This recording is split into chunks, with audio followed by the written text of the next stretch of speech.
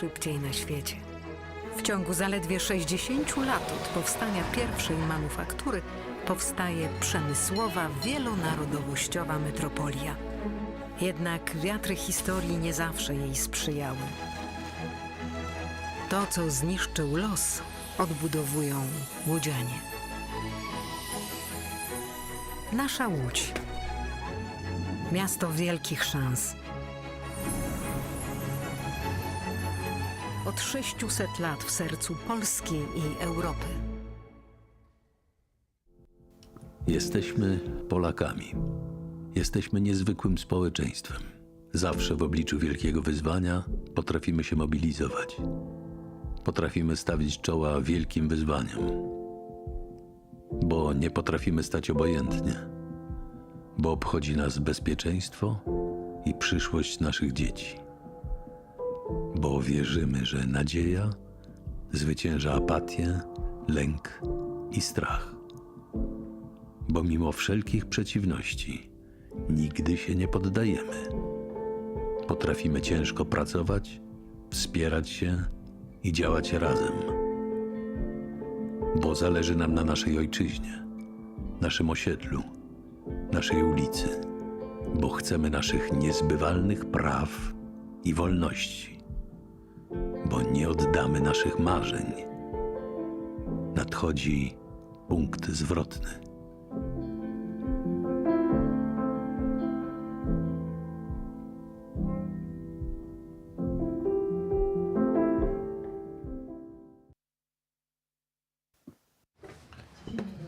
Good morning, ladies and gentlemen. My name is Ewa Raczyńska, and it is my honor and pleasure to host the panel Yesto in Vitro, how to build an effective infertility treatment system. I'm going to talk with excellent guests. Magda Bowska-Grabowska-Wacławek, a vocalist and a composer. Agnieszka Pomaska, Polish MP, plenipotentiary of the Yesto in Vitro legislative initiative, the president of that committee, in fact. Małgorzata Rozenek-Majdan, a TV host, a lawyer, and promoter of in vitro method in infertility treatment, deputy president of the Yesto in vitro committee. Kamil Mieszczankowski, a security expert, a father of a daughter who was born via in vitro. And the initiator of the In Vitro is a hit program. All right, this. WHO has recognized infertility as the civilizational disease. In Poland, it affects about 20% of our society, and that makes 1.5 million pairs. 40% of those can try an effective treatment by natural medical methods, but 60%, 900,000 couples need to ask for assistance in specialist centers. Well, I feel that in vitro, in the media area, it's different with the social area. We are sometimes ashamed to discuss it. Socially, it's a private taboo topic. But in the media space, in vitro is discussed. Małgosia, your son is 17. What was it like than 20 years ago? Well, surprisingly better than now. Good morning, everybody. I'm happy to be with you here in Łódź today. But 18 years ago, when for the first time I had the diagnosis that put matters clear, either in vitro, I'll never be the mother, well, in vitro was thought of and discussed like a space technology, rocket science. People were very curious. How do you do it? What is going to happen?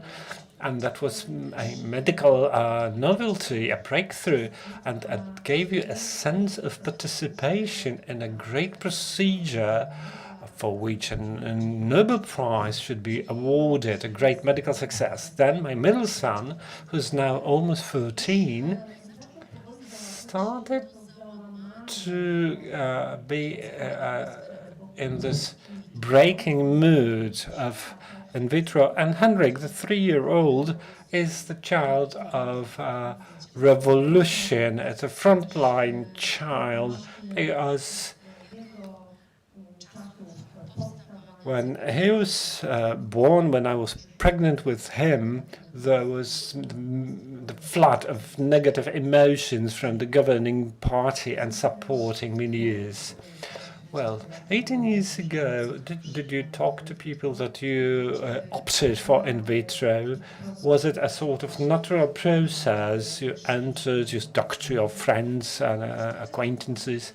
Well, I'm happy to be from a supporting environment. I didn't need to hide it. And only when I learned about the diagnosis, the first phone call I made, being totally broken, to my mum, and I told her, well, that's such a bad thing about happening to me. And my mother said, don't worry, be happy, there is a solution. But I didn't have that need to share it broadly with intimate and private aspect of my life anyway. I know it will never be turned back. My children will forever be in vitro children, and I want them not to feel ashamed or embarrassed that that's the way it is.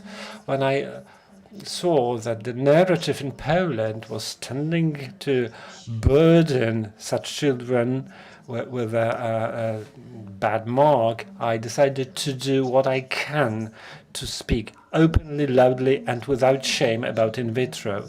10 years ago, it wasn't like that. Between 2013 and 2016, there was this program in vitro treating infertility through non-systemic infertilization. Then 17,000 couples had 22,000 children. In 2016, once the government changed, the program was terminated, but a legislative initiative, Yes for In Vitro, was established. No, it's not like that. Between 2013 and 16, the Prime Minister Kopac's government arranged a program which allowed to have over 22,000 children until today. It was such a huge success of real pro-family politics that the program was shown as an example of truly effective mechanism. So many couples benefited, and thanks to this very program, so many pregnancies were actually conceived.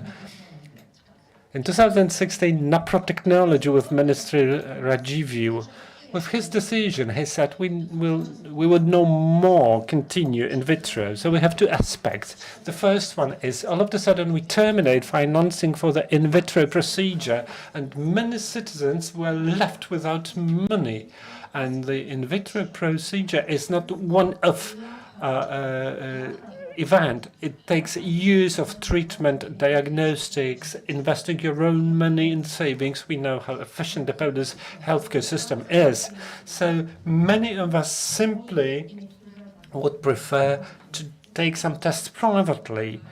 They are frequently pairs or couples who are drained in money, and all of a sudden refunding is terminated. And there was another problem, and we could hear that from sociologists. The moment when the state withdraws the financing for the method is the moment where in the society's understanding there is a doubt arising. Is this method truly effective? Is it really good? Is it proper? And in somehow its legitimacy is undermined, and that happened in Poland. And the regression in communicating the method, or how some milieux started talking about it, is the result of the decision. 99.9 million by Naprotechnology, the Supreme Control Authority, verified that, and it showed it was fully ineffective. And even the authorities terminated the idea of providing the news how many people actually got pregnant. When they reported for the first year, compared to several thousand people from in vitro, they had 70 pregnancies, and the disproportion was so huge that they stopped reporting. In vitro started to get support from local authorities, but finally we have this initiative, Yes for in vitro, in the parliament. What's happening to it today? Well, indeed, I trust that the campaign and the response to this initiative, and I need to mention some more names. We, with Małgorzata Rozenek-Majdan, co-chaired the committee, but the initiative was actually launched by Prime Minister, former Health Minister Ewa Kopacz, who was so active. Barbara Nowacka supported us strongly. She is here at the parallel panel. You can see her, talk to her. And when we opened the initiative to collect supporting signatures, had some goals. It was not merely to restore in vitro. Of course, it's a basic idea, but today, in the present time, we understand it is impossible, but the pressure makes sense. Apart from restoring in vitro, we had also another important goal, that is educational purpose, to remind people that in vitro will give life. It's something good. In vitro should not be controversial. It deserves state support. In fact, it's the state's obligation to help financing those who simply want to have children. And for me, families who want to have children via in vitro, they are heroes. Due to many reasons, we know it's not an easy way. It's physically excruciating for women, but it also financially draining. And I need to say that this campaign, talking to people in different cities when we traveled around the country to collect signatures, that only reassured me that that was the first thing we would do once we win the election. But we collected almost 500,000 signatures. That's a huge number indeed. We collected that in rain, in frost, so that was the time of the year then. And about 80% of people do not see any controversies about the method. We could feel it, sense it. That was so important for us. We had people coming to us, looking at us, me and Barbara. They knew that we were politicians, and they would say, "We do not vote for you, but we'll sign." There were women coming with their husband and said, "Let's do for the children, perhaps not ours. We don't know if they are going to need it or not. Let's do it for all children." And that there were so many moving moments when we could see we didn't do it for ourselves. We didn't do it for applause. We simply did it. It was good. It was positive.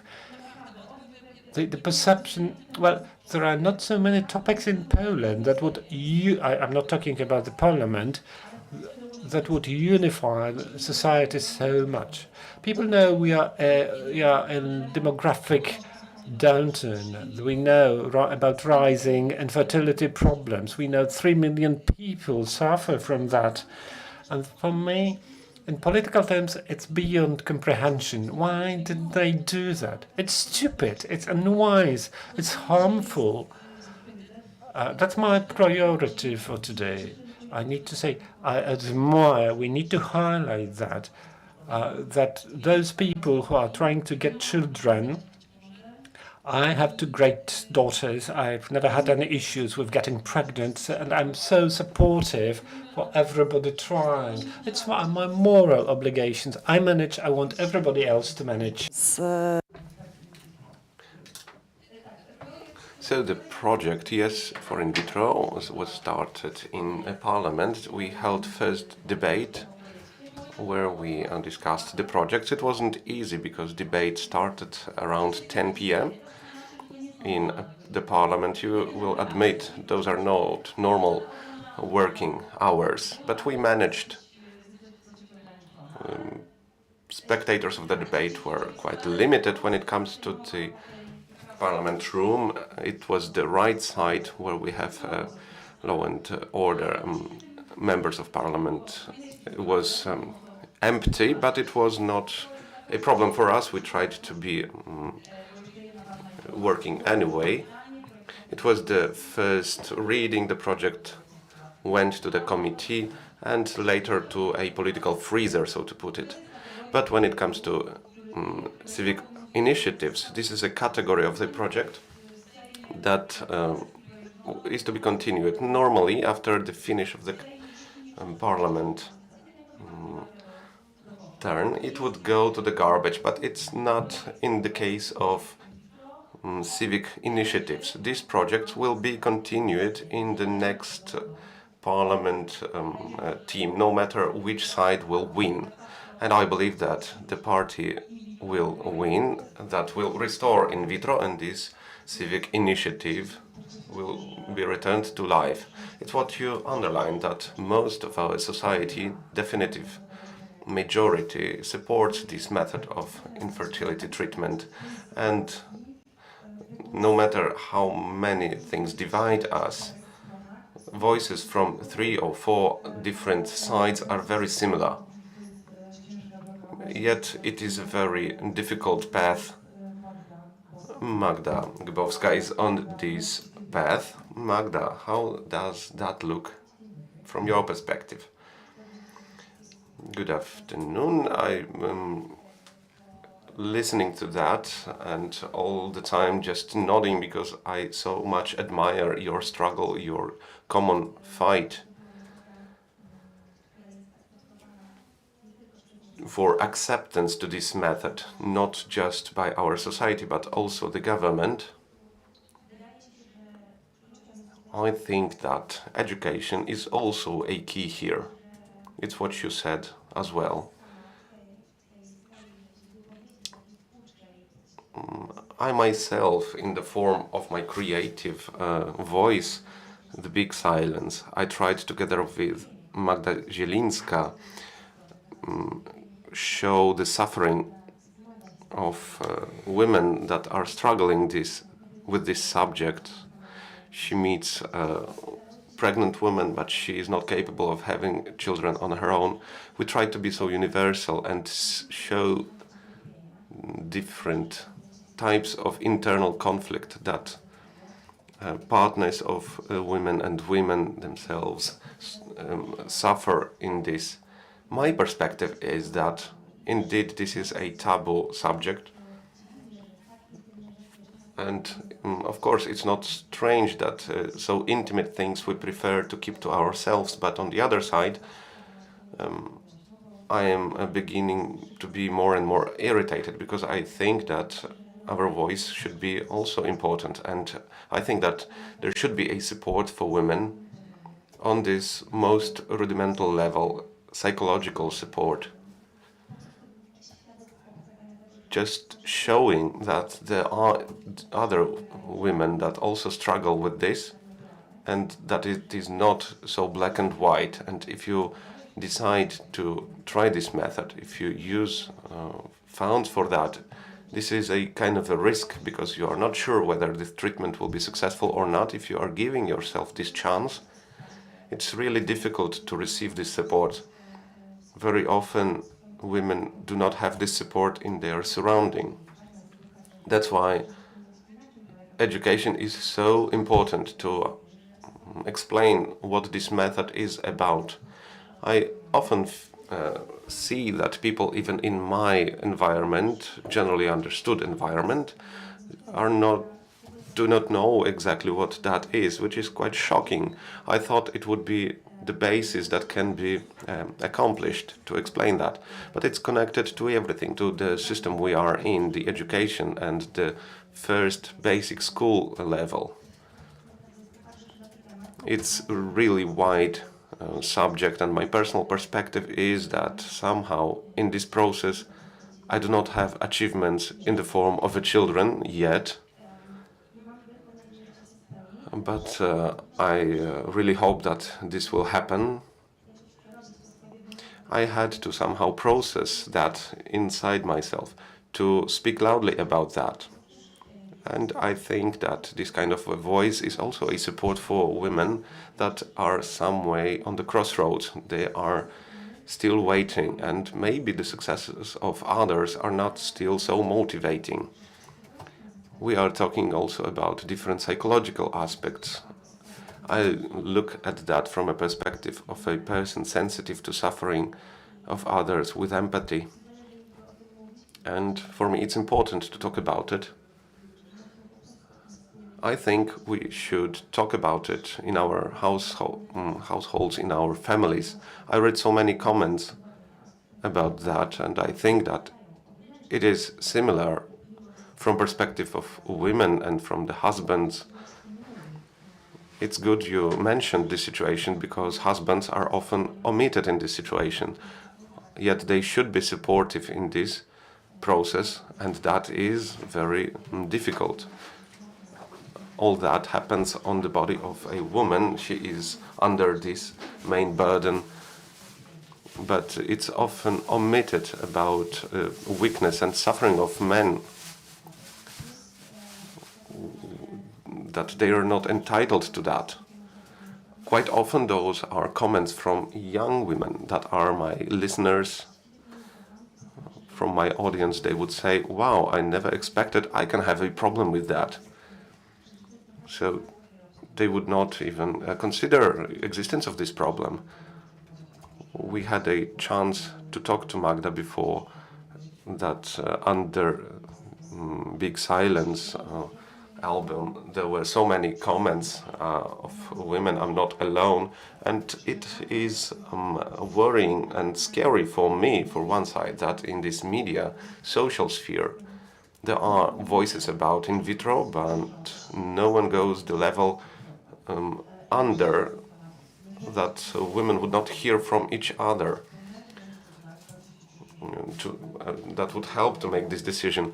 You mentioned men. We have one man in our panel. Kamil, what was that in case of your daughter? How the situation looked? Perhaps I'm not the best example, the most representative example. In our case, we tried to have a baby for many years. The situation lasted and led us to Invinet clinic. I am very grateful to them. It's not that I am advertising them. And after the third time, we were successful. No matter that it was a financing from the Warsaw local budget, we received a lot of return.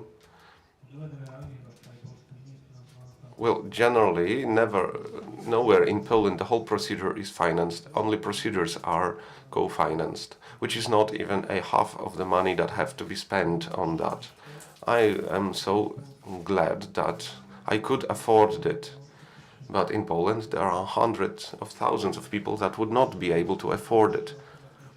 First youngest person that turned to the program had 21-year young girl that only starts an adult life, and she has an infertility problem. They struggle with that together with her husband. And my impression is that when we talked about infertility as a civilization disease, in the context of in vitro, my impression that a huge part of right-wing political audience in Poland have a civilization problem with that. Why? Because this is a treatment method.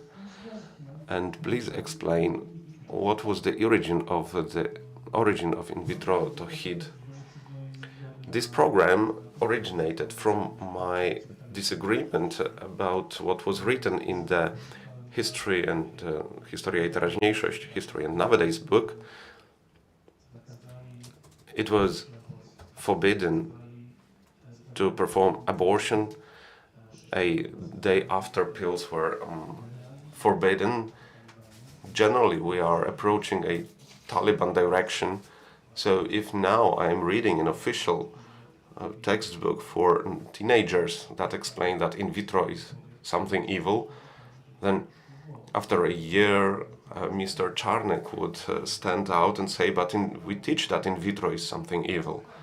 Of course, I'm being very extreme here in my examples, but we have similar experience that our imagination is often too limited when it comes to these people. So I thought to myself, today we are talking about this is something evil, tomorrow it will be forbidden. A day after that, children that were born in this way will be stigmatized, because it would be easy to stigmatize people that were so determined to fight for this life. It was not that this life appeared by itself. We understand that it appears in many people on its own. We had to fight for that.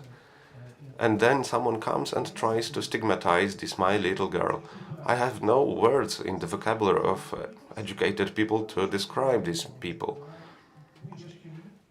Because, believe me, if I stand face to face with them, I would say what I think about them. Those are very bad thoughts.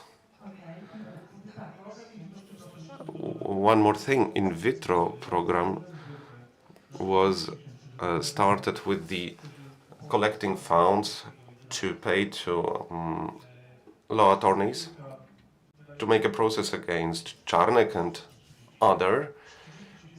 I think it was successful. I paid 30,000 to lawyers, and the rest I allocated to the in vitro to hit program, and right now we have 17 confirmed pregnancies from the program. We count to have around 30, 35, so we are in the midway, but we still have 17 confirmed pregnancies. I would really like to see that these pregnancies turned into babies, but that's what is going to happen, I'm sure of that. We are talking about how to build a effective infertility treatment system. We know the data. The numbers say that infertility treatment through in vitro is effective. We have children that are born in that more than 22,000, but so we can go back to that level to build the system. You started to talk about education. How do you think this can be built from this very scratch? It should be built from scratch, from grounds, as you put it nicely. We need to discuss about infertility problems, not just in our houses, but also in school. The lack of sexual education makes it difficult for us to talk about anything that describes the beginning of life. We need to talk as open as possible about this part of human life, and school is a very good place for that. Some data, some numbers show this social support for that. You wanted to collect 30,000. We wanted to collect 100,000, we collected 500,000. It shows that people understand the in vitro method as a treatment method. And people see the demographic problem because of the policy that was realized during last years. People are afraid of pregnancy. Looking at the economic and social environment, families that want to have a baby is something important.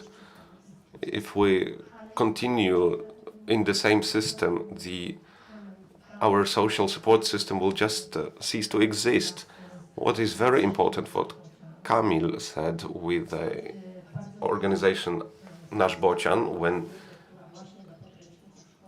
they very explicitly discussed the information that should be in school textbooks. We need to talk to teenagers with older youth, and then on the social platform, and that's important. We need to do everything that the program for which we collected signatures, this civic initiative that is to allocate 500 million zlotys for treatment of the with in vitro method, not for the procedure itself, but the whole surrounding, or taking care of partners of women that undergo in vitro process. This is magical procedure, and that's the only way in vitro should be mentioned. With huge patience and empathy and pace, we need to address all the doubts that appear in the heads of opponents of this method, that often are originated from their ignorance. We need to change it into understanding. I just wanted to add one thing, that often the opponents of this method do not understand that this is a final choice for the couple, and it is important to be underlined that it's not made for pleasure, it's a procedure, it's a necessity. If you really want to become a parent, it can be the only choice. This method brings many burdens, financial, but not only for the women. As every treatment, it has its side effects, and it's very difficult. It's difficult for women to physically go through that, as well as psychologically. That's why the education is a key. We should talk about that loudly in a school level and just freely talk about that with our colleagues to break these barriers. I think it's so important. Kamil, a few words from you. I also would like to share quite controversial thought that from legal abortion there will not be a perfect in vitro system, because I think that a woman that makes a decision, I can only imagine how she would feel, but a woman that decides to have a baby that have problems, health issues, she understands that this pregnancy can be different, difficult. There can be different things. She should be sure that if something goes wrong, there will not be 6 police officers standing next to her hospital bed. She has to have the security on every stage of this procedure, 100% of support and understanding from the state. I think this is so important, because today women are afraid to become pregnant. You can't imagine how many women texted me when I announced that we start with the program. They said they even are afraid to talk about that in their environments, because, well, they would say, my husband would lose a job. Well, because he works there next to the priest. And there are stories like that. So without a full support of women in end-to-end process, from the beginning till the end, considering all bad things that might happen, if all that is taken care of, women will not be afraid to become pregnant. They would not be afraid of the consequences of the pregnancy, because they would know that the state would take care about them. I would just also to add that quite often the opponents of in vitro procedure address the increased amount of children with health problems that were born in this method. But there are researchers from US that show that if there is a diagnosis of very serious infant problems, female would decide not to have the abortion, because quite often a woman that went through in vitro would not decide to have the pregnancy terminated if there are some obstacles. But that's showing the determination that that woman really wants to have a baby, no matter the problems. That's why this increased a percent, not because the procedure itself. The problem, how much is to be done, can be seen from the infertility atlas in Europe. During our campaign and our Stalk association was very active. We presented that atlas in Poland in terms of access to infertility treatment is last in the EU and second but last in Europe, right before Albania. We lost the football game and we hardly are winning in this issue, but still it's shameful. It's the whole system as we are talking here. It's not just access to in vitro per se, but also this feeding, how easy it is for a woman to get to a gynecologist, because we can simply say not everybody can afford a private appointment. And this is a remarkable issue. The smaller the place, the greater the issue is. It's just this feeling, what care can a woman expect in the hospital, what perinatal care would look like. And we are at the very end with that. It's terrifying because in the past 8 years, the government spent loads of money to something so ineffective. So the key is that Polish couples, Polish families, men and women, can have a choice, that they can choose the method they want.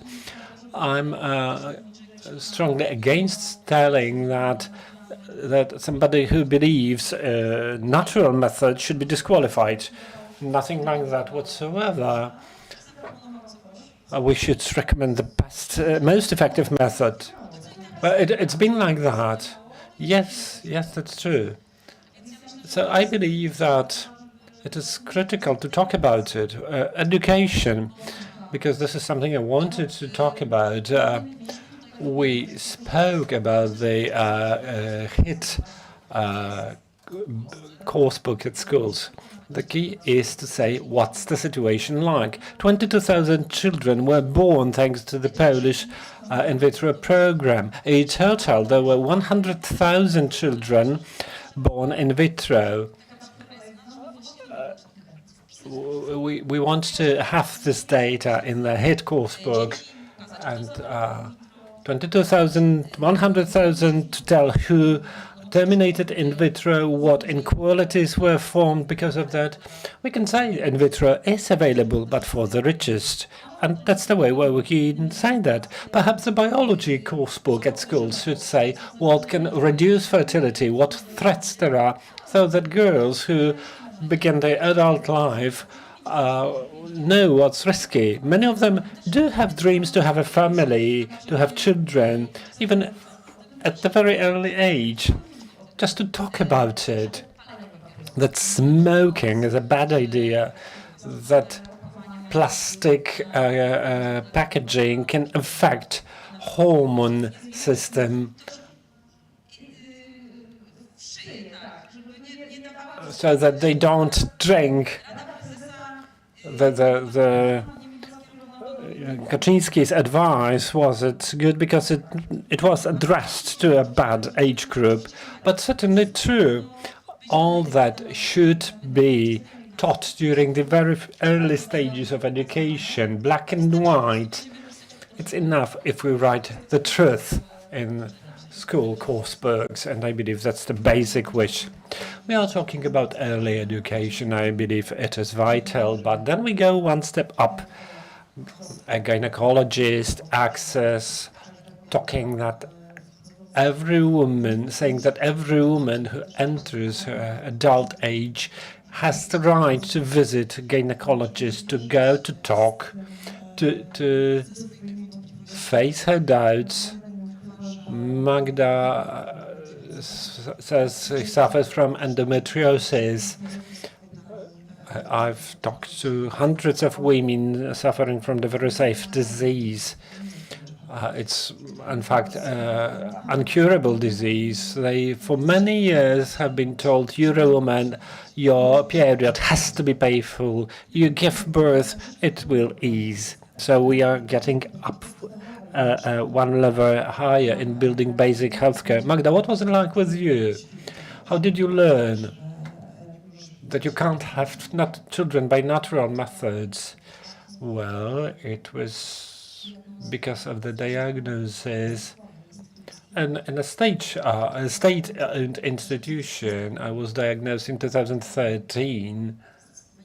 I was far younger then, and only then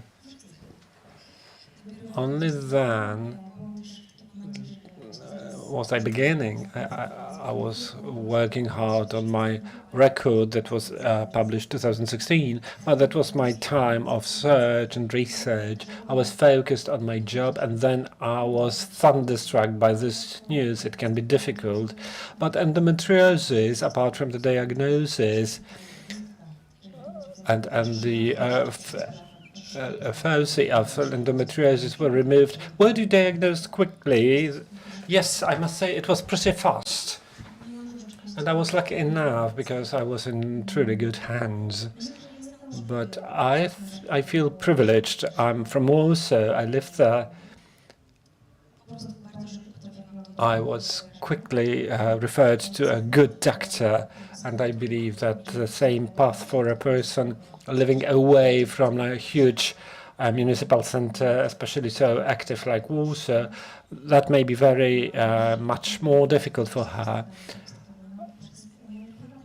Of course, I must admit that my preliminary diagnosis was through my private gynecologist, because my previous experience with public healthcare system had been so bad that after the first visit, I quit it. So ever since then, it's been private gynecologist, and the diagnosis. Well, endometriosis is still much unknown disease. A lot of things have changed since 2013. I'm under a new diagnosis process. Then I was left to my own devices with just simple news. You may have problems, but you need to do something about it on your own. Well, I trust there should be ways for women so that we can tell them what they can do with this news, how to go for treatment. There are so many things. There is diet, life hygiene, hormonal stimulation, not just to ease the pain, the suffering, but to help to have children in the future. So I believe this is a great job to be done. I know that an endometriosis issue is not just in Poland, it's a global problem. This disease, just like many diseases, female diseases, are understudied and requires lots of effort. So we have education, prevention. Małgosia, you probably frequently speak to doctors. Yes, indeed. As the president of the foundation dealing with supporting couples that are excluded due to many reasons whatsoever, also financial, primarily financial from in vitro treatments, I meet owners or doctors working in leading infertility clinics in Poland, and very good news is that our infertility treatment is on the global level. Our doctors are highly effective. They cope with the most complicated issues, and that is truly comforting. Well, if somebody can afford, but that's the truth today, you need to be able to afford it. And this uneven access to the treatment methods is most appalling, because the state should equalize opportunities to access medical procedures. Today, if you can afford it, your chances, your odds to get pregnant with in vitro are one of the highest in Europe.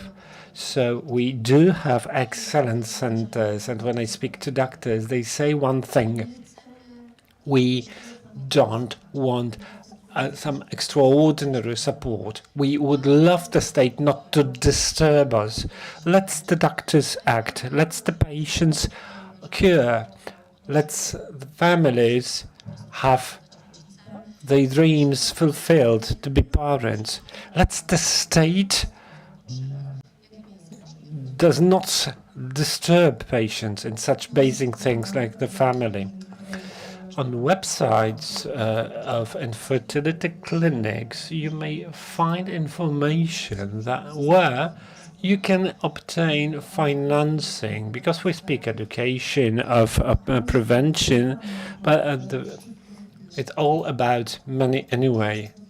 That's 250,000 work out with the clinic. Well, 250,000, well, I need to say the in vitro treatment, depending on the couple's condition, is between 6 up to 25,000 zlotys. On the average, so you should think 13,000. That's a great, the prevailing price. We had 250,000 zlotys, for which we managed to provide the full procedure to 100 couples. That makes 2,500 per couple. That's nothing. Of course, the money was not enough. The clinic said, we will be with you in that and will contribute. They doubled the amount. That's extraordinary that the clinics went for that. We've got 19 different clinics throughout Poland involved in our in vitro ESHIT project. But if it's not the social response, if not this bad thing in the books, we wouldn't have that support. We made the programs with certain assumptions. For instance, people living in places where local authorities support in vitro could join our program. Our assumption was, well, there is some support, the people can get some help. If they earn some money, they would be able to put aside certain amounts and somehow find a way to use the method. The worst problem is for those who live in places where local authorities do not support in vitro. Today, Katowice is the only big city in Poland that doesn't support. There is a program to be supported, to be implemented, but this is the last big city in Poland without such a scheme. But this is not the way it should be.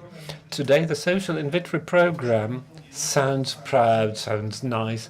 On the other hand, such a program should never be created. That method should be available, fully refunded, including supplements. These are not 50 zlotys supplements you get at the pharmacy. They cost hundreds of zlotys. In my case, it was 1,500 zlotys.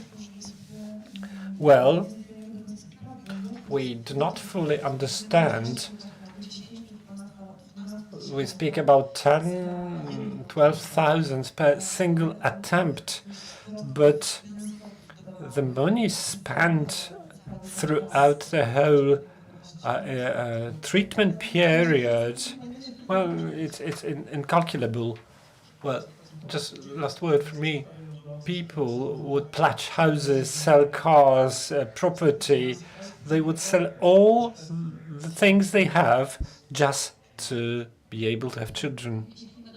If I could contribute, well, we didn't speak much about local authorities, what they do about it, but addressing our campaign when we were collecting the signatures, one of our objectives was to press on local authorities, and we succeeded in many locations. We know that during our campaign, local authorities joined the process. We started the campaign in Białystok, where they didn't have the program. They had an initiative in the civic society budget, and the people voted for it, so that the civic budget supported the in vitro. And Mayor Truskolaski said he would have a close look at it as the citizens opt for it. And yesterday when we met, he said he had a look good enough that to say we would have this program. But when we speak of local authorities, as we are in Łódź, I need to mention Hanna Zdanowska and Town Hall in Łódź, because this is the local authority that sets an example how to do it. We have with us Vice Mayor Adam Wieczorek with us, Vice Mayor Paweł Bliźniuk.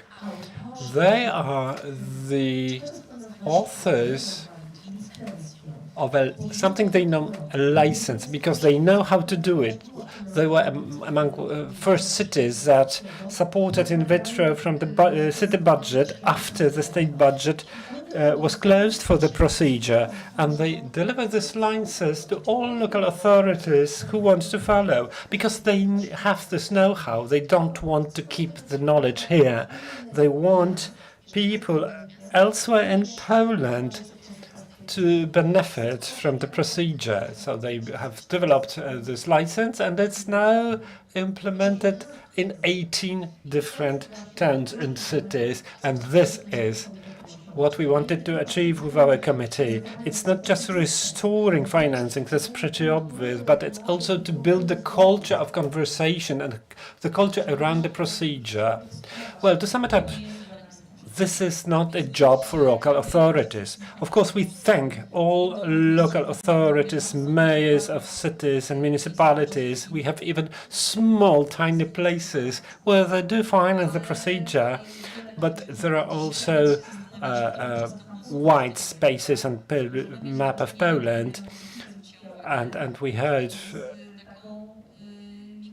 that we may even face in vitro migration. People in problems who cannot afford will try to move. That's ridiculous. It shouldn't be like that. We should have a common access, common support for those who do want to have children. We need to highlight that. The local authorities are heroes somehow, because those who actually introduced the in vitro procedure, the politicians who went for it,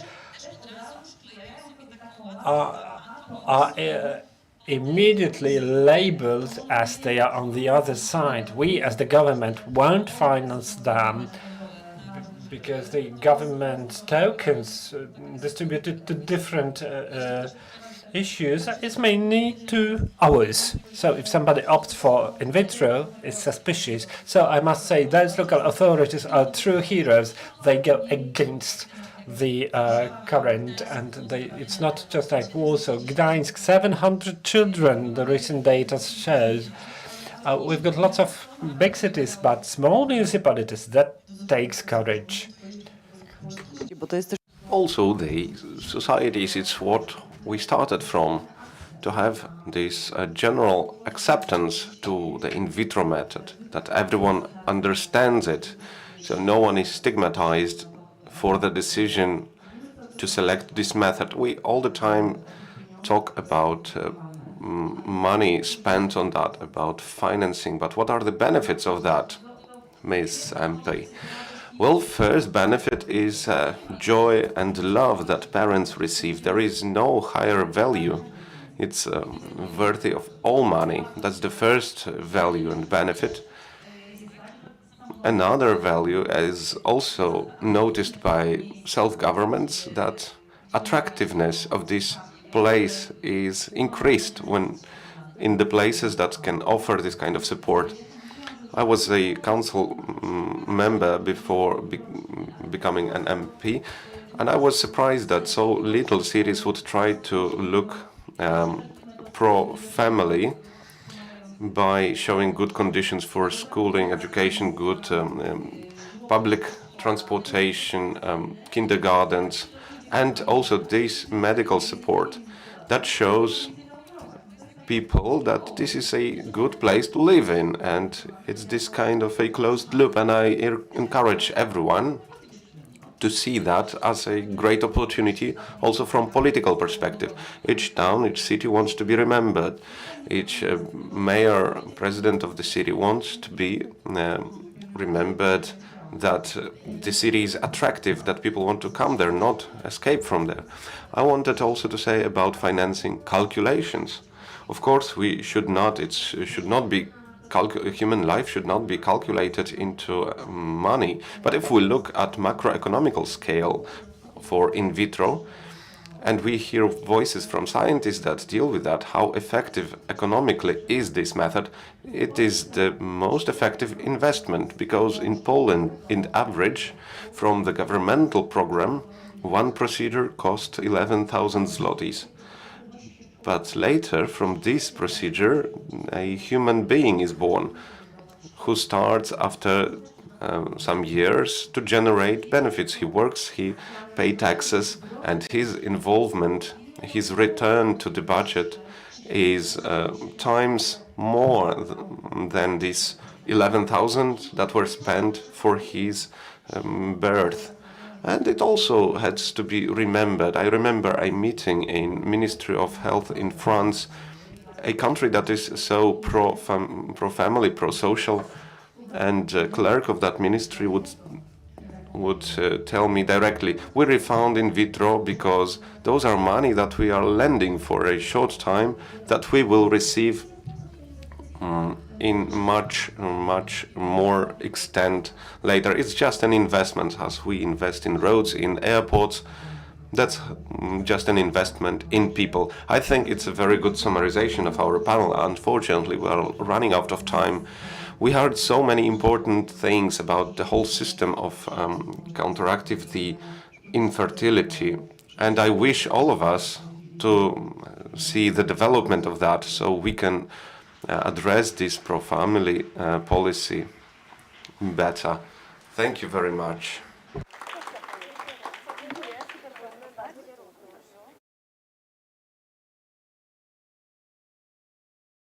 Dzień dobry, to znaczy myśmy się dzisiaj widzieli. Wie pan co, ja zmieniłem zdanie i chciałbym poprawić. Karty w urnie. Dobrze, to ja sobie poszukam. Serio? Pan sobie poszuka? Nadchodzące wybory są zbyt ważne, by zostawić je bez kontroli. Dołącz do obywatelskiej kontroli wyborów. Zróbmy wybory bez PiS-u. Każdy wybór ma swoje konsekwencje. Dziś na kazaniu o takich jak ty mówili, że to morderczynie. A wiesz, że ta, która ci pomogła, trafi za kraty? Trzeba mieć sumienie. Jak mogłaś to zrobić własnej matce? Aborcja to najgorsza zbrodnia. Gdybym ja podjęła taką decyzję, nie byłoby cię tutaj. Organy państwa nie będą przyglądać się temu obojętnie.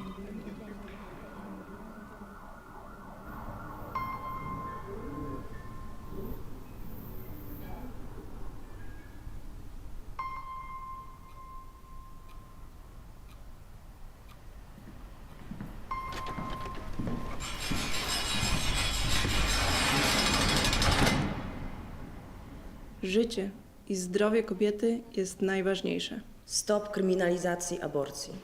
Kobieta decyduje.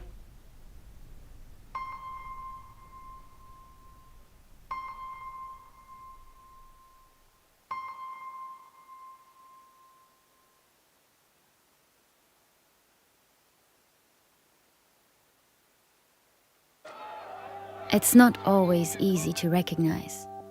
It may look like this, or like this. It may be a burden, but it is a responsibility that we embrace nonetheless.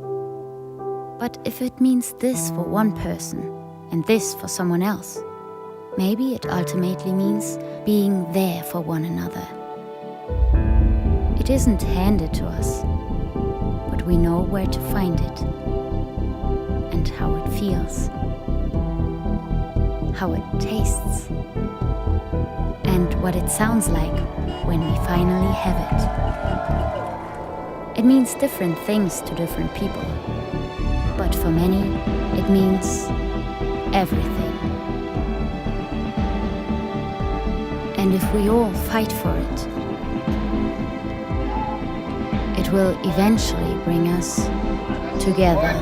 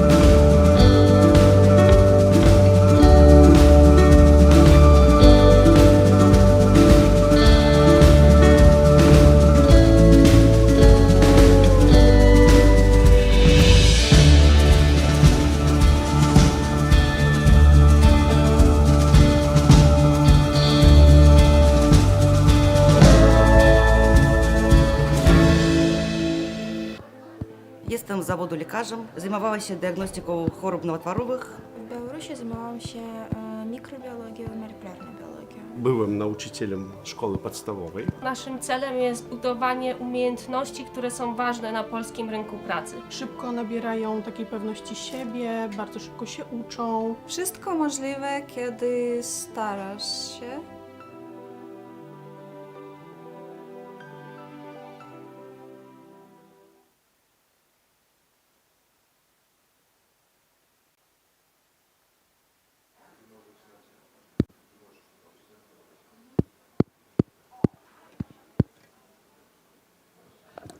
Jeden, jeden, jeden.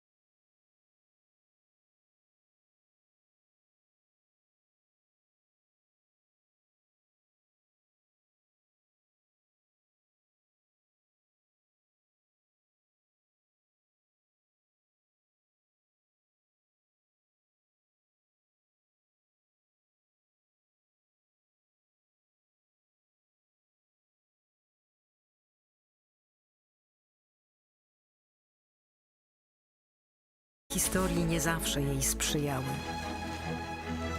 To, co zniszczył los, odbudowują łodzianie. Nasza Łódź. Miasto wielkich szans. Od 600 lat w sercu Polski i Europy. Jesteśmy Polakami. Jesteśmy niezwykłym społeczeństwem. Zawsze w obliczu wielkiego wyzwania potrafimy się mobilizować. Potrafimy stawić czoła wielkim wyzwaniom. Bo nie potrafimy stać obojętnie. Bo obchodzi nas bezpieczeństwo i przyszłość naszych dzieci. Bo wierzymy, że nadzieja zwycięża apatię, lęk i strach. Bo mimo wszelkich przeciwności nigdy się nie poddajemy. Potrafimy ciężko pracować, wspierać się i działać razem. Bo zależy nam na naszej ojczyźnie, naszym osiedlu, naszej ulicy. Bo chcemy naszych niezbywalnych praw i wolności. Bo nie oddamy naszych marzeń. Nadchodzi punkt zwrotny.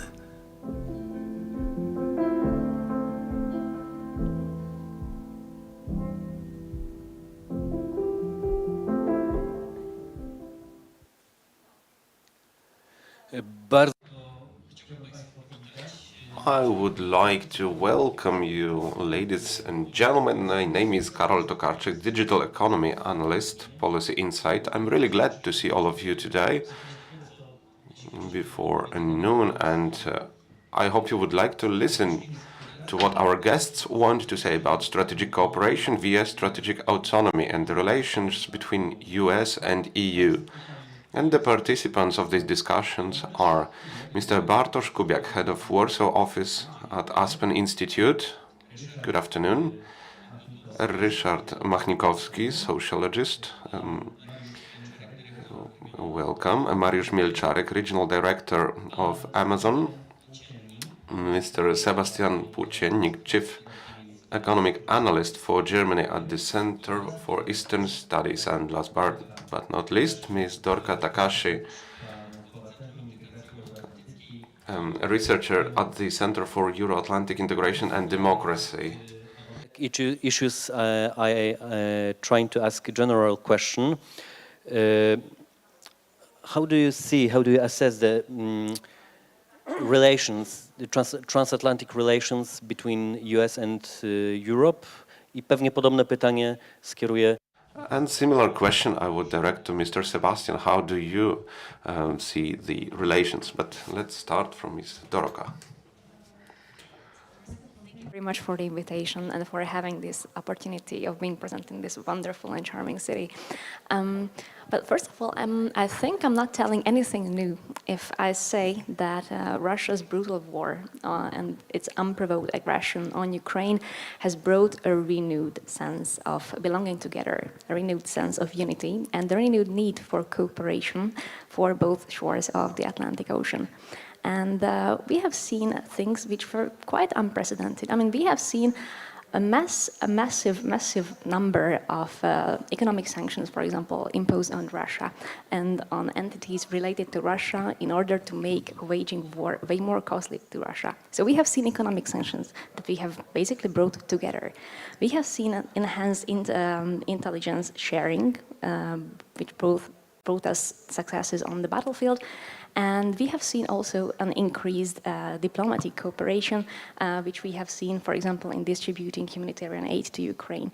Needless to say, not everything is rosy. There are certain points of conflict because there are increased costs, and obviously the increased costs have to be borne by someone. There will always be diverging views on who exactly should bear the costs. So, for example, this is one thing. And on the other hand, we also see that not every country is on the same page as of what is the exact level of assistance that we have to provide to Ukraine.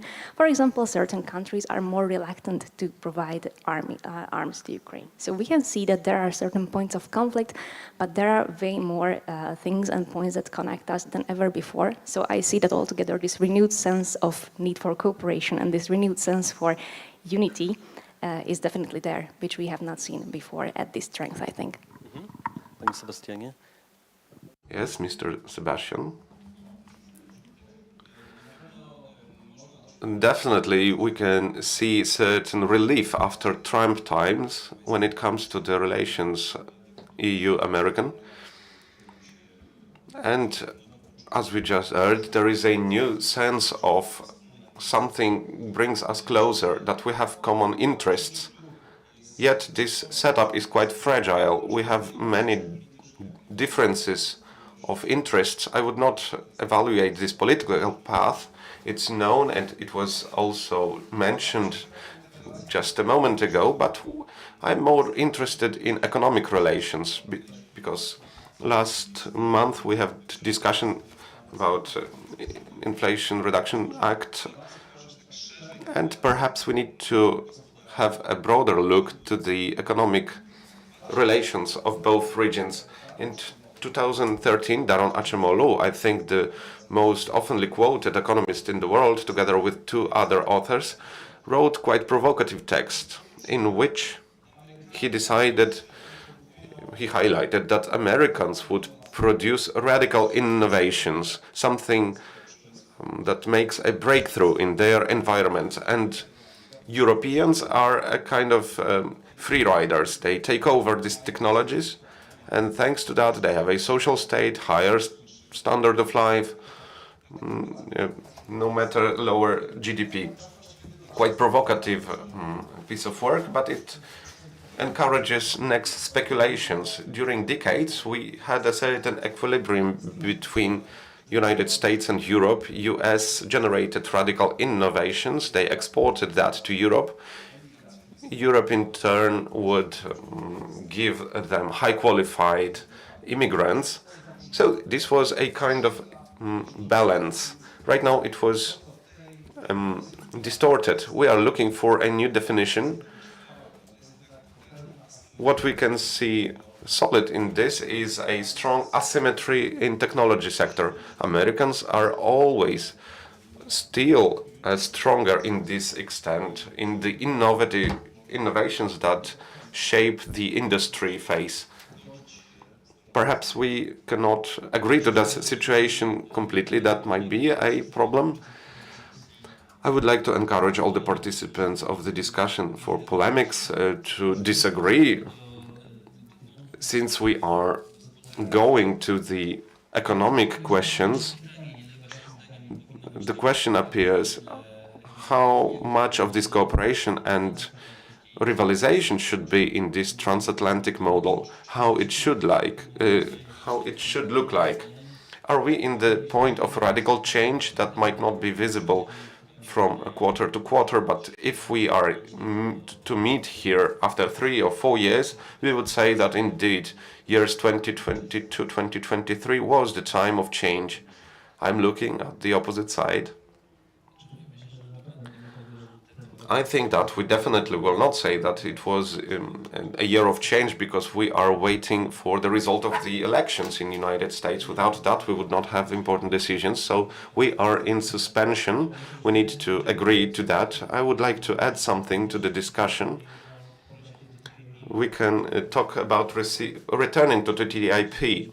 We had voices recently that we need to sit on the table about cooperation between EU and United States, but maybe this is the role that we are supposed to multiply. From one side we have BRICS countries that try to build a gigantic bloc to be a counterbalance for US and EU, and I think we need to respond to tighten our economic relations, because that's what brings us together.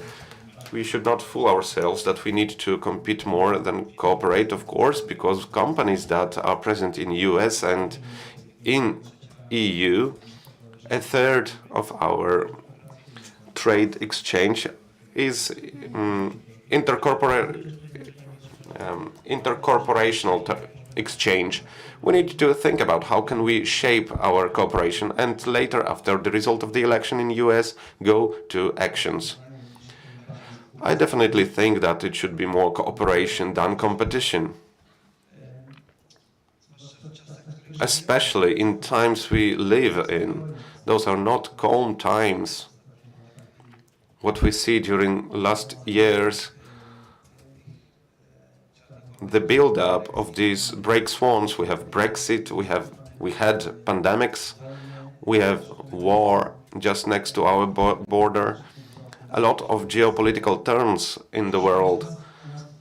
So today, time for transatlantic cooperation is, to put it more than ever, in different, of course, sectors and in different dimension it happens. But what you said before in the technological sector, this approximation is necessary, I would say. This getting closer is beneficial for both sides. Of course, in Europe, there is a lot of centers for research and development of US companies. That's all true, but it all develops European business. Small and medium businesses also helps their security in this part of Europe. The question that was what was shown by the war in Ukraine, where is this safety, this resilience? It is tested in technologies. Here, one of the branches of our companies, Amazon Web Service, saved the data of Ukrainian state. They migrated to our cloud 27 governmental institutions, ministries, universities, and a few days later, these servers were bombarded. That shows that this cooperation, transatlantic cooperation, is necessary. And limitations, like response for certain regulations, certain regulation war or ideas, like origin state in cloud, EUCS, so the certification, cybersecurity, and cloud only in the territory of countries, and the company to have a main office only here. It's very short-sighted, and it can be a strike to the security, not empowerment of the security. The same thing about satellite and cosmic technology. Where would be Ukraine without cosmic internet? Starlink, Amazon also starts Kyber, a similar program now. Today we hear voices in EU, let's wait for our satellites, for our system.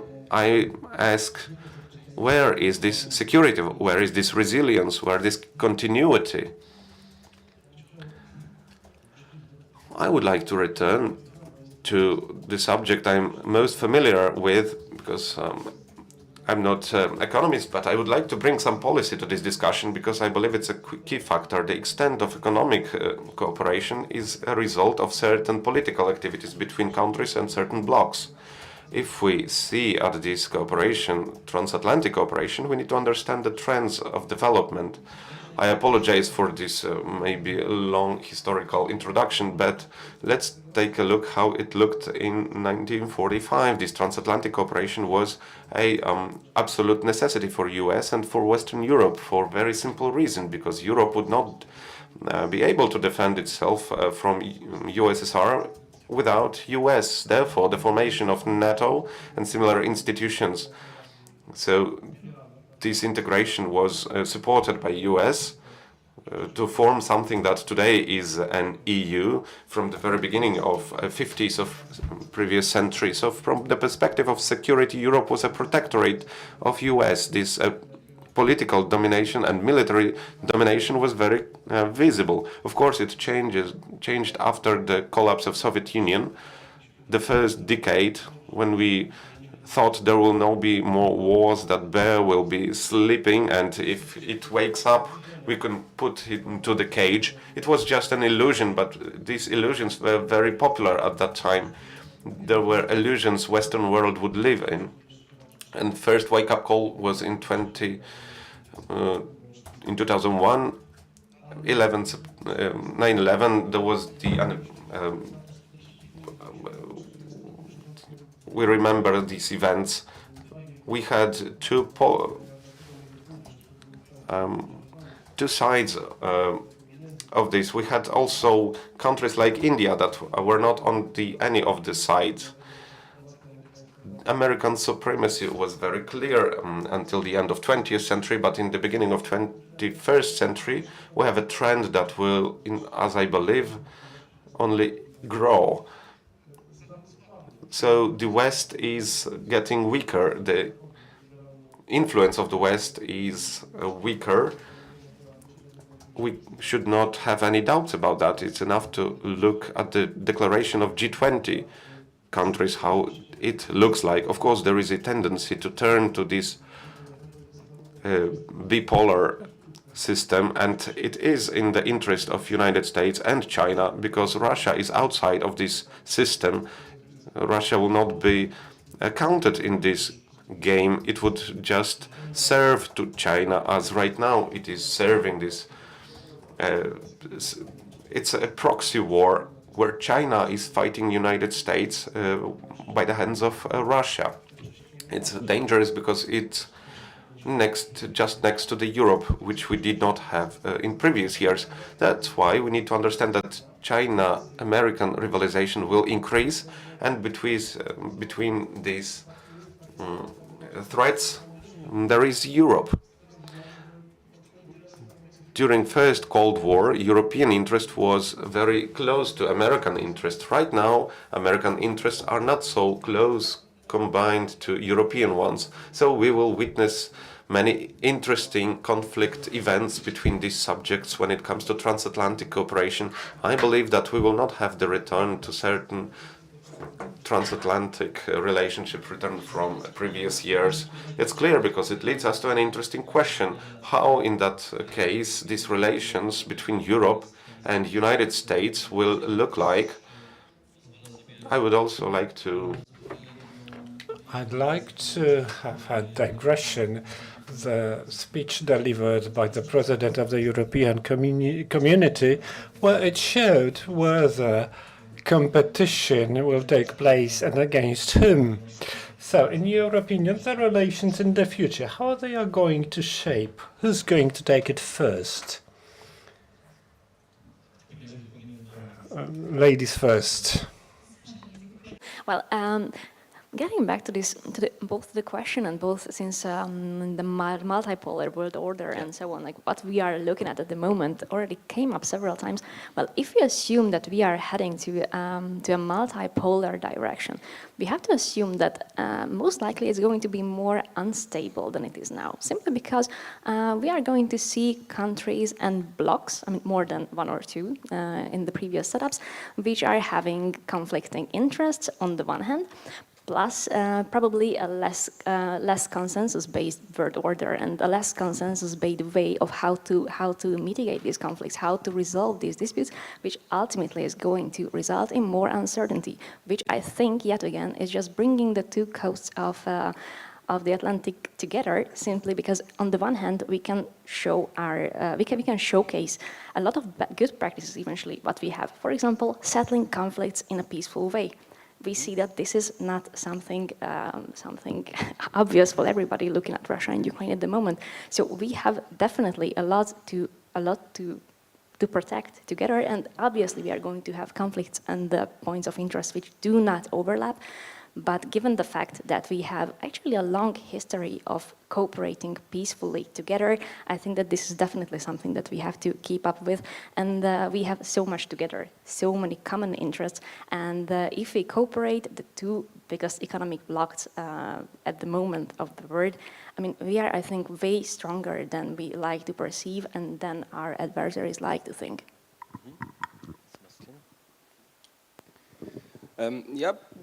Well, I have a bit of a problem to distinguish competition versus cooperation. I do not really follow, because these two concepts go together, in my opinion. The basis for transatlantic cooperation should be economic exchange based on free market principles.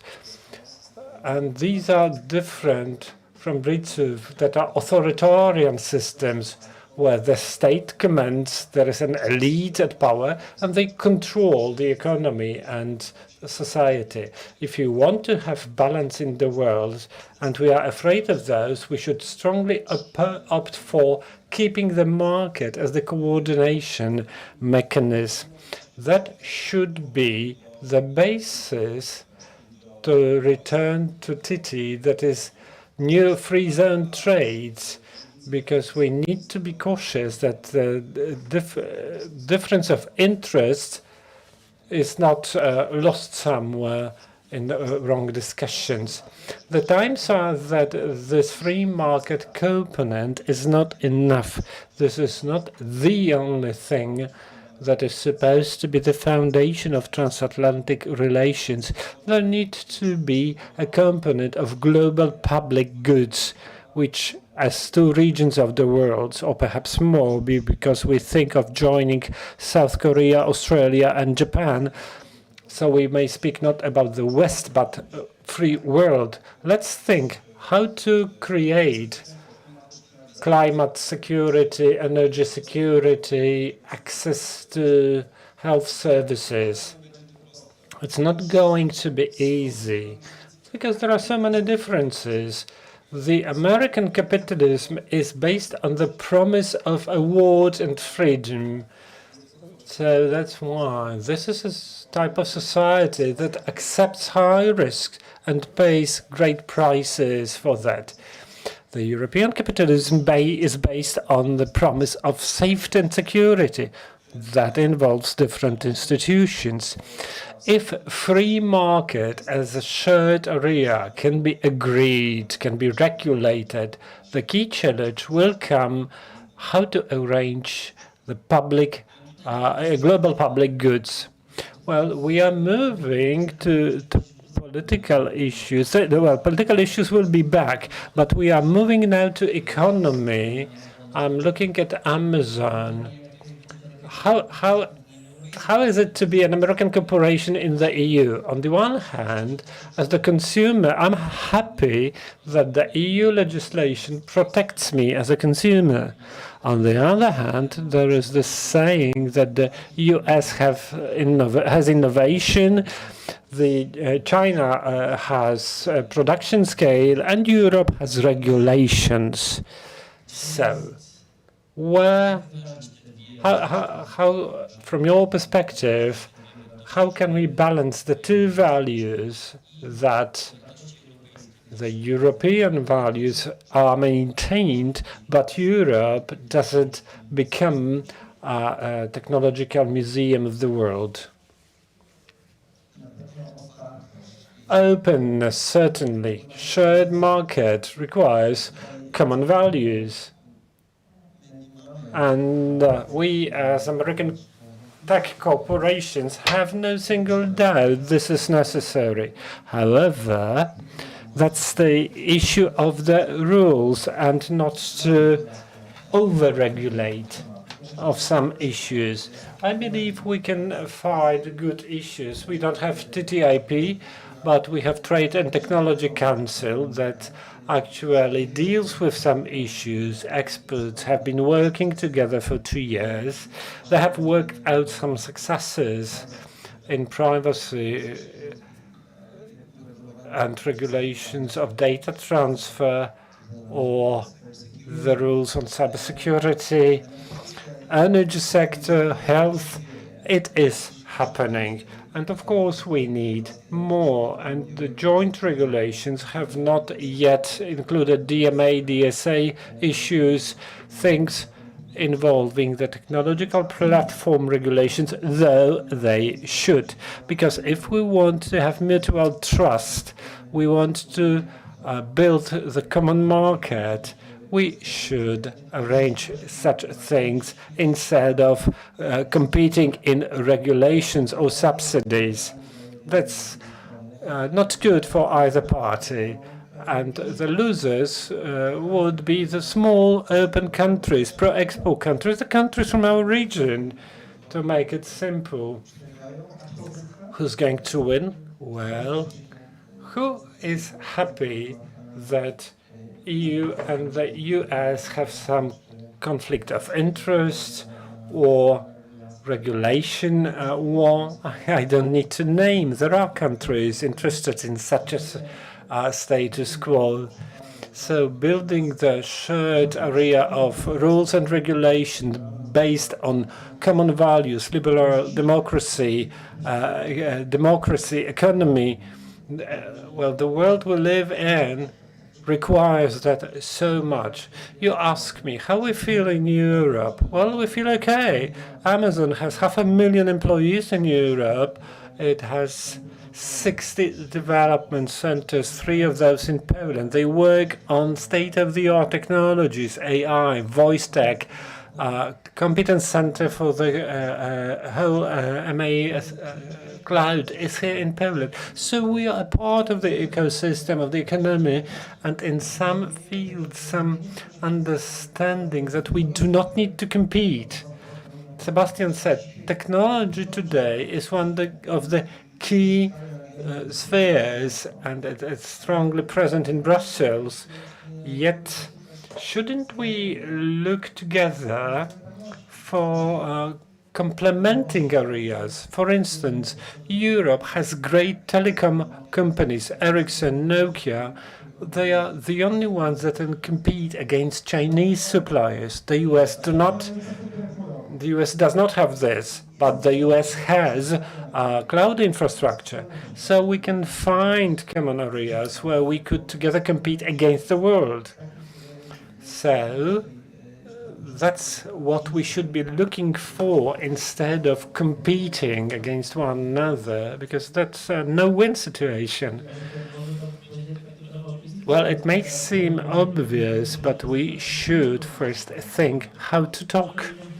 People think that on the EU level we talk with the US on the basis of on individual states level. It's overrated. The US does not treat us as a single bloc. They come to individual countries.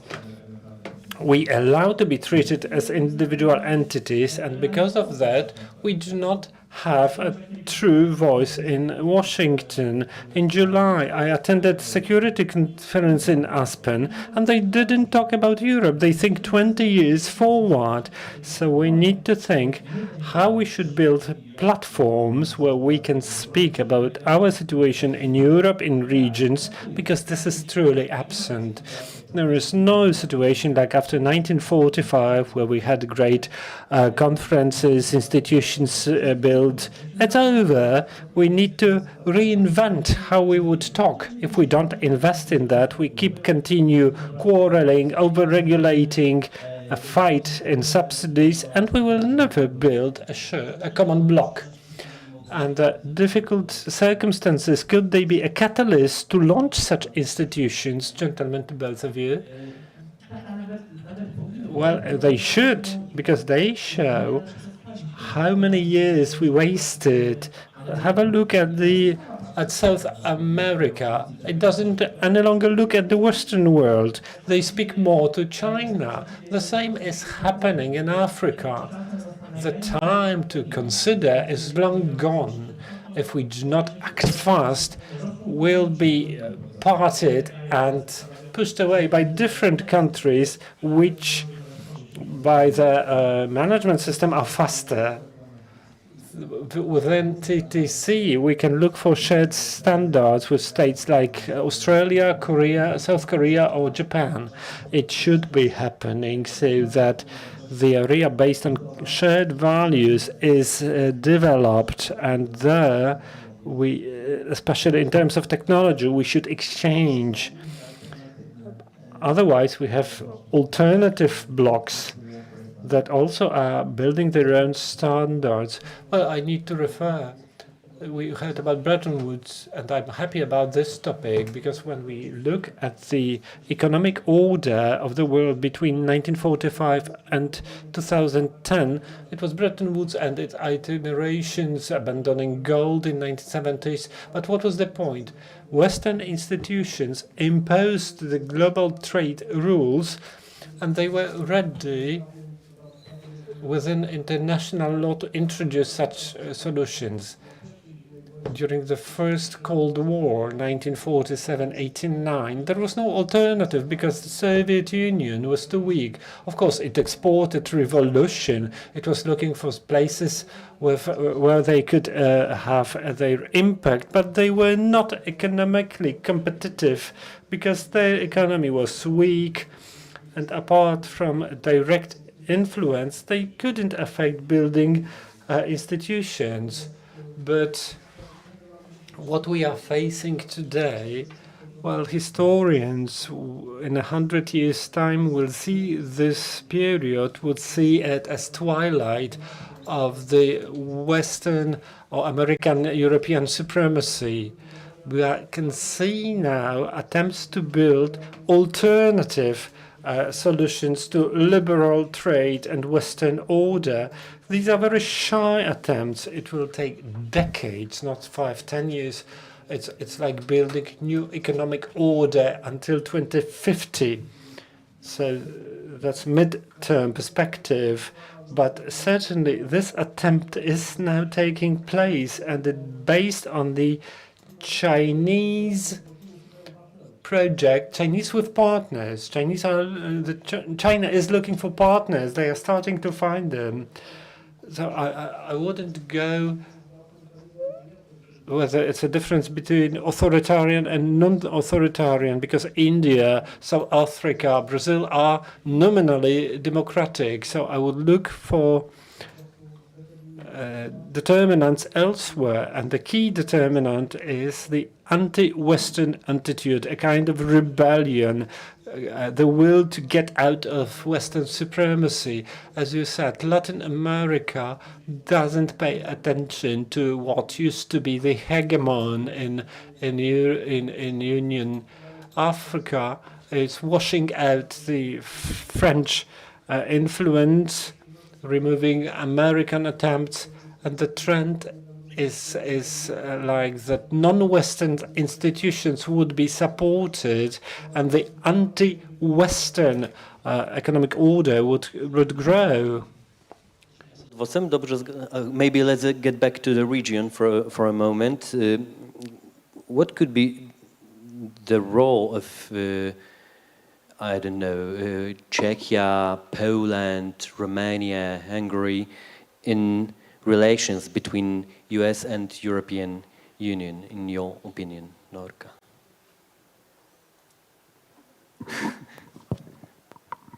Well, at which time frame do you understand this? Now,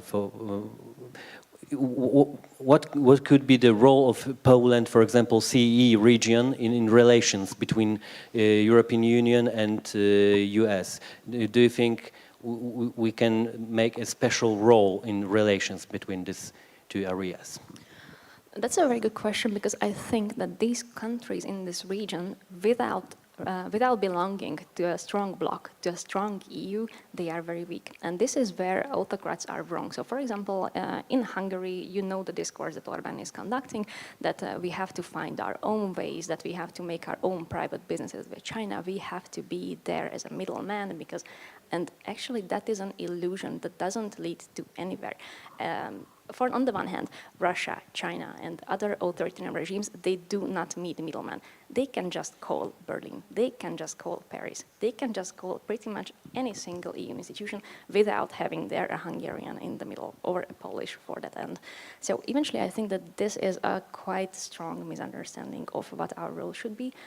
So I think that us as regional powers or regional countries, our role is to contribute to creating a stronger bloc that afterwards can simply represent our own interests altogether better, because otherwise we have simply no chance.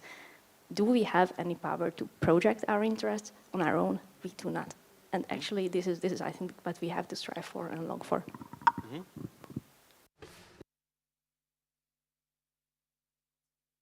I'd like to refer to the previous speech, that the Western world or the US or EU are pushed out of other regions in the world. Well, do we really want to pay the cost of dominating in other places in the world or attempts to win dominance? I don't think so. It's truly expensive, and Chinese in Africa are now learning how expensive that is. Secondly, we begin to perceive the BRICS, or the abbreviation should be extended as a block, not just homogeneous, but with great growth perspective. Well, I need to remind you what we've been reading about China. The bubble on the real property market, over investment in infrastructure, which needs to be maintained with rising costs, and the growing demographic crisis. Some perspectives show that the number of people in China would go down half in a few decades. I don't know if it's true, but they are facing demographic crisis. India, well, great hype for India, but read a book by Ashok Modi, an economist dealing with India, which reads, India is broken. That's his diagnosis. We shouldn't fall for short-term indicators. Before the panel, I looked at social data. Murders per 100,000 people. Brazil, South Africa, 2 leaders of the bloc. 30 murders per 100,000. US have 5. In Germany and Poland, less than 1 per year. So let's keep some reasonable distance to short-term data. Of course, it's great these economies are flourishing, and what we are seeing is equalizations of resource balances in global economy. We live with our memory of bipolar division of the world, the US versus the USSR, that simply used of this global vacuum after World War II, broken empires and weak states. What is happening now is the equalizing of potentials. We are back to the 18th century. Of course, that builds political tensions, but we need to remember that these economies do not have enough economic and political strength to impose anything on us.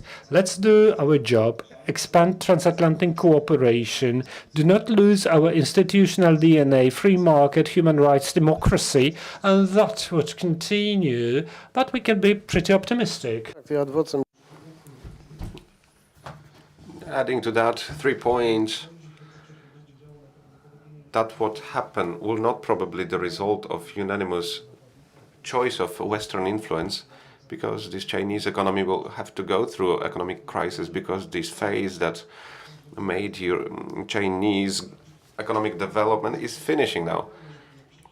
So what I've said, I do not think that China would constantly in the same pace move forward to the biggest economic crisis during 30 years, because it's impossible, but I talk about long-term trend that would lead to the increase of the economies that we used to call Western economies. Another point, do we want to pay for the dominance, which is so expensive?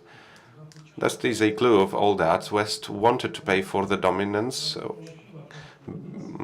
bear these costs. France paid for the dominance in Africa. They don't want anymore. Therefore, they allow in a certain way, without any reaction towards what happens there, to reduce their political influence there.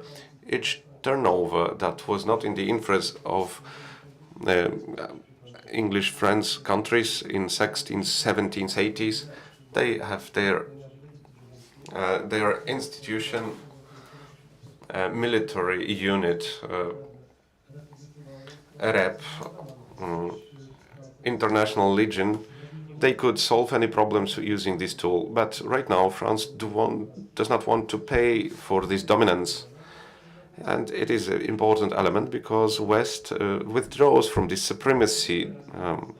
We will realize, I mean transatlantic Western world, we will have certain agreements, but after some times, after 20 years, it will turn out that most of the world order outside this transatlantic island will be ruled by completely different rules.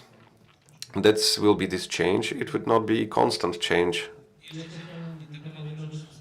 I wanted to mention one more thing that I often recall about Manuel Wallenstein theory about economic influxes, peripheral countries and countries of center. And peripheral countries are those who generate influxes, economic influxes. And if we think that this will be our key task in nearest 50 years, everything should go towards the Western world. China understands that. We can see that after they discussed using their currency between their bloc. But what China managed to achieve after Second World War in external policy, because we have this belief that China is omnipotential, they control everything. Actually, they did not achieve almost anything. We hear a lot about that, but they did not achieve anything, in fact. I wanted also to add about the role of our region, because it's so important. We do not notice that Poland is a good example of a country that can talk to countries of the global south, because we are relatable for many countries. We can be trustworthy partner for the discussion, since we transformed from this kind of model to Western model. Transatlantic relations are not just line going from European countries to Washington. I think those are correlations of triangles, where there is all the time in Brussels, Washington, and a given capital. So if we are to explain how we should cooperate, it looks completely different. We are not treated as a small subject, but we are a part of a bigger group that has their stronger voice. Just one small digression to add about BRICS.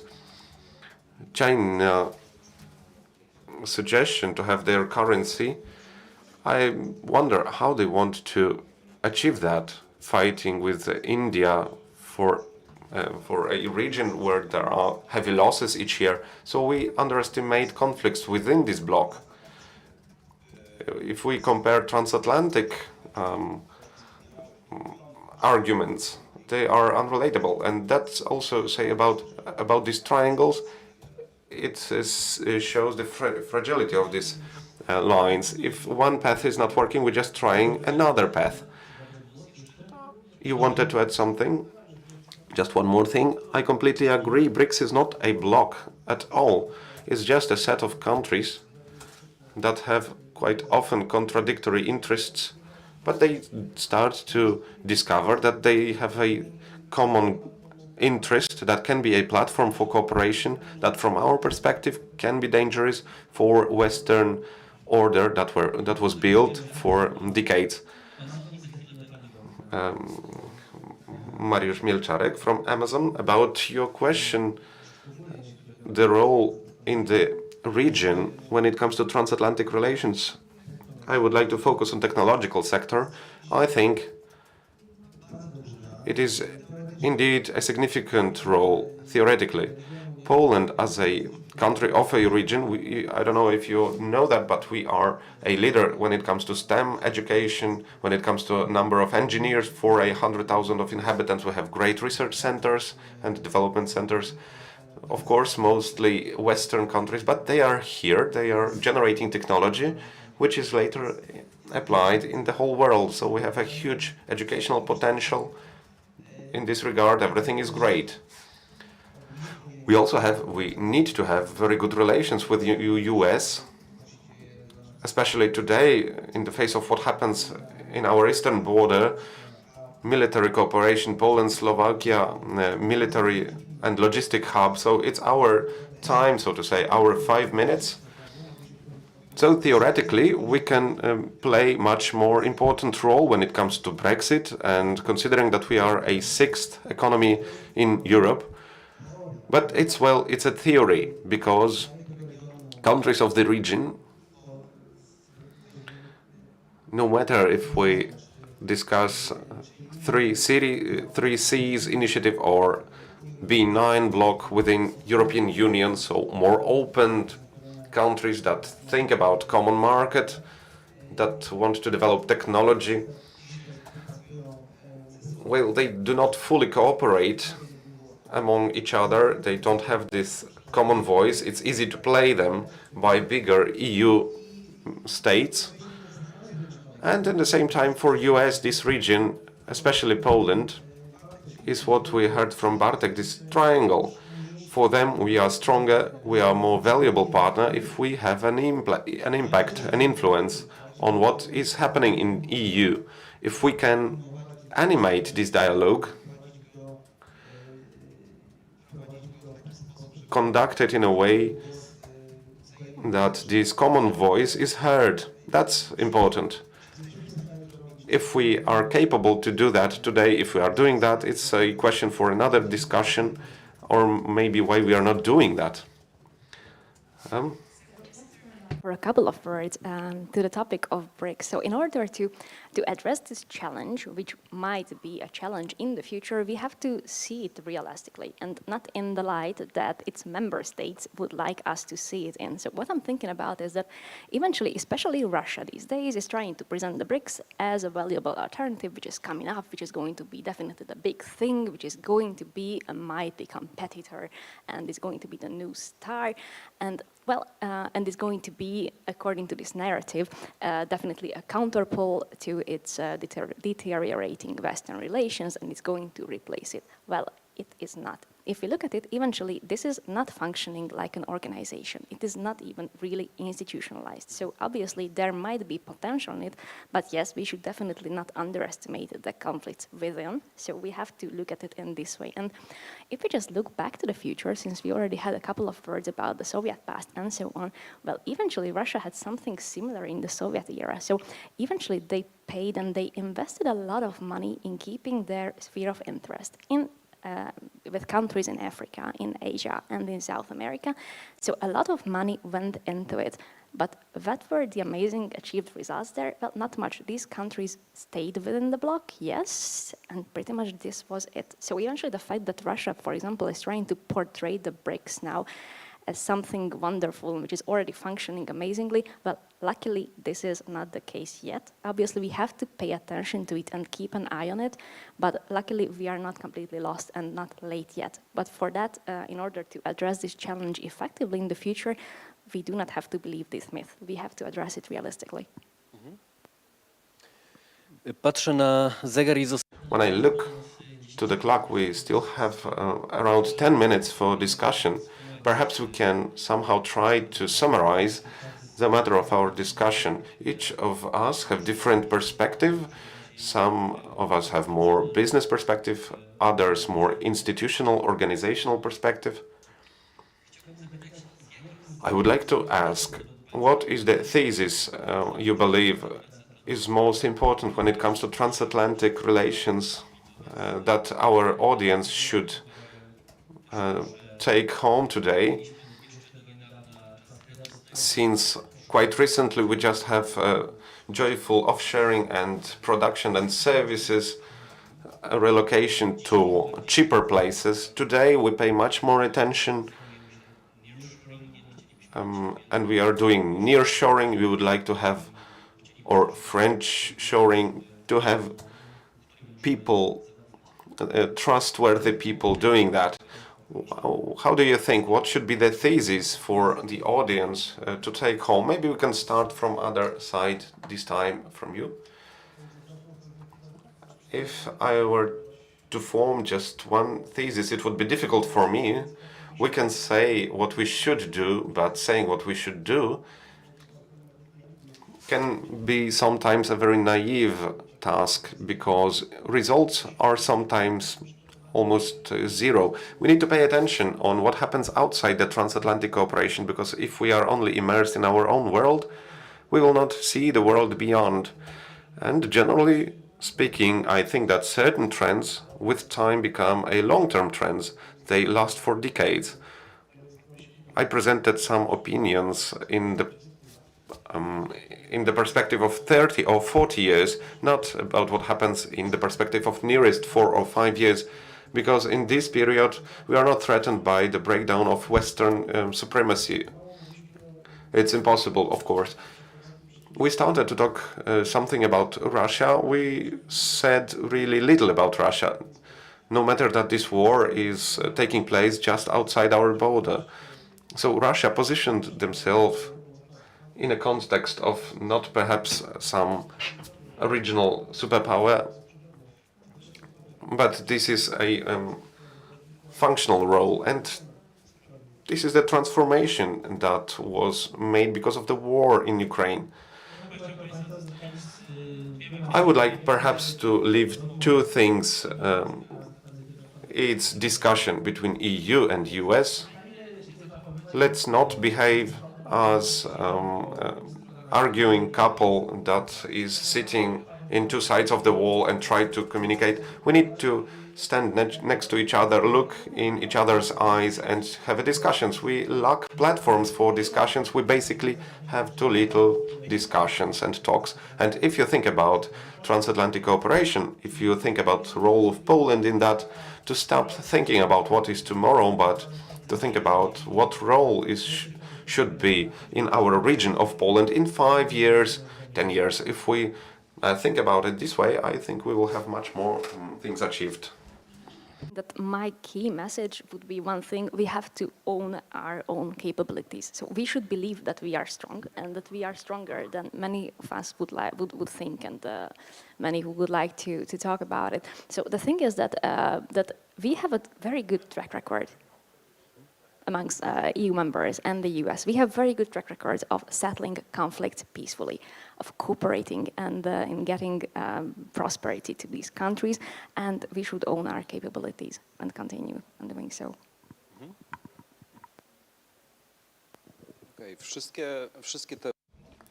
Okay, all these matters that we heard during discussion basically lead us to the question, or should lead us to the question, what that means to us, to Poland, to the region. That's why I would like to elaborate on that for a moment. My impression is that since the beginning of the war in Ukraine, we started to blindly believe in increasing importance of our region, especially Poland, in transatlantic relations. Okay, of course, it has its justification, but let's look at trade numbers. Our economic exchange was $27 trillion in year 2020. The turnover of Germany economic exchange was 250 euro trillions, almost 300 trillions of dollars. So those are the connections of completely different scale and value. Right now there is a space for us to change these relations, but it would require certain adjustments. The globalization is changing. There were three options after war. Either we could go through decoupling, break relations with Russia, China, or regimes that are not very friendly to us, or we can go into business as usual. Right now, I think the direction is de-risking. We are decreasing the risk level. So there will be certain reshuffling of Western investments, of trade relations, also American ones. So the cost factor will be combined to political factor. If we look at Europe and transatlantic relations, this is a chance for us explicitly. So a little bit attract these relations from Germany, US to Poland, US. But it will not happen by itself. We need to offer something. Friendly economic system, for instance. Extreme market would be attractive to Americans, or we offer innovation. We need to think about new balance in European Union, Poland, Hungary, Czech Republic, between market and the state, to create conditions that in this de-risking world, to make our position better and to make our and reinforce our connections to US and also to reinforce our position within EU. I think it's an important task because without that we would not be a valuable partner because numbers are explicit. We are not, as we would declare, a superpower for United States or an equal partner, and we will never be. Only our increasing role within a huge organism, which EU is, can give us certain benefits in these relations. Yet I'm an optimist in this regard, because today these relations are reinforced in different sectors, and perhaps this how the future will look like, because we see there is not just competition, there are many threats around, and both blocs are perfectly aware of that. So we have to cooperate, liberate economy and common future of our world, also in technology sector, is what we should do strongly, not compete when it comes to regulations, because, as I've said, others benefit from that and they will make a use of that in maximum possible extent. So I would just like to ask from the side of business, from perspective of business, but I think it also more and more important within the EU. The speech of Ms. Ursula von der Leyen was in a little bit different tone, as I saw it, declaring something inside the EU, because EU is strong in that point. As I remember, I spent almost 10 years in European Commission on European strategy. This plan to be the best innovational economy until year X, but it not happens. Just like we will not become a leader of Central Eastern Europe bloc just by declaring that we are the leader. So certain actions are necessary here. And in nowadays world, this connection with EU and United States of this region is a key factor. Should we finish on that? Just one more word I would like to leave you. We as a country, as a region, should represent ourselves on our way.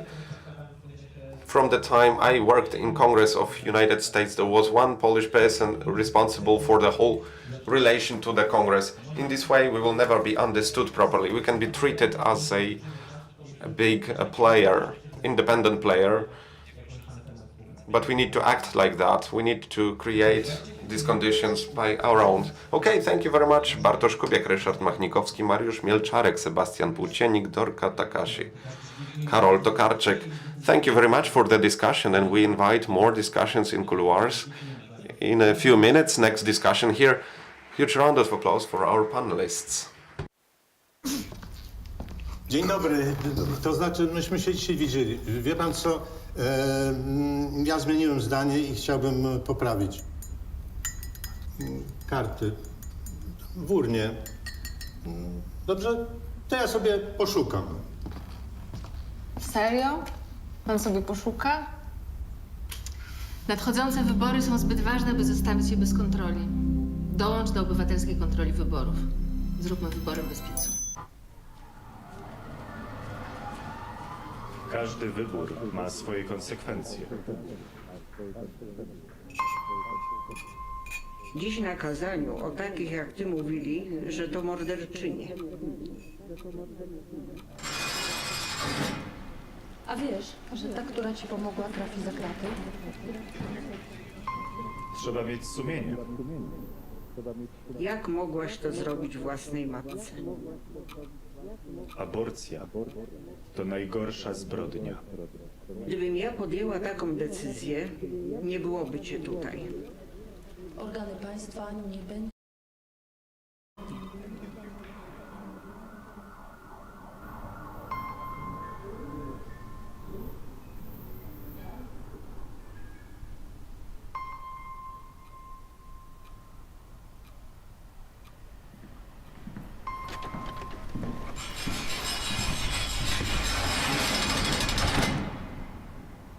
Życie i zdrowie kobiety jest najważniejsze. Stop kryminalizacji aborcji. Kobieta decyduje.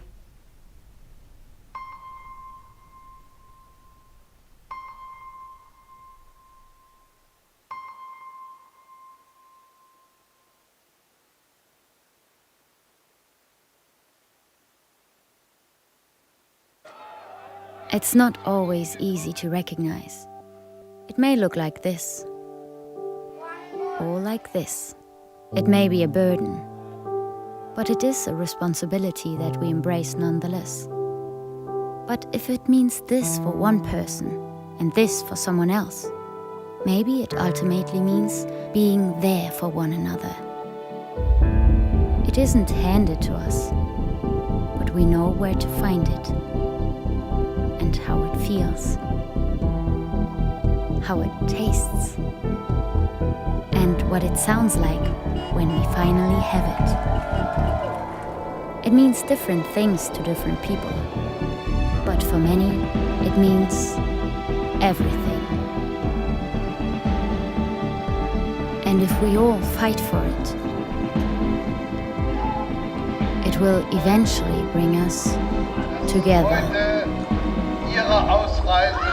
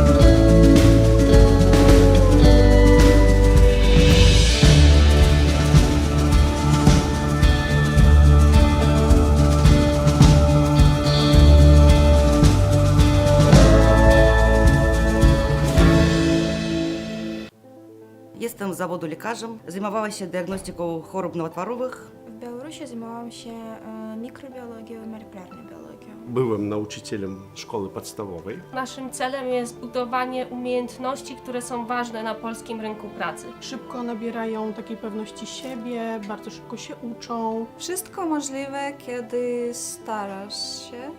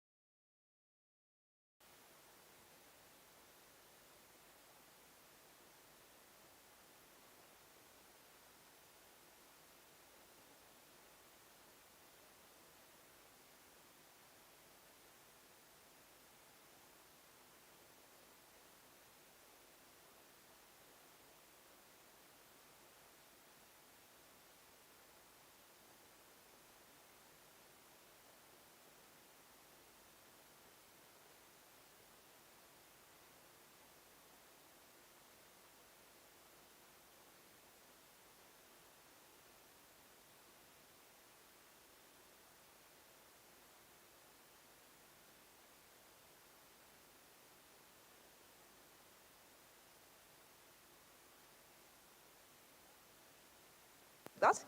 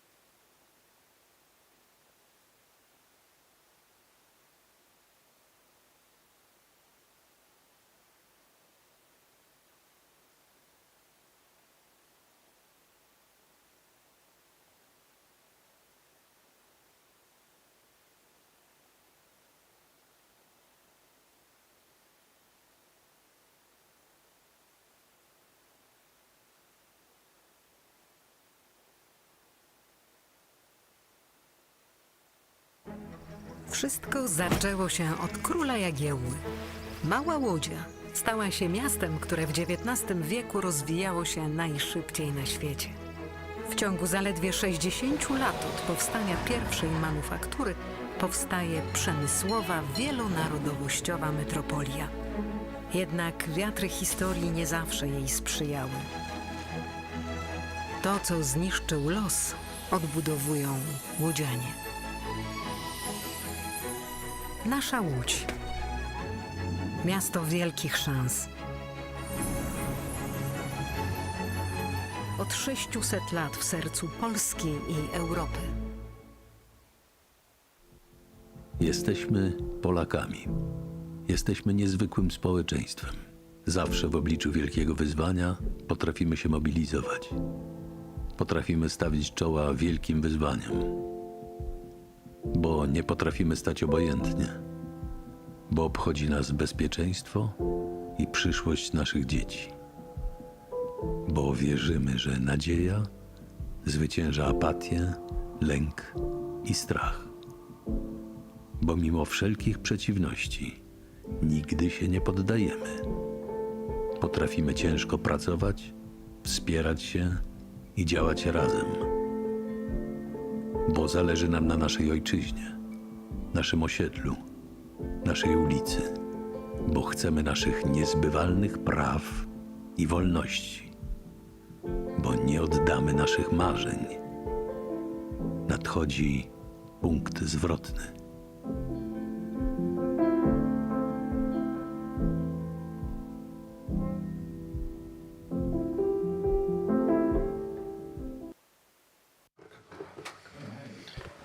First of all, thank you so much for all of you to be here at this European Liberal Forum hub in the amazing Freedom Games.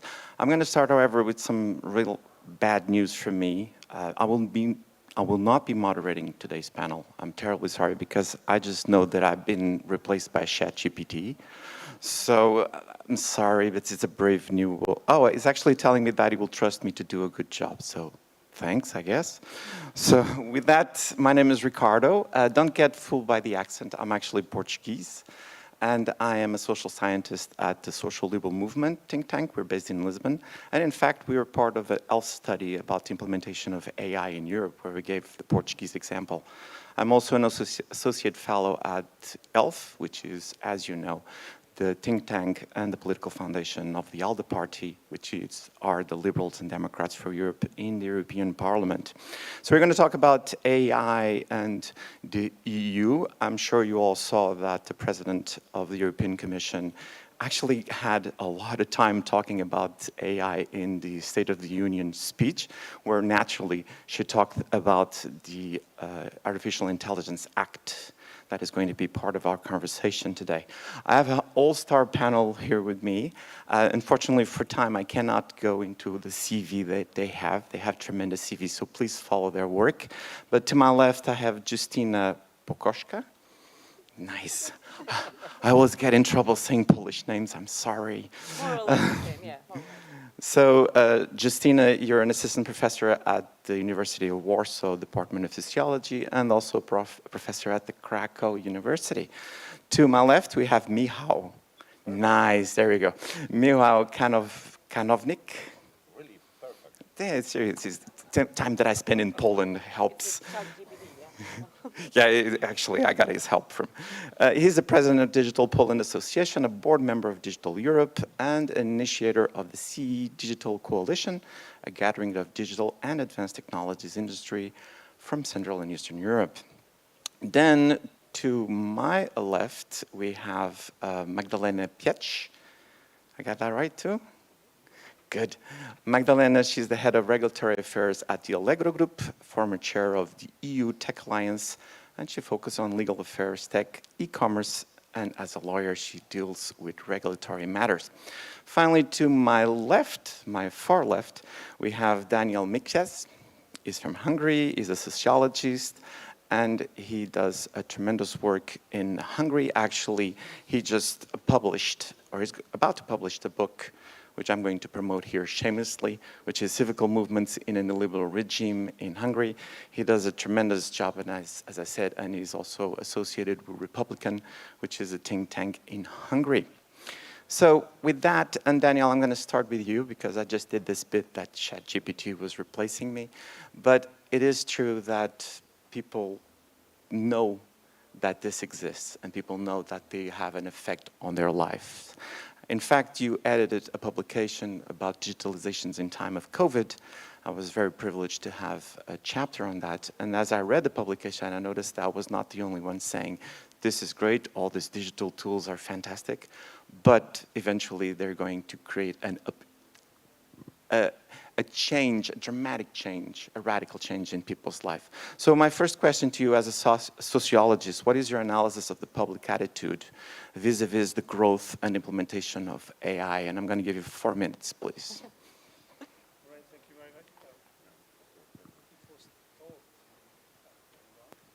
Yeah, thank you very much. Thank you for inviting me to this panel. So I think it's.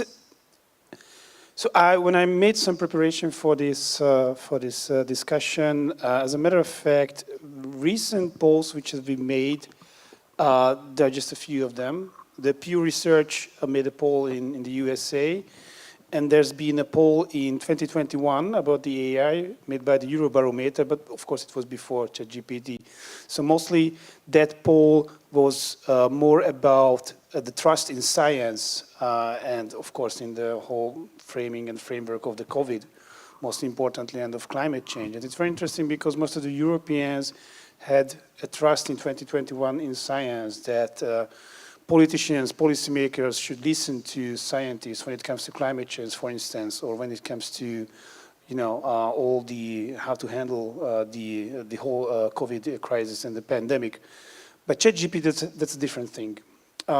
According to the data of the Pew Research, which was made, I think, in May in this year, and there's been 2 other polls made in 21 and 20.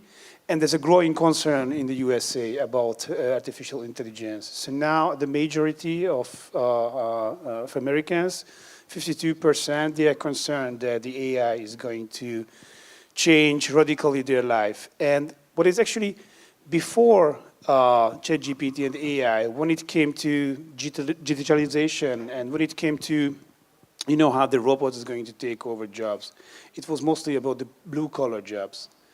But now, and that's another data, according to some estimates, 16% of jobs could be taken over by artificial intelligence, and these are white-collar jobs. And I think that's a whole different situation, because now people with a higher social status are concerned. And that is also, I think, an interesting thing. Maybe you heard about that already. Artists protested against the AI, that actually not ChatGPT, but these, when images are created by artificial intelligence, they are using actually the work of artists, and what about the copyright issues? But generally, people who are working actually in these branches, they are not unionized, they are freelancers, they are more like not working actually in a collectivity, but they're already working online and so on. So I think it's going to be very interesting how they are going to promote their interests, how if they going to achieve some kind of collective action. And I think it's also interesting that IT workers who have a direct access to big tech companies, and these big tech companies are developing actually these applications, if there's going to be some kind of unionization or collective action, which actually, when it comes to creative industries, we can see that in Hollywood it happens. So I think maybe because, well, I'm, as Ricardo already mentioned my work, I'm focusing on protests and social movements, so I'm very curious if it's going to promote some kind of new phase of collective action also for white-collar workers. On the other hand, I think in many branches, workers with a higher status, they are in the position to stop such developments. For example, when it comes to doctors, and I think that's, I already talked with Swedish colleagues, and they mentioned that doctors are very keen on protecting their status, when it comes to using AI in medicine. So all in all, I think people are concerned, but those are actually people with a higher status and not necessarily the people with a blue-collar job. Perfect. What a great way to start. And Justine, I'll go to you now because, and Daniel just mentioned that we do have right now one of the biggest industries in the United States and in the world, which is the entertainment business. The writers for comedy shows, for movies, for TV shows, which is called actually the Writers Guild. And they're dead in the tracks right now. They're like, we're not going to work until we figure this thing out with how much can AI do our jobs. So please get into that expected disruption between employees, employers, dynamics, when such a powerful tool gets into the labor market. And if you want to also, what does this mean society-wise? Yeah, so I'm also a sociologist, so thank you for your first thoughts and for invitation to this wonderful panel. And I would like to draw your attention to the micro level of the process you were talking about, Daniel. Because I look at the labor market as an equilibrium, as a balance, social balance, and when the new technologies, AI, ChatGPT, and other facilities enter this market, this scene actually, it's not like a tool that only changes the way we are doing things or changes the way we do our job, but it's a third party. It's a third equal party we should treat equally in the scene. And Bruno Latour, one of the famous sociologists, encouraged us to treat technologies, non-human actors, as partner actors in the relations. And how does this actor change our relations in the labor market? So I'd say we here are a privileged group of these who are aware, who are independent, who are concentrated on freedom, reflective, and so on and so on. But let's think about the group of employees and employers who are not in this privileged situation. They were thrown into the sack they don't want to be in, and they were put in the situation they have to decide on everything they do. They have to construct their trajectory, their private and professional trajectory. There is no choice, they have to choose, which is of course a freedom. We love to choose, but if we have no other choice, except for choosing everything every single minute.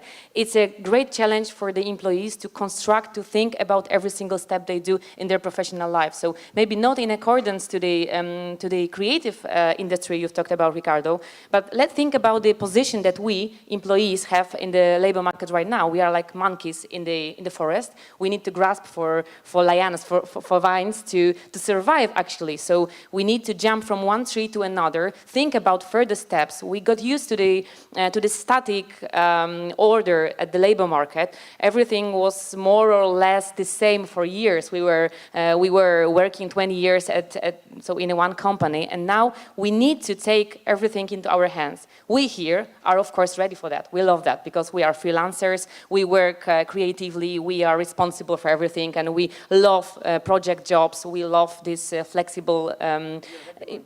We are happy monkeys, yeah, we are smiling, yeah? So we love the freedom. We feel the freedom here, especially during this event. But on the other hand, there is a huge group of employees who don't have the choice and the freedom. And especially when we look at the competences of the future that OECD indicates as the important ones, they indicate 4 types of competences. Digital, of course. We are bored with digital competences, so please skip this. Social skills, which are the uniqueness of human beings, then cognitive ones, and the 4th type, which is the most important one in my opinion, are the transformative competences. And what are the competences responsible for? For our responsibility for ourselves, our self-steering, our awareness, our pro-agency, and so on and so on. So we need to be the agents, so the subjects, as not only the objects of this revolution, which makes it really difficult, not only for average employees, but also for the others. And I think that this is the status, this is the momentum we are now in, that of course we bless all the facilities that we have because of new technologies. Of course we bless flexible hours, project platformization, which enables us to work wherever we want from Madeira or Lisbon, we've talked about, yeah? We love it, and we really appreciate the technology.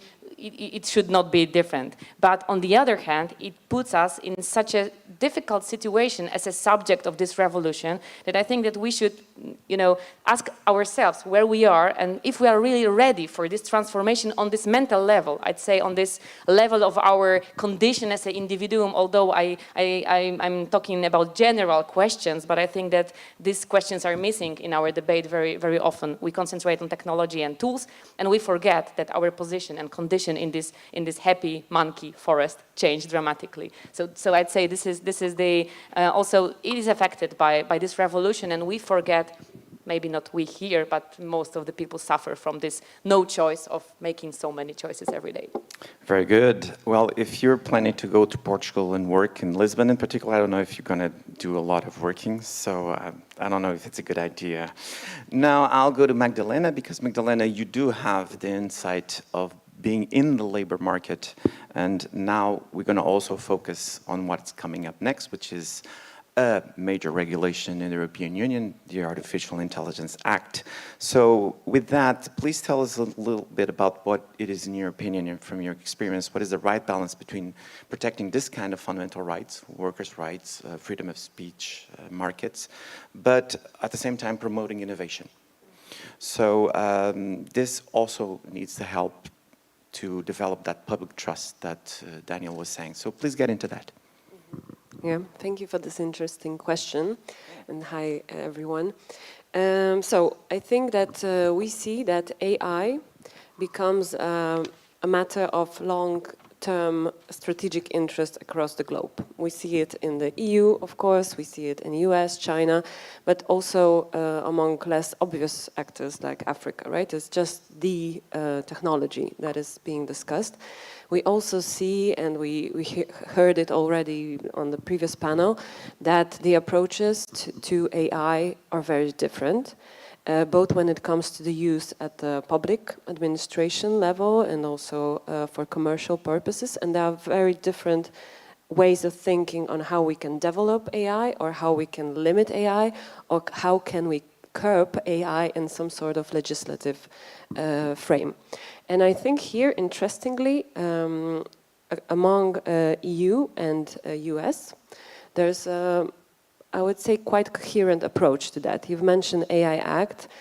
EU was the first let's say, entity globally to present AI Act in April 2021, when they suggested some ideas on how to define high risk of AI, high risk application of AI, how to set up the risk management, how to ensure transparency and protection of fundamental rights, how to set up the enforcement and supervisory frame. But we also see it in the US. We have Algorithmic Accountability Act presented in 2022. We have some initiatives at the both federal and state level, very interesting executive order that was issued in California recently. So the direction among these two, let's say, continents or entities is similar. And I would say there's no question that we need to set the balance right? But so it's not about should we set the balance between innovation and AI, innovation and protection of fundamental rights. We are really discussing on how. And I would say that ChatGPT and the whole debate about generative AI set a very interesting point where the works on this piece of legislation were quite advanced, and now you have at certain points where they were quite advanced, you had a disruptive technology that was put at the, let's say, common level. Everyone can use generative AI, ChatGPT, and we can use it. We realize how much it can change in our daily lives. And interestingly, we see that after this technology appeared, even within EU, it became much more complicated on how we regulate. And interestingly, even France, that tends to be very, I would say, cautious about the use of technology, and they tend to, in the regulatory debate, use the regulation to stop certain trends, right? Now they say the way European Parliament framed the generative AI rules is so harsh and so demanding that Europe won't be able to develop generative AI, right? It's just will prevail France and European countries from developing homegrown AI, and will force us to rely on external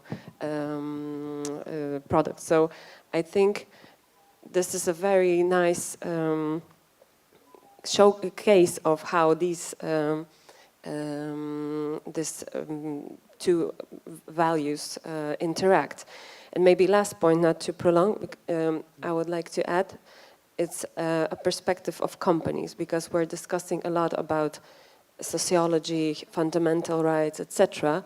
And I think from the perspective of companies, what matters, it's a very operational level, right? We have this regulation, we have certain elements of risk management, some obligations when it comes to technology or bureaucracy requirements, and eventually it boils down to how easy it is for us as Allegro or as other European companies to develop certain technologies in-house or to deploy technologies that are developed elsewhere, right? So when you ask about innovation, I think that's a huge point. Very good. And I'll be coming to the audience often. I'm the kind of moderator that wants to bring the audience to the conversation. But before, so if you have a question after Michal, I will be going to you, one or two the most. But now we're very interested, because this is a great segue, about companies. And in this particular, you, in the enterprise sector, you wrote that you believe that there should be more of investment. There should be more of an action on that, the backbone of European economy. So tell us, how can this be done centrally we think about medium-sized enterprises? How can this be done, particularly someone like you that has the experience of seeing that happen here in Poland? First of all, we have to agree that you mentioned a few times about ChatGPT as AI. Frankly speaking, it's not AI, it's rather a very smart algorithm, but it's a very good point in process of promotion of AI and open discussion about this technology. But first, I have some interesting thoughts from yesterday evening. I had the dinner with my friends from high school, and some of them had a lot of doubts about AI. Some of them are doctors, and what was very interesting for me, that doctors said that after 10, 20 years of development of AI technology, they prefer cooperate in the job with AI, not with the human. So you're talking medical doctors? Yeah. Okay. Back to your question. Yes, I spoke many times about AI technology and about AI Act, about AI regulation in Europe, and one more time I would like to say that I'm against barriers in the process of development of AI technology in Europe. Sometimes some persons in public discussion said that we should focus on some memorandum and let's wait half year, 1 year, and then we'll discuss what to do with AI, and then we'll be ready for... No, because of course we can, in Europe, we can do it, but US, China, and the rest of the world absolutely won't stop and won't wait for us. We, as a Europe, we missed one huge opportunity in technology, 5G. Right now, and Europe is absolutely not a leader in this process in the world. I'm afraid that we are in the best way in Europe to miss the second opportunity about AI. We are focusing on discussion about doubts, about ethics. Of course, it's very important, but we have to find the balance between regulation, smart regulation, and development of AI technology in Europe, especially that this technology is a huge opportunity, especially for SMEs in Europe. Right now, we have a lot of examples of SMEs, European SMEs, with some services and products based on AI technology in health, in logistics, in transportation. Absolutely huge opportunity, and we have to use this opportunity, because if we will miss this chance, absolutely, the second chance will be probably not in our lives. Maybe our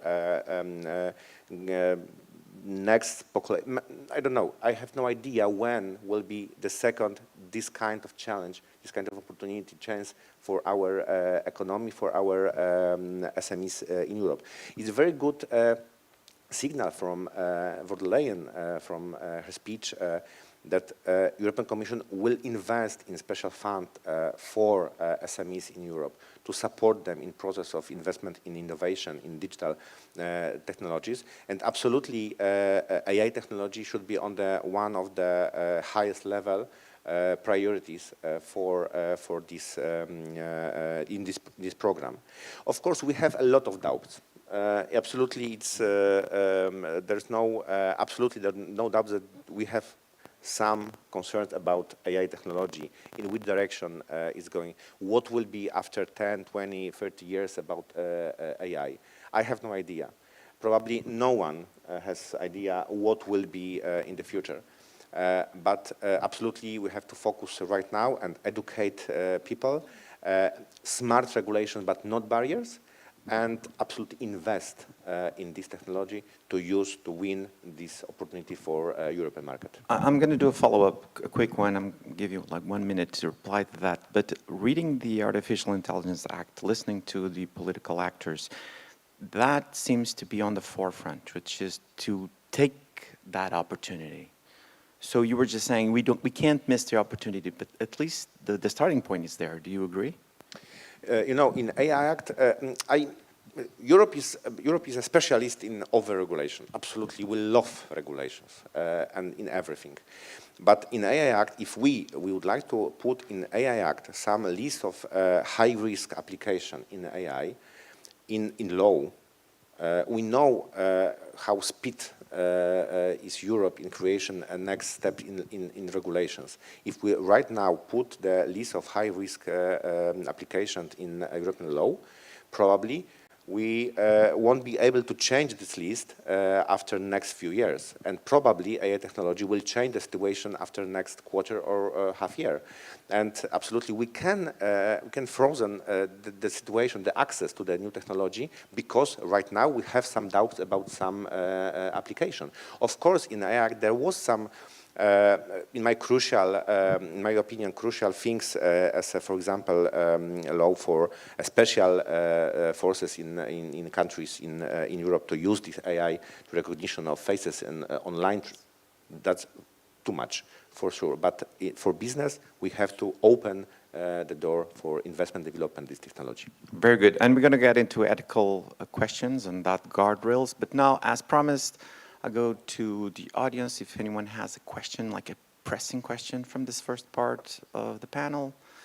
In 3, 2, 1. All right, then. Oh, there it is.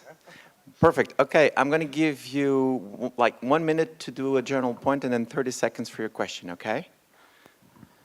Okay, thanks a lot. Sorry for being late a little bit for this conference. My name is Marcin Sulikowski, and I'm having some doubts related to AI development, especially in Europe and especially under the umbrella of new AI Act regulation, because I can see that European Commission, European Union is an absolutely perfect body to set the barriers, to set regulations, and everybody knows that on daily basis we used to deal with AI-powered application made by Google, made by Chinese companies, sometimes made by Russian companies, especially made by American companies. And now you've been talking about AI in terms of some concerns, breaches of fundamental laws, some setting the position of human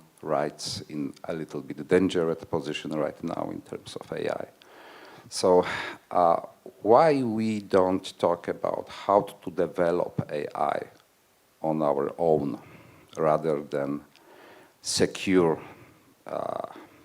human rights? Because in Russia, in China, in the United States, nobody talks about it.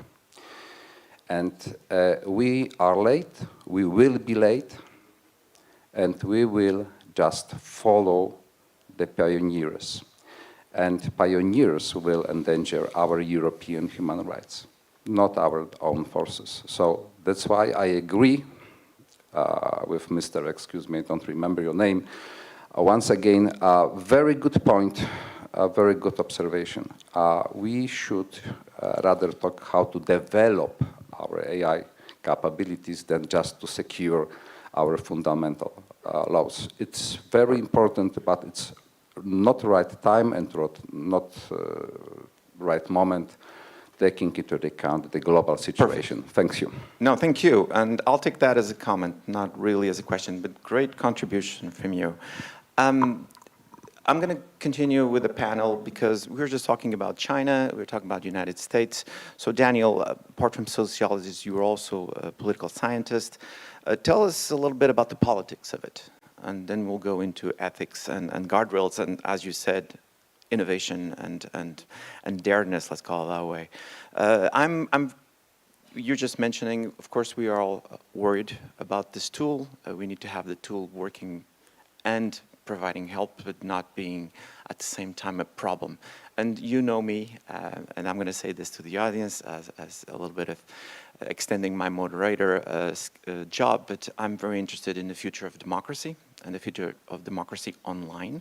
So tell us, what are your thoughts about this particular point? How can I, and this such a powerful tool, direct with politics, with geopolitics, and then with democracy online?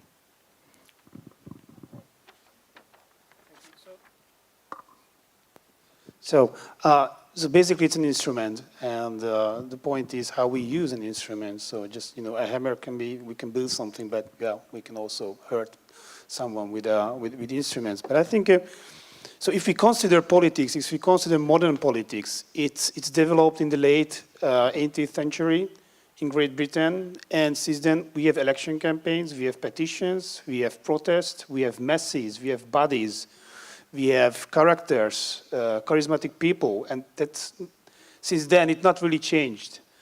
So the basic nature of modern politics is the same for more than 200 years. Technology, of course, altered a lot of things. It's a basic tendency in politics since the 1970s that organizations doesn't necessarily have such an importance and relevance in politics.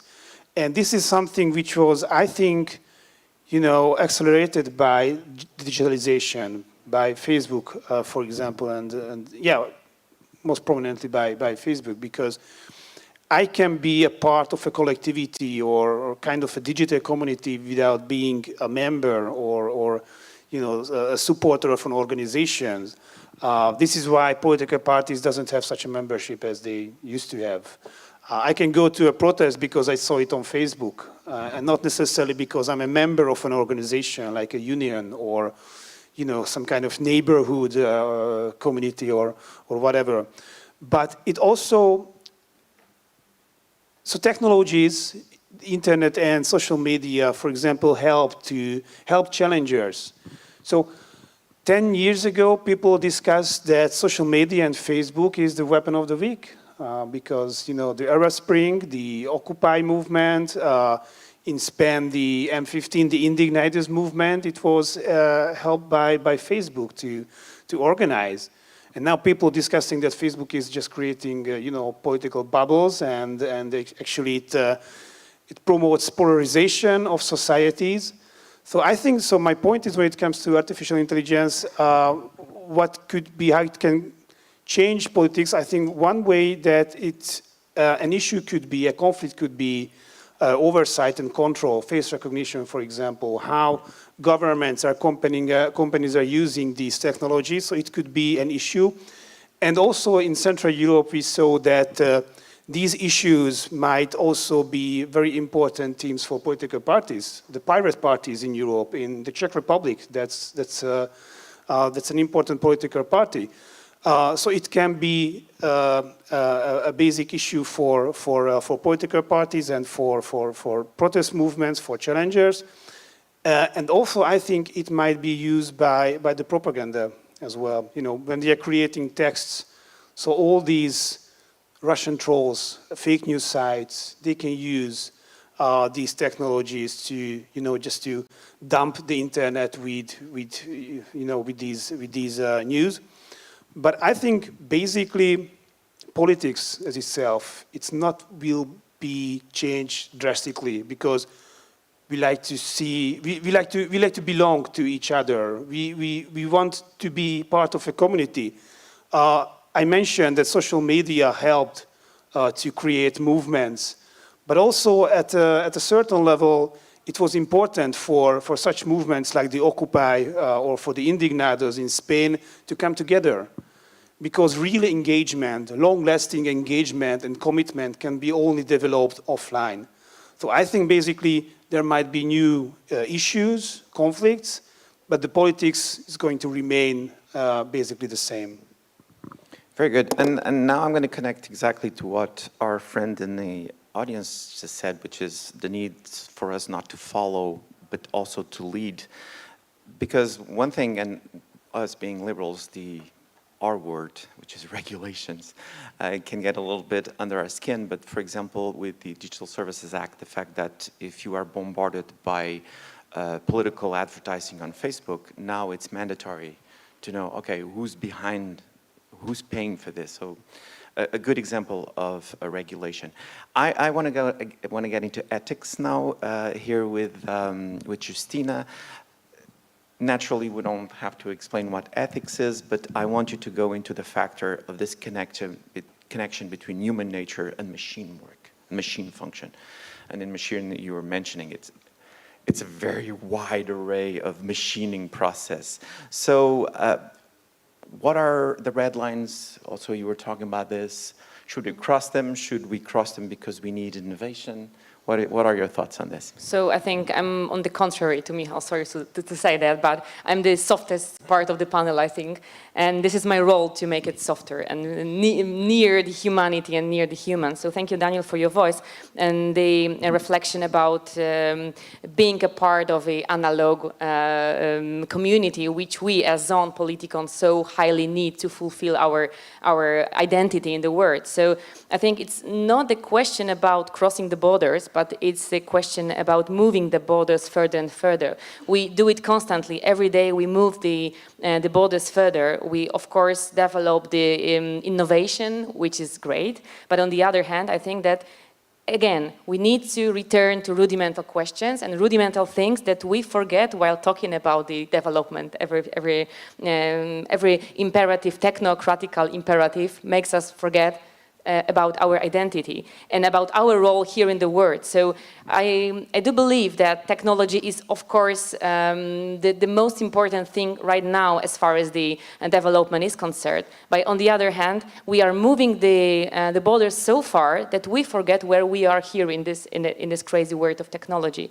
And I think that we pass our decisions, we pass our moral choices to the third party that we've actually invited to the world. So we were the hosts here at the party. And we invited new technologies, we've invited ChatGPT, we've invited all of the other actors to our party. And now at the end of the day, we feel, okay, we have no power, we have nothing to say. We cannot rule and order this party anymore because something went wrong or maybe too far, 2 steps too far. And that is why the European Commission now works on the AI Act, just to prevent us as the host of the party from the guests that we've invited as the doers, as the active demiurgs on the scene. So I think that we are now in a critical point, as the slogan on the program says, and we need to rethink the moment we are right now in. Of course, the techno imperative says do as many initiatives and innovations as possible, earn as much money as possible, develop everything as fast as possible. This maximal effectiveness of everything is required from us, required every day. But on the other hand, we are with no power right now. So we need to prevent ourselves from something that we've invented and somehow brought to our world. And now we try to prevent our kids from ChatGPT or teachers who read the essays written by ChatGPT. We try to prevent us from fake news, from deepfakes. We try to prevent us from the unknown contact with artificial intelligence in the areas we are not ready to do that. We need to prevent ourselves. So I think that we are in the critical point to think about the direction, maybe not the sense and point of developing technologies, but the direction which will be responsible, and we will be responsible for that. I think that the constitutive human feature is ethics and morality, and this is something that we should remain. It should remain in our hands. We should restore humanity, and ethics and moral decisions should be definitely on our side because we are responsible for the world we create. If not, then it means that we are not the host of the party anymore. And okay, we all love the facilities, the new possibilities that we've got because of technological development, but we are here, the organizers of the order, and we should not give and pass our decision, our strong consistency here in the world to the third party. So I would like all of us, all of the guests here in the room, to ask yourself the question about your position here. Of course, let's support European Union in developing AI acts and other acts or developing technologies themselves. But please don't forget that we were those who invited all the party here, and now the trouble is ours. Sure. Michał, it looked to me like you want to jump in, but okay, I'll give you 30 seconds then. Only one sentence. We shouldn't protect people, but we should prepare people to use new technologies, digital. Of course, new technology should be a tool in our hands to build a better world. But we have to teach all our people from kids to the adults, how to use this technology, but not protect them. And I didn't want to say that we should Very stop the good. development, Hey, of hey, course, hey. definitely. No stopping the development, but be aware of what's going on. Absolutely. Well, I want to have time to go back to the audience also for more questions, but Magdalena, I have to go to you now because there are guardrails, there are ethical questions, but also this speed, this need for speed. So tell us a little bit about oversight and enforcement. So how can we have the best people and best resources in this massive European Union project? I would, if you allow, just come back to some points that were made, because I think it's good to have a full picture of AI applications.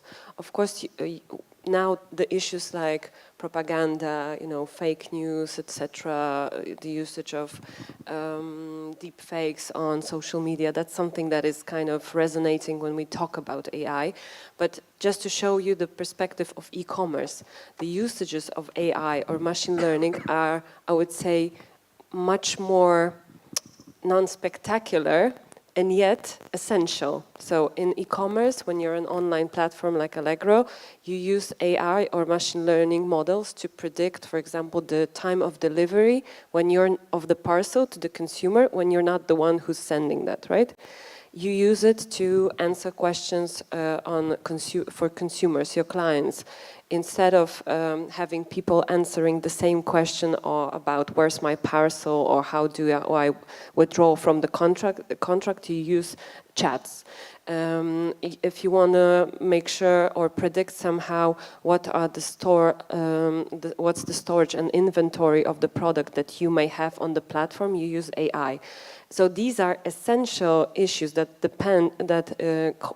condition the competitiveness of companies, but they don't bear such risk as we tend to kind of mention when we discuss AI. So I just want to mention that as I talk about operational matters, the framework that EU is setting will also apply to that, right? And this is why, as much as I don't discuss that high-risk application, we talk about medicine, we talk about robotics, we talk about facial recognition, they require some intervention from the regulator. There's no doubt that we don't want to have a social scoring in Europe as we see and hear about in China, but I would really like to come back to the point that this regulation is horizontal, it will apply across, so it has to be reflected in what it is in this act. And coming back to your question and a bit to what Michał said and the gentleman over there, I think I wouldn't exactly agree, although I very often share this frustration about EU regulating everything and myself and my team cannot keep up with all that, although we are 7 people. So I do share this frustration, but also when I think about AI, it's a really disruptive technology, or rather very long-term tool that you want to use. So I see benefits of having some sort of legal certainty, a bit of guidance, a bit of predictability when you want to heavily invest in that. And as a European tech company, you don't have any choice, actually. You need to have resources in-house, but you also need to be ready to use the technologies and tools that exist outside. So I think that regulation should happen, but now we're talking about details, right? So I think it should be a really light touch guidance on certain issues like what's forbidden, what's high risk, what's the basic analysis or reflection you should have when you're training models and how you check if they're okay. So I think that really light touch would be way better than what we've seen happening with actually generative AI in the European Parliament, right? That the Council now, after so much work put in it, says, no, your position is so diverging from our position as member states that honestly, I don't know how they will put it together by the end of this year when we know there's actually the deadline to have proposals finalized. And coming to oversight and enforcement, for real, I would say that we need to realize that even if this AI Act is finalized, this is just the beginning, right? Because we need to first have people that will be able within companies to make this implementation, we need to have maintenance, we need to have oversight. So how do we get enough people that are tech savvy enough to actually check what the company is doing, right? So that's one level. Second level is authorities. How do we make sure that authorities have competences and capacities to even ask a proper question to a company, right? Because when you control AI, it's not about asking about a paper, right? Please describe me what you do, right? We need to have people that will be able to really go deep into the algorithms, models, etc. So that's the second element. And I think the third element is enforcement globally, because it's very nice that we say there's going to be AI Act. There's a very commonly repeated phrase that Europe sets the standards for like data protection and others follow. Yes, they follow, but go into the precise act and check if the level of requirements is really the same like we have in Europe. I tend to think that we are more like restrictive and stricter on certain details.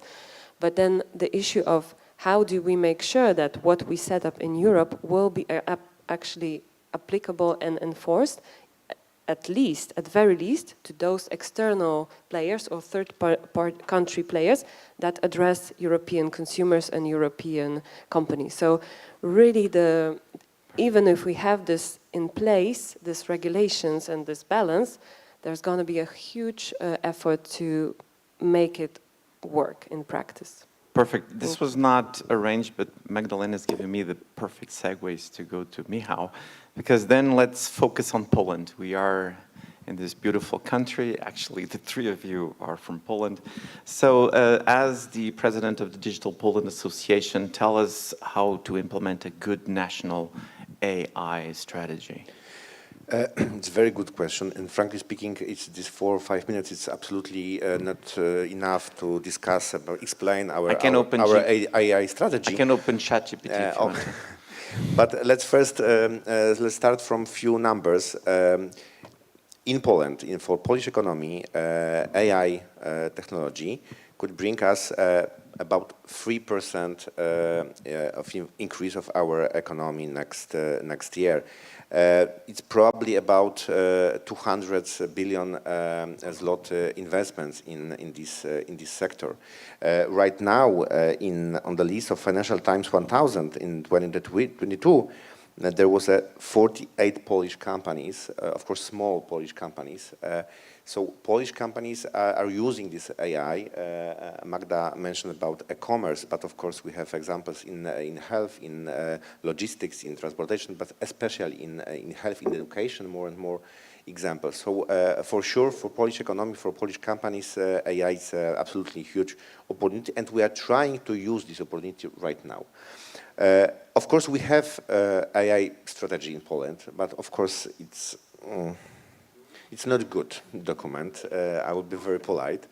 And we have to prepare one more strategy.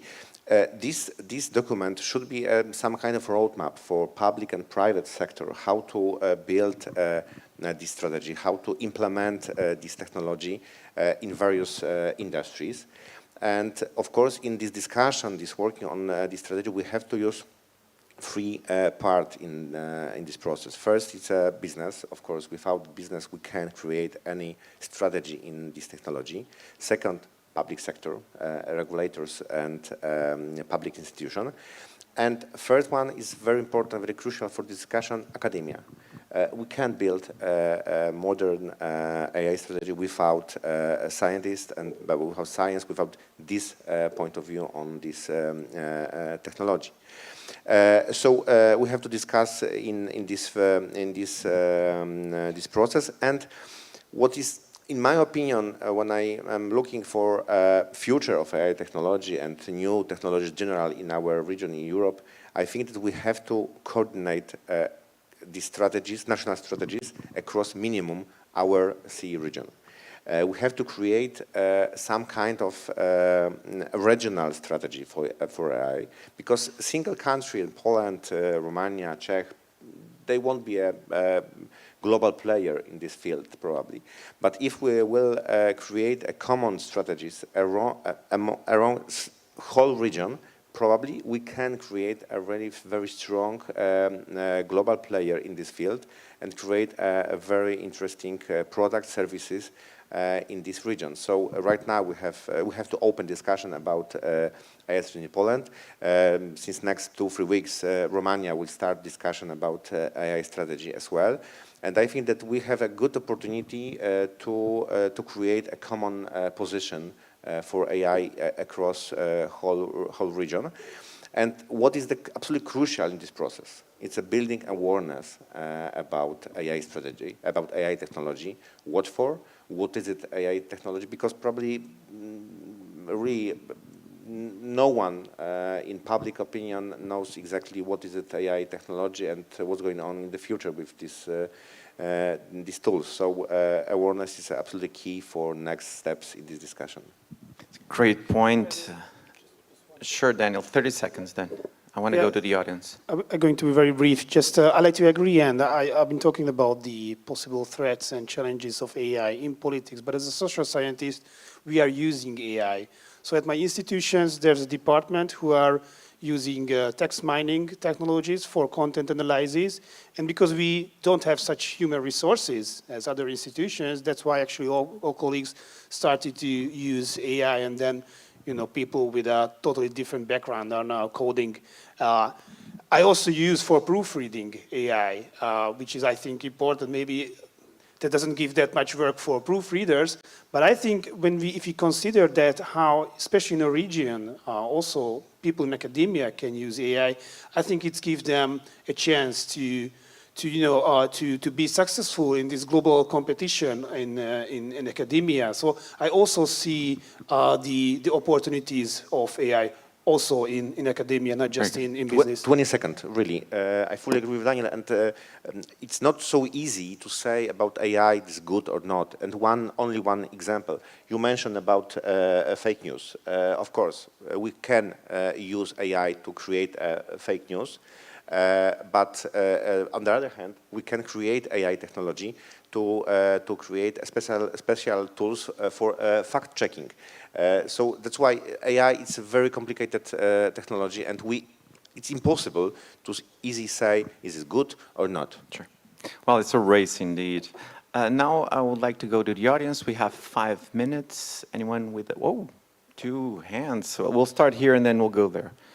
And that's going to be pretty much it. I'm sorry, we're running out of time. So, sir, again, give me a minute and a half. I need like 50 seconds. My name is Damian Flisak. I'm with Urynia Akcjopringa Polska. First, of course, AI is not good or bad. People who are using AI might use it for good or bad purposes. First thing is that I couldn't more disagree with the gentleman from the audience saying that we don't need a regulation. Of course, we do need them. Let's take as an example how generative AI is being created. Generative AI is being trained on our data, yours, even yours, without knowing it, without any remuneration. So, of course, this is one of the minor aspects, but of course we need it. And we have to be in, and I'm one of the co-authors of the AI strategy. If you meant this document, that I would say that 4 years ago, when you work on it, it was pretty good. And if not, I would like to invite you to point to point out which points you disagree with, but based on merits and not on emotions. And I think that now we are in the moment when the quantum computing is coming. When you put AI on quantum, you will have a Frankenstein. It's a great point. I'll take that as a comment also, and a very good one. So we'll go to that side of the room now. Thank you for being short. Thank you for being short. And actually, that's a good conversation with the coffee, the both of you downstairs. All right, go. Thanks for the panel. I've got one question, because I see that there is a great danger of the fact that most of European companies will be just end users of technologies created by all the biggest players. Therefore, what are your advices for founders of startups, of companies, or for the regulators, to not end up like end user of the end technology that is only paying? Perfect. Thank you so much. That's a great question, entrepreneurship. So I'll throw it to both of you really quickly, and then if you have time, if you're in the corners. But I Magda. just want to say thank you for raising that, because I think it's a good way to describe something that eventually boils down to what Europe tends to call strategic autonomy, for example, right? If you have regulations and the level of risk related to development of something and sanctions and huge legal uncertainty, you tend to delegate or outsource the whole burden that is related to that externally, right? So this is why we need to have these regulations and the level of balance to make sure that if a, let's say, not an SME, let's say medium or even bigger company, have incentive to develop these solutions internally, in-house, right? Based on the European framework, based on the data protection, consumer protection, copyright that Damian mentioned, right? This is really a huge thing, and yeah, that's it. Thank you. Thank you, Magda. I was actually apologize to Daniel. We won't have time to go to you. 30, Give you 1 30 minute. seconds. 30 seconds. Really, maybe Daniel will be able to say something. I have one easy answer. Speed up investment in this area. Create a special investment fund on the European level, on regional level, on national level, to support our companies in building solutions. Products will be using across whole world, because AI is a huge benefit for companies. There is no border for using this technology across the world. So speed up investments and everything will be possible. Very good. All right. ChatGPT is telling me that I'm running out of time, so I have to tell him. And it actually gave me 2 stars out of 5 for my moderation. Well, thank you so much for that. This is an amazing conversation. Let's keep this thing going. Thank you so much for being here. Thank you so much for the time that you spent here with us today. This was a fantastic panel, and I'm very privileged to be the moderator of this conversation. And let's keep this... Oh, I'm going to give him the microphone. Say that again, please. The moderator was perfect. All right, we don't need ChatGPT for that. Well, thank you, and thank you all. Thank you for the panel. Dzień dobry. To znaczy, myśmy się dzisiaj widzieli. Wie pan co? Ja zmieniłem zdanie i chciałbym poprawić. Karty. W urnie. Dobrze? To ja sobie poszukam. Serio? Pan sobie poszuka? Nadchodzące wybory są zbyt ważne, by zostawić je bez kontroli. Dołącz do obywatelskiej kontroli wyborów. Zróbmy wybory bezpieczne. Każdy wybór ma swoje konsekwencje. Dziś na kazaniu o takich jak ty mówili, że to morderczyni. A wiesz, że ta, która ci pomogła, trafi za kraty? Trzeba mieć sumienie. Jak mogłaś to zrobić własnej matce? Aborcja to najgorsza zbrodnia. Gdybym ja podjęła taką decyzję, nie byłoby cię tutaj. Organy państwa nie będą przyglądać się temu obojętnie.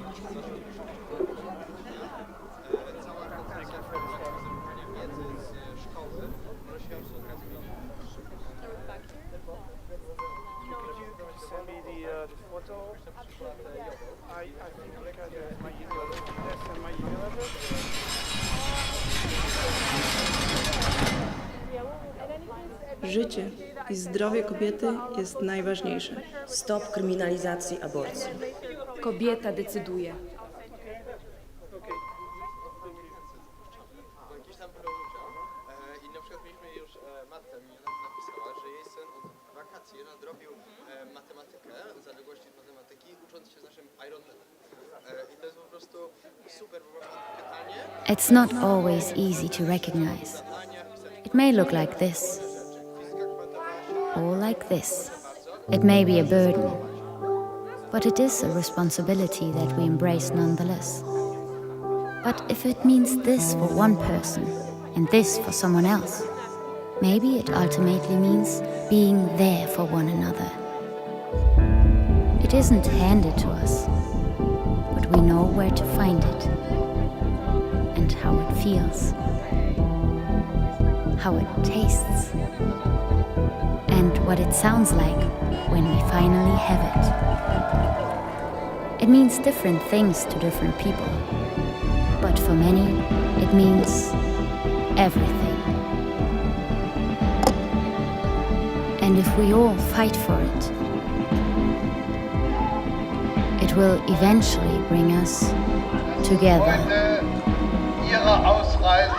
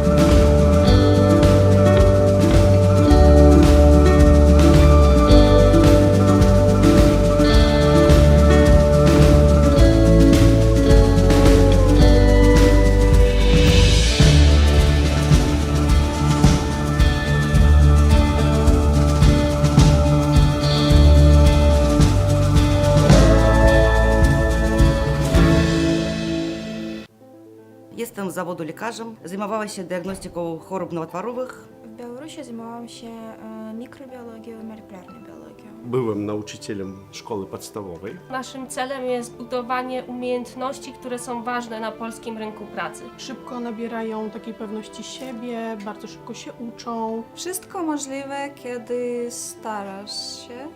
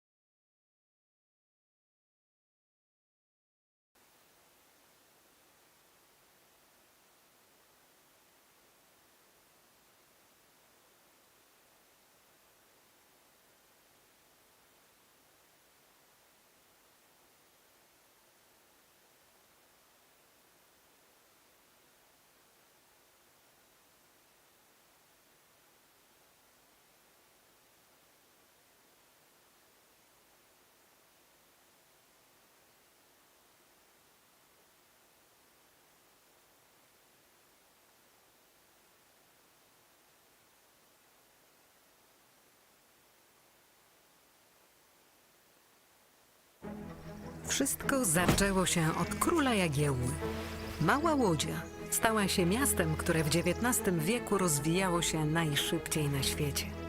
W ciągu zaledwie 60 lat od powstania pierwszej manufaktury powstaje przemysłowa, wielonarodowościowa metropolia. Jednak wiatry historii nie zawsze jej sprzyjały. To, co zniszczył los, odbudowują łodzianie. Nasza Łódź.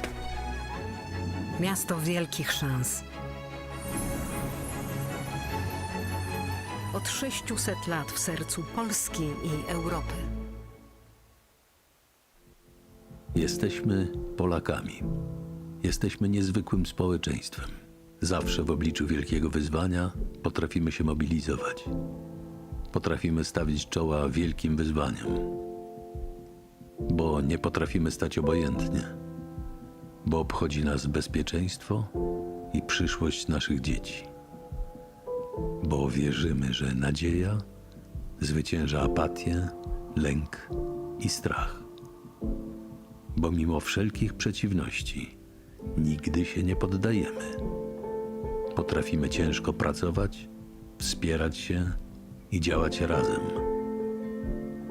Bo zależy nam na naszej ojczyźnie, naszym osiedlu, naszej ulicy. Bo chcemy naszych niezbywalnych praw i wolności. Bo nie oddamy naszych marzeń. Nadchodzi punkt zwrotny.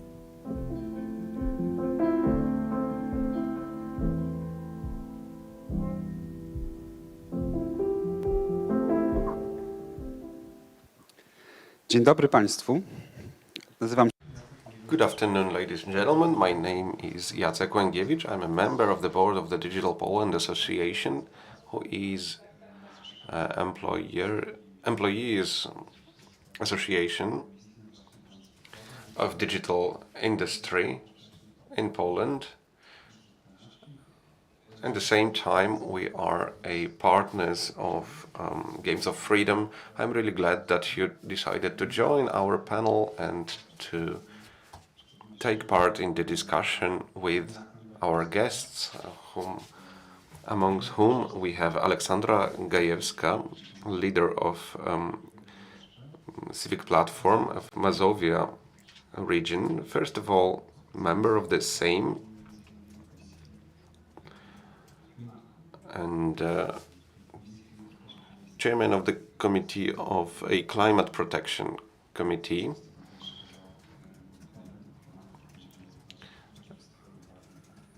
Also, this is why Ms. Alexandra is so competent in these matters. Also works with youth, have a cell phone, as most of us. We have also Mr. Kamil Mirowski, Public Affairs Manager, Zalando Poland, also being a coordinator in our employers organization of Digital Poland as a e-commerce coordinator. Therefore, this digital sector is also known to him, and Zuzanna Warsaw,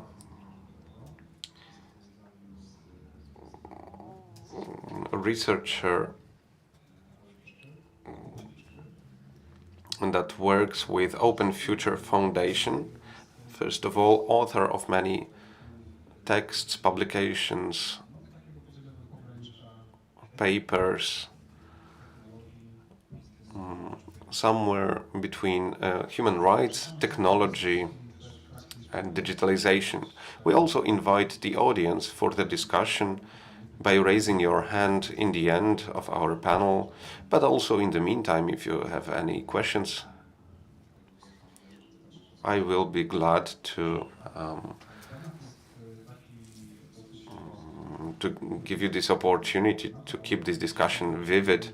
We will discuss the impact on the market environment.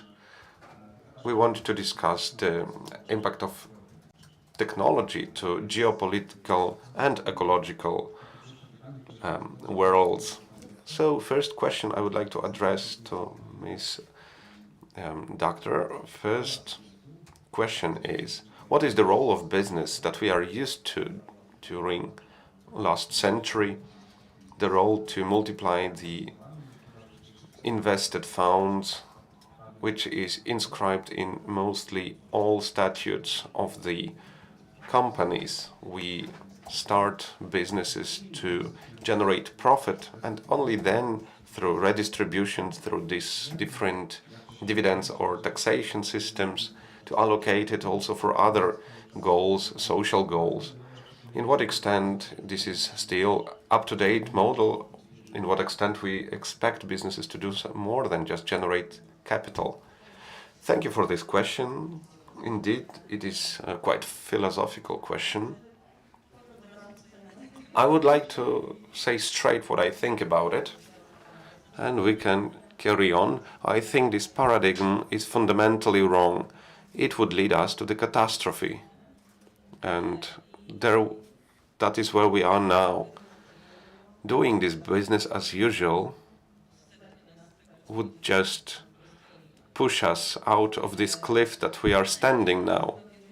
The question is how much we can believe that company can be reformed, in what extent companies that have inscribed in their statutes multiplication of the profits, in what extent they can go through this transformation. Until now, I think that actions related to responsible business were mostly PR actions. Suffice to look on how structures of big companies look to see where their departments are located. Quite often they are located closer to PR than to strategy, especially in huge energy companies. Everyone understands that we are in deep crisis and radical changes have to be done. Yet we understand that these changes appear very slowly. A good example, if we are talking about digital market, of how these ethical questions or questions related to the influence of technology into human rights, how they are treated in biggest technological companies. I'm not sure if you know the case, but since you are here, you probably know it. Timrit Gebru, researcher who was released from Google soon after the department was formed that worked with artificial intelligence. So the subject that is widely discussed by us, the researchers, mainly female, wrote a very famous paper, widely quoted, that explained what can go wrong with artificial intelligence, and as a consequence she lost her position and department was resolved. So it is related to the rhetorics. We understand that the change should take place. We understand that technology in business is not anymore effective, but on the other side we have actions that led to the situation. Thank you. In that case, what is the social comprehension of that? The question to member of the Sejm, Ms. Gajewska, you being on MP's shifts, being in contact with citizens, with local communities, can you notice a certain pressure to change this role of businesses? Can we say that there is a pressure to redesign these roles of the businesses? So from one side, not to suppress this economic liberty to be competitive as compared to other players from different countries, but at the same time, can they address specific expectations from Polish society? Of course, there is this pressure, and I would like to agree to what Ms. Doctor said, that it has to be some facade movement. right now it looks just nicely from the outside with a nice wrap to sell it nice, but if we look at the details, it doesn't look so good. My feeling is that when we face all that in legislation level, we need to say straight that legislation in Poland does not keep up with the technology development, and all the solutions we try to implement in same chase or try to chase all that already exists in the market. So chasing these solutions already implemented were all the applications used in passenger transportations. Bolt, Uber, we tried to improve the safety.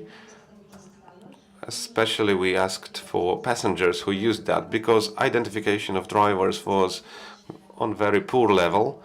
We meet in Games of Freedom in a day when this act was changed and now is coming into force. But I started to work on it 2 years ago. So that's how reality looks in legislation in this extent. We look close to how companies work, we can create pressure.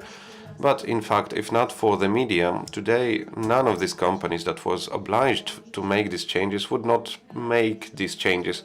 They now use legislational gaps. They are monopolists in the market. They are huge players. They make huge amounts on that, so that's their benefit.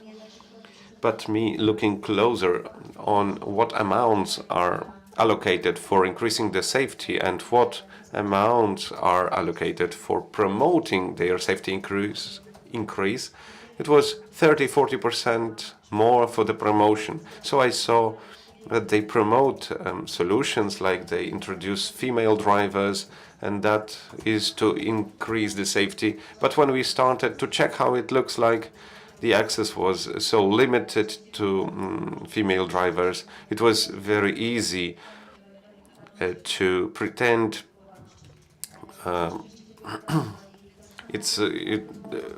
chances to verify that the driver is indeed a female was very limited. Many people would protest in companies that work with high technologies. So employees on the lowest ranks, where there are warehouses, trade unions, they also try to protect their rights. And I could present many such examples. My best example where freedom and eligibility are meeting is 5G, and I would try to present this example very briefly. I like to talk about it because there's a lot of myths, misbeliefs, lies around this, and it sums up. It's enough to go to any town in my region just to speak about development and technology that some businesses want to develop there. It's enough to speak for just a moment when someone would say, but they want to build 5G antenna, it would kill the birds around, it would influence our health. Then we try to start any discussion basing on facts. Do you have any research on that? Where do you have the knowledge about that? Then we start the discussion on where is the basis for democracy. We who have solid grounds, we know better, so we will decide for you, or the local community also has the right to decide. It's their right if they don't want any 5G antenna. It's their commune and they don't want something like that. At the same time, companies that emerge around have the same rights as companies in neighboring areas, especially touristically, recreationally popular regions. They require even more coverage. So those are examples when we need development, but we have a lot of limitations. Also, the pressure is significant. We stand aside a little bit, we spectate that, but we should, in fact, post the narrative. We need to act, and it's not the case of Polish Sejm or European Parliament, but I believe that this will change in the nearest future, that we will have specialists that know the field, who would discuss the experts, not just in national, but worldwide level about development of digitalization. And we can, together with these people, develop it, not just creating solutions to support local communities, employees, but also to be a partner for companies that work on this extent. Kamil, I think that the ball was passed to your corner. I believe that greenwashing matter, opposing all the narratives about business responsibility to the actual situation, I think it transferred to in what extent we want to be auto-regulating when it comes to business, when it comes to obligation of a company, allocating resources for being responsible. This may lead to companies' failure. The question is how you or the whole sector, because you are also a sector coordinator, what is your approach? And if you have any questions, in the meantime, you can raise your hand. As Ms. MP said about people from small communities, we can hear questions about 5G or other questions. We can share the microphone with you. Good afternoon. I think that this metaphor, this comparison to 5G is very good, because in the same time, employees of this commune would like to have a nice, fast internet, but they don't want to have this high antenna that would harm birds around. So there is a question of pressure from public opinion, as you represent, that influence the decision makers, who, under this pressure, make new regulations. Briefly addressing that, well, I don't feel that I'm standing in the goal right now. I'm not a goalkeeper. I think I'm more of a supporter here in this discussion. I just want to say that, indeed, it's more the question about, do we discuss if business wants to make money in a short or long term? Because when it comes to short-term return from the investment, of course, I can agree, all that is desired. But when we talk about investment, not for a month, 2 or 3, when we talk about years or decades, business, of course, needs to understand, and I might admit that quite often they understand that the sector of their stakeholders, so to keep it in a corporate language, and shareholders, interested parties, yes, these are all difficult definitions. All people that are interested in the business and how it is implemented is much wider, and I have no doubts that in order to develop in a given country, in a given society, to recruit people, sell products, produce products, we need to take it into consideration. I would say that this discussion is somewhere between, if nowadays economy is focused on generating on a short term, or is it more looking at the long-term vision? I think that the question that you asked, Jacek, about regulation is so important. I can relate to fashion sector, e-commerce sector that I represent. We are right now in the sector we are in the time when the pressure and expectations of customers are so important for the business, and that made the whole sector to go through gigantic transformation to make it possible for customer to make aware decisions, and by that to encourage manufacturers to build their portfolio of products. So that's the role also of technological companies. Zalando is this kind of company that combines consumers and manufacturers. I think that the clue is to achieve certain balance, to be transparent, comprehensible for consumer, and also we need that consumer is willing to understand that. So during the process of purchase, he or she would not need to read the whole manuals guidebooks of decision making, but to understand what is the level of their decision. I think that regulators on EU level try to increase this level for EU, and this discussion is so present in European Union, but e-commerce can be limited by country borders or continents borders, and regulations that we have on European level, the questions of execution on national level does not necessarily apply to manufacturers or retailers outside the EU. So we have this level increased for our internal European manufacturers. Expectations are higher, but at the same time, customer often decides by the category of price.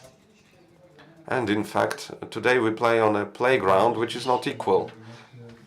But the regulations like the GDPR do not only apply to businesses established in Europe, but sell in Europe.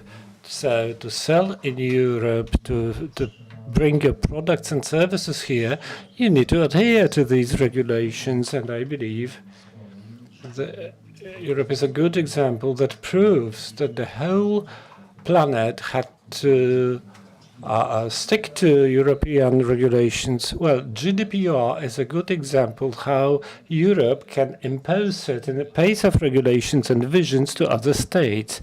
And its success depends on whether other states follow or not. In my industry, I have the example to the contrary. When everybody was busy with regulating platforms during COVID, the business explosion was made by ultra-fast fashion in Asia, who operate in direct-to-customer. So whatever they produce in a non-EU country, they send directly to consumer in another country. So the consumer is an important.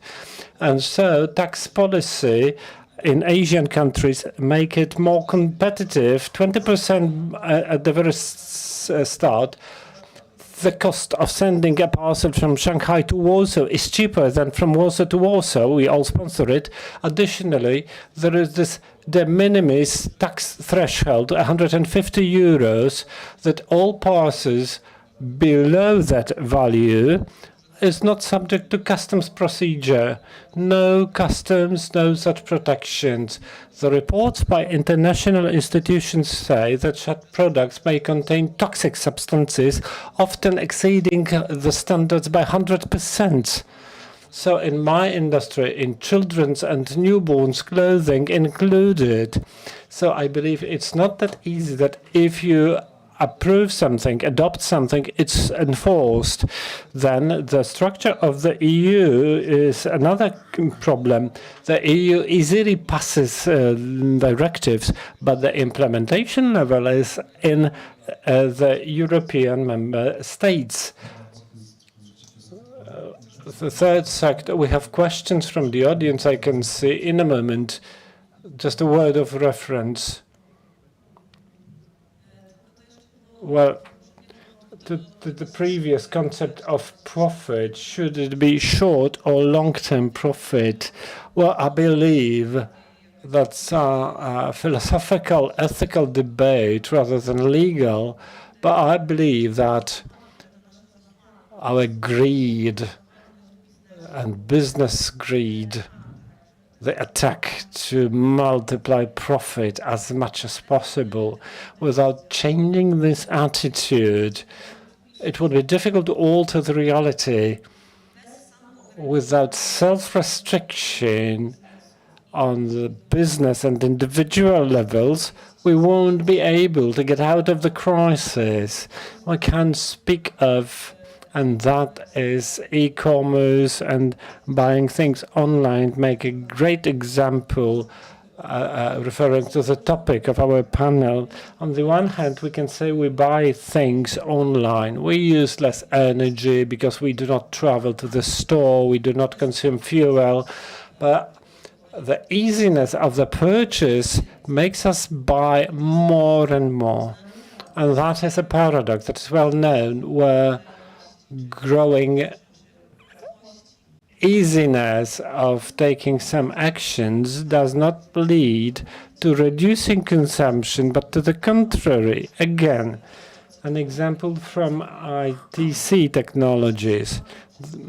The fact that data transfer is getting cheaper and cheaper and more efficient does not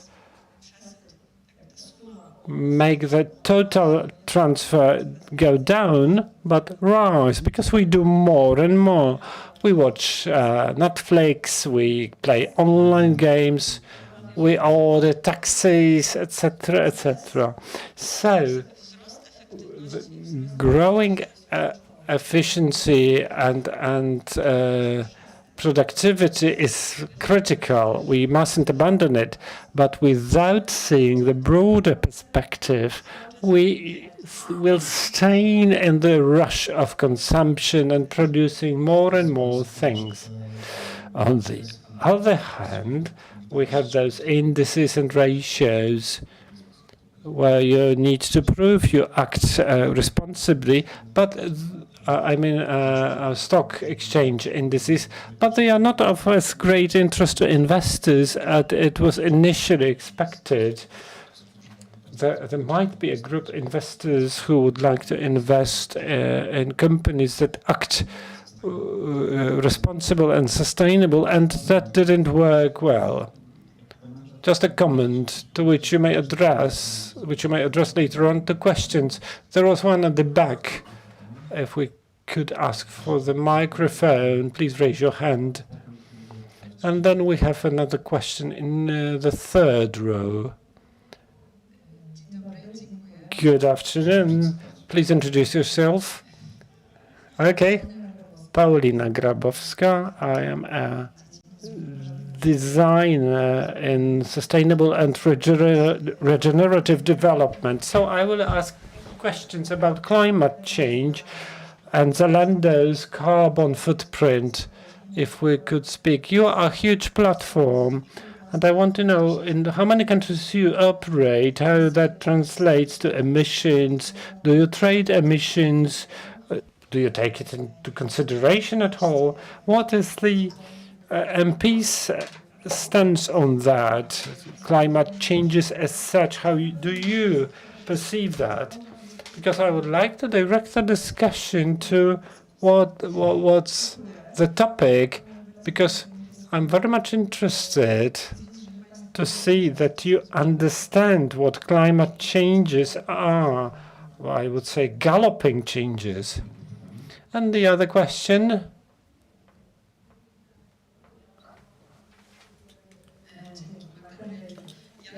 Magda Andrzejczyk, I'd like to refer to what you said and focus on the climate disaster. My question is a bit different, though. We speak about regulations, and I'm most interested in the digital market impact. There is this taxonomy of European Union. We have the group in the Ministry of Development. From your perspective, why there is no such taxonomy in tech industry? There are no other industries like furniture, food, commerce as such. Why these industries are forgotten? And the other thing is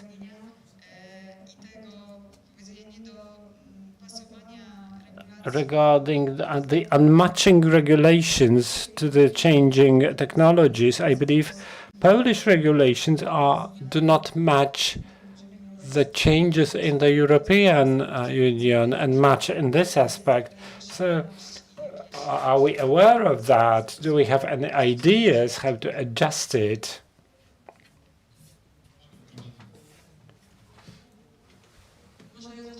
Well, the second question first.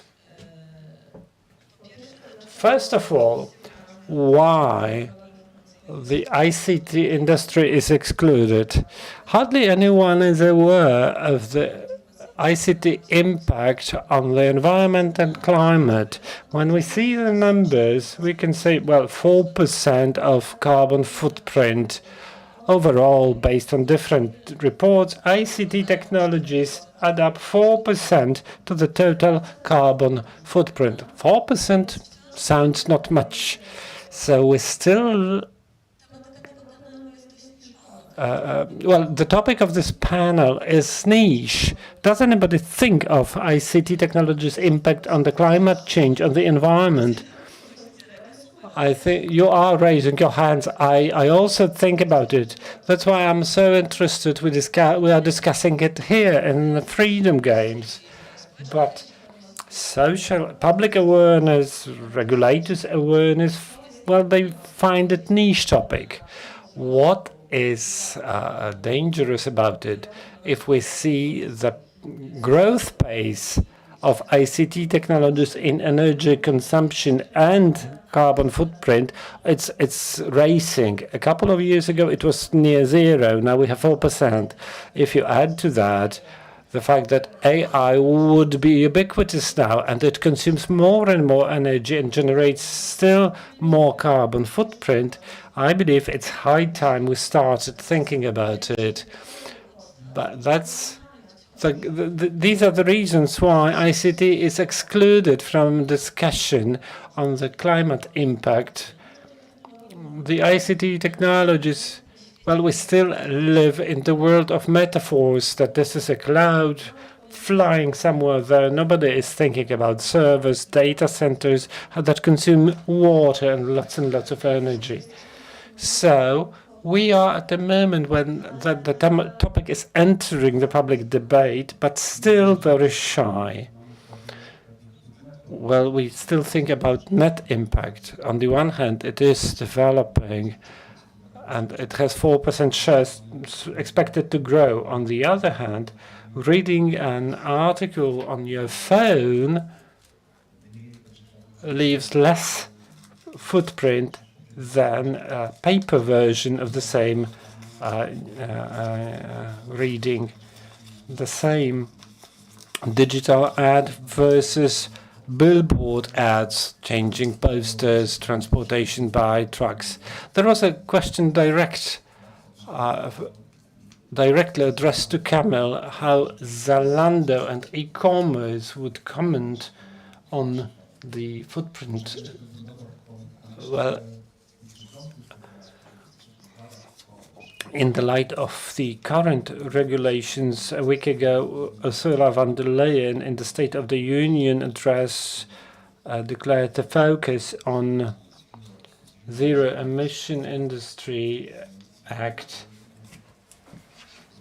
and expanding the Green Deal. Let us remember, it assumes emission reductions by 50% till 2030, and the plans are going even more ambitious. We see that's one of the top priorities for the European Commission, where the President addressed in her speech.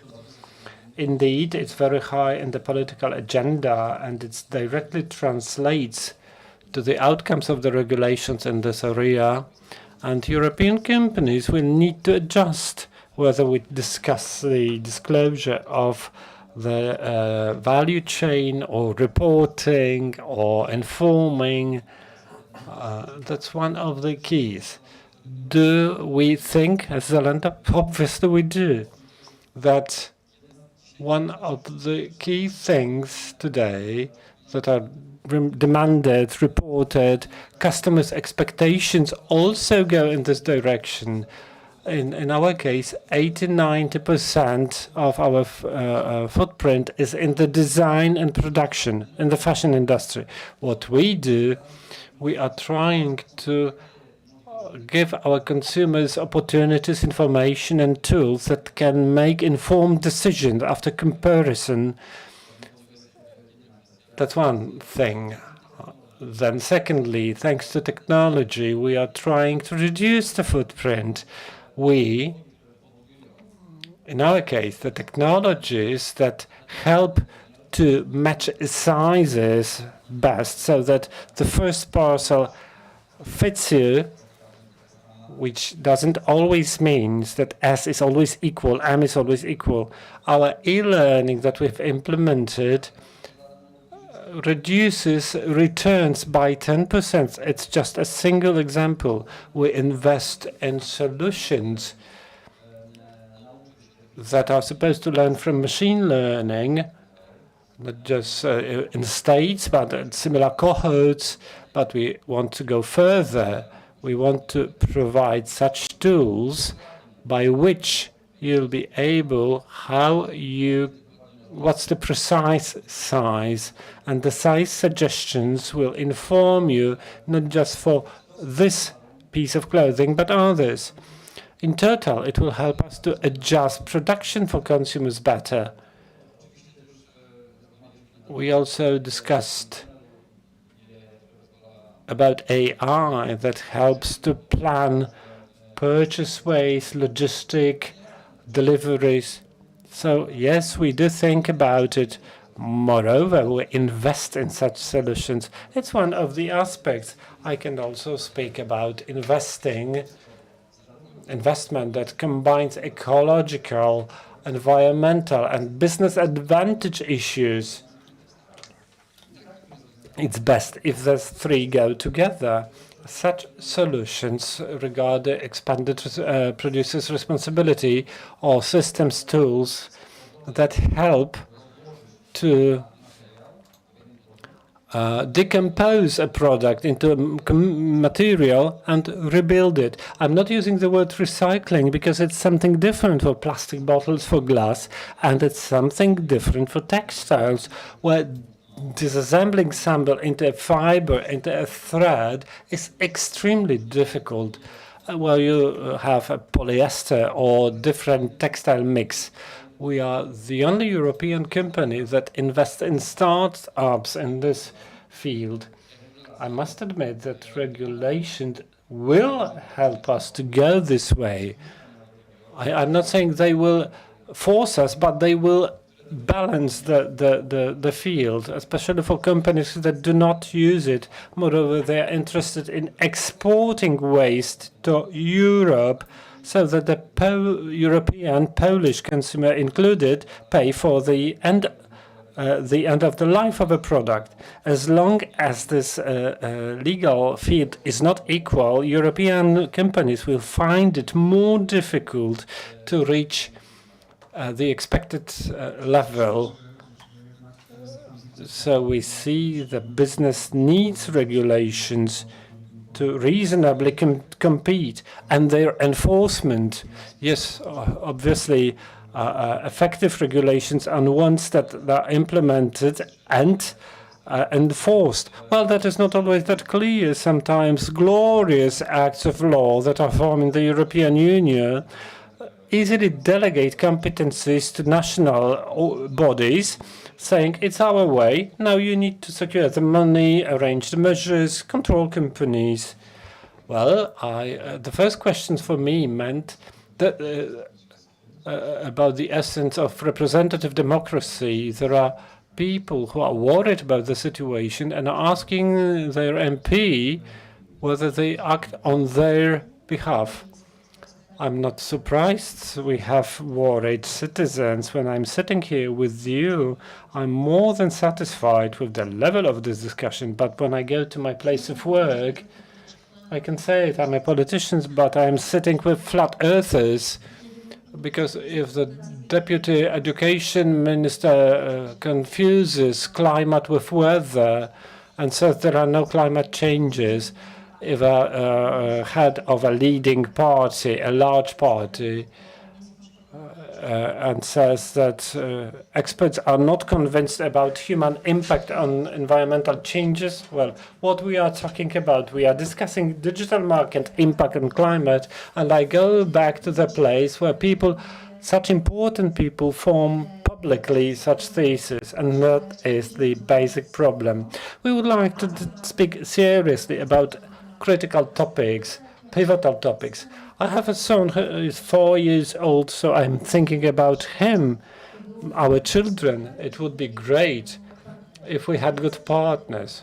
When I hear now that you expect from us solutions on electro-waste, on what we should do with textile waste, I'm more than happy. But if we see what is happening in the parliament, I see there are no partners and conditions to create such laws, because the governing party, do you know that they have just killed the windmill industry? Only the EU forced them to restore it, and it's only happening. This is that today the governing parties in the international area deserve the fame of offensive children who act stupid, who only address their home constituencies. They cannot be treated seriously internationally. We are discussing key solutions for decades forward, and we are not treated there seriously because we speak different things there, do different things here. And that's an issue indeed. I remember the Clean Air Program announced. That's the governing party. I have nothing to do with them. Most things they do I hate, but when they said they will run the Clean Air Program, that made me happy. I thought, okay, they will distribute money to local authorities. The local authorities will distribute those among institutions, people, and we will truly improve the quality of our air. It was a huge, biggest program, but as it turned out, they were unable to do it. The EU Commission told us how to do it. They didn't. Now we have the monies from the National Recovery Fund. 40% could be sent to energy transition. I could tell you what we could do for this money, but it's not happening. Now we have 870 days when we have not even applied for this money, and we could allocate part of it to issues related to climate change. Indeed, we could act. We could equalize opportunities of Polish people compared to other European countries. We are not doing it because of our own request. Can we? Yes, we can, but not today. That's it. And the perspective, we can't do it today. We are interested in talking seriously about regulations on the climate, air quality, technological solutions, regulations on industries, whether it is e-commerce, manufacturing industries. We are now talking about fashion, but we speak of fashion. I'm dealing with, I started to dig into it. If any one of you has an account with Vinted, OLX, or similar trading places online, now there are such legal possibilities to control you. Today, the tax authorities suspect you. You trade there, not within the slow fashion attitude to prevent production of unnecessary things, but you are suspected you will earn on it. You've paid taxes on the bit of clothing you bought, and now you want to get rid of it. Your child has grown, or you don't like it any longer, and you want to buy something new. You are suspected that you are laundering money. That's how the state is treating you. And in the areas when the state would require our support, we are treated in a suspicious way. And that's a threat, because when we speak about the fashion industry, fast fashion, I'm very much interested in it. I am the eco-mother who bought most second-hand clothes for children, and same way I disposed of the things after my son. If you are approached like that, I think it's unfair, and it leads us in a very bad direction. And forcing people to buy things from Bangladesh. Other states, it would be cheaper, faster, nobody would be interested in it. It would be convenient, and this is very bad. If there is no turn, it will end up in the garbage. Yes, we need to understand also that from this fast fashion that we return, most of that would not go to recirculation, and that's also fact. I also saw the report about it. We have 15 minutes, we have 3 questions. We can address to our participants. Okay, here we had first question. Yes, please. Sofia Pivovarek. I have in fact a couple of questions. Just one. The most important. Okay, I will combine them all in one question. On a recent meeting on digitalization of society, questions related to artificial intelligence are lobbied by the biggest biggest companies like Google and similar data hubs. And it is difficult to introduce tools like that in Poland. In the context of digital market, is the situation similar? Are the regulations blocked in a certain way?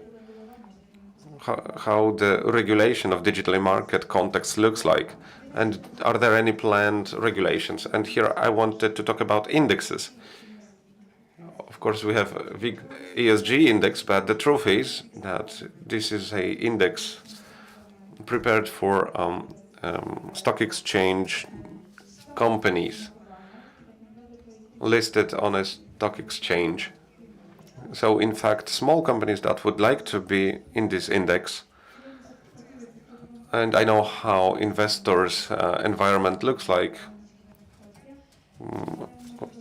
as a result of my work, have no chances to get there. So it's the matter of creating the space for them to be listed there in the index, and then to receive a turnover from the green profits.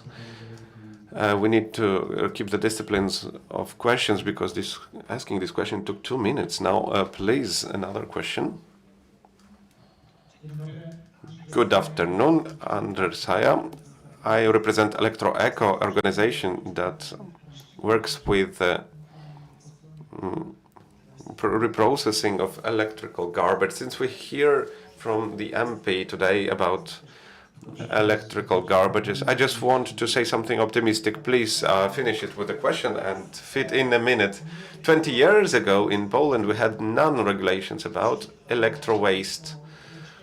Everything that was an electronic devices, electrical equipment, and was decommissioned, was simply thrown away, was not properly processed, was contaminating the environment. Act on electronic devices caused that today these products are processed properly. I could speak hours about that. Unfortunately, we don't have time about that. But what Kamil Mirowski said, regulations are so important and they have to be equal to everyone. If electronic devices from China is entering Poland, quite often it's not a subject of these regulations, and those who implement these devices pay the fee for the utilization of that devices would also pay for utilization of these Chinese devices if they are sold through certain platforms, e-commerce platforms. So there are markets without so crazy pace. There are companies that want to make money on other companies that responsibly do their duties. Since I have so little time, thank you very much. Okay, just one more question maybe. We heard another question from the third row. Oh, I'm sorry, fourth row. Good afternoon, Elżbieta Lemańska-Bożowska, Social Movement for Climate. I wanted to ask a question because we heard a couple of times that a consumer has to be properly informed But this notion was not explained at all. And in my opinion, consumers are not informed at all, and they have no knowledge about the influence of their purchases to the climate change. I know that it's inconvenient question in a country, but if we are talking about that, I would like to hear more about what is informed consumer is in the context of superproduction, overproduction, and how that influences the climate change. Okay, since we have 3 questions to Kamil, in fact, I will give you the chance to answer the first one, and then I will add 2 more questions. We will still have 6 minutes, and then it would be a final round. I see you are ready to respond. You know how it is. It's difficult to stop when you start already. I will respond to the first question. I'm not blocking anything. Perhaps we should ask that question to Ms. MP. I also have nothing in common with this government. I just wanted to underline that. Perhaps I would like to have this power to block it. It would be very beneficial. Unfortunately, I have this power. I would like to refer to what Andrzej said very shortly, because there was a really interesting question. I think that regulations today cause that if devices, products, goods are crossing the border through trade platforms, European Commission is so focused on these platforms that it's difficult to imagine a sector of e-commerce that is not regulated when it comes to EU market. The challenge that is not seen by EU is the situation when it goes through not the platform, but it's sent directly from the manufacturer, retailer, detail seller, not registered in EU, at least may not have the significant office. Right now, we can just open a company that would have 2,000 zlotys of a statutory capital, and you can't find the ends of this company. Another important question, what is green, what is eco for the consumer? We made some research, sociological, demographical, quantitative and qualitative. I can tell you it means completely nothing for consumer. For half of people, it does not mean anything. For others, some feeling of guilt. You mean emotionally or rationally? So they don't know rationally what does that mean. It's like, what does it mean if I say that my blue shirt is sustainable? Is that recyclable? Has a button that is made of recyclable plastic, or was it taken by airplane to Europe? So it means completely nothing for consumers.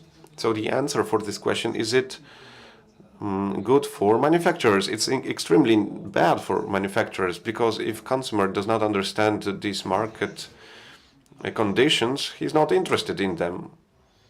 Luckily, we have certain regulations that are formed today, a huge package of regulations from EU that say that manufacturer has to inform customer what is the consumption of water or resources to produce a product, what is a lifetime of the product, how it can be repaired.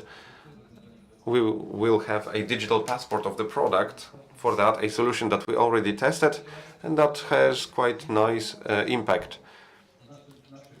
Third thing is about what we should not say to the consumer. If something was created according to the law, according to the procedure, we can't use it as a marketing tool, because everyone should follow that regulations. And third thing, if we say something about the product, then how can we confirm that? And here European Commission stands on the position that every marketing claim has to be verified by external organ. Is it good or bad? Let me put it this way. From our perspective, it goes to a better direction than it is now, but I think the lack of a common methodology still leads to failure. Because the one question that was mentioned already, if the customer has an information that this product was built from sustainable products, a minimum lifetime of the product is so and so, or only a button of this shirt was created sustainably, Or someone can say, okay, the button was made in a sustainable way, but the rest came from Bangladesh. So this economical compromise can give a chance to consumer a cost of usage, for instance. And those are good changes. When we say about clear, precise, feasible, interesting information about the product for consumer. Yes, also if this given product was created within the framework of reuse. And final question in this round.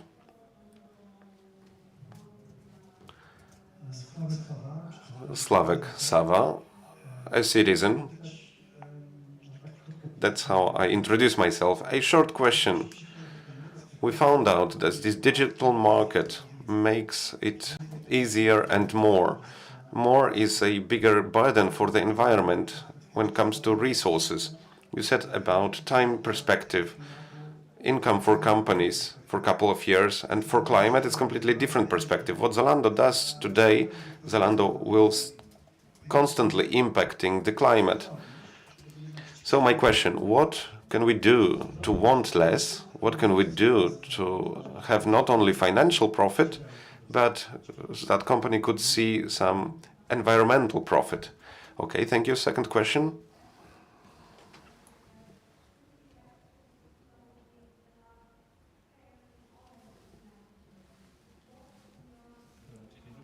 Good afternoon, Paweł Godek, university teacher. My question relates to elements connected to developmental economical development, but basing on digital industry. From what we can see, a lot of startups and right now initiatives that are developing platforms that are similar to Vinted appear in different countries in Europe. And now the question, is there any concept that could reinforce this business in Poland, that can allow this kind of business to flourish in Poland? I would like to ask another question. Very shortly, please, yes. You said about supporting startups through Zalando. It's a great initiative. The question is, what about these digital ecological businesses? Are they also appear there? I think they might be treated as some competition to Zalando, but that's why my question comes from. What can we do to make people want less? I think it's not a question for business. I think it's, as you've said, more philosophical question. First of all, we need to educate from the youngest age. If we would not implement basic ecological, environmental education in kindergarten on this matter, my 4-year-old children with a sense of superiority would preach my mother about a toilet use, that it's not a garbage, about water trays. I think that many people hear for the first time about water trays and carbon trays. Also in this digital sector, we can highlight this aspect. I think that if we don't build, I think we can say directly, if we don't have conscious consumers, it will not change, because business would always strive to make profit. We cannot erase that from tasks of business. Business can change form, can transform. Before becoming an MP, I also worked for business, and I think my impression is that it has no changes, no chances to change. But in what conditions business can change, that's the question for the discussion. But it will stay unchanged that business would still try to make as big profit as possible. So this is our job, people responsible for public questions, to deliver to citizens as much as possible checked and solid information, give mechanisms, give tools on every level, give money to NGOs, not take away create mechanisms, invest in self-governments. All that has to be pro-citizens. Is it like that now? You have to answer everyone for themselves. I have my own answer. When it comes to ecological awareness on a school period, it also has to be improved. There is still a lot to change in this regard. In Warsaw, there are climate classes. I think that some self-governments provided that, took care about that, but some didn't. What about the role of this civic platform in building this awareness? Is it possible today? Is there enough support for NGOs to complete this mission? I will answer another question. I think that the more I think about it, the more I come to the conclusion that we need to introduce regulations that will make this greediness unprofitable. So that means some taxation over profit over a certain level. I'm not an economist, so I can't imagine another way how to make greediness not to be profitable. Other ways, I think that everyone just have to ask themselves this question every day. The bottom line here is that the most eco would be not to buy, and if we buy things more or less eco, so not buying would rather a win in this comparison. I apologize, I understand it goes in a contrary to the DNA of business, but we have to find some balance. And this line, those are great regulations about passport for every product. But going back to the paradox of the effectiveness, the increase of the effectiveness will not make people to use less. So we need to look at wider perspective. You have nothing to apologize for, because it's that we have different roles in the society. Business is needed because it's more causal part, but there are different points of view, different needs of certain sectors and organs in the state.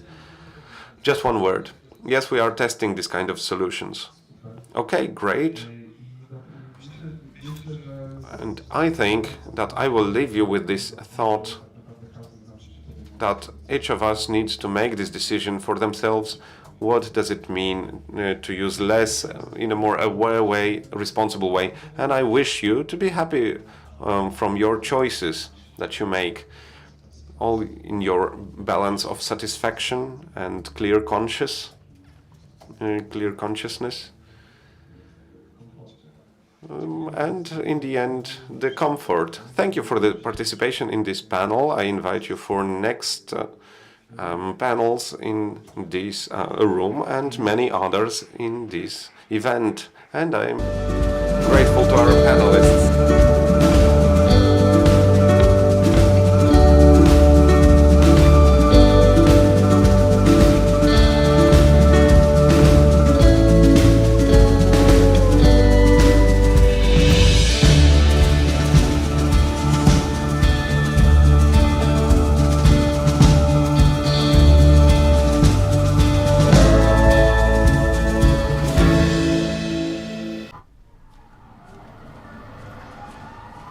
Każdy wybór ma swoje konsekwencje.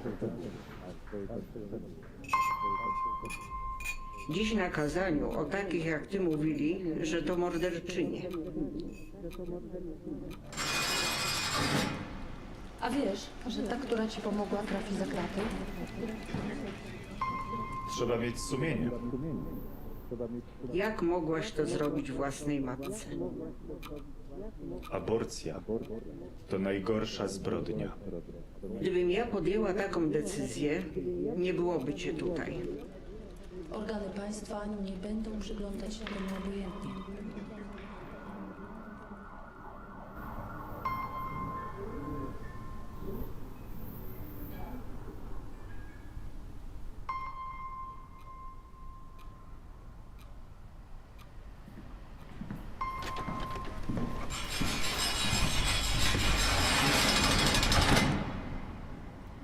Życie i zdrowie kobiety jest najważniejsze. Stop kryminalizacji aborcji. Kobieta decyduje.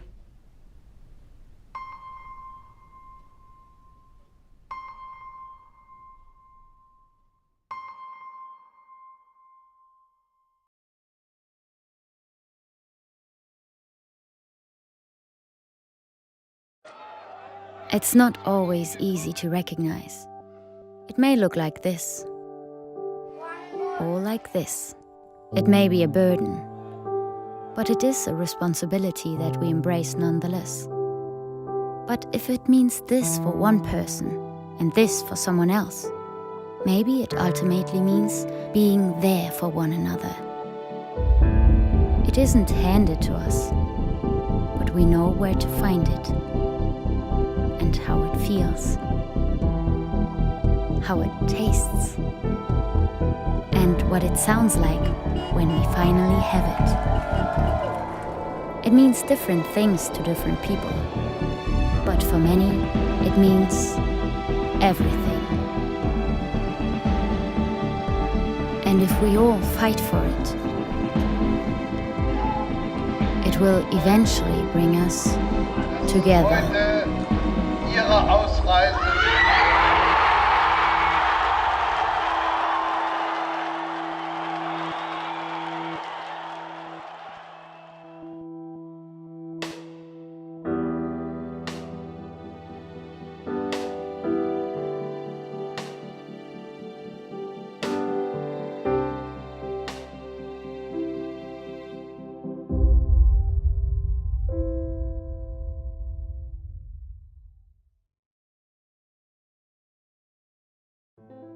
Jestem z zawodu lekarzem. Zajmowała się diagnostyką chorób nowotworowych. W Białorusi zajmowałam się mikrobiologią i molekularną biologią. Byłem nauczycielem szkoły podstawowej. Naszym celem jest budowanie umiejętności, które są ważne na polskim rynku pracy. Szybko nabierają takiej pewności siebie, bardzo szybko się uczą. Wszystko możliwe, kiedy starasz się.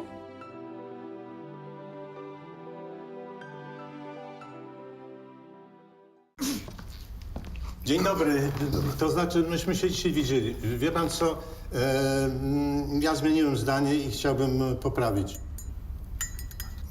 Karty. W urnie. Dobrze? To ja sobie poszukam. Serio? Pan sobie poszuka? Nadchodzące wybory są zbyt ważne, by zostawić je bez kontroli. Dołącz do obywatelskiej kontroli wyborów. Zróbmy wybory bez piecu.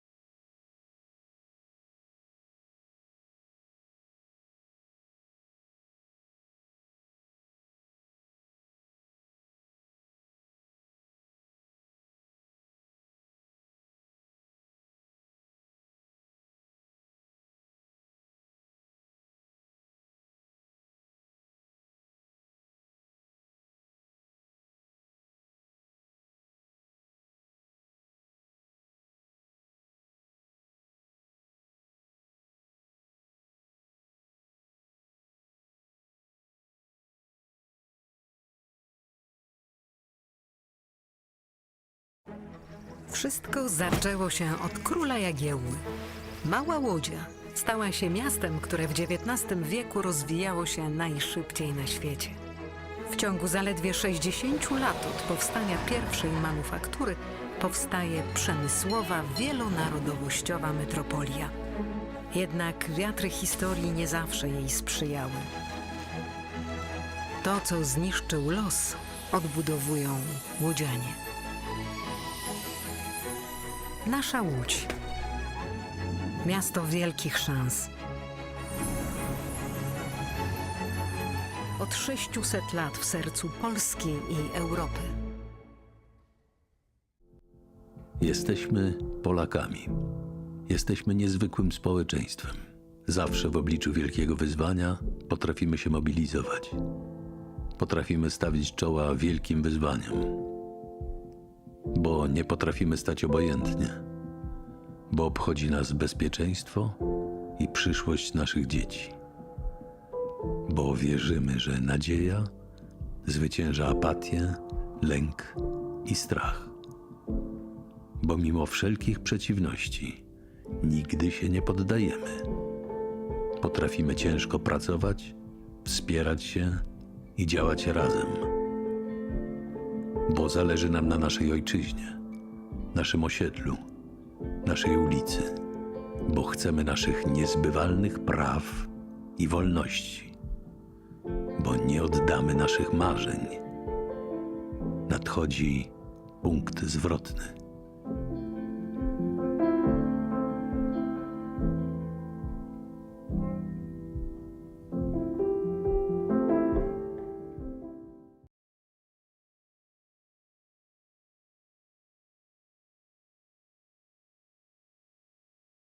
So I hope you all had a great lunchtime and are not in a food coma, and so we can have here like slightly like a more interactive panel as well today. My name is Laurens van Ginneke. I'm one of the project officers at the European Liberal Forum, ELF. We are the official political think tank of the Alliance for Liberal and Democrats for Europe, who form the Renew Europe group in the European Parliament together with La République En Marche and the European Democratic Party. Today we're going to talk about on a panel about philanthropy and the strategy for freedom. And therefore we have here a panel of 5 great speakers for you. I will let them introduce themselves briefly, and I guess we'll start from the left to the right.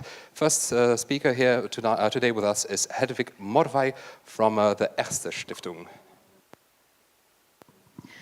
Hello, I'm very glad to be here, and I would like to welcome the audience. I'm also very much curious to know actually who is sitting in the audience, so I would like to find out that at some point. We just discussed with our panelists. So my name is Hedwig Morvai. I'm coming from the Erste Foundation from Vienna. But my real background is in Southeastern Europe and the Western Balkans. Prior to joining the Erste Foundation, where I'm heading the Europe and Democracy portfolio, I was dealing with regional cooperation, reconciliation, cross-border cooperation in Southeastern Europe and Western Balkans, and working on the Euro-Atlantic integration and democratization of these countries.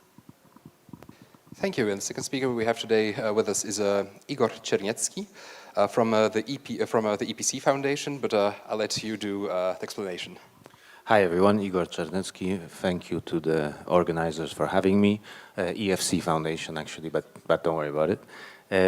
I'm an intellectual historian, and I also work in the EFC Foundation, which is a privately endowed educational foundation. We also run a program called Philanthropy for Impact, which is a program which brings together like-minded philanthropists who want to grow and learn about systemic philanthropy and how to make a difference in the region. My apologies for mispronouncing the name, and thank you. Next one is Melissa Hooper from USAID. Yes, hello. Good afternoon. It's very bright up here, but I can still see all of you, and it's great to see a number of people are interested in philanthropy. I work at USAID, and I have focused on Europe and Eurasia, and in particular on rule of law issues. I'm a lawyer, and before coming to USAID, I worked at Human Rights First, and was looking at not only human rights issues abroad, but also examining what was happening in the United States. And I'm glad that I can bring that to bear as we're thinking about rule of law issues internationally. Good to be here. Thank you. Next one on our panel today is Patrick Oetting from Rising Tide. Yes, I'm coming from the Rising Tide Foundation, where I'm a program manager. We're based in Schaffhausen, Switzerland. Despite my last name, I am originally from the United States, and I've been now in Europe for 3 years. At Rising Tide, I co-manage our Freedom and Practice portfolio, which is comprised of close to 60 grants right now around the world. All of these, we have a unique focus in that we're really trying to bridge theory and practice and really make a tangible difference in the lives of everyday people. We fund projects within 4 focus areas, that's system change, private sector solutions, teaching freedom, and empowerment of individuals. And really all of that's undergirded by classical liberal principles and philosophy. So we believe strongly in rule of law, limited government, moral agency, and individual freedom. Thank you very much. And last but definitely not least is Casey Pfeiffer from the Atlas Network. Thank you. I'm so glad to be here. Yes, I work with Atlas Network. Our organization connects about 560 organizations around the world in maybe 103 countries, I think, at this point. These organizations are civil society organizations, often think tanks, so they're often public policy focused, although sometimes they're less focused on specific policy endeavors and more focused on classical liberal ideas being made more accepted overall. Our mission is focused on the free society. We're focused on individual and economic choice for the most part, as well as rule of law. So that's what we do. My role is in grant making. So we offer lots of programming at Atlas Network, and a major part of that is grant making. And our goal is to sort of nurture this ecosystem of civil society organizations around the world that are advocating for these classical liberal principles. Thank you very much. And actually, because when we look to the fields where you're active, and also to the countries and the geographical scope, we actually have here people from a worldwide network. And then maybe also a question could be, why is philanthropy needed to defend freedom? Why is it needed, for example, in liberal democracies? But also, why is it needed to have philanthropy to defend freedom in authoritarian and illiberal regimes, for example? I don't know who would like to take the floor first.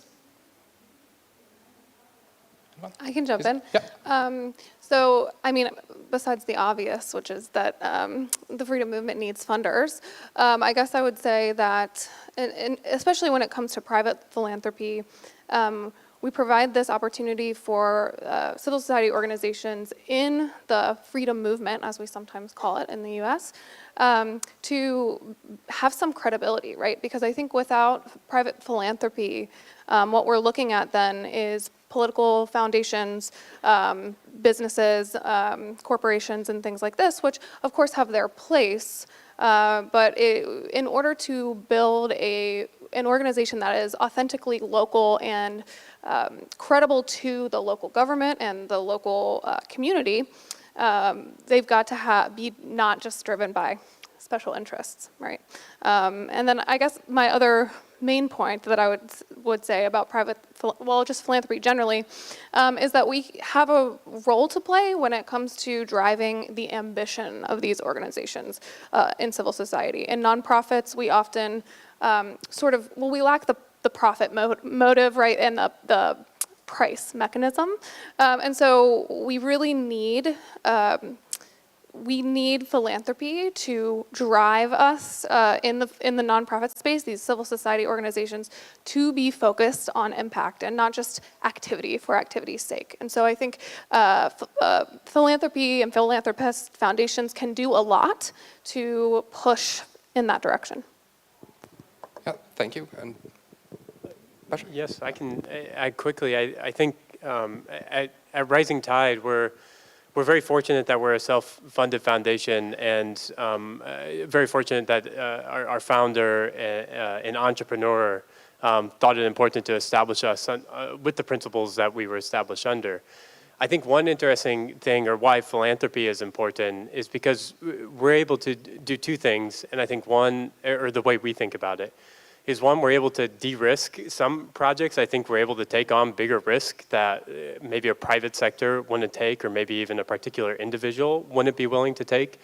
We're able to take on some of those risks that a project could likely fail. And that's okay, because we're trying to do things that are maybe innovative on the cutting edge. And the second thing I think that we see in our funding is we can have a really long time horizon. So we don't need to have an immediate ROI on a project that we're funding. We can fund something that maybe it's building institutions. Maybe we're working with someone like the Atlas Network, and maybe the end result won't be seen for 10 or 20 years with some of the training programs or the education programs that we're running. But we can take that on. And I think a lot of, for example, corporate funding groups and others are looking for really immediate impact, and we can have a really long time horizon, which I think is crucial in our strategy. Yeah, and could you, or Melissa, would you want to continue on that, or?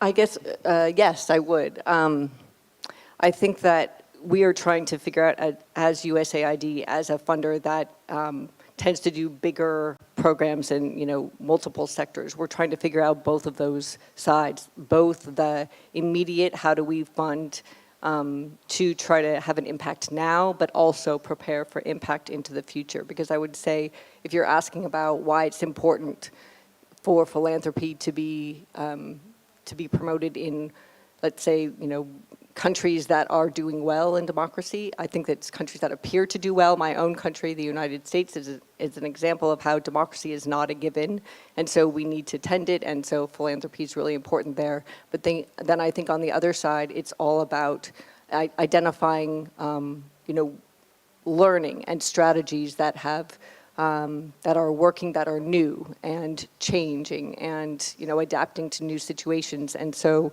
we need to be connecting people across countries where there are new and innovative strategies and solutions. And that's both those that seem to be doing well and those that seem to be doing poorly. Yeah, thank you very much. And Igor, yeah? Are we still on the same question, yeah? Why philanthropy for freedom? So I can only second what Casey and Patrick said about the appetite for risk, about the long-term horizon, about the necessity of local money, right, which is very important.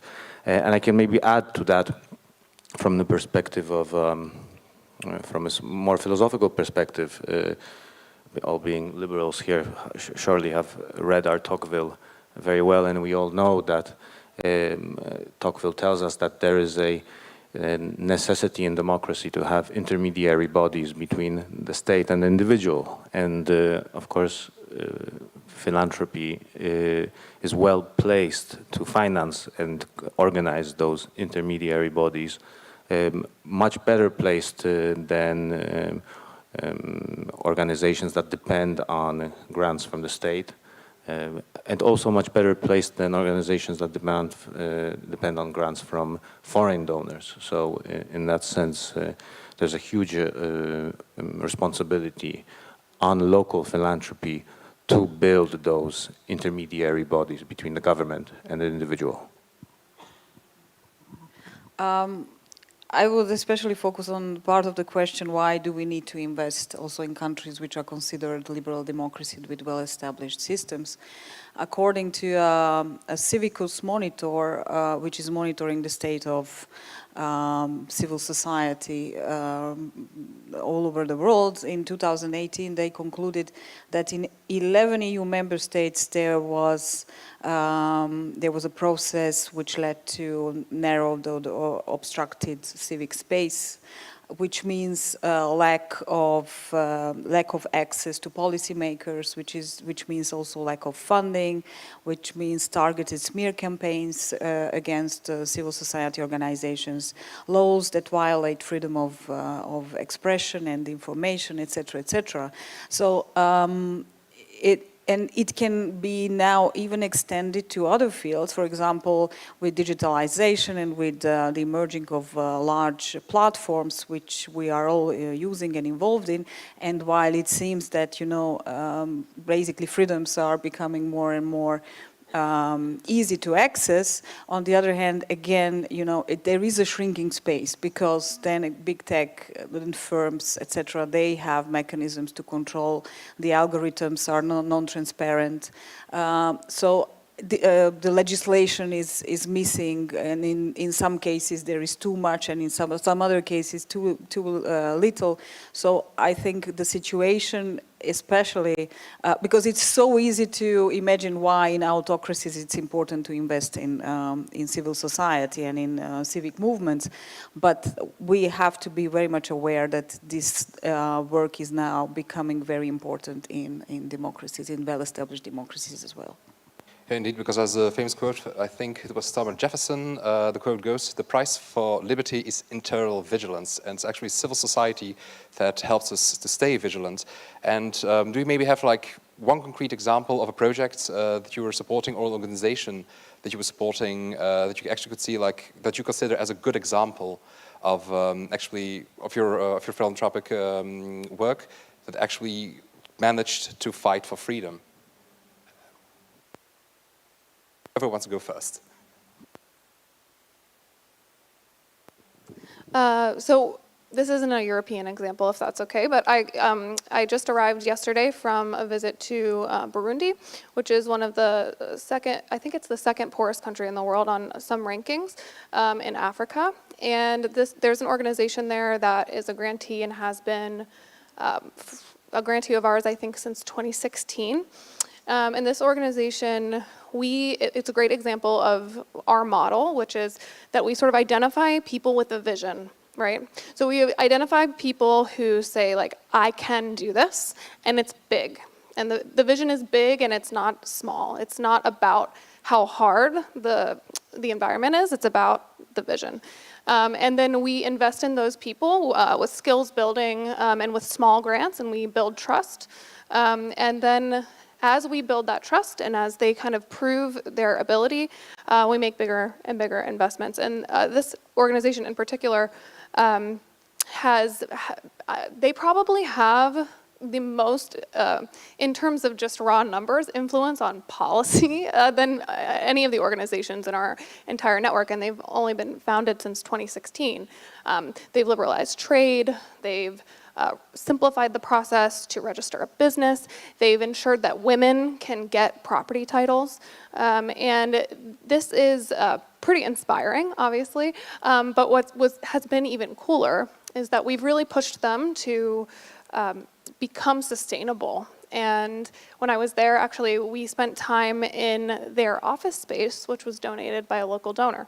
And I was able to meet with probably 10 different of their local donors from around the community, and you hear all the time there's no philanthropy outside the United States. Well, in Burundi, the second poorest country in the world, this guy made it possible. So I think it speaks to the importance of finding people with a vision. Yeah, I had a project on my mind, but I realized that I'm actually sitting in Poland, where my personal example began. I took part in a leadership camp. It was a program designed for young leaders, and it was a 2-week camp for 30 young people coming from Serbia, from civil society, from political parties, from media. I was representing a student organization back then, and we were in Myślenice, next to Krakow, and all these 30 people who went through this program, they never ever stopped again fighting for peace and democracy and being engaged in the society.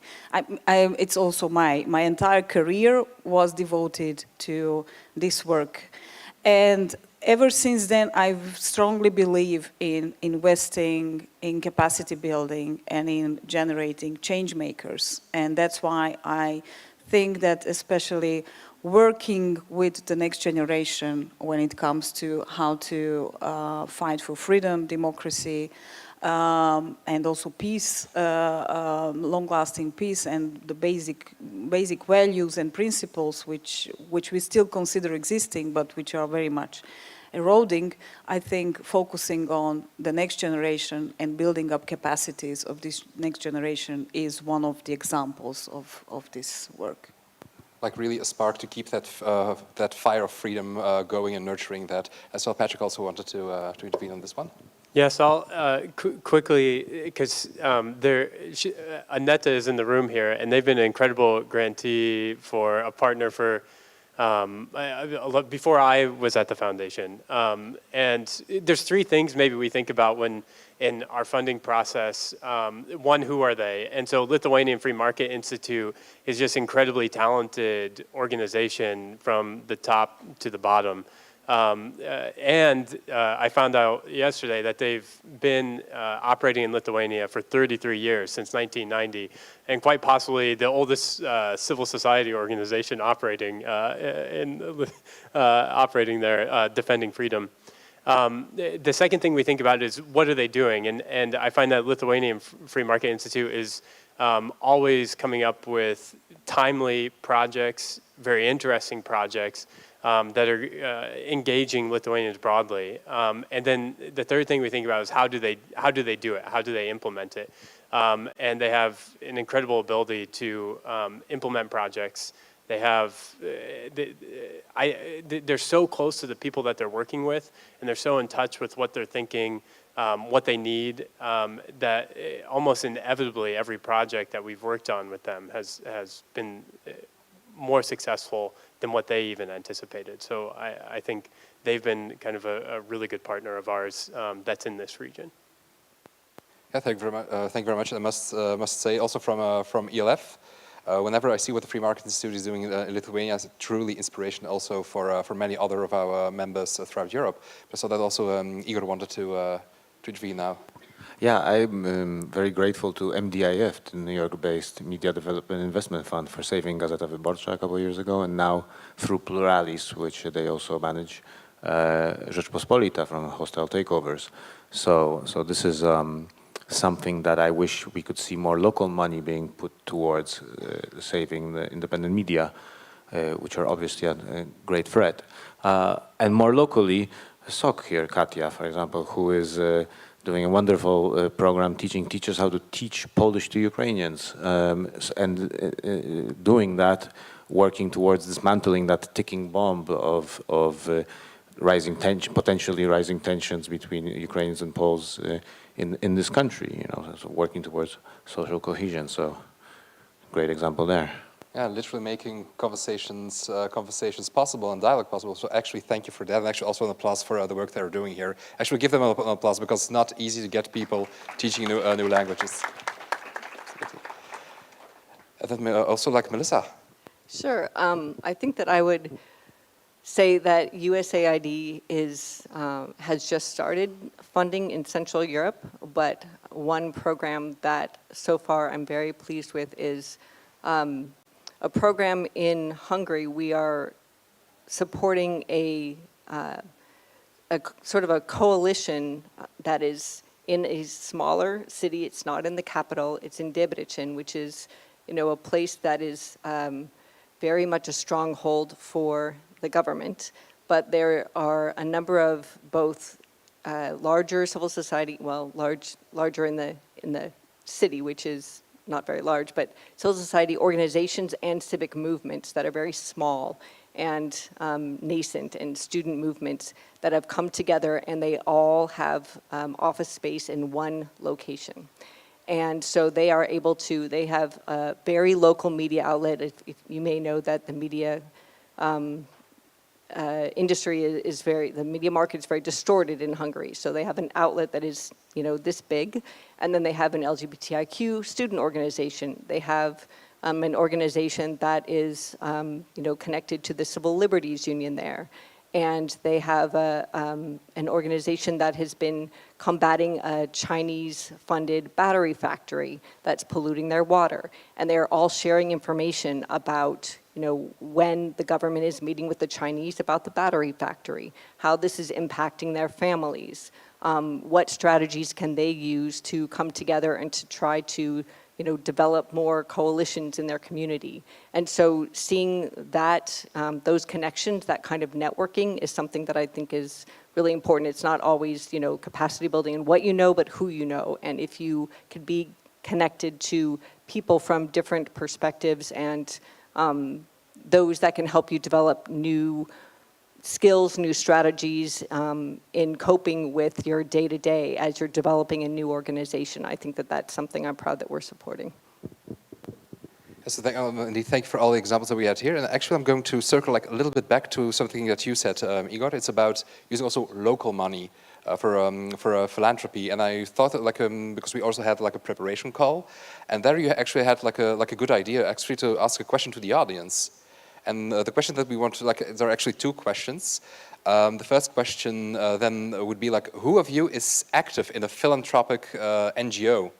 Who of you is actually actively participating in philanthropy or an NGO to make society, to make a change in society? You may just raise your hands.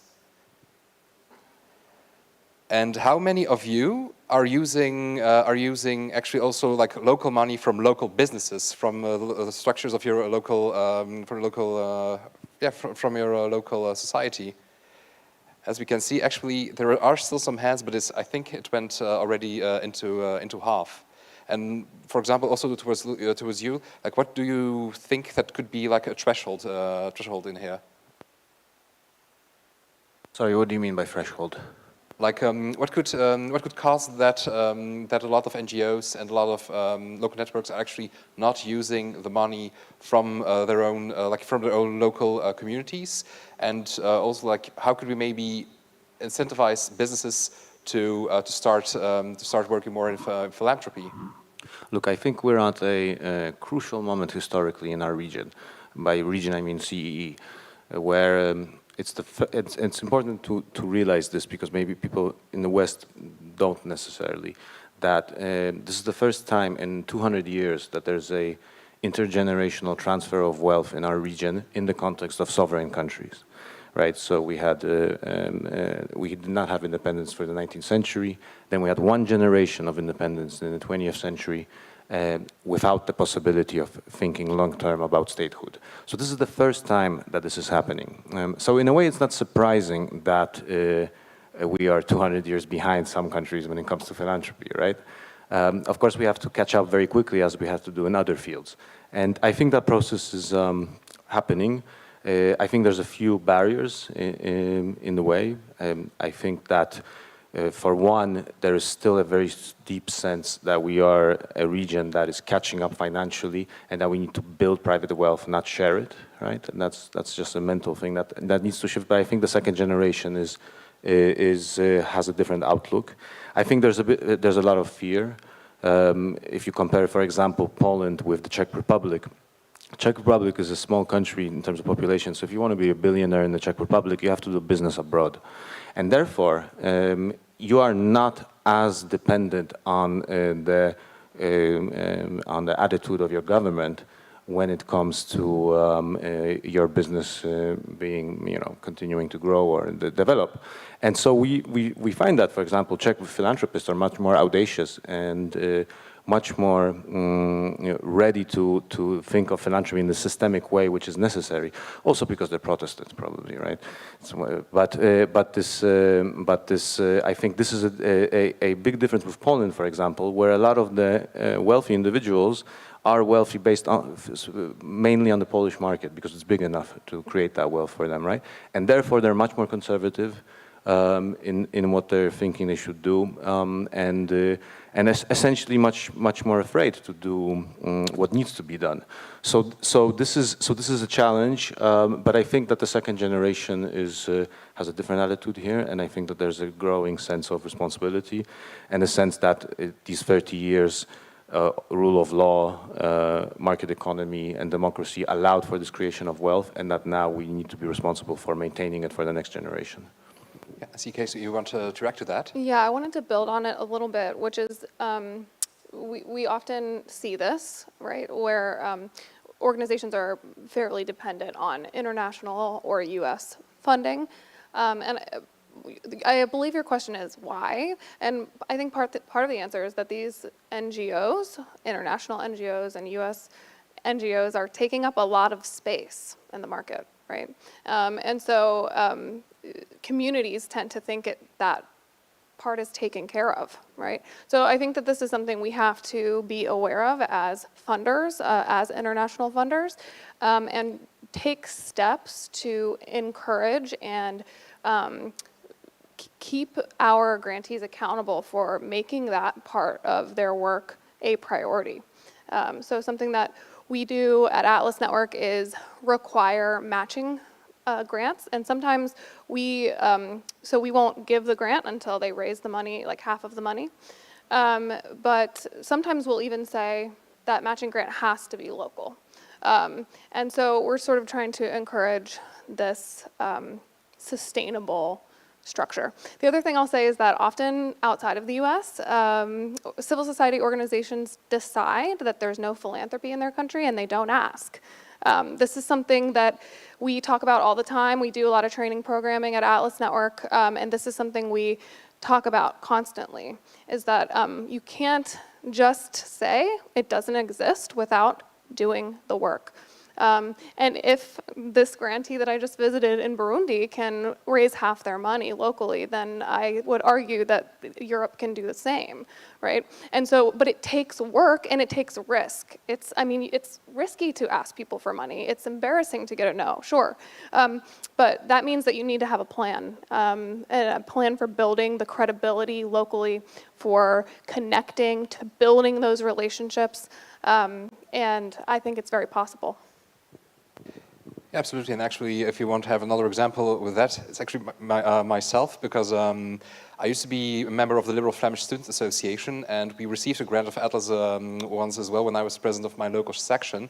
I remember as well, because we had a lot of troubles when I took over there, and it was also because of the strategy that you had. If you want to have like this grant, make sure that you're reaching out to people in your own city. Make sure that you're building that network. We started to do that. We got the grant. We got our great debate that we wanted to organize. And afterwards, the sponsorships came in from themselves. And we started. We were becoming relevant again as liberal students at my university. We overclassed the Social Democrats. We overclassed the conservatives. And we're actually spreading liberal ideas again within my university. That's also thanks to your grant, by the way. So thank you very much for that. And actually, also going further on that, because I remember also from a preparatory call, there was another question that was raised, because when we're looking at the grant givers, you need your support as well from local organizations, but sometimes there are smaller foundations that are not joining the largest structures. Why would that be, do you think? Like, one argument could be like it's not existing here, for example, so we won't ask. But are there any other, for example, any other thresholds you could see there, or problems or troubles or challenges? Hedwig? Yes, I believe I was one of the persons who raised this issue during the prep call, so I should try also answer it. Yes. There is an example. I mean, there are different coalitions of funders. There are pooled funds. For example, there is the Civitatis Fund, which is established for helping civil society in Central and Eastern Europe. And I was actually thinking about how important it would be to open up exactly that kind of structures like Civitatis is to local funders from these countries, that it could be very much rewarding, and it would change the dynamics also of not of strategizing about the work priorities. Obviously, there are always consultations with the civil society in these processes. So I myself, I am part of the steering committee of the Civitatis Fund, and we always have regular meetings with the civil society organizations we are working with, so that we know actually what's needed on the ground. So it's not us who try to figure out what would be the best way to go, but we are trying to listen to the partners, and then we are designing the mechanisms in order to answer that need. But I think it would be even more kind of inclusive and strategic if there would be local funders joining such pooled funds, and it would communicate a completely different message to the communities, but also to the political structures. Especially, we just discussed it before this panel, how difficult it is to convince local funders to invest into topics like democracy, freedom, etc. So I think if local funders would join that structures, maybe they could also overcome this obstacle. It would not be they standing alone with these very controversial issues sometimes, but they would be joining a larger club which represents these values and this work. Yeah, thank you for that. Anyone else that want to react, or Igor? Can I just ask you to develop this thought a little bit further from, for example, from the perspective of Civitates? I intuitively understand why it's so important for local money to be put into these pooled funds, but apart from the fact that you have more firepower, what does that give you from the perspective of the fund that would help you with your mission? Well, I think naturally it gives legitimacy to the entire exercise, because it's not, again, someone comes into a region or a country and trying to impose or is meddling in how it is in many cases perceived, but it is in cooperation with the local actors, a real cooperation. So it's not only this relationship, we come and give you money, we are the givers, you are the receivers, but it's in partnership with the community and a joint investment into the most important processes. So I think that the narrative changes completely, and the dynamics of these very difficult processes and projects, which are sometimes very demanding, could be also much easier to form and to explain, and to even maybe involve larger parts of the society in these types of initiatives. Because then it's not, just to take the example of, how the Open Society Foundation is being treated in Hungary, especially when it's contributing to investment in, again, capacity building of political parties or new emerging leaders, etc. It is completely different if this is the local. If these are the local actors who are doing this, and if they can partner with the externals, and that way basically provide a larger amount of resources for these kinds of initiatives, I think that can be only good for all sides. And these are not only two sides, but then there are the beneficiaries as well, the organizations who are working, but I also see the broader society as something what is understanding this probably then in a different way. Because we also have to understand, I assume that everywhere the situation is very much the same. It is so difficult to explain to citizens what civil society organizations do and why they are needed. And especially if there is a negative narrative from the government, then it's even more difficult. And when can you see a positive story in the media about any of these successful initiatives you just mentioned? It's impossible to communicate this work. I mean, anyway, it's impossible to communicate anything positive which is happening, because bad news are actually the ones which are reaching the largest number of readers. But I think that these kind of exercises and partnerships could also help this communication with the society itself, the citizens, to understand why this work is so important and what work actually these organizations, who are many times treated as foreign traitors and whatever, why their work is important. Because they are doing work what is simply not covered by the structures of the government, and they have to fill the gaps. So I think this could be one of the elements as well. I think that no one can say it better. That was really well said. Perfect. Thank you. Thank you very much. But indeed, we do see those struggles here. But maybe we could try to open the floor, maybe also like a little bit towards the audience. because we had some questions indeed that we were answering here, but at the same time, there was partially also a question for the audiences, for example, because actually, do we have any, for example, business owners in here? Is there anyone who has their own business or their own shop, or let's see, I see just one, I see two, and is any one of you, for example, also funding NGOs or like funding through your company or? So who are we talking to then? To the NGOs. So you all know this stuff, right?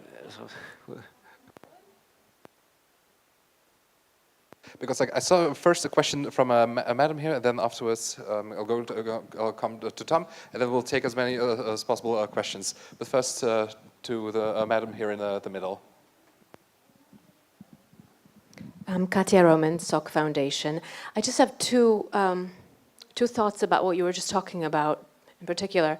So one thing is about Polish NGOs and the way you're very well aware of how our country, of the moment that our country is in right now.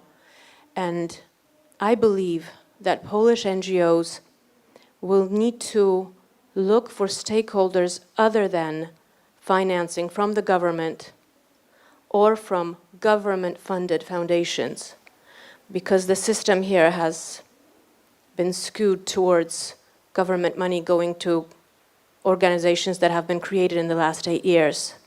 Therefore, the need for NGOs to go to local philanthropists or to specialized NGOs such as yourselves is even more important, to be less reliant on government funds. And the other thing, what you were just talking about a pool, in effect, of philanthropists.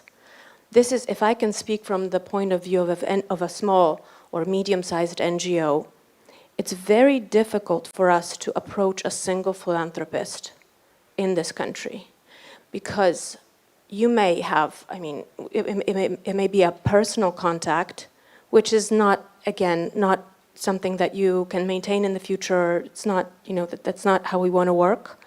But in general, either the money will be very small, and in order to be able to scale anything, you can't have just a little, you know, a little donation.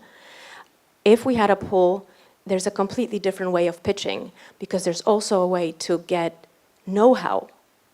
But that's something that Polish NGOs don't have much experience in, because they didn't deal with philanthropists like in the States, where it's something that you learn when you work in an NGO. Thank you. Next one was for the sir here in the front, for Tom G. Palmer. I'd just like to make a suggestion that we drop the word philanthropist, because it suggests there's a special tribe of creatures called philanthropists, and instead of talk about people with money. They're the ones who can support you, so let's be very frank. And they can be doctors and lawyers, they can own a dairy or a small company that puts windows on buildings, all kinds of things. And the trick is to not think, oh, we have to find philanthropists, find people with money and ask them for it, which is for some reason hard for people to do, but it's a business proposition. If you raise money for your business, you're not embarrassed about saying, would you invest in it? We have a project, here's a problem in our community, we've come up with a diagnosis, and then, I'll just make a point, don't make the case for donating, ask them, which means you say, Patrick or Melissa, can we count on you for 5,000 zlotys to fund this? And then shut up. So they have to answer you. And I know people who've done this in countries like Burundi, where everyone said, oh, it's impossible. But there are people with money in those countries, and you just have to go ask them for it and convince them it's a value added. You're going to make life better. So if we could move toward that and asking people with money to share it for projects. Thank you. And then I think the next one was next to you. Yes. And Yeah, thank you. I have a question which is quite systemic when it comes to Poland and whole region, like Eastern Europe, because I still think that we're by soul in Eastern Europe. Very often I think about the definition of water in a glass, and when it comes to philanthropy, we're thinking about fulfilling this glass with water, and NGO can take this water and give it to someone who needs this water.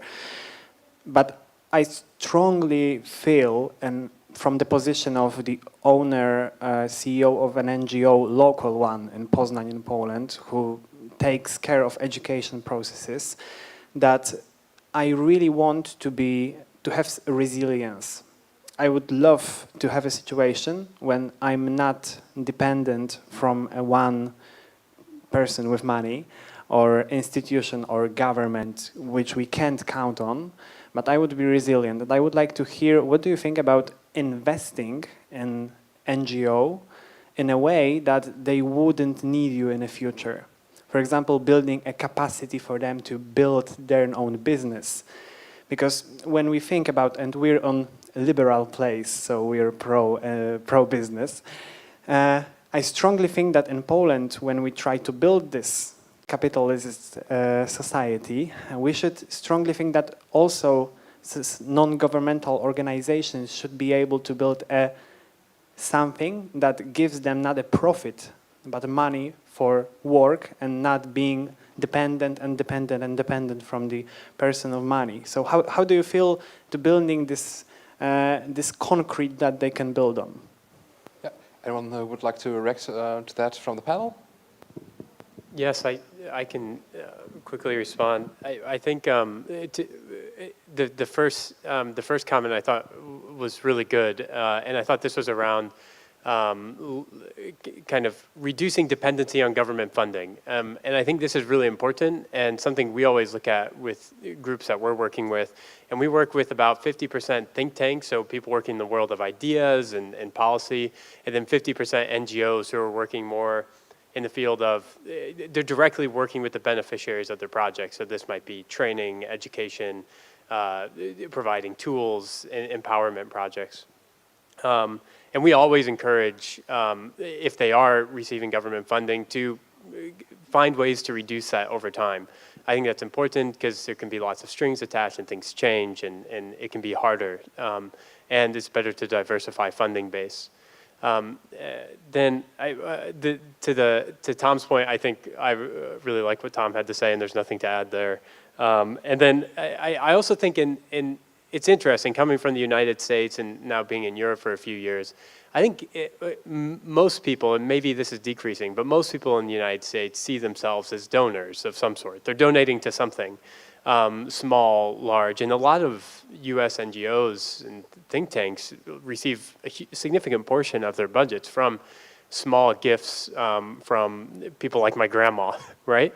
And maybe this doesn't seem to exist as much in many European countries I've operated in. So how do you create that culture? That's hard to do. That's really hard to do, I think. But maybe it starts with us in this room in terms of thinking of ourselves as people who are actually donors, not just the organizations we work for.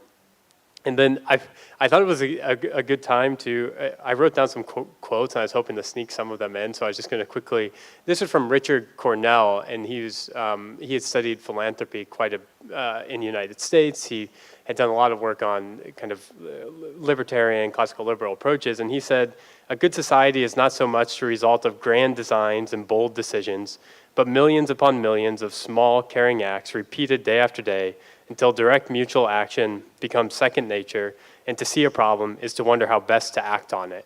And I think that gets to that sustainability problem. So we always hope that we can exit projects and they can exist after us. But I think this is what we're trying to create, is a culture of mutual aid and exchange that doesn't necessarily need big philanthropic organizations to keep it going. It would be great if we could work ourselves out of a job, and I think this building of a free culture would happen at a civil society mediating level with individuals and communities taking care of it on their own. That's what we hope, I guess, to generate. Thank you. Hedvig?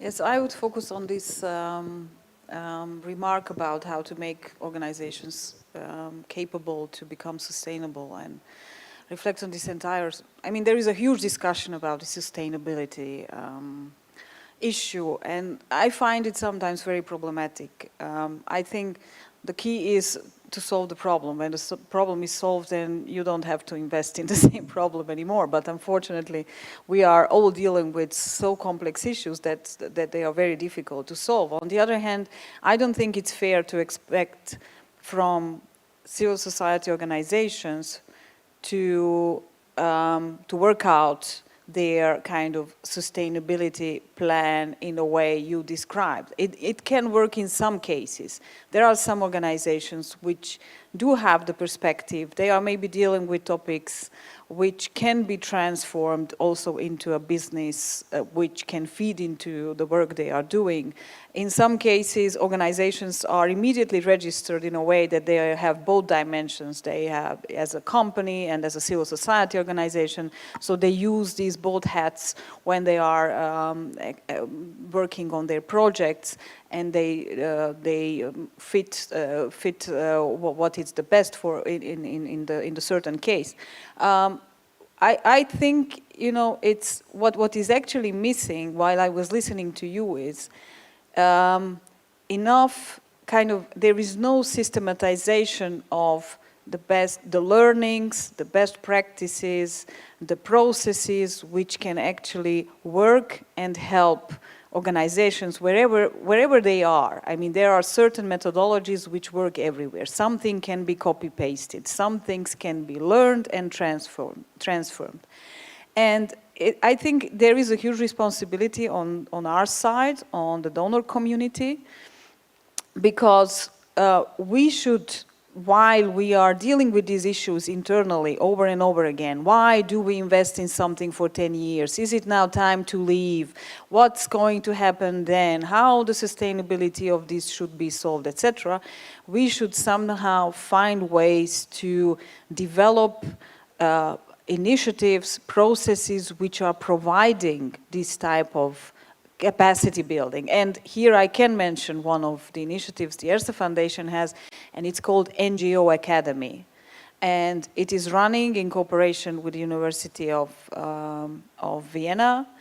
And we do involve on an annual basis in different formats civil society, representatives of civil society organizations who come and they get the basic kind of capacity building, what they could then use, and it has been even upgraded with all kinds of additional programs, etc. So I think if something like this could be replicated maybe in some other formats or in some other countries or tapping into other regions, this could be one of the ways to have a more systematic approach to building up the capacity of civil society organizations, which would then also answer some of the concerns, what actually you said about how to approach single donors, how to fight back some of the negative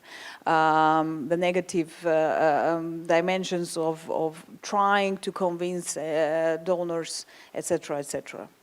Yeah, Melissa? I was going to point out that there actually are some examples of, in very closed spaces, initiatives that have been able to crowdfund a lot of money. There's a legal organization in Russia that, you know, we contacted as the war was beginning and saying, you know, you are representing people who are being arrested and who are being targeted by the government, you know, how are you doing? And they said, we are flooded with money. Everyone is, you know, all of our country people are giving us support because they see how important this is. You know, similarly, we've seen that with some media outlets from closed spaces that have done a particularly good job, and they've been able to crowdfund a lot of money. The issue is that there's like a single entity that is getting that money. So I think that your point is that the learning needs to happen And there I will just point out that one program that we are doing, that USAID is supporting in Central Europe, it's focused more on media with the distorted market, but it's looking at revenue diversification. And it's not just about, putting out media, it's about thinking of, how can you create a community? And so you might have to do more things like events or, producing something, maybe, I don't know, t-shirts, or there are lots of different ways to approach this. And so we're working with a number of experts that have been doing this in closed spaces to develop a diverse set of strategies that are targeted for each outlet to look at their audiences and what works for them. So I think it's that very individualized focus. And then finally, Casey, you also want to react shortly, if I'm correct? Yeah, so I just wanted to comment on the resiliency, the last comment here, just that although I think it can feel like you're begging for money, and that feels like it's not resilient, donors are interested, they're getting something out of this, right? They're interested in the social change. And so if we can shift the mindset, if grantees, applicants can shift the mindset to, I am providing a social good, I'm providing something, and not that I'm begging for this person to give me a job. I think it can change the way we approach this and can make us a little bit more hopeful for that resiliency. And we actually have, I guess, 1 minute left. So I'll take only 2 questions from you, sir, at the front, and from Madam in the back. But keep them very short, best a 1-sentence question, and specifically to one person. I don't have a question. I just wanted to react to what has been said. If you want to be sustainable, you have to invest in fundraising. You have to invest. Experts say, fundraising experts say, you have to invest at least 15% of your annual budget. Are we investing 15% at least of our annual budget into fundraising, into building the mechanism, into building procedures, into investing in prospecting, cultivation, and etc.?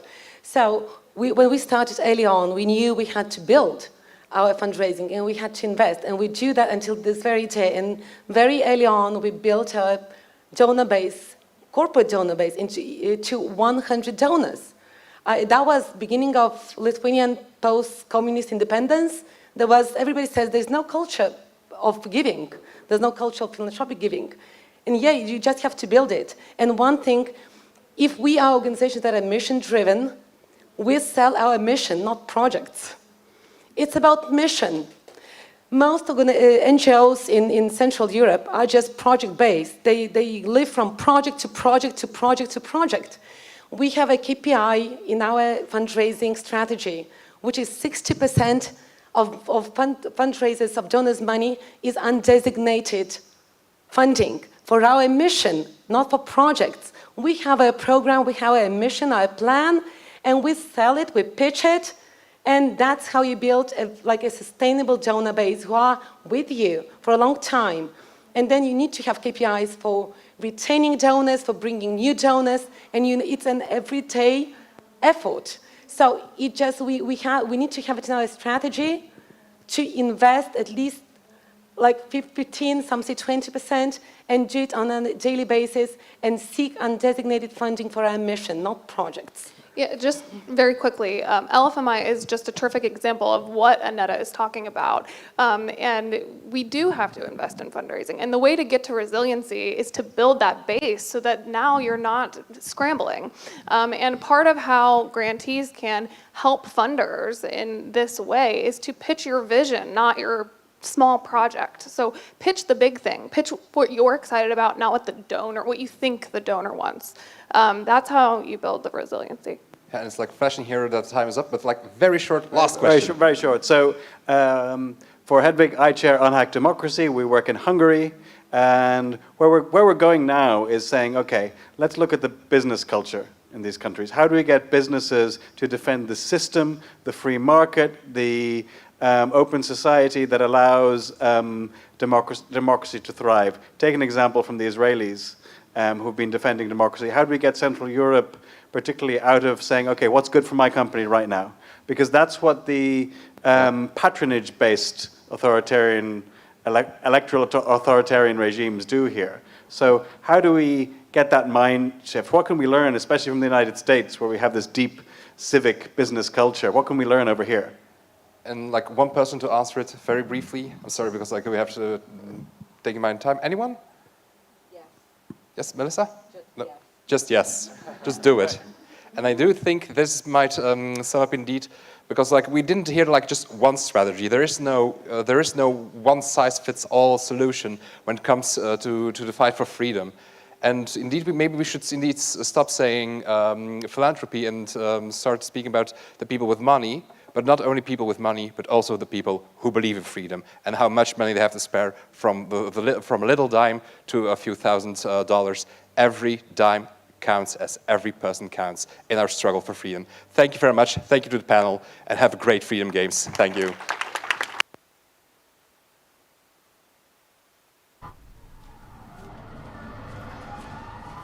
Każdy wybór ma swoje konsekwencje. Dziś na kazaniu o takich jak ty mówili, że to morderczynie. A wiesz, że ta, która ci pomogła, trafi za kraty? Trzeba mieć sumienie. Jak mogłaś to zrobić własnej matce? Aborcja to najgorsza zbrodnia. Gdybym ja podjęła taką decyzję, nie byłoby cię tutaj. Organy państwa nie będą przyglądać się temu obojętnie.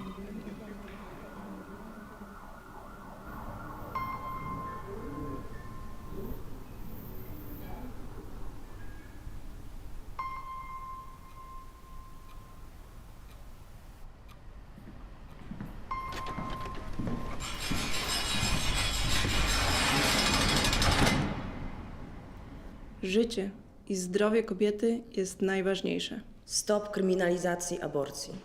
Kobieta decyduje.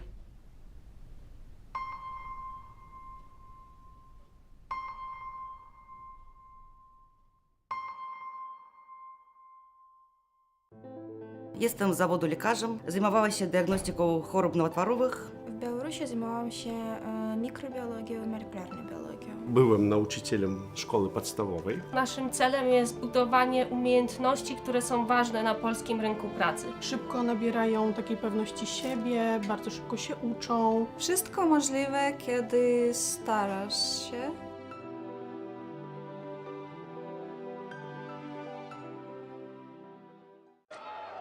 It's not always easy to recognize. It may look like this, or like this. It may be a burden, but it is a responsibility that we embrace nonetheless. But if it means this for one person and this for someone else, maybe it ultimately means being there for one another. It isn't handed to us, but we know where to find it and how it feels, how it tastes, and what it sounds like when we finally have it. It means different things to different people, but for many, it means everything. And if we all fight for it, it will eventually bring us together. Ihre Ausreise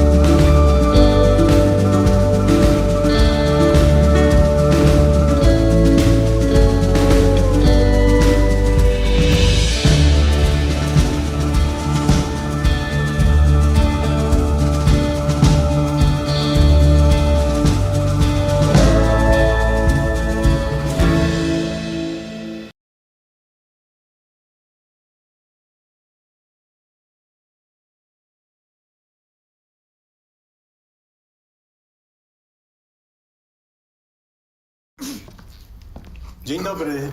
To znaczy, myśmy się dzisiaj widzieli. Wie pan co?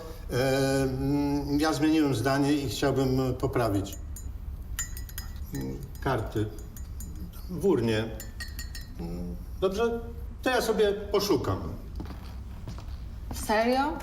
Pan sobie poszuka? Nadchodzące wybory są zbyt ważne, by zostawić je bez kontroli. Dołącz do obywatelskiej kontroli wyborów. Zróbmy wybory bez piecu.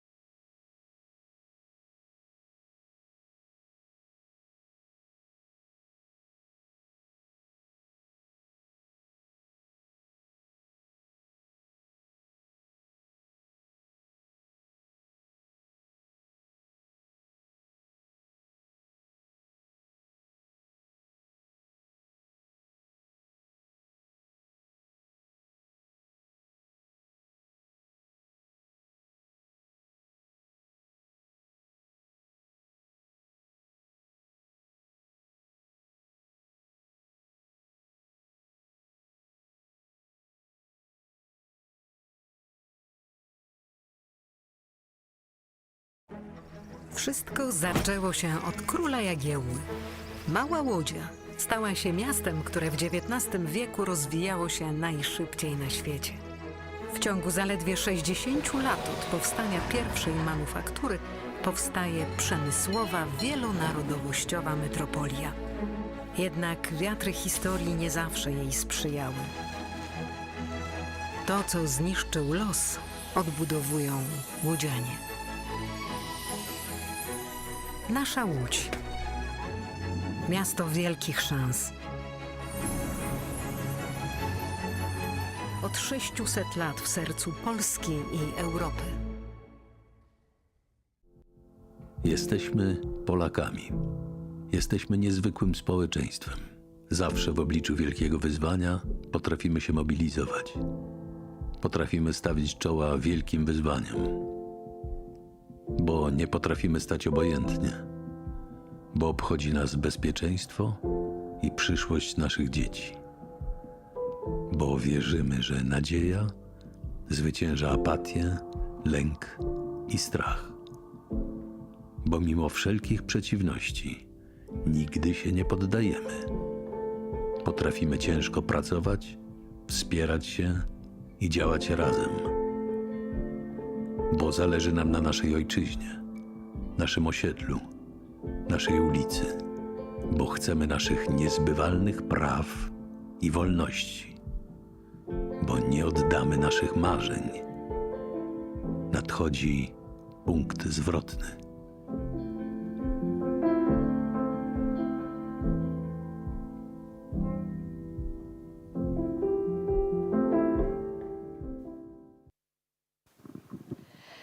Dzień dobry.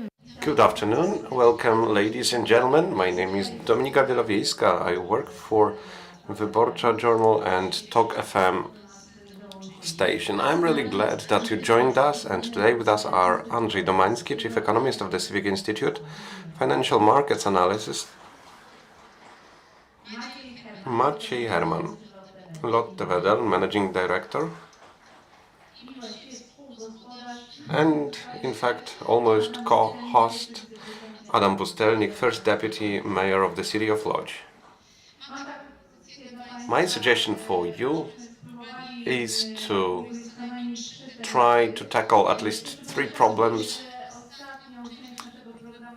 and I thought that perhaps last time of our meeting can be left for questions from the audience, if there will be questions. I have a couple of them, but I would like to see you also participating in this debate. And the first point that we agreed upon is to say about this turning point.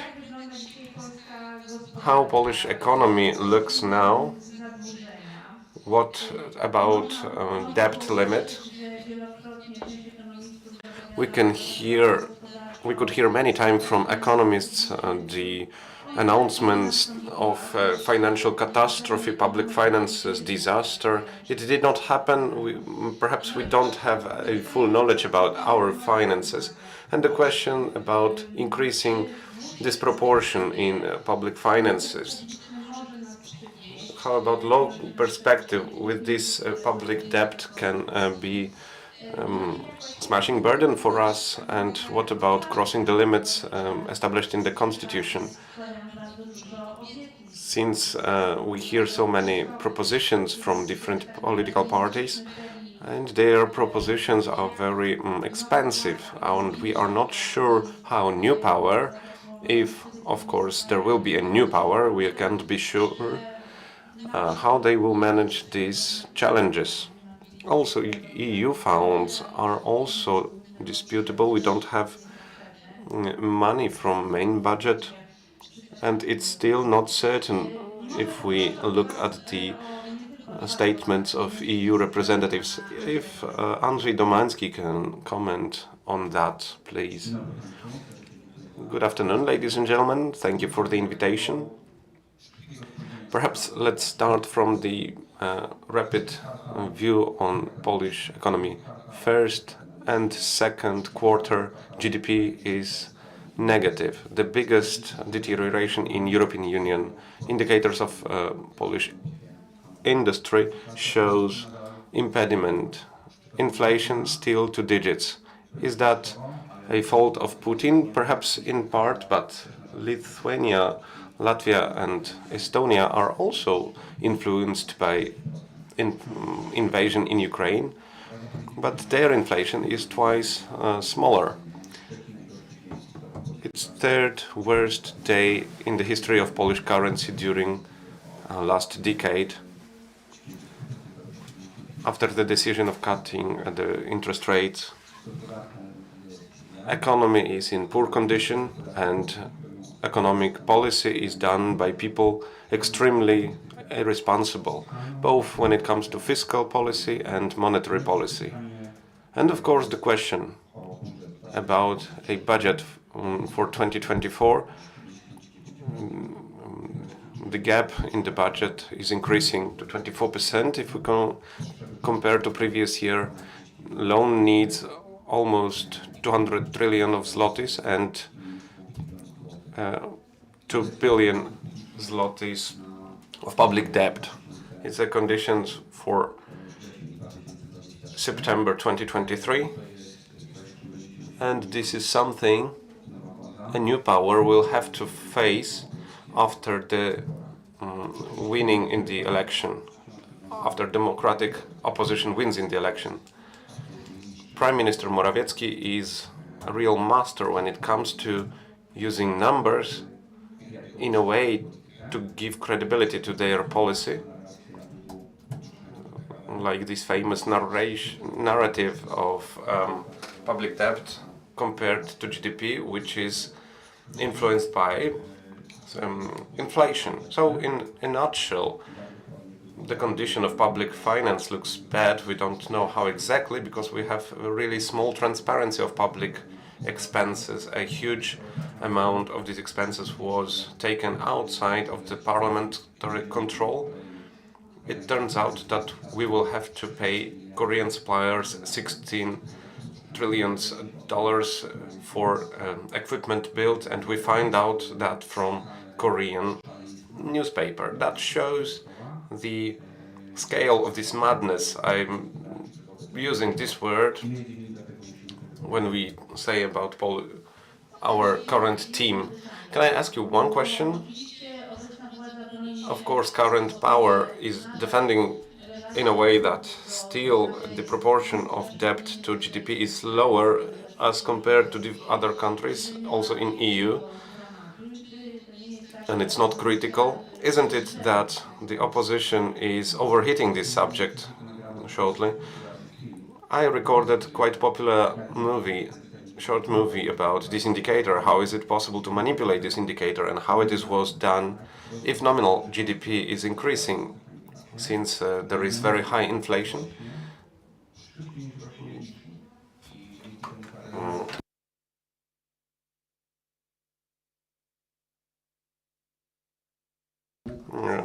Then the debt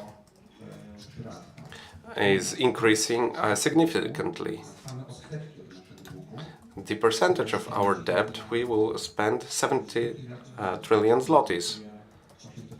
That's more than program 800 plus costs. So I'm far from saying that we are in a agonal condition. Polish economy is not in agonal condition. I think that similar voices in the past were not justified, but we need to understand the risks that are definitely present. Mr. President, Adam Pustelnik, please. Can I hear the question, or should I respond to the same context as colleague? Yes, I wanted to ask about public finances, how self-governments managed in these conditions, also without money from National Recovery Plan. Additional questions. Pavel Borys, Chief of National Development Organization, says that projects of investments that are inscripted into National Restoration Plan, the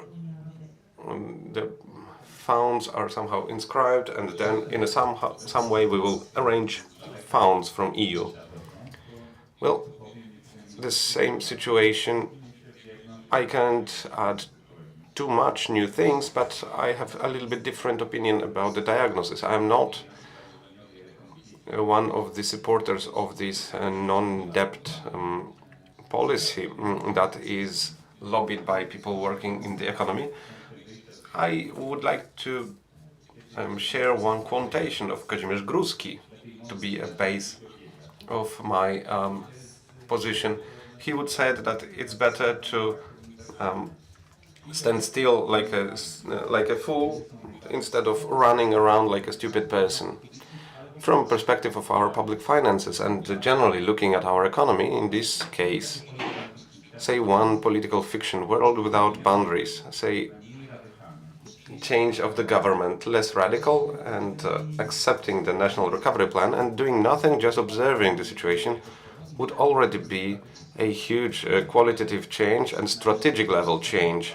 It would lead to, I mean, everything indicates that. You need to remember that economy is not a concrete science, but many indicators would drop, just like investment credibilities. I am responsible for inflow of external investments in our region, and most often questions are not about public support, some reliefs and so on. The first question is, how about rights of LGBT persons? Why in Ludzkie Voivodeship we had couple areas free from LGBT? What do you think about equality of women? And why do you have so strange energy mix? Only next we hear questions about indicators, because other elements that are still quite exotic, ESG reporting or the role of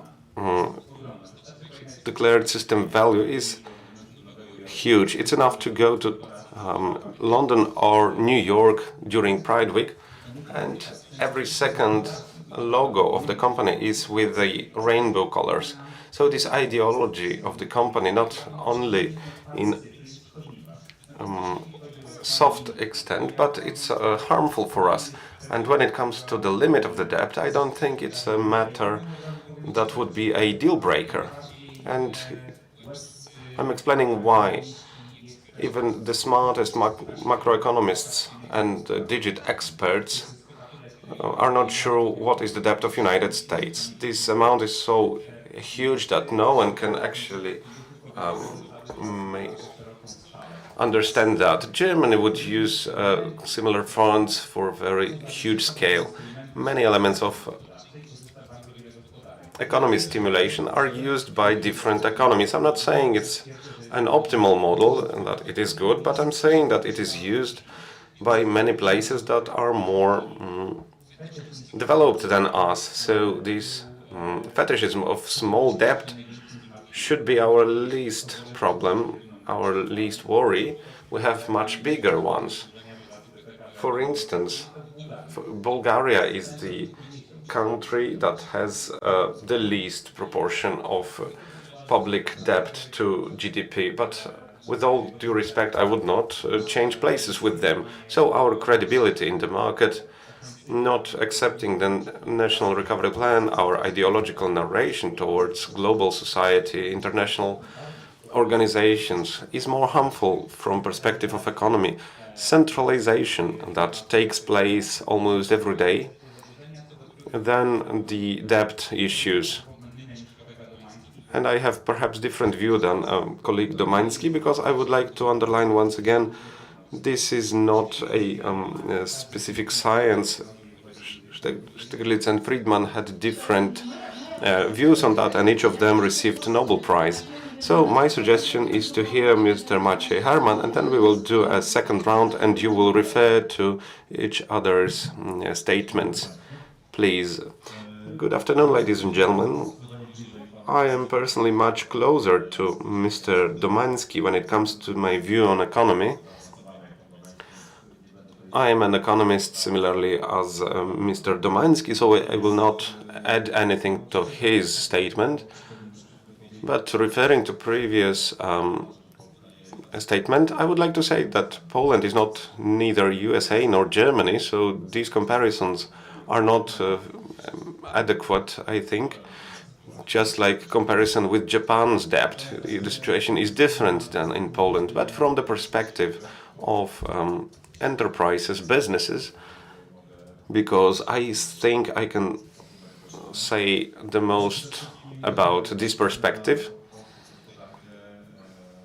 We look at Polish economy, unfortunately, as I can call it, is a dropping line. Unfortunately, this direction of change is very negative, having in perspective, not regarding further years, but just perspective of couple months, political perspective of nearest months. So the goal of being this wealth in Poland is not visible in goals of our ruling party. This well-being should be a goal, and we are not closer to that, we are even farther. Honestly saying, I do not... I think that a new government will have a huge problem to tackle the increasing inflation. We will have somehow to increase taxes or somehow balance the state budget, so to avoid the fate of second Greece, or not to have the inflation on the level of Turkey. What we can see looking on indicators, Mr. Domański said about GDP, what we can see is dropping consumption from month to month. If in previous years, in many categories, it was still positive, right now almost every category, whether it's food, household chemistry or other sectors, they are negative. And from month to month, this ratio, as compared to the previous year, is getting deeper. So it's definitely negative. So therefore, after that, we will have a drop in production. So it's one of the purely economic elements. Of course, there are different issues. I agree with Mr. Mayor, liberty, LGBT questions, but also how we purchase energy in our country, how energetic transformation, or if it's not done, what is the condition of this transformation, which would lead to much higher costs of the energy as compared to our Western neighbors. That makes our economy less competitive compared to Western ones, and export for our industry and for our economy is very important. The costs related to minimum salary, it's related to the level of inflation. All that creates a huge challenges for the enterprises, for businesses.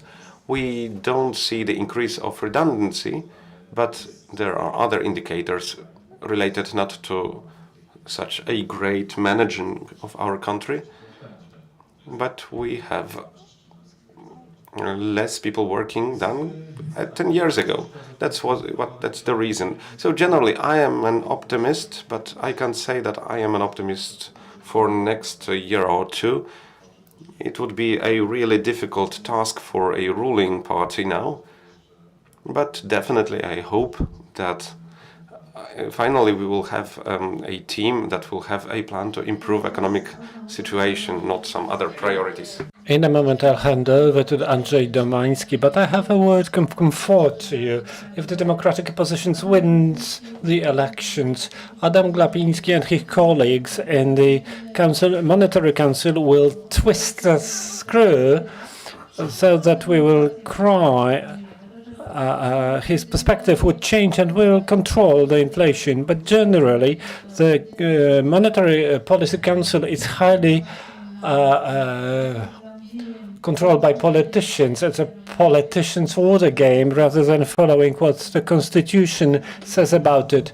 Well, thesis has been assigned to me, I do not claim. I don't think that the public debt is the greatest challenge before Polish economy.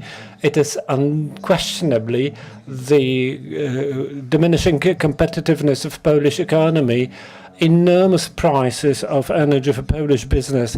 In July, energy price for Polish companies was 50% higher than in France or Germany. That only shows how it is difficult for Polish companies.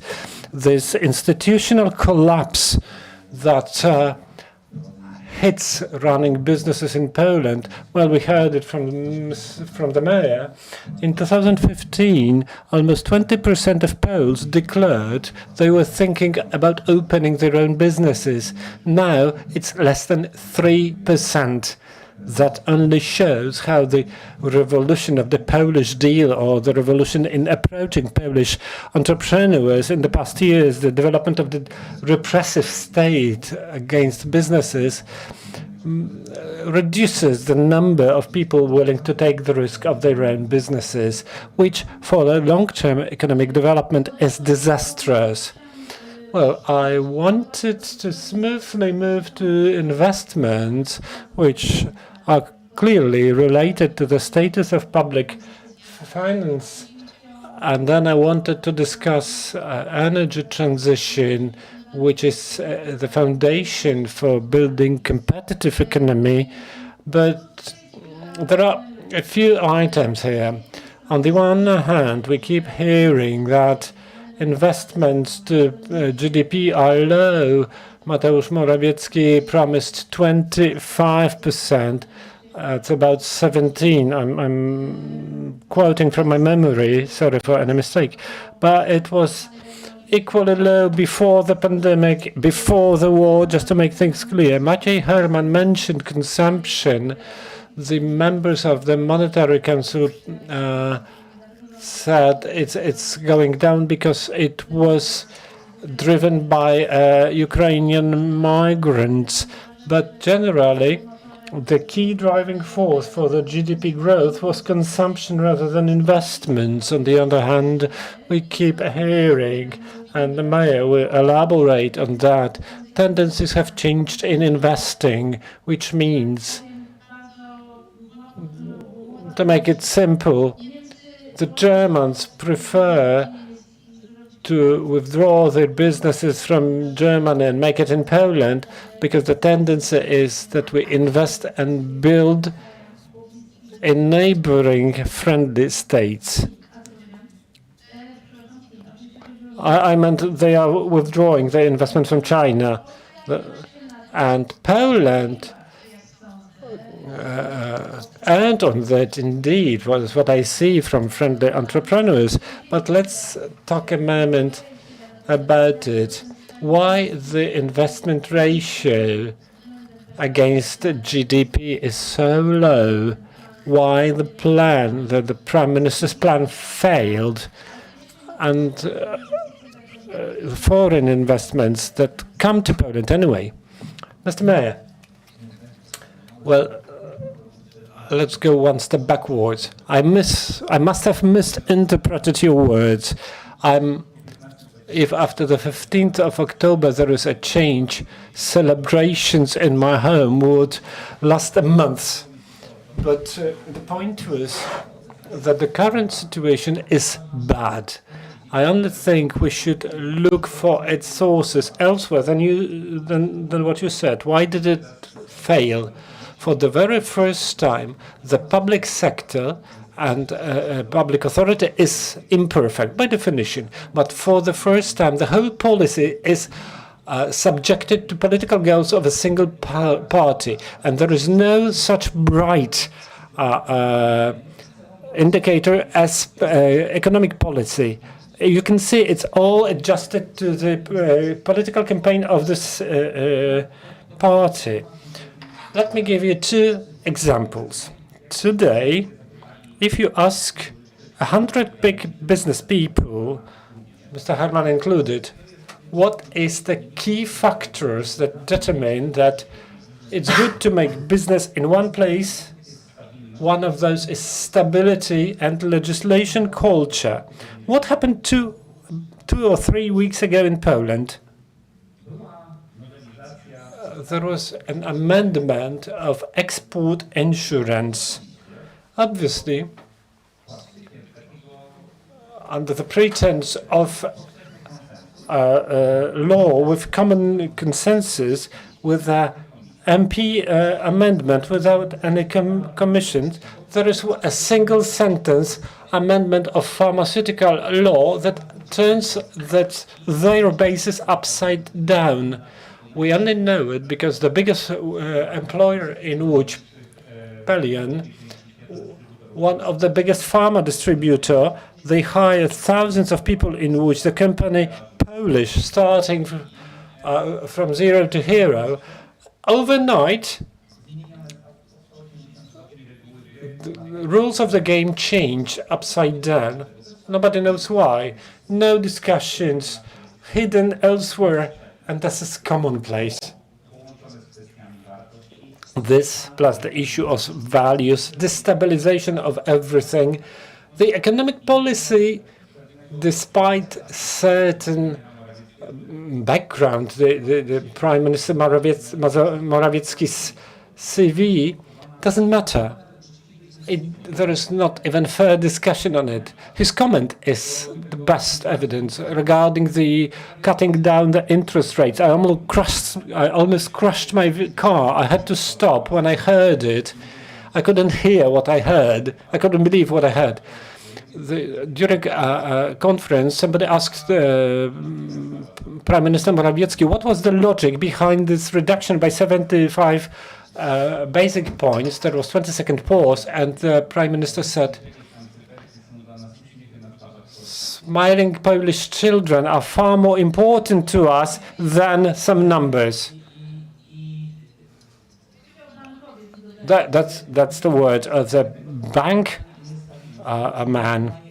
Instability, subjecting everything to the current campaign makes the investment ratio as it is. It's a disaster. Poland used to be a champion. I had phone calls from global corporations willing to talk to grow in Poland. Now it's all dead. A vast number of our partners, because of all those rapid changes, declare they would go to different markets, different places. If you also add to the total collision of the system of values, we are in a very bad place, and our assumptions and examples which we used to develop are long gone. The Law and Justice claim that the foreign investments are incoming, numbers are satisfying. Mr. Herman, what really, in your opinion, makes the ratio of investments still very, very low and no symptoms of its moving up? And when PiS took the power, it was about 20%. What's been happening that despite this perfect economic conditions during their first term, 2015-19, the investments did not go up?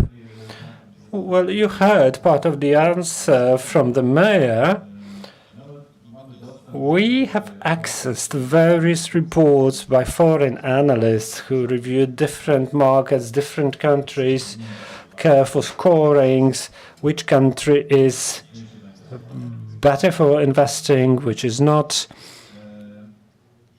And unfortunately, our country doesn't look good due to various reasons. Obviously, the war in Ukraine contributes to that.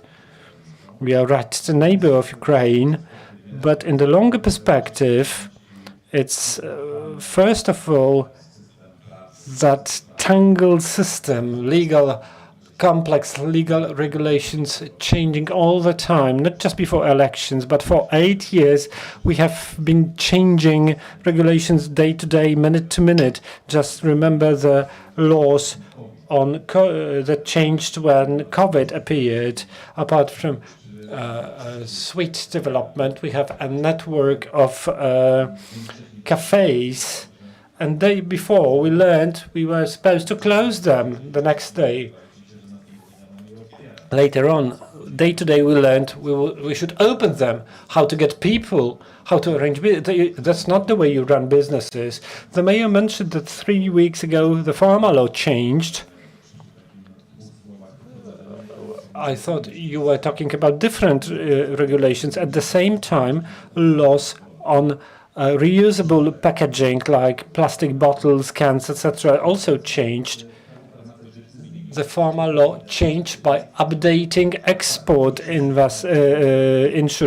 Well, that's a well-known method to change regulations in Poland. And this is the same example, second example in the same time, more or less, that will affect producers of drinks in various packaging that rang a bell that it takes 2 years to 3 years to adjust companies and stores in Poland to enforce the law.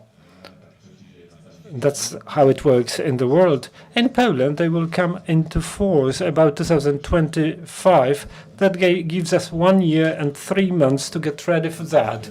Obviously, it's a standard in Poland. It's been a standard in Poland for some time. These regulations are not consulted with businesses, so they are introduced either like the export guarantee or with bad will. So, taking that all into account, uncertainty, inclarity, the introduced regulations are so confused, and we business people need to hire an army of consultants, legal, tax, so somebody can explain what it's all about, how to move in it, not to pay fines instantly, and you can read on a daily basis how huge corporations are fined with millions of zlotys. There are my customers, the retailers, because such regulations are subject to interpretation of an official. They are not black and white as they should be. Therefore, I could add more here, of course, but therefore an average analyst would say, well, you'd better invest elsewhere rather than in such an unstable place. Mr. Domański, well, a lot has been said. The instability of Polish law is obvious. The fact that the current authority can kill any sector in a couple of days by changing law is also clear, and we have evidence to that. That is why we have this request for 6 months vacation legis for new tax changes. Business people should have time to get the companies ready for such changes. We have spoken a lot about energy prices. I trust you need a lot and lots of goodwill and remarkable trust to invest in Poland, where we have 70% of energy generated from coal. So the carbon footprint for production is higher than in other European countries. Because of the same reason, energy is more expensive. It's truly hard to find any assets. And that worries me indeed, because competitiveness of Polish economy is deteriorating rapidly. On the other hand, we are observing processes like friendshoring, outshoring, the changes of the global architecture. We see that the US is opting for economic protectionism. Poland can, in a long perspective, be a country for many investments, but we don't know how to play those good cards we have at hand, and we act below our potential. Well, I wanted to talk about energy transition because low energy price is the key for companies' competitiveness. My question is, how do you think, what is the essence of energy transition? What should we opt for? what are the effects of us not having money from the KPO, because we read a lot about green transition. I'm also interested in the projects, atomic power plants, nuclear power plants, though I find it hard to believe that you can build 3 nuclear projects. Every single one is so expensive, so I can't imagine running 3 of those. But your opinion, gentlemen, how should this green transition go, Mr. Mayor? Well, it should be happening now. Like many important issue is the hostage of a current political dispute. The change of our energy mix results from a certain nostalgia for the past, and groups of electorates so vital for the current authority to some extent support or believe that high share of carbon in Polish economy is strategic, and that results directly from stances of different decision makers from the current authority who say Polish coal was, is, and will be the foundation for the Polish economy, which it sounds effective in the campaign, but considering what the declarations are from all countries, even those that used to have huge coal contribution in their energy mix, they are all cutting down on it, opt for solar, wind, or other renewable energy. In Poland, it's all hostage to the current debate before elections. There is no alternative to the dominating direction in the Western world. But not only China is decarbonizing, we so far have many industries like prosumers, photovoltaics, increasing the share of wind energy in our mix. They could be done simple. They do not require McKinsey analysis, or but they are the hostages to political discussion. The effects of not taking the National Recovery Plan, I will not go into numbers, but one of the effects is the weakening of our currency, weakening of our reliability. We do not take hundreds of billions that can be spent not on consumption but investments and development only for political reasons. There is nobody can defend the idea why we are not accepting it. That is why local authorities and public structures that were ahead of us due to historic reasons in Europe make progress, and we don't, because the assumption that we will pre-finance it and then make up for it, it's absurd unless we change. So you are back to Paweł Borys's words, but they are commonplace. We will pre-finance and then we will cover it somehow. There is no reason to believe we will cover it somehow without a change, because in none of the key items we've reached a consensus. It's absurd. Perhaps I may be a bit crazy about that. I'm a bit liberal, neo-Keynesist. There is a threshold. I believe it may be further than others do, but you can't do it forever. I can't remember the exact amount from the National Recovery Plan, but you can't make it from current spending and take loans for that. These are not complex issues in terms of logic, but they are subject to campaign, election campaign, and the current brutal campaign policy. Andrzej Domański, please, from National Recovery Plan. This money are still waiting to inflow the Polish economy, but Polish government recently made another motion for debt financing, yeah, but energy sector, completely key factor for competitiveness of Polish economy. How many and when we can earn on this transition, we will be able to increase to 60–80% in our energy mix. Renewable sources that will help us to reduce a natural gas consumption in 70%, and we can achieve that during 6–7 years. What that means for Polish economy?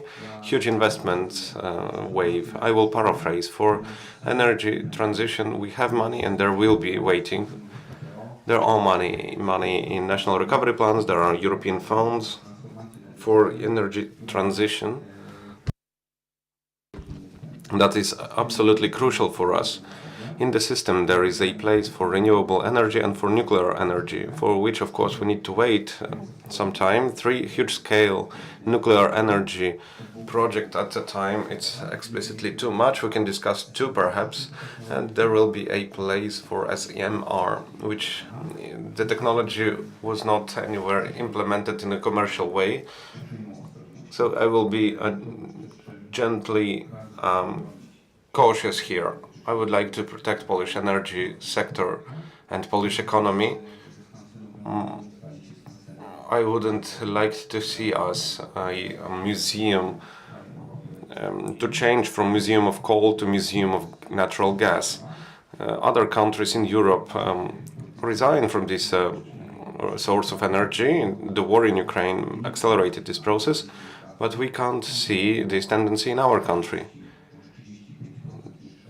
This is only 30, maybe 35% less than coal. So the natural gas is not any solution for us. In long perspective, nuclear energy and renewable energy in shorter perspective. Without that, there will not be serious investment in Poland. I said about these 3 nuclear programs. Then Mr. Morawiecki suggested that there will be some deal with France. Also, there is a program with Korea, and SMR is 4th program, which is not clear yet. So to put it mildly, question to Mr. Herman: how does it look like from perspective of a concern that has to deal with the costs, and how do we look as compared, benchmarked to other countries of European Union? Perhaps I will respond with the example from life from before a couple of months. Perhaps you know, I can suggest you that chocolate is first of all made from cocoa. It's imported, but instead of that we need sugar, butter and many other ingredients, but those are main ingredients of chocolate or candies. Or we are quite a big company in this sector. And to show you that, our company uses 1% of national production of butter to produce our products, our chocolates. We received a phone call a couple of months ago from our suppliers who informed us that in 2 weeks he is sorry, but he's closing the factory because the prices for energy are that high that it's not profitable for him anymore, and he has to close the company. The supplier that we worked with, I can't remember for how many years, and I'm sure not only we were working with him. So, of course, in this situation, these frightened eyes, we had, well, but finances, energy. So what we managed to negotiate with that supplier is to produce 1 month, especially for us, this resource, because finding a next this scale manufacturer is not such easy task. We need to prepare to that. And this is a real life situation that happened to us recently. And I'm sure that this kind of situation does not happen only to us. So maybe this can be an indirect answer to this question. I'm not a specialist in energy, nuclear or renewable, but we need to remember about two aspects when we talk about economy. And here we have what Mr. Domański said in his previous statement about the price of energy in Poland, that it is higher than in Germany or other countries, which influences the competitiveness of our economy.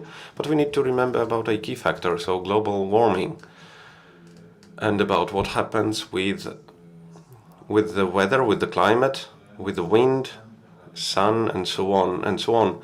So basically this is the reason why we should not discuss if, but how.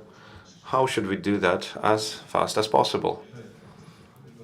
And this is the question that we lack somehow. We talk about economy, about miners, of course, we need to solve these questions, it's important, but there is no going back and we need to openly communicate that. To explain the citizens about the responsibility in finding solutions. So we need to discuss how to do it as fast as possible.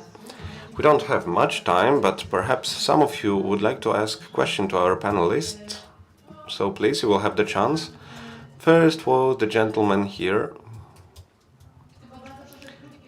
Only please make your questions brief. We have little questions. Tomasz Kamiński, Łódź University. I wanted to ask, where do you see the chance for this turning point in the nearest future? Because energy transition, that can be a motor of this change, but it's also building knowledge-based economy, and our perspectives in this regards are very poor. We have fatal educational conditions, not enough financing for universities, and when I see 100 postulates of opposition party, there is nothing about research and development, scientific sector and future of that. So these perspectives look very thin. I would like to say about 100 first days of ruling. We have the whole package directed to the basic rudimentary schooling to restore dignity to teacher profession. And in the postulate, I'm not sure about the number, but I think it's number 51, we have the whole paragraph, two paragraphs related to higher education's autonomy of the universities and increasing the condition of education by new act. Because, of course, everyone complains that there is too few postulates about their sectors, but I can assure you that we are absolutely sure that the richness of the society comes from investments, innovatives, and work. And we are sure that there can be no innovations without proper higher education founding and development of higher education. Can we achieve that during first 100 days? I'm sure not, but it will be our key task. Next question, would you like to add something? Okay, then. Next question. Piotr, your question actually was something that I believe many people would like to ask about. So, question about turning point to Andrzej Domański, or maybe for other participants. Other sectors, what would you suggest? For instance, entering the Eurozone, opening export for Ukraine, how will we unfreeze the investments? And question to Andrzej Domański. Radical elimination of taxes. It's not a turn in social economic policy. I do not wish to take your place, but yeah, I will be glad to hear. Well, about these 100 specific goals, we established tasks for first 100 days. I think that without radical acceleration of energy transition, we will not see the turning point in Polish economy.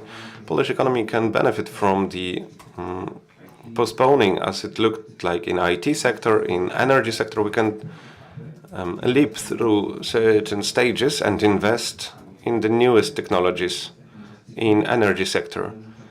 In energetic sector, it should be done basing on the savings. We have the whole program directed to generating savings in Polish economy when it comes to relation between expenses and taxes in our program. So first of all, our program, amongst all other presented by political parties, is a smallest when it comes to expenses.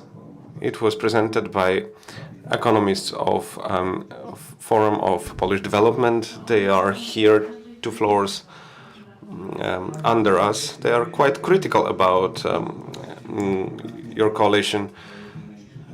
I'm speaking about the program, and if the majority of these expenses creates encouragement for work, if it's more profitable to work, well, the taxation is reduced for working people and not through new programs, we can agree that this is creating basis for better economic growth. And better economic growth is more taxes getting to the common budget.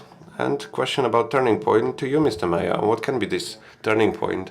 I would like to relate to that because indeed these social segments that are a traditional electoral base for civic coalition, and I would like to highlight that I never been a part of a civic platform or any other group, but saying about campaign discussion, campaign, especially in such polarized conditions and such emotional conditions, makes many people expecting answers for difficult questions. It's not that you can now present 10 different solutions for all the problems, especially looking at the pace of this campaign, something that would change world to the better. It's better to stand still like a fool instead of running around like stupid. This quotation that I mentioned before. But the whole cycle of electoral promises basing on short-term satisfying certain groups of electorate, like free motorways and so on, that are either neutral or even harmful when it comes to development. If we just stand still and do nothing, it would be better. You don't need to be Stiglitz to understand how National Recovery Plan would help us. By just accepting it, we receive strategic effect. That's why I believe that this turning point of economic policy, it's not about arguing about 13.6 or 15% in a given category, but it should be on a strategic level, on value level.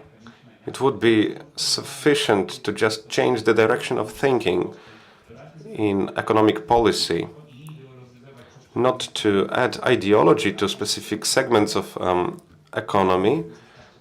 Accept the National Recovery Plan. For the start, it would suffice. I think it would be this turning point. I see that Mr. Domański would like to say something, but Maciej Herman, would you like maybe to add something? So maybe from other perspective, I am not a politician, but what I would like to see as a spectator from the side, I would like to see the parties that have chance for that, because I'm sure that not every party has chance for that because of lack of content or trust. But some parties have chance to properly plan this turn point, not on their own, but with proper representatives of different sectors of business, of medical care, education, I think. And I agree that it's one of the most crucial problems in Poland, not by themselves, but in work groups, create strong programs.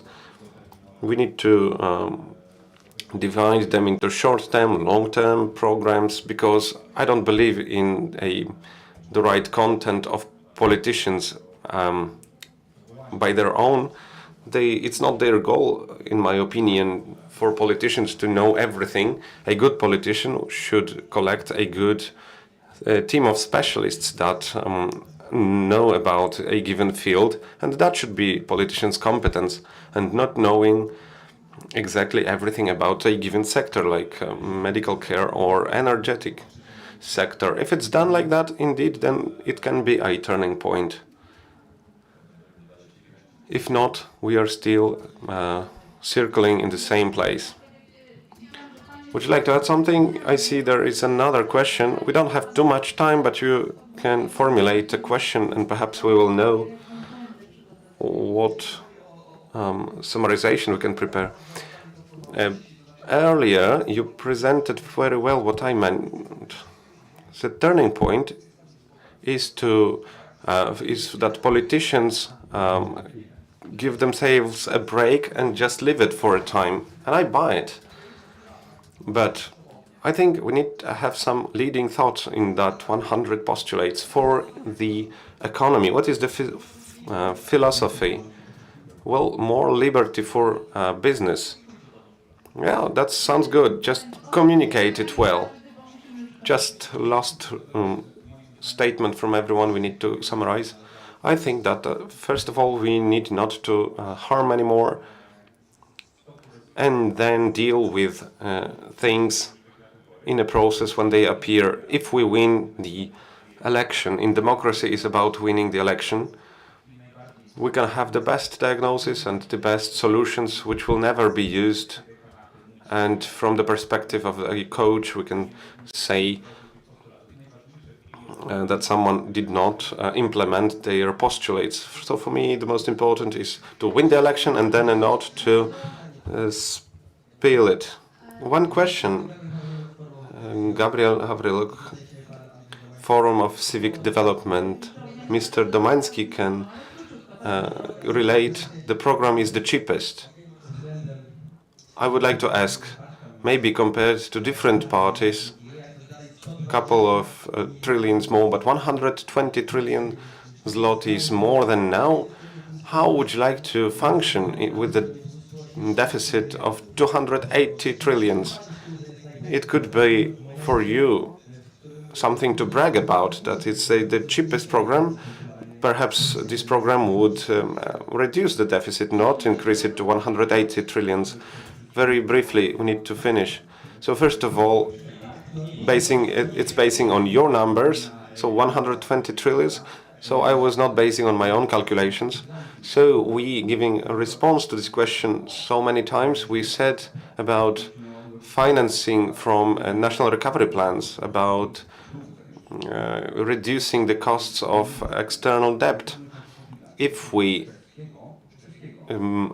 level our obligations level to the Czech Republic level, I'm not saying about any rocket science, but we will have savings from a budget perspective. I am sorry, but for the debt, public debt of Morawiecki government, I cannot be held responsible. I am responsible for financing, and 100 concrete points we presented weeks ago in Tarnow. I agree that not all groups are happy about that postulates. I will say more. Almost no one is happy because everyone would wish to see more in their own sector. But we have 100 specific points for 100 days. Thank you very much, ladies and gentlemen. We really need to finish. I'm really grateful to our panelists. It's not always easy to recognize. It may look like this, or like this. It may be a burden, but it is a responsibility that we embrace nonetheless.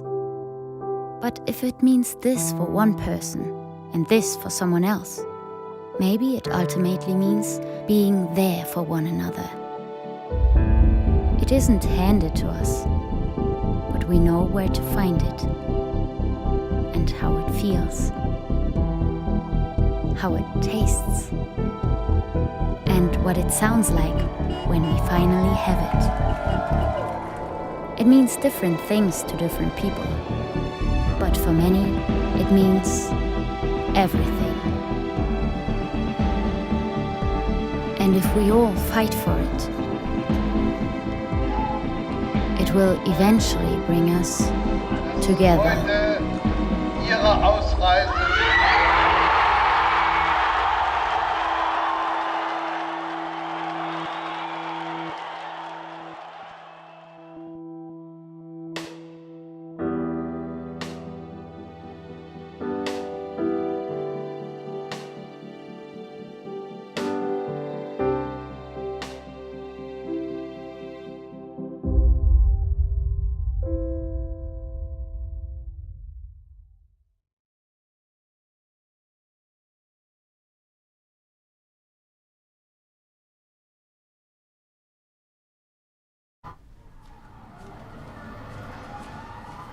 Każdy wybór ma swoje konsekwencje. Dziś na kazaniu o takich jak ty mówili, że to morderczynie. A wiesz, że ta, która ci pomogła, trafi za kraty? Trzeba mieć sumienie. Jak mogłaś to zrobić własnej matce? Aborcja to najgorsza zbrodnia. Gdybym ja podjęła taką decyzję, nie byłoby cię tutaj. Organy państwa nie będą przyglądać się temu obojętnie.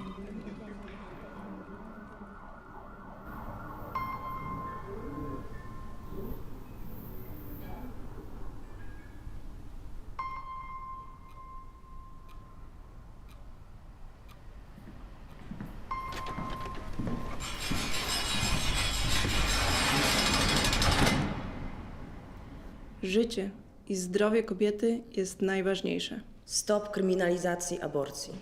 Kobieta decyduje.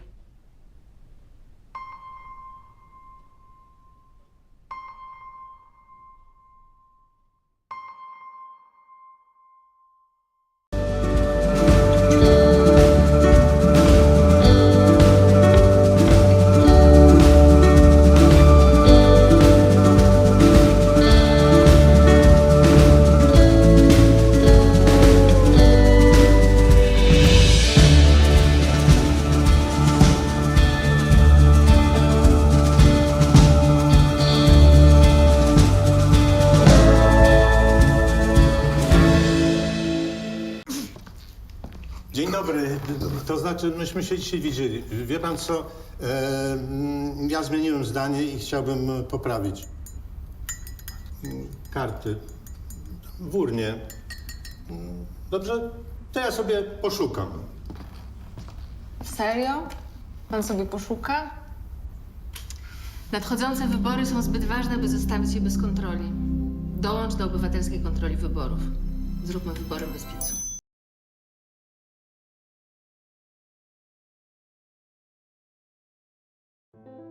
Jestem z zawodu lekarzem, zajmowała się diagnostyką chorób nowotworowych. W Białorusi zajmowałam się mikrobiologią i molekularną biologią. Byłem nauczycielem szkoły podstawowej. Naszym celem jest budowanie umiejętności, które są ważne na polskim rynku pracy. Szybko nabierają takiej pewności siebie, bardzo szybko się uczą. Wszystko możliwe, kiedy starasz się.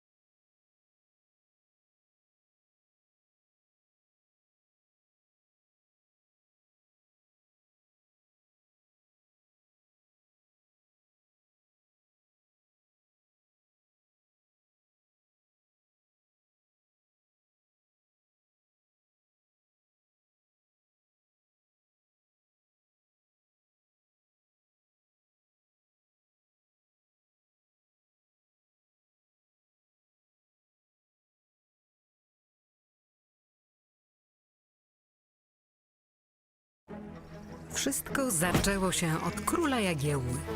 Mała Łodzia stała się miastem, które w XIX wieku rozwijało się najszybciej na świecie. W ciągu zaledwie 60 lat od powstania pierwszej manufaktury powstaje przemysłowa, wielonarodowościowa metropolia. Jednak wiatry historii nie zawsze jej sprzyjały. To, co zniszczył los, odbudowują łodzianie. Nasza Łódź. Miasto wielkich szans. Od 600 lat w sercu Polski i Europy. Jesteśmy Polakami. Jesteśmy niezwykłym społeczeństwem. Zawsze w obliczu wielkiego wyzwania potrafimy się mobilizować. Potrafimy stawić czoła wielkim wyzwaniom. Bo nie potrafimy stać obojętnie. Bo obchodzi nas bezpieczeństwo i przyszłość naszych dzieci. Bo wierzymy, że nadzieja zwycięża apatię, lęk i strach. Bo mimo wszelkich przeciwności nigdy się nie poddajemy. Potrafimy ciężko pracować, wspierać się i działać razem. Bo zależy nam na naszej ojczyźnie, naszym osiedlu, naszej ulicy. Bo chcemy naszych niezbywalnych praw i wolności. Bo nie oddamy naszych marzeń. Nadchodzi punkt zwrotny.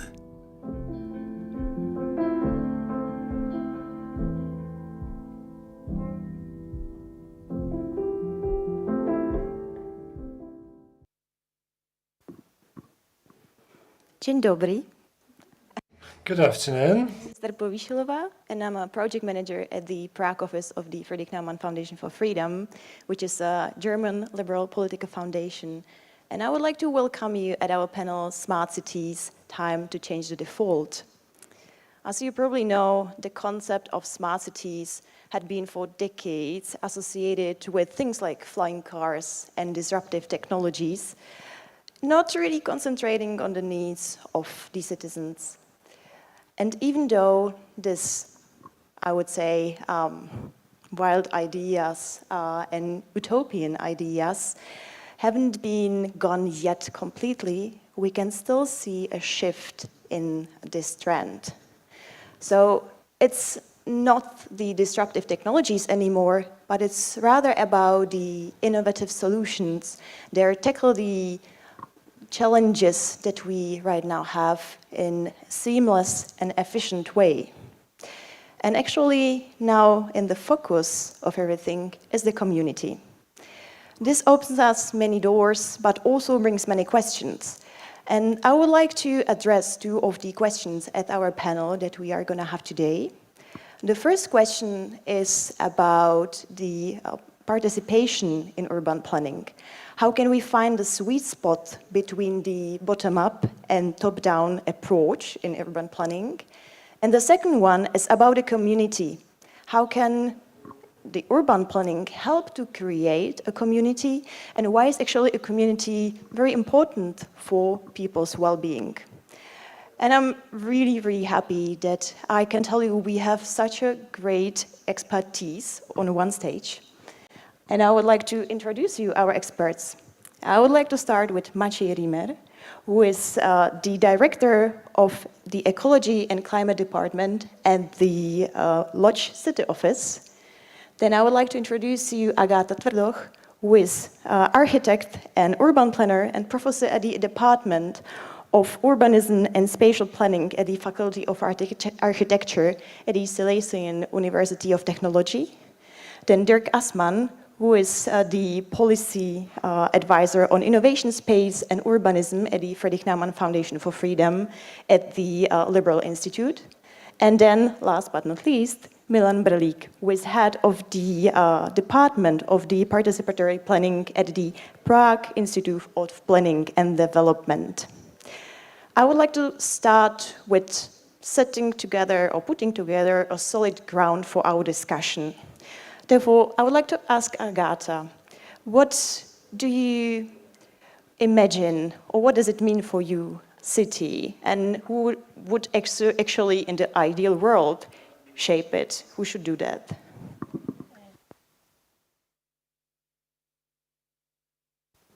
We talked about it, so it had to happen. Thank you very much for having me here.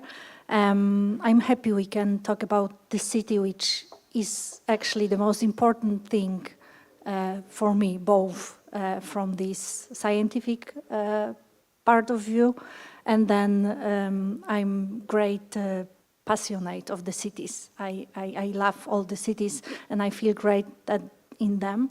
And all my professional work is focused, I would say, on passing this love to the city to everyone around, especially my students. And why I start with that, because I guess that this thing is the most important part in our conversation. Then we have to understand the city first. Because what is the city? We used to have the definition that the city are the densely designed buildings with high density and with people who do not work in agriculture. But this definition is long not relevant anymore. The cities around the world look in really different ways. They are not necessarily highly dense, and not agricultural way of living is also spread around the world, even in units we call villages. So we need to spread this idea of the city also on these non-city areas. And in my opinion, city is what is happening between the buildings. What is happening between the buildings and between the people and the buildings. So I cannot imagine the city without this very diverse mixture of different ideas, different needs, and different perspectives. And only when we will understand this, that this mixture is actually crucial, that we create this city with people we don't agree with also, that we cannot be the same in the realm of the city, then we will be able to understand this city, love it as it is, not perfect, not ideal, and enhance the city, make it even better. So, in my opinion, this diversity and the conflict also, is very crucial. Dirk, there are many theories about urban planning, but I would like you to explain us the liberal urban planning. What are the basics, let's say, of this idea? Yeah, first of all, thanks for the invitation. I'm very happy to be here. So the question is really not that easy to answer, because one idea of liberal urban planning is to actually scale down the top-down planning aspect and trust the people, let the people make decisions.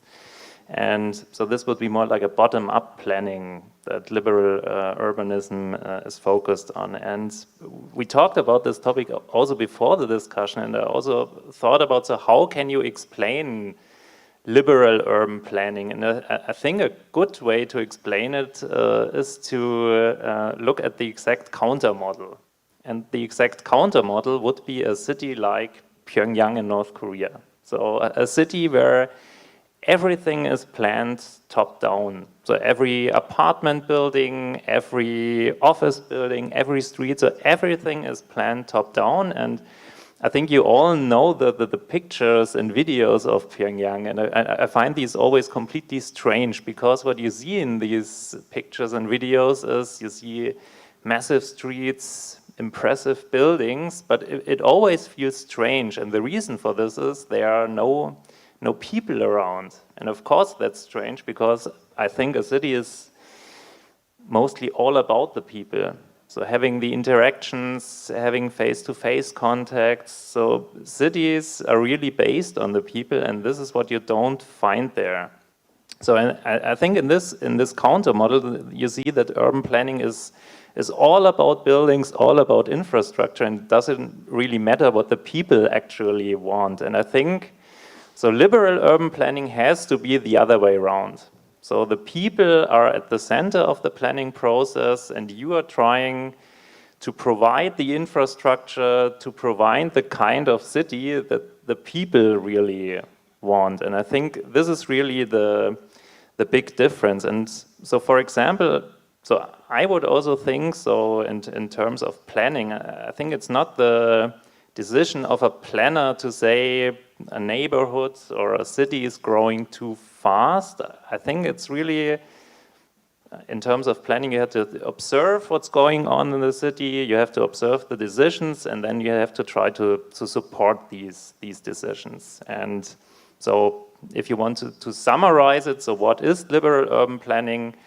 I think it's like, number one, let people make the decisions, use as few regulations as possible, use those regulations that are really helpful for the city, and provide the infrastructure and everything else that the people really need for their well-being. I don't know if it's a good time to interrupt, but maybe because there is a little bit different context for this expression liberal planning or liberal city in Poland. Because in fact, we actually do have a problem with too much liberal planning. And it's the way, because first of all, we understand this expression a little bit different. In our circumstances, it's rather connected with privileges for business and for strong players, because we do have literally too little regulations. And if you would like fly down to Poland, what you probably did, you can see what this liberal planning brought us, that everyone could build whatever he wanted.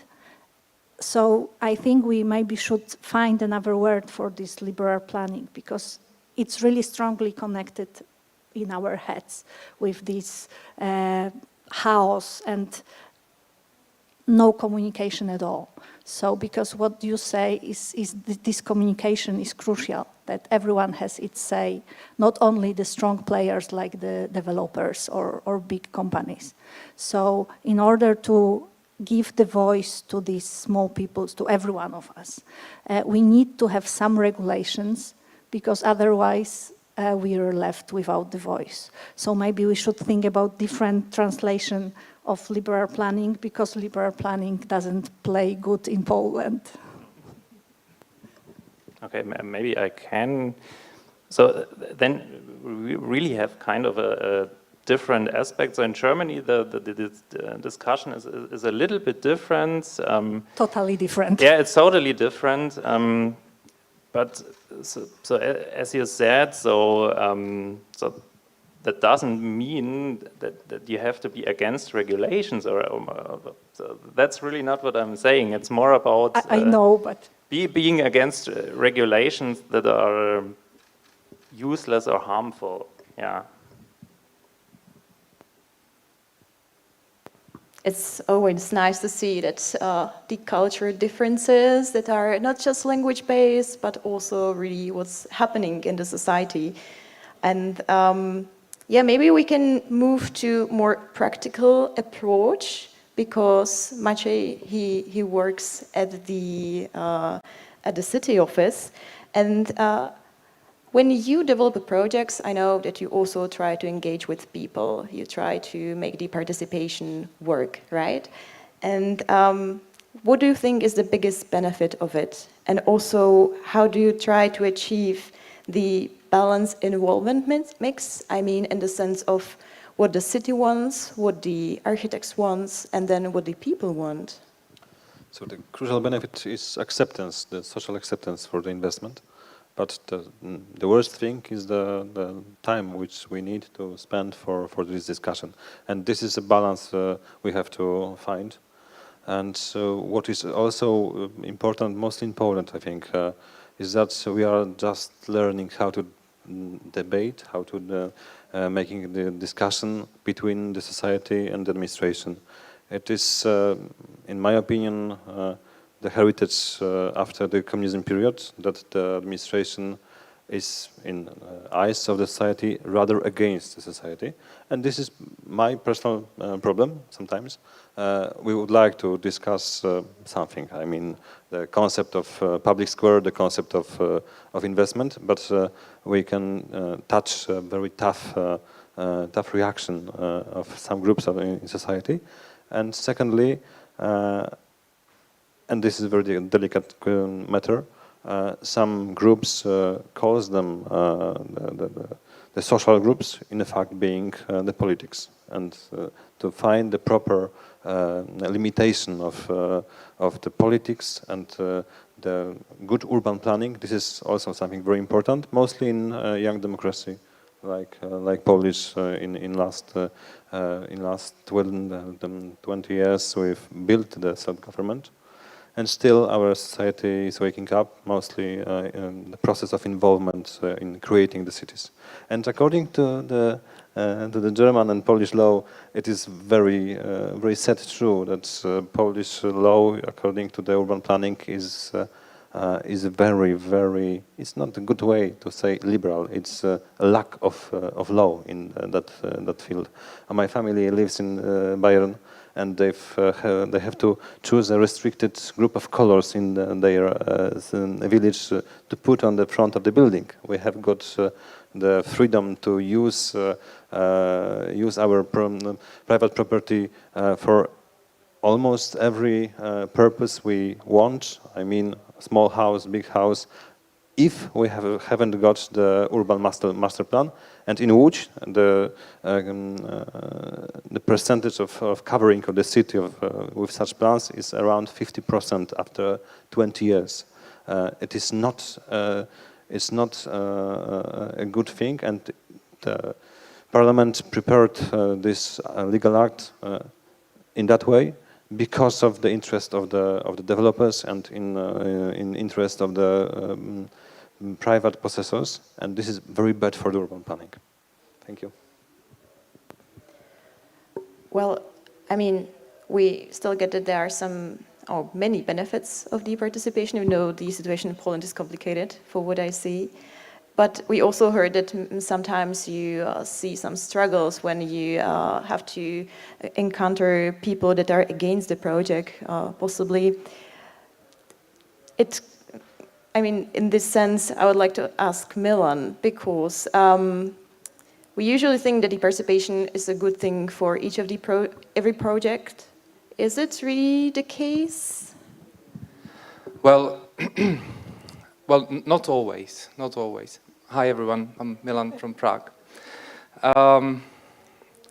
We once went to Barcelona in 2016 to learn about public space revitalization and about participatory planning. And this guy from the municipality of Barcelona, some high-profile official, he was taking us on a tour through Barcelona for like 4 hours. We went to the beach, to La Rambla, to everywhere, and then he took us to this little square. I forgot what it's called. It's in Rambla. It's got this like big white cultural building. Maybe some of you know. And from this square, there are little streets. They are about 100 meters long. Yeah.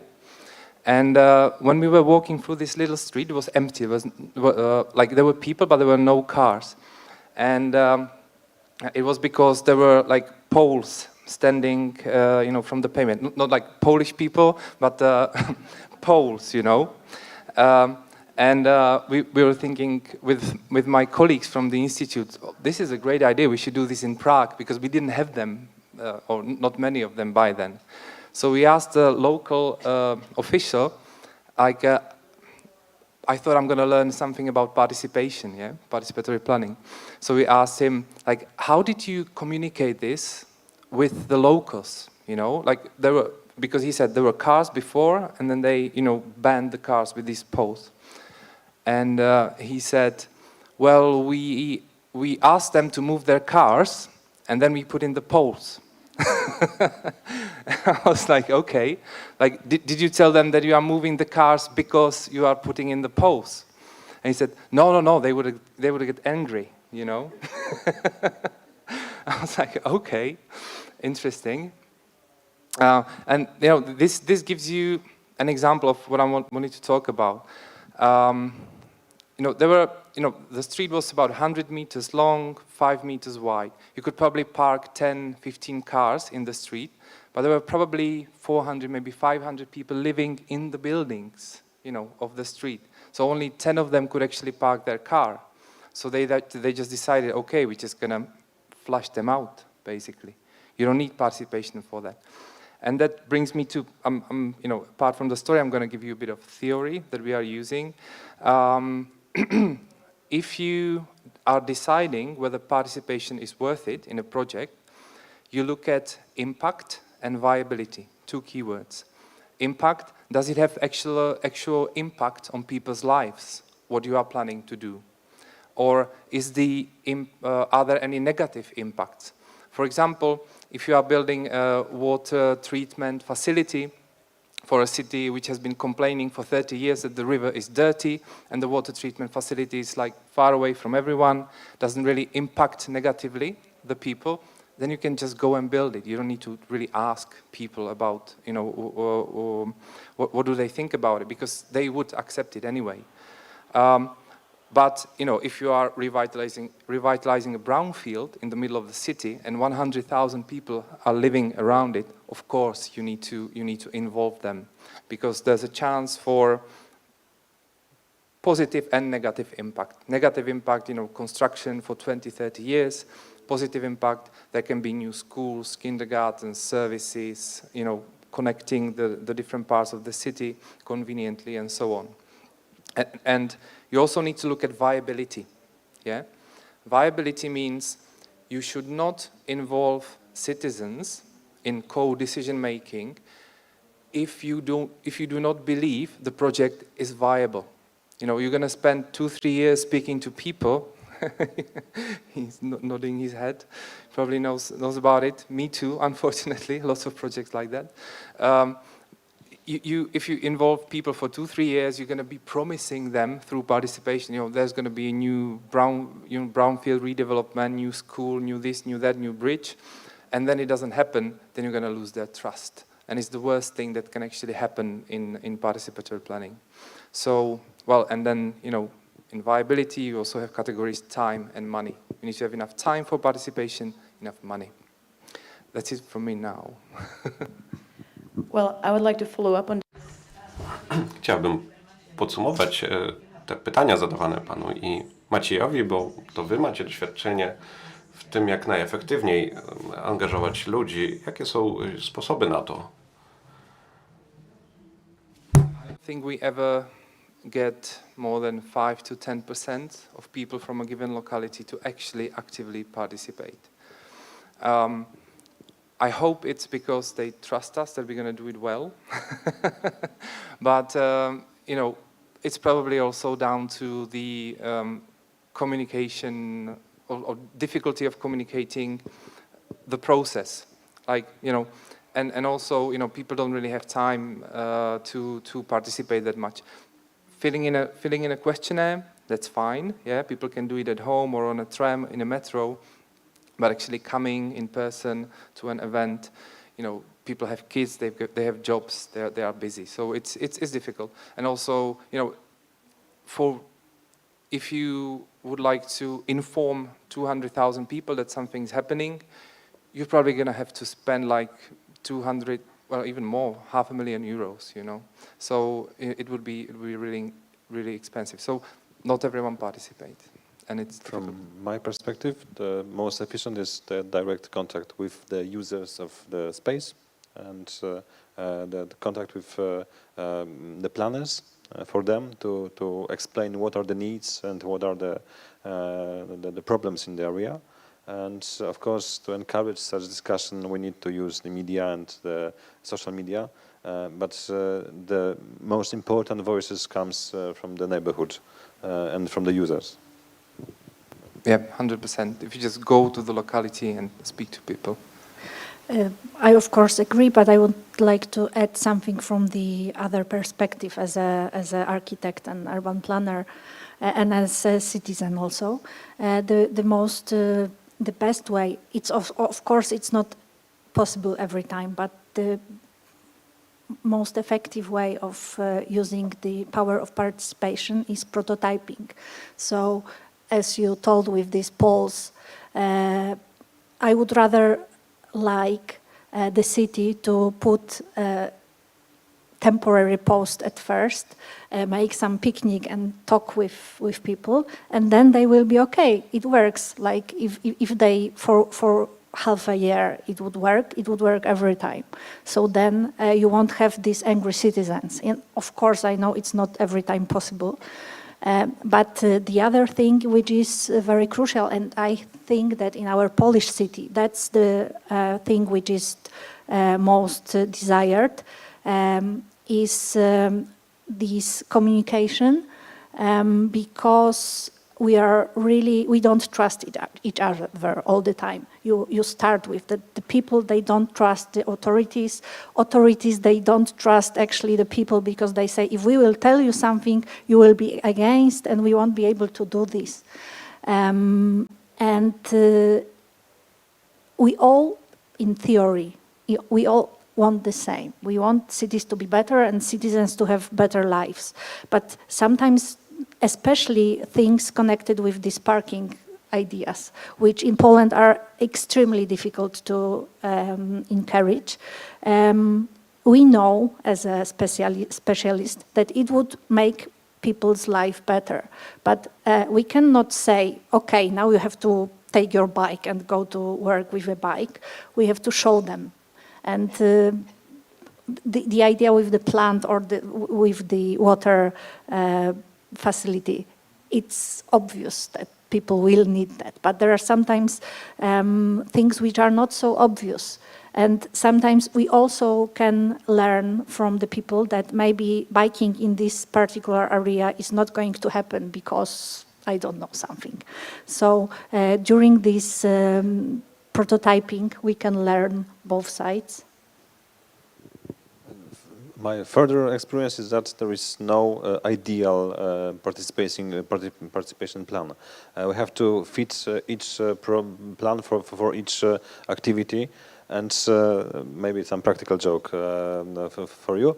We are during the process of investment in Łódź for one of the biggest public squares. We would like to green it, and the architects, the local architects, said that they should be the only group who create this space through the jury, through some tender. And we said no, sorry. We have to involve the society, and I had got some bad situation with the representation of the architects. I like architects, but they said to us, cut off the society and cut off the participation for such open discussion. And that was something very strange for me. But that shows there is not only dialogue between the administration and the society, but also between the administration and the experts who are trying, who would like to be the key manager of the process. Maybe you have some old school architects, all men. That wasn't my. Because you also in Łódź has a great example of participatory designing, Plac Wolności. I'm not sure. Tupi, Łukasz Pancewicz. That was the same group of architects who are planning the Plac Dąbrowskiego. So that's really strange, because I won't know that the participatory planning was really important part of that. Try to make you once more. Okay. But actually, thank you for this flow. And you started my next question, which was for Agata, because I know that not all of the architects like the participation model. What are actually the challenges? Because I assume you have more work with this, you have to deal with this, but what are the challenges and how to solve them and see the benefits for the architects? It's really difficult. It's really difficult because, first of all, you have to have everyone at the same page, and we do not have. We have really different expertise, different education and everything. So the first problem is lack of the education at the very beginning, lack of this. We don't teach our children to understand the power and the need of this community. That's not that I have my chair and it's my chair and I want to have it green, but that the chair is the part of the room, and actually it would be better if it would be blue or whatever, and that I have to share this chair maybe sometimes with somebody else. So everyone is afraid that we're going to take something from him. And everyone is really scared that he's going to lose. So that's the first most important part, I guess. And then, of course, there is a problem with education of architects. I think that it's all over the world, but in Poland, it's still really, a problem that they are taught to be experts, demiurges, somebody who knows everything. We're trying to change this way of teaching young architects, but it's a process. It's not so easy because they need to know that they do not have this panaceum for everything.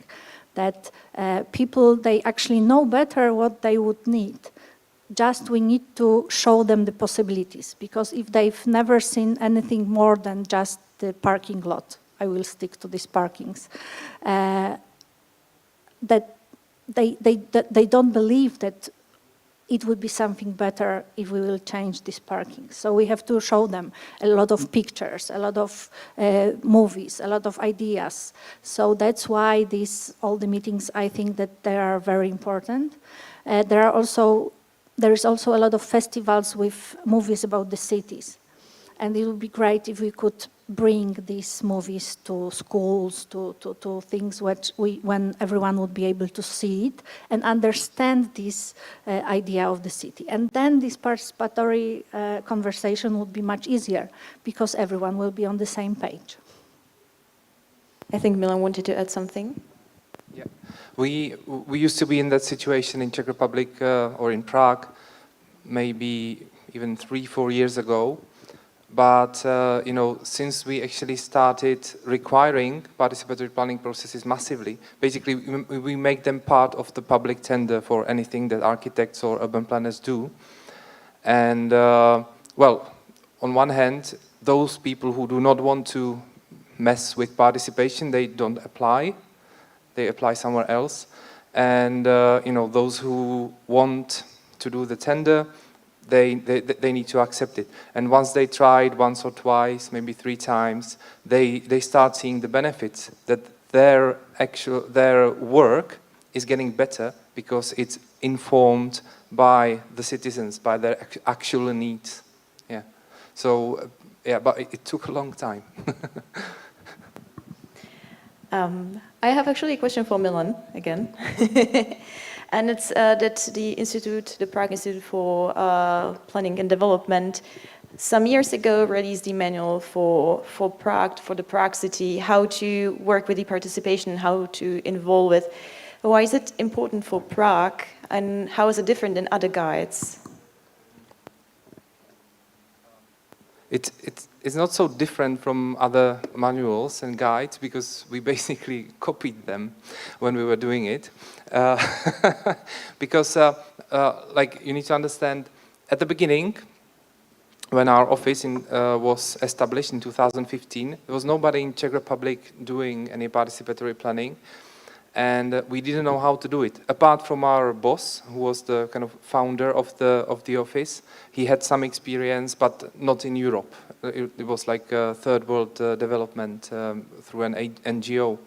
So we basically put together, we've read like 5-6 other guides, we put the information together and try to apply it, but only theoretically, on Czech planning processes. And then we just tested it. We saw that it kind of worked. but you know, the manual is not so user-friendly. So we now have a website, basically a web version. We call it Base Camp of Participation, like the base camp when you're going up a mountain. And there you find every information online, and we just keep adding, basically. We don't use the manual anymore. Dirk, you're the policy advisor, the observer of everything what's happening.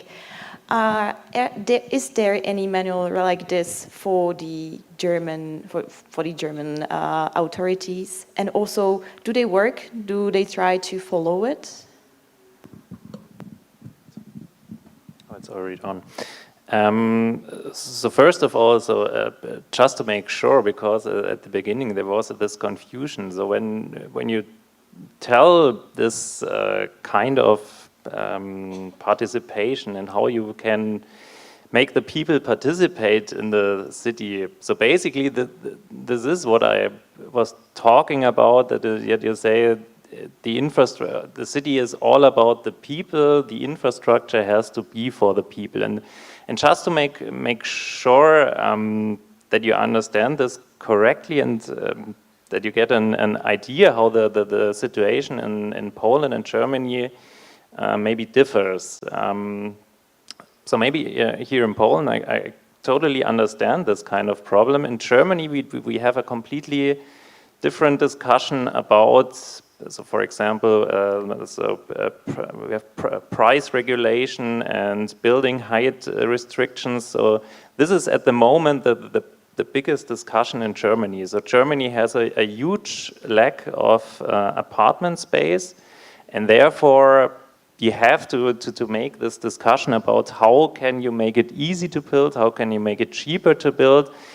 And this is maybe the angle from which I was talking about. Yeah, so we have I think this very at the moment there's just too much regulation, which is maybe the other way in Poland. So just that you understand this difference. And now to your question, which you have to ask again. We were talking about the guide in Prague, for example, for the local administration, how they could involve the participation model. Is there anything like this existing in Germany that is actually used and that is beneficial? Do you have any report about this? So I think that there are certain guidelines in use, and they're used but I think it's very different among different types of cities. So in Germany, so there are some cities where people really can participate, and there are many cities where the citizens really can't participate. So there is no national guideline how to make this happen. So it really depends on the city you're living in. Yeah, maybe it's also maybe type of the federal system in Germany, that you have in every federal state these differences, but there is no one guideline that you have in Germany. Yeah. I would like to ask Maciej, because in November 2021, the city of Łódź introduced the new strategy for the city, and there was a lot of emphasis on the word community and the concept of the community. And this is actually, in how I perceive it, already one step ahead of the participation itself, that you are thinking really long-term, let's say.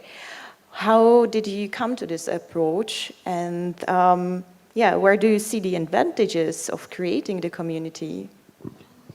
Yes, the strategy says that citizens should be not only involved but to be responsible for the city, and this is our target, our aim, to involve even deeper the citizens and create the real responsibility in the society.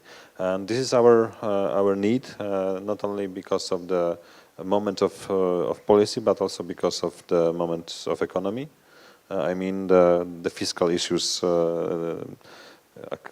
connected with the government. But what is also important, Madam Mayor in last 10, 12 years changed this city very deeply. But the expectations of the actual young people are even bigger. We want to be faster, we want to be better, and still we are in the post-industrial city and we have got a huge group of problems. So our response is that come on with us and change the city with us. Not only make a pressure on the administration to create a new city, but be a part of this creation. And this is the real concept of the strategy. And on my field, I mean the field of environment and then climate, we've created something we called EcoPact for Łódź. And this is an instrument through which we invited firms, companies, and first sector to make a sponsorship, to make the involvement itself. I mean, in this weekend even we have got some actions of cleaning of empty areas through the employees of the companies, and this is something we understand in being involved in the city. I see, like, which is the ideal case. I saw Milan we have nodding. got the citizens of the city of Łódź in the publicity. I'm quite sure that we are not the ideal city in their eyes, but we are trying. Well, and that's perfect. Actually, I wanted to ask Milan, how do you, because urban planning is think of politics. If there is not such an open city administration, how do you try to approach them and to explain them that the community and the participation could be beneficial for them? Basically, like with everything, you need to put yourself in other person's shoes. So if you speak into a politician, you need to put yourself in politician's shoes. And you need to, well, either find out the interest that they have, or if you work with politicians long term, you kind of know what their goal is, and that usually is re-election, right? So you need to sell them the idea of participation through that. So, for example, you know, if you tell them, if you're going to involve citizens, you're going to have nice data sets about people's needs, so that you can better shape your decisions, which will then better suit the people, yeah, and they're going to be happy and they're going to re-elect you. You don't need to say the last bit, you know, but they will understand. They will understand that, you know, this is beneficial for them. Then, you know, if you involve people in decision making, you are increasing trust of those people towards politicians, towards institutions, yes? And if you're talking to a more, let's say, open-minded politician who's looking more long-term into the future, like past his election period, you can sell the idea of participation based on increasing resilience of the society towards instability. You know, we all know what's coming, 10, 20, 30 years. Climate change, you know, half of Africa and Asia will want to get into Europe. And we need to, like, you know, our society needs to be prepared for hard times, yes? And how do we prepare for hard times? Increasing trust and increasing, like, the flexibility in decision making, the adaptability, you know.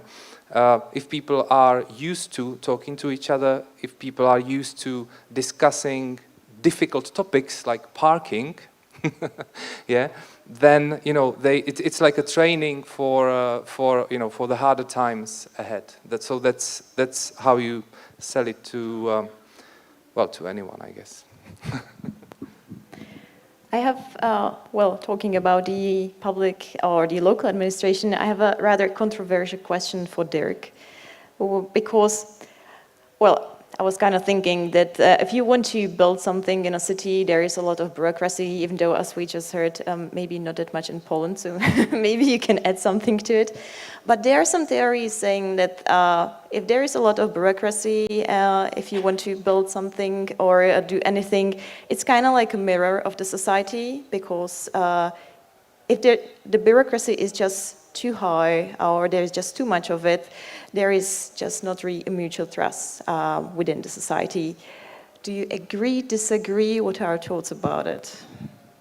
So I'm glad that you already talked about the situation. So I'm talking from the German perspective again. So only to make sure you don't be too angry with me.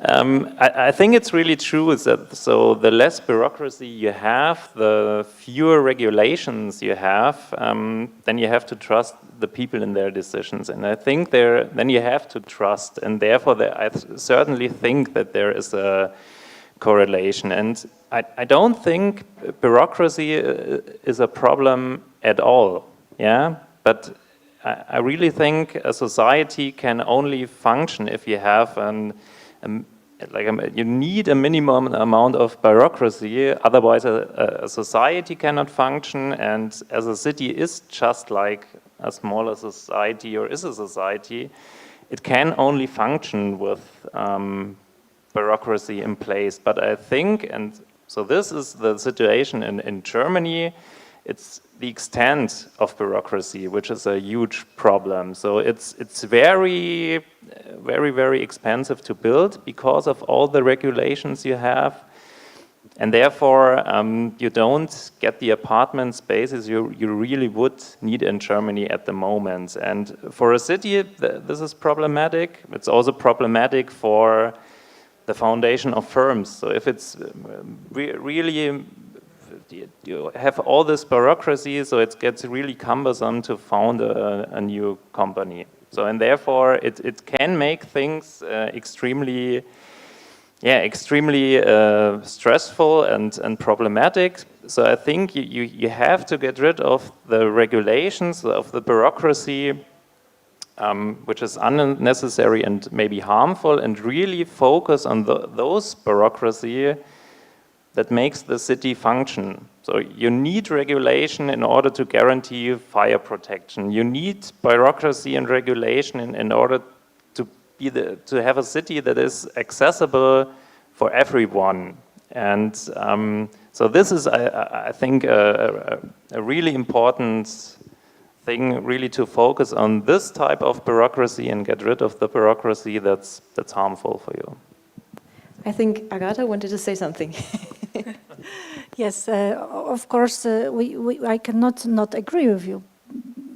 It's right, but I would rather to ask maybe not very, the question maybe not very in the subject of our conversation, but you mentioned twice or even more times that there is not enough flats in Germany and that you need to build more. So I think that for like 30 years till today, we were learning from the Western Europe. I think that that's the time you would learn something like from us and from our mistakes. Because first thing is that you have more than 500 flats per 1,000 citizens. Yes, that's more than one apartment for each 2 persons.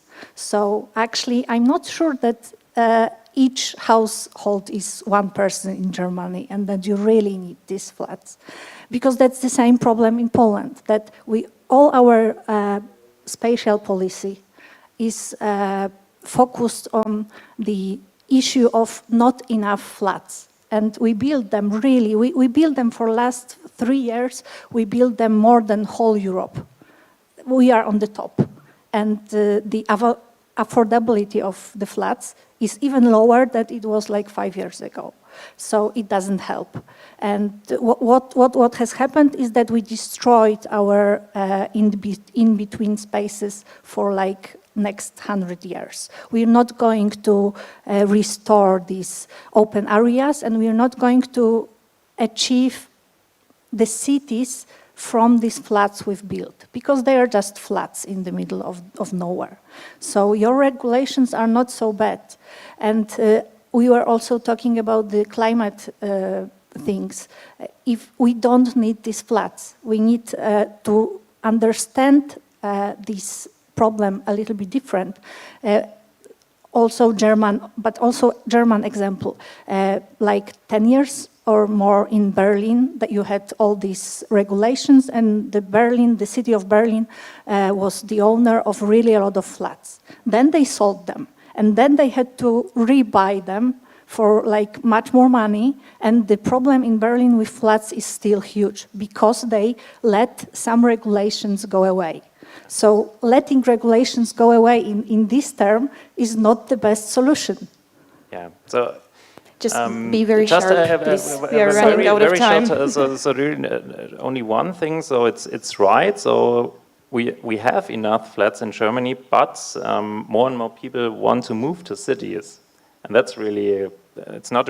I wouldn't say it's a problem, but it's something that you have to do something about. I think you can say so. You can't come to the cities, that there would be flats where you could live. So I think if you need these flats in the cities because the people want to move to cities, I think it's a task of policymakers to make sure that this happens. And of course, getting rid of bureaucracy is really not the only solution, but I think in Germany it's I would say one part of the solution. I like this Polish-German discussion.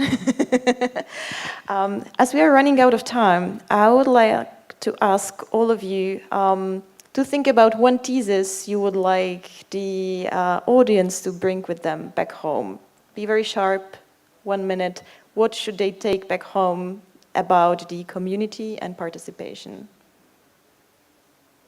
Okay, I have the microphone, so I will start. First of all, I think that what you said about these most important things in participatory planning is very important, and I will take it for my students also. And the second thing is that remember to be always on the same page with everyone you're working with. Even not matter if you're like a city councillor or an architect or just a citizen. From my perspective, we need to strengthen in Poland the protection of the environment, mostly the trees and green areas in the cities through the urban planning. And this is very crucial thing for the society, and the pressure is making for the society on the administration very high.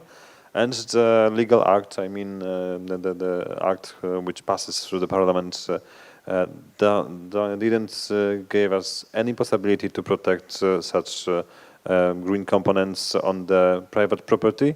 Not only tool is to create some restricted areas, and this is something very practical in my work and in the work of all the self-governments in Poland.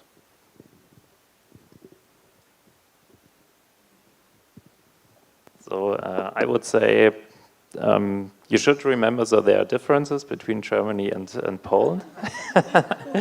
And the second thing I would say is, so I don't know what is the best way of participation. So you mentioned great ways how you can do it, but it's just extremely important. Because as I said at the beginning, so cities is about the people and the infrastructure that you provide and the public spaces that you provide, everything. So this also has to be about the people, and therefore I think, yeah, that's really, really important. At the beginning, you asked, what's the sweet spot for participation? I would say the sweet spot is, it tastes bitter, yeah?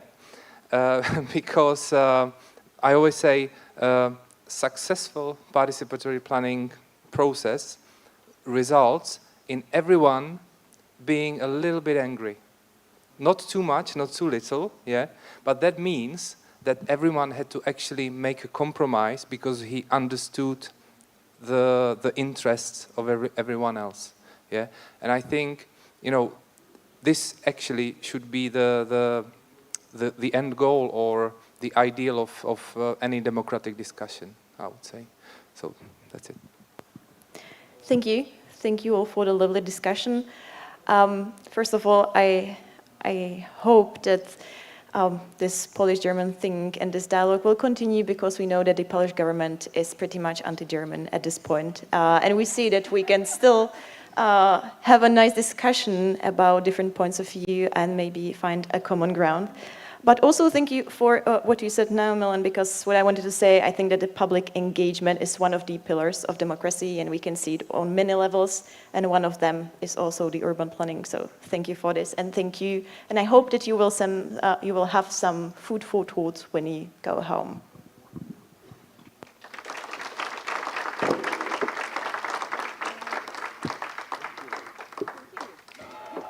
It's not always easy to recognize.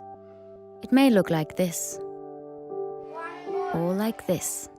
It may be a burden, but it is a responsibility that we embrace nonetheless. But if it means this for one person and this for someone else, maybe it ultimately means being there for one another. It isn't handed to us, but we know where to find it and how it feels. How it tastes, and what it sounds like when we finally have it. It means different things to different people, but for many, it means everything. And if we all fight for it, it will eventually bring us together.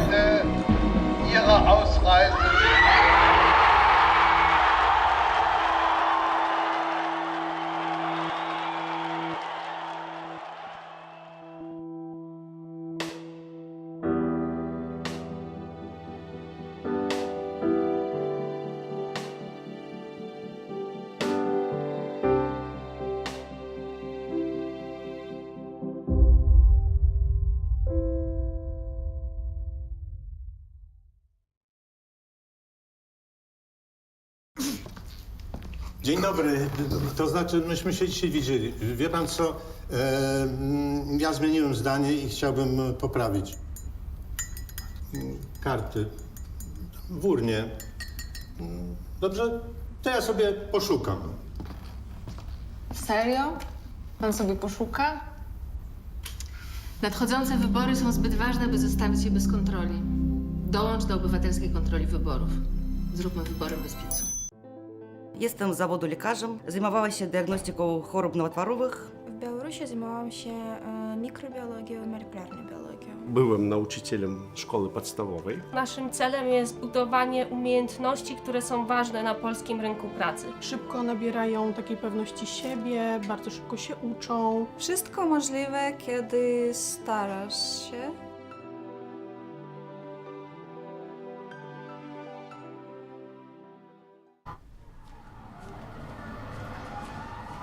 Każdy wybór ma swoje konsekwencje.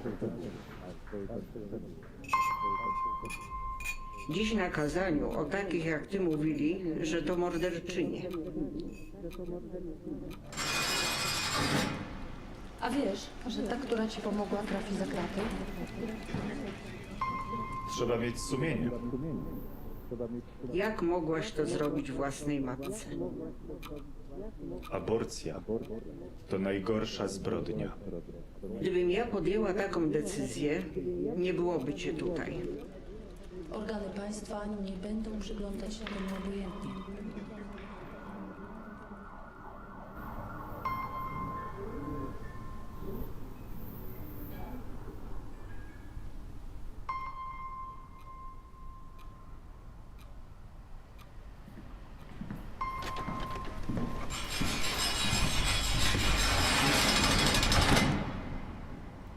Życie i zdrowie kobiety jest najważniejsze. Stop kryminalizacji aborcji.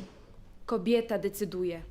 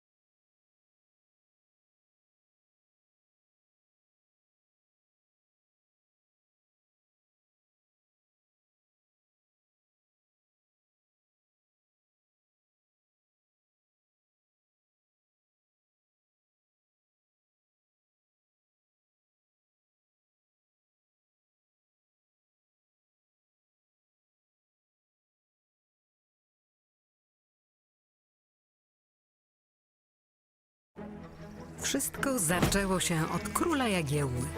Mała Łodzia stała się miastem, które w XIX wieku rozwijało się najszybciej na świecie. W ciągu zaledwie 60 lat od powstania pierwszej manufaktury powstaje przemysłowa, wielonarodowościowa metropolia. Jednak wiatry historii nie zawsze jej sprzyjały. To, co zniszczył los, odbudowują łodzianie. Nasza Łódź.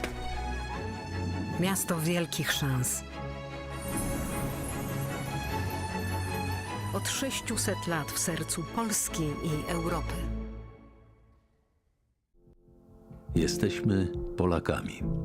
Jesteśmy niezwykłym społeczeństwem. Zawsze w obliczu wielkiego wyzwania potrafimy się mobilizować. Potrafimy stawić czoła wielkim wyzwaniom. Bo nie potrafimy stać obojętnie. Bo obchodzi nas bezpieczeństwo i przyszłość naszych dzieci. Bo wierzymy, że nadzieja zwycięża apatię, lęk i strach. Bo mimo wszelkich przeciwności nigdy się nie poddajemy.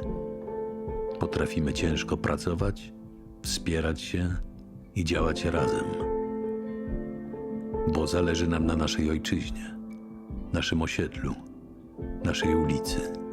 Bo chcemy naszych niezbywalnych praw i wolności. Bo nie oddamy naszych marzeń. Nadchodzi punkt zwrotny.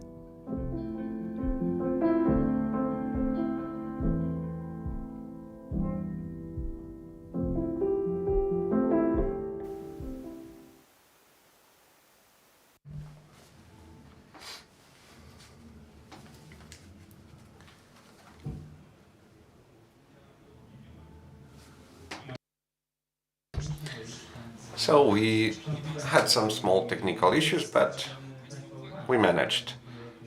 It was the test of your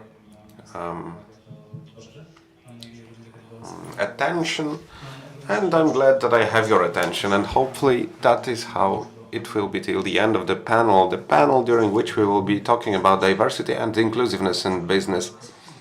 My name is Paweł Orlikowski. I'm an economist and music journalist. So here is where diversity kicks in for the first time. We have a guest from London, from Great Britain. So this panel will be partially in English and partially in Polish. So whoever needs an interpretation, please receive the headphones. Your headphones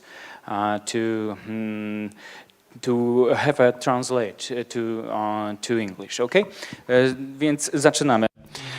So we are starting, and first I will introduce our guests in alphabetic order. Dominic Arnold, CEO Open for Business, Monika Kulik, board member of the Responsible Business Forum, Agnieszka Kulikowska, senior partner and in Page executive and campaign member against homophobia. Kamila Lutelman, Director of Legal and Compliance Federal, Witold Orlowski, Chief Economic Advisor of PwC Poland. Business, what do you do? Thank you. Thank you for allowing me to speak English for the panel. Sorry to all those that don't speak English. I'm Chief Executive of Open for Business, and Open for Business is tasked with bringing the power of global business behind the LGBTQ movement around the world. And we do that in three main ways. So firstly, we use data and reporting to make the economic case for LGBTQ equality in societies everywhere. We make the case that diverse, thriving societies are better for business. Secondly, we've got a coalition of 37 global businesses, all of whom have made a commitment to demonstrate LGBT inclusion, not just with our own staff body, but outside. And thirdly, we run programs such as the one we run here in Poland. We also run programs in the Caribbean, in East Africa, and we're about to start one in Southeast Asia in January. Thank you so much. And after that, I would ask you about numbers from your report. Może tu po polsku, bo...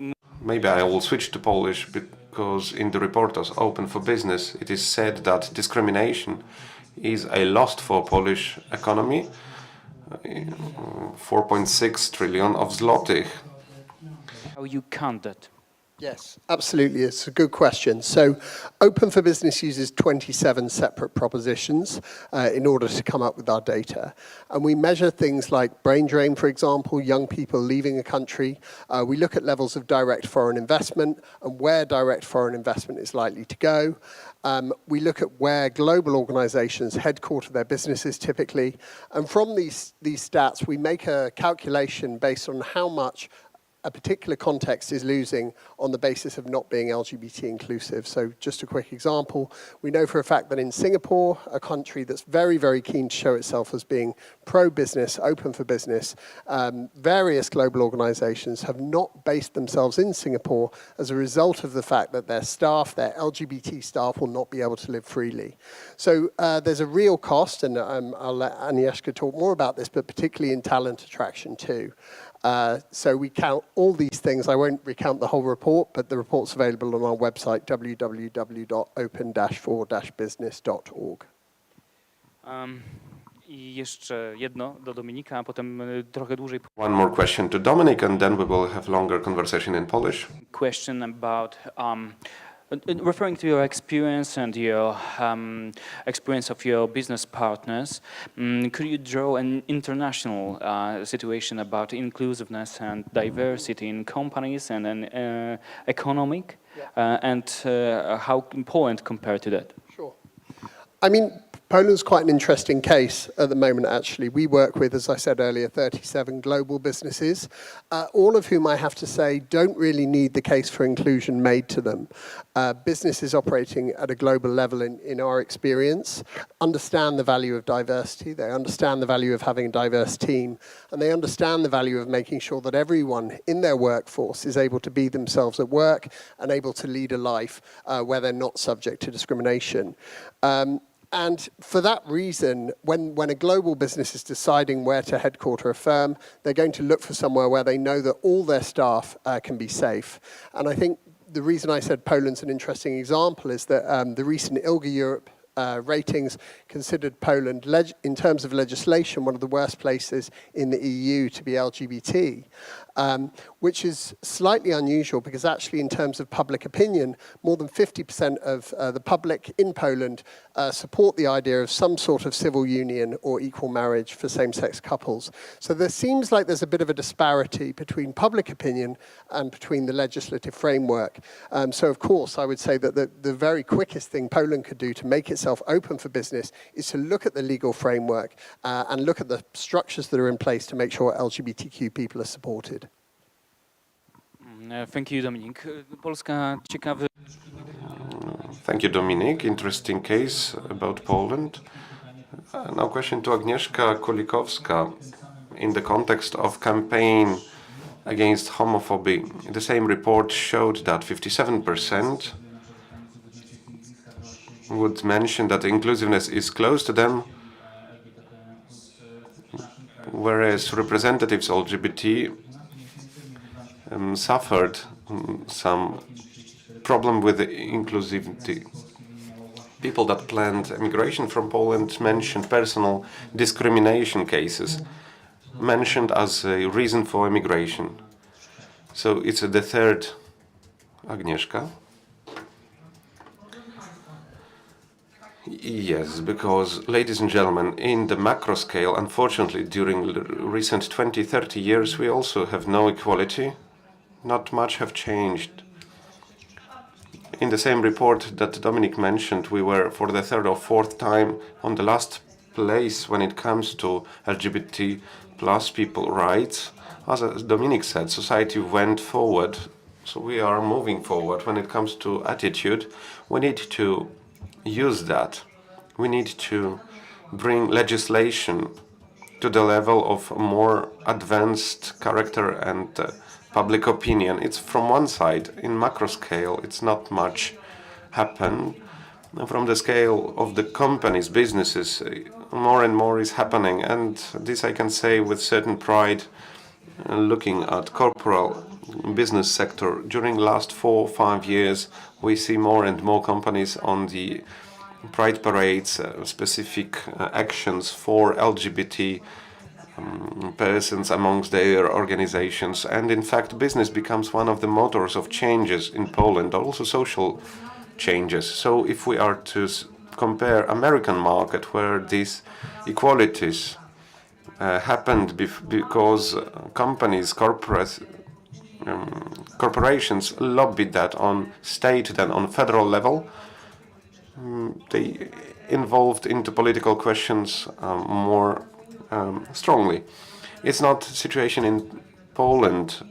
We don't have this lobbying of referendum for LGBT+, but they announce statements, they work within their organization towards their employees, and there are certain actions, external actions.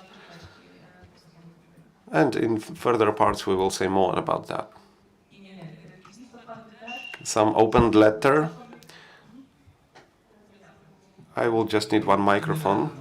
The moderator function requires having at least one microphone to moderate effectively.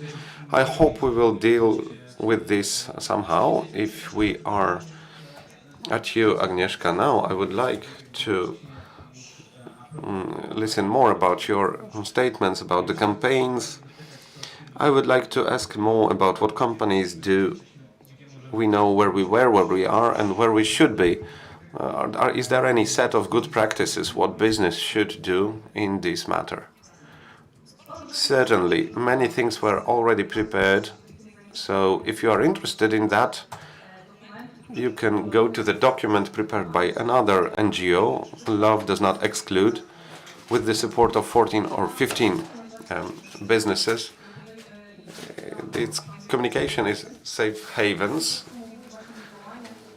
It's summarizing the actions of Polish companies creating so-called rainbow networks. Those are networks in companies established by LGBT+ people with the support of the organization. So this publication is prepared. It's good to check it. Also open for business campaign against homophobia. And informal group, LGBT+, that combines rainbow networks in Poland, and together with Networks for Women, we prepared a letter, a declaration of support from the side of leaders of business in Poland towards LGBT+ society. And a fantastic thing happened in June, looking at Monika from the Forum of Responsible Business and Orange. They joined that. Companies there and presidents of these companies obliged to provide same benefits for LGBT+ as for hetero people from the organization. To show you what exactly that is, what are those benefits, the thing is to make a step where Polish state would not step in. So if heterosexual person has a free day, for instance, for a day of their marriage, the thing is for companies that took part is to declare that people who want to have this wedding, they can go abroad and take this marriage or have a humanitarian marriage in the country to make it possible. It's also transition of gender. I can tell you quite extreme example, but in Poland, if someone wants to establish gender, in the past we said change the gender, he has to file in the court a case against parents. That's a formal procedure. So the thing is for a transgender person that they identify themselves as like that, not to receive any legal document for that, but to be able to use their legal name right away. So these are these major steps. I later can tell you more what companies can do step by step to introduce inclusiveness. You said about Wedel business, and here I would like to ask Mr. Kamil Lüttelmann. The nearest horizon in a couple of years, what should we do to live in a better world? Should this horizon end in 4 or 5 years, like political turn in parliament or in presidential palace? Yet the president has very little to say about legislation in our case. But let's go to the scenario on what can be done from the business perspective, but also what business expects from governmental or self-governmental environment. So in Wedel, we started the initiative of diversity inclusiveness a couple of years ago, relatively not a long time ago. We not only work with people from LGBT+, but we also are close to other so-called defavorized groups. Those are activities that we make within small steps. Mainly we are focused on educational actions. We publish a lot. Each month we are doing with the subject that refers to an occasion of a given month. Like June is a Pride month.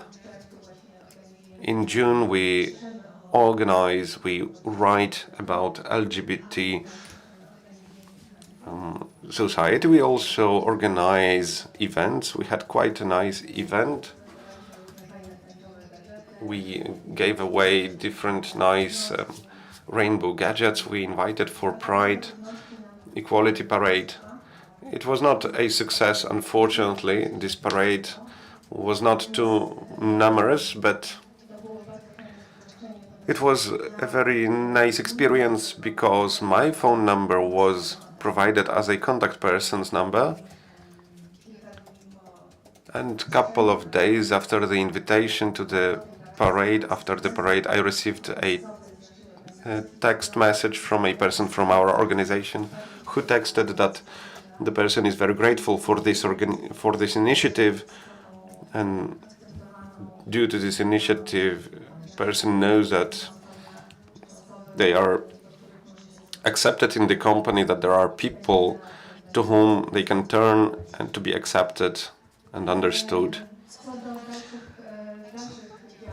When it comes to consequent actions, we have plans to start cooperation with organizations like Campaign Against Homophobia.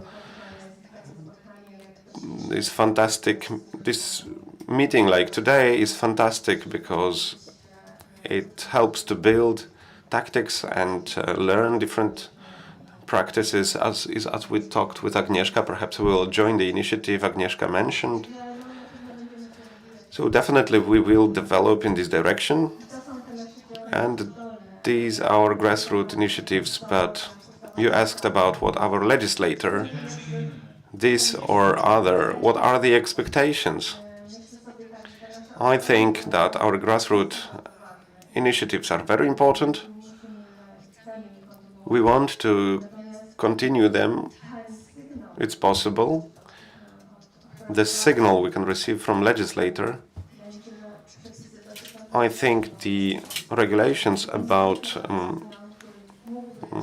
family equality are extremely important signal that legislator can provide to normalize the situation of LGBT persons, not only the laws about equality in the family, but also hate crimes directed towards LGBT persons or simplification of the procedure of the transition. So the law shapes the attitudes, and I think it would be a very important signal, these acts of law, these regulations that will change the social attitude towards LGBT persons. A lot of steps to be taken, but education is obviously critical. Research is vital and awareness is pivotal. Monika Kulik, question comes to you. The diversity card When we are talking about research, increasing awareness or determining at which moment of business awareness we are in Poland, is it just big companies, big cities, or has the stereotypical thinking started to change? Before we speak about the card or charter, I'd like to refer to the report on safe harbors, why the business should be like that. We said that Poland occupies the very last position, or one of the final positions in systemic solutions for LGBTQ plus people. And I could have a look at that ranking. In 2014, we took 28th position out of 49. Today we are at the 44th positions. The external conditions are changing. Although the public is more accepting in terms of partnership relations, different solutions, yet that is not followed by systemic solutions. Therefore, social polarization is increasing. This narrative is getting stronger that tells to treat some groups of people as excluded, as different than the other part of the society. That is why business can be the place where people somehow excluded can find their safe harbor and solutions that will guarantee equal treatment, safety, support, or perhaps a good place to talk about their different needs. If we have a look at Diversity Charter, we can see it's over 10 years old now, 2012. We see that companies are starting to discuss diversity.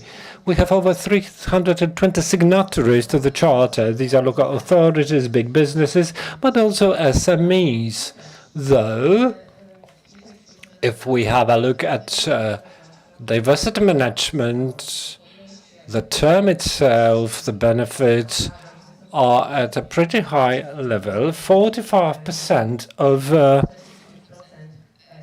companies will know the concept of diversity management and have introduced that. But when we ask about systemic solutions, policies, only 3%. If we have a look at the activities addressed by companies to different social groups, 15% of the surveyees would run such actions. These are mainly for people with disabilities, for women, and other gender-related issues. The LGBTQ plus group is 9%.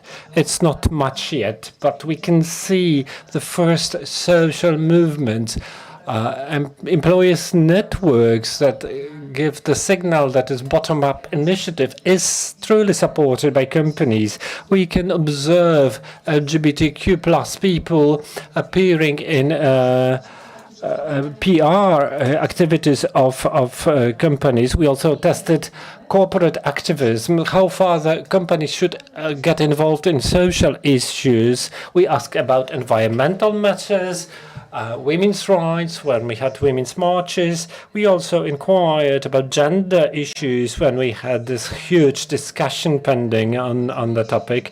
And as we see that employers' expectations vary, 1/3 of those speak that a company should get involved in such activities. They should deliver clear message that they do support such activities. 1/3 said no, the company is your working place. Those are private matters. The company should not get involved. 1/3 would say, we have no opinion whatsoever. Professor Orłowski, over to you. Hard data. We could hear some calculation, 4.6, 9.5 billion, but we are speaking about the loan needs of $500 million net, and that's the situation of the Polish economy. It would seem a drop, but the ocean of economic problems has myriads of such drops. I don't know, is it a more economic or a philosophical questions? Why companies should care not to discriminate? Well, I'll try to respond philosophically and in terms of economy. I once said it, I believe, let me repeat.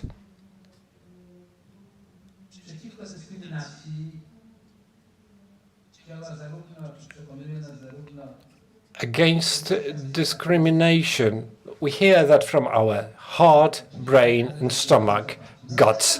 The heart would say, we want to live in a normal world. Why should we pursue anyone because they are different, because they want to live a different life? It's against the normal behavior of a man. At least I believe so. When we speak of companies, we've got this corporate business responsibility, but there are normal people working there, and I assume most of them will have their hearts and are not willing to make their heart ailing. If we put the heart aside, there comes the brain, and it says we've got legal issues. And even if we do not have a right in Poland that would give full rights to LGBT people, then certainly persecution is against the law.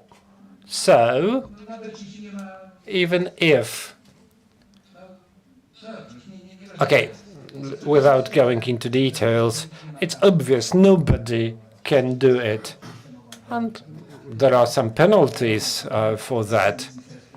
Of course, the Minister of Justice will do everything to mitigate the punishment. This one, perhaps the future one won't. Well, the point is that the brain says it's obvious. And finally, there are the guts. Well, it costs. So no, it's not guts, it's stomach. If the heart is not enough and brain is not enough, it's not worth to persecute anyone, then address your stomach. Simply, it would be better for us in terms of material wealth without discrimination. Why? We've heard this topic a number of times before. Let me revoice it. Let me talk about corporations. You can have separate discussion on SMEs, startups. Let's speak of corporations. I believe for 20-something years, PwC has been running CEO survey asking CEOs of large corporations throughout the world. We have had a number of Polish CEOs about different things. It's always a systemic question. What are the greatest challenges, the greatest issues a corporation is facing? And, well, leave aside Poland, we'll get back in a moment. Leave aside Central and Eastern Poland. But among CEOs in Western Europe and North America, every year, say for 2009, when we had this financial crisis and economic instability occupied the first place, in every survey, the greatest problem named was looking and keeping talent, always. Why didn't I mention Poland? Well, in Central and Eastern Europe, you will find it close to top now, but we were learning after the economic transformation period, huge unemployment, many CEOs accustomed to hire and re-employ people who would have a queue of willing employees. Polish companies needed to learn that, and they learned painfully how to hunt for talents. But that is that in economy, this most dynamic part of economy, people and talents make the greatest resource. You can find anything else. Small companies find it most difficult to find a good capital. No, it's not a problem to find capital for a good working company. Buy technology, machines. The problem is find gifted people, pick them up, bring them and keep them. Well, indeed, that's fundamental. So, if we say there is a group, I don't know how many percent, that can be discouraged to work, and talents from this group can leave just because they do not have good conditions, well, we have the brain drainage phenomenon that drains the Polish economy. Well, Agnieszka Kulikowska would like to refer to your words quickly. Well, but to supplement perhaps, when we speak of data, the number of LGBTQ plus people in Poland, we assume 2 million. Now we say 3.9 million, 10% of the society. Different research shows that people from younger generations frequently identify with this generation. So there is a larger proportion about younger generation, 30-something%. That's statistics. Why diversity is so critical? Why does it pay? Following Professor's words, well, indeed, it is so that, and it is proven by different studies and research. I'm not just meaning LGBT plus, any diversity whatsoever. Companies and societies that are more inclusive reach finally better financial results. That's one issue. Then they make better decisions. Lots of research. I remember one by Forbes, based on a huge data set, when they analyzed how different groups make their decisions. Units and individuals in groups, more diverse in terms of age and sex, gender. The more diversified expert groups were, the better decisions they made. Diversity pays. Another issue is that diversity in a company far better reflects the society. Our customers then. Our customers are not uniform. So if decision makers create new products, they have to be different people of different age, of different sex, or different sexual orientation, different nationality. The more differentiated, the better, as proven by studies. And in terms of younger generation, issues related to ESG are highly important. Your research shows that diversity issues are important for 30%. Lots of different foreign studies present this as much higher percentage. And I also need to address and say in a couple of words what that means. What introducing diversity in a company, inclusive activities in a company. Some companies believe that the entry threshold is high. No, it isn't. You don't need to be a global corporation. It can be easily done by small firms. 1 person, 5 people company, 5,000 people company.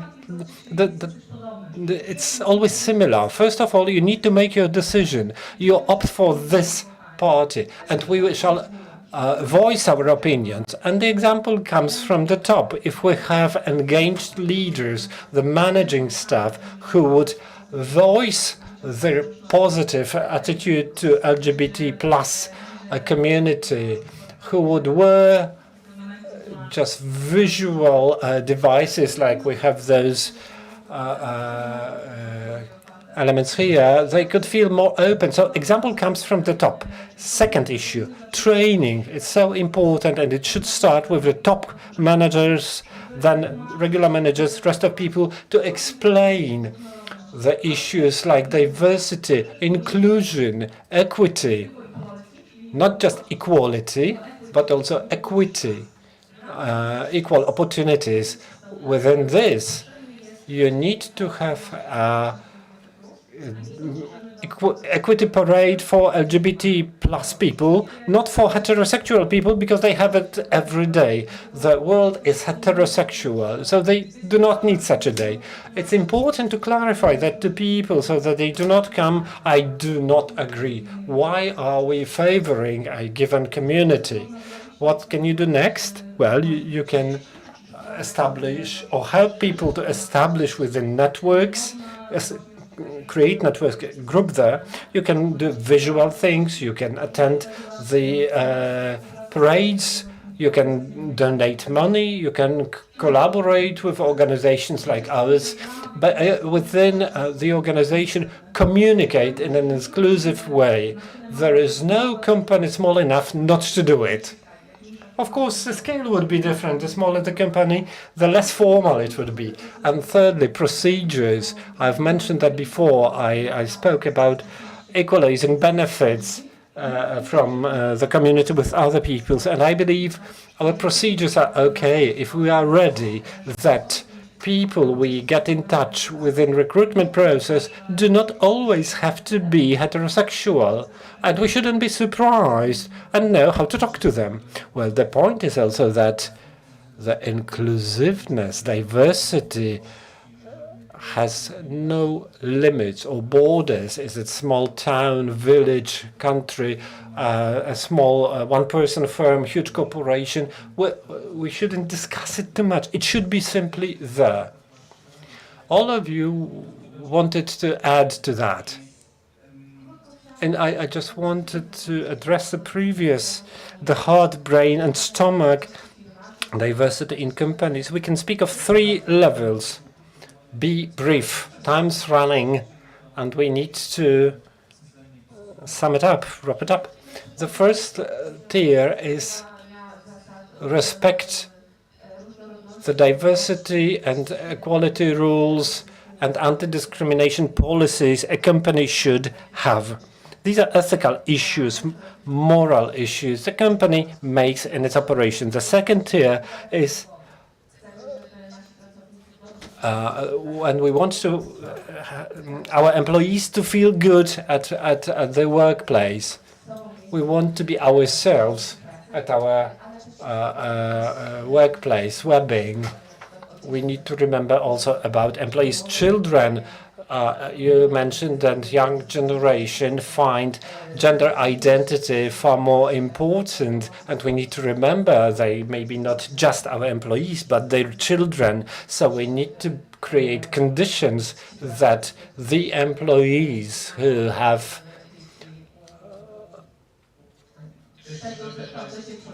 such children, well, they should be children should be included into inclusive policy. That we are talking about child's charter in business. And the third is organizational culture. When we speak about open organizational culture, about inclusive language, proactive actions that communicate rules and values the company follows. I would like to comment on what Agnieszka and Monika said.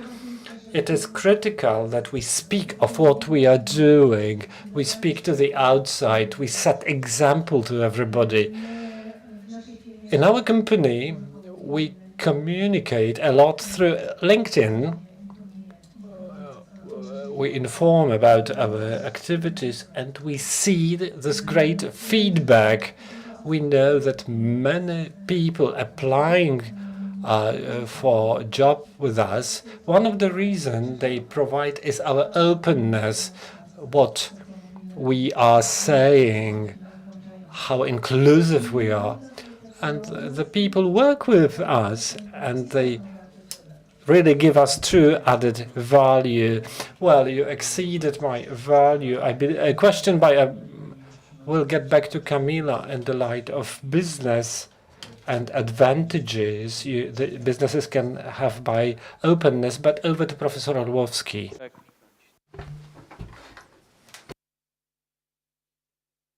Okay, it works. I just wanted to add one thing, because one thing is discrimination. Another thing is following. Whether we like it or not, company wants to achieve as much as possible from an employee. So where creativity kicks in, then, well, that's the story. You hire employee for the most benefit for the company. And in many companies, creativity is important, openness, innovativeness, generating ideas. For that, I would say the feeling of safety and openness is required. It's difficult to expect from a person that all the time has to look around whether he will be attacked or not necessarily physically, maybe by word. It's difficult to expect from him to fully engage into teamwork. And that's a problem, not only hiring and keeping an employee, but also giving opportunity to him. Safe haven, it's for employee, but also it serves the company, because in only this safe haven, this employee can fully effectively work, especially when we say, and in economy we say more and more about innovativeness and generating idea. So that's another element. Now going back to business, so Ms. Kamila Littleman, I would like to ask here whether we can indeed show certain specific advantages for that have open business over the exclusive business. Also, we would like you to comment if it's enough what business does, except of course these initiatives that you already mentioned should be done more. I have this feeling that everything was already said, but indeed inclusive business creates an environment of work where people can feel safe, and people who feel safe can open their wings, they can be creative, innovative. They can give much more than stressed persons that need to hide, be afraid, look behind all the time.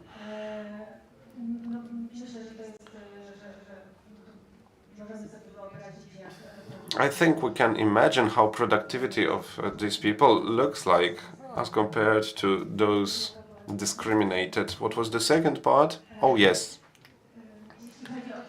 When it comes to what can be done more, it's when it comes to external legislation environment. We are in an election year, and now there is a chance for change. I hope we will be able to change current parliamentary setup in a way to be more open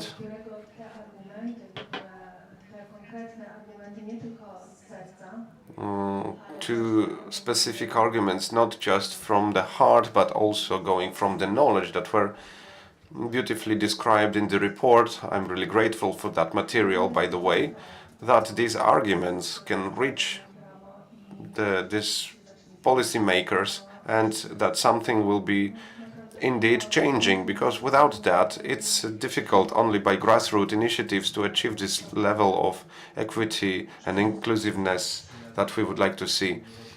It's often that friendly business is born in friendly country. We should be glad that we still have a choice. Agnieszka, would you like to briefly comment?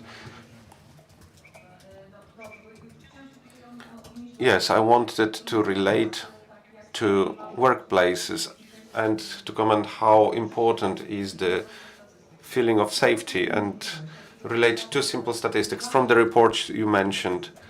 The most comprehensive report that was published for now about campaign against homophobia from 2020.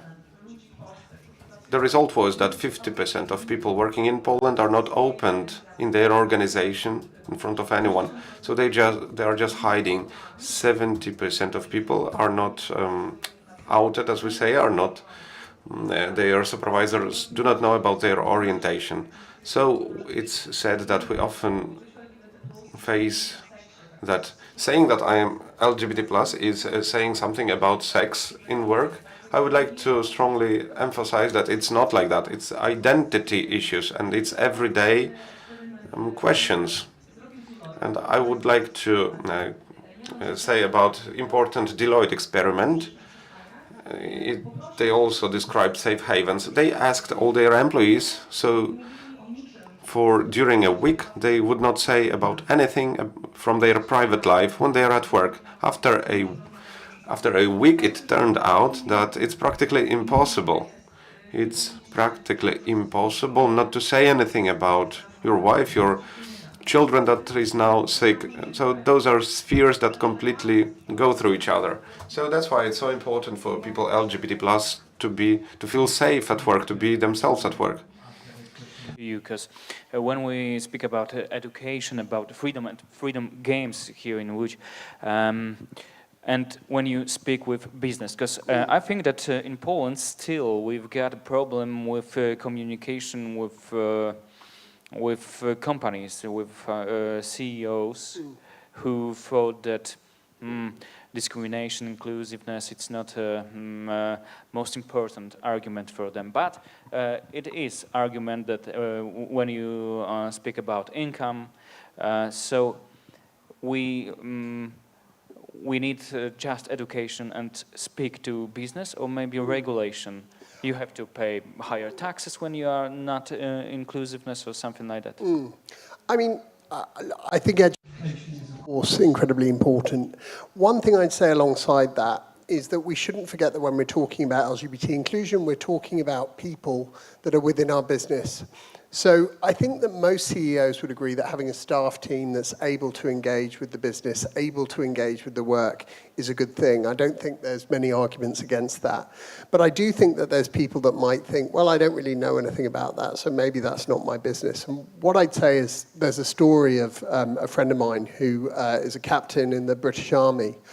And she told the person above her, her senior, that she was transgender. And you can probably imagine someone in the British Army, and he didn't know anything about this. And what he said to her was, I don't know anything about this, but let me know how I can support you. And that's all he said. And she said it was incredibly profound for her to hear that from him. Because actually, of course, education is important. I think everyone should do their utmost to learn more and more about different people, particularly the people that work for us. But even if you don't know anything, I think a really good place to start is just to say, how can I support you? And obviously to do that, you need to know who the LGBT people within your company are. In terms of regulation, I think it's difficult. I don't know exactly how that would work. Of course, discrimination against LGBT people, in my view, should be illegal in all forms. So people shouldn't be denied service, for example, on the basis of being LGBT. But I think really for me, the case that we make it open for business leaders, is, if you like, more carrot than stick. Do you have that expression? Yeah, good. And the reason that we do that is we say, look, we want to do this because it's in your interest, not because we want you to view LGBT people as a group of people that are poor LGBT people you have to look after, because actually we're an asset to society. And actually, if you look at really successful businesses on a global level, they all know this, and they're all practicing this law. They're supporting their staff. They're making sure that LGBT people are protected. So the argument as to whether or not this is good for business has already been won, as far as I'm concerned. We know that this is good for business, and we know that the biggest, most successful businesses in the world practice inclusion on that basis. Okay, so if you are, we've got a microphone, so your main conclusion after our whole discussion with panelists. Look, firstly, I think I'd reflect on something that I mentioned earlier, something that Agnieszka mentioned as well, about the public opinion in Poland being out of step with the legislative framework. I think that all too often it's possible for us, of course, as individuals, we might not have too much influence on the legislative framework in the country. But of course, we do have quite a lot of influence within our circle of influence and within the people that we know and the people that we work with. And actually, if you speak to LGBT people, what they will say is that little signs of inclusion, signs that you are supportive of them and you are doing what you can to create space that is inclusive for them, will go an awfully long way. So I would say that, of course, we should keep pushing for legislative change. What kind of campaigner would I be if I didn't? But what I would say as well is that we all actually have a bit of the power to change our environments and to make sure that we're providing environments that are more supportive for other people. Thank you. Thank you so much, Dominik. To ważne, o czym wspominasz. It's important what you are saying. It's important to push to legislative changes. There is still electoral campaign going on. We hear a lot of slogans about it, but looking at different news, I don't think there are plans to start from the smallest changes. What we said about marriages for homosexual persons, changes in labor code.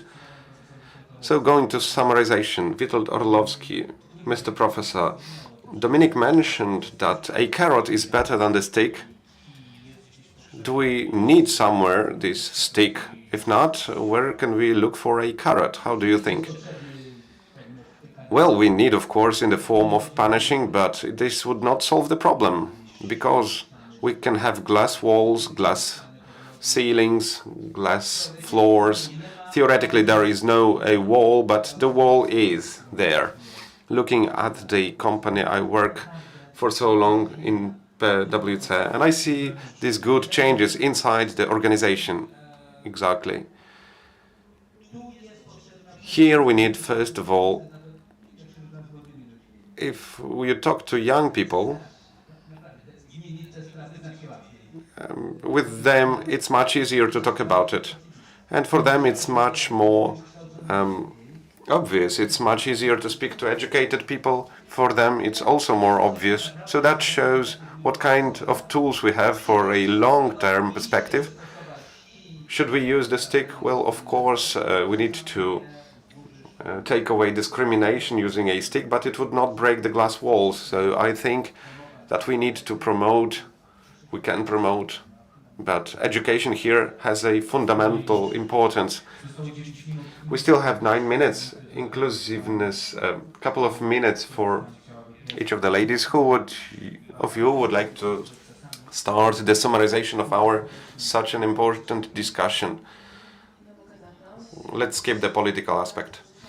I can start. Today I already heard 2 times that it's a bad word, narrative. Let's change the language we are talking. Maybe it's good to talk about a good workplace where no matter the age, the sexual orientation, everyone feels good. Maybe we need to talk about values that are important for the company and for every employee, that are a certain common good. We say about competitive advantage that we achieve through building diverse teams that can better understand social needs of different groups. When we talk like that, when we speak to business with the language of business, perhaps this diversity will be better understood by business. And perhaps we can manage it better. It's even ahead of time. Very nice. It's difficult not to agree with what Monika said. I would like to approach from somehow different side. Short introduction. Dominik here related to the result of the Ipsos for Okopress survey about electorate views on marital equality. Those are very interesting results of research, because they show that around 50%, 58% I believe, of electorate support partnership relations and marital equality. When it comes to civic coalition, these statistics are even much better. 82% support the marital equality. I hope I'm not lying the numbers, but this is very high percent. And what I would like to say in the summarization is a sort of appeal to politicians, candidates, to speak openly about inclusion of LGBT persons, to speak openly about values, to speak openly, not to go around, not to stay quiet about this matter and nodding to bad thoughts about it. I think value is a key. Absolutely yes, I wanted also to appeal not only to politicians but to all of you potentially watching us,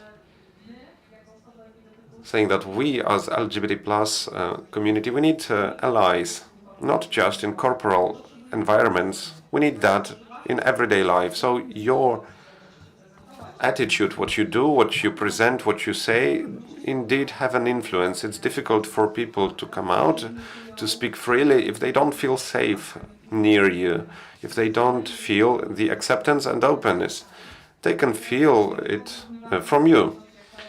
So when there are these important days like equality parade, do something, maybe go there, maybe you can give some financial support to LGBT plus organization. I think personally, if I was born before, if I lived in United States in the years when only racial minorities gained their rights, I would be definitely, during all the parades, I would very actively fighting for that. Just like it was important to fight for female rights, to be treated equally in the society. So standing aside, passively watching, unfortunately we become a part of the problem. Because again, anti-homophobic campaign, it's 22 years of our existence. During these 22 years we keep hearing that the questions of LGBT people, those are some replacing subjects. And it's not the truth. Let's not be convinced. There can be different political programs, but those are rudimental things. This should not be a political aspect, but a basic human rights. So I once again would like to underline how big is the role of each of you to build the society that we want to live in, inclusive society. And this is a good wrap up of our discussion. As a hetero person, I would like to see the times when we do not need to distinguish, but just be ourselves. As a people that have many friends among LGBT persons, I would like to see this normality in our meetings, everyday meetings, in a cafe, in a work, in a policy, so everyone could openly say about how they are. Just one more word. I remember in my company when we did research on diversity, we approached that as to a problem. Employees said to us, it's not a problem. Diversity management is not a problem. Diversity is a value that you need to appreciate and use.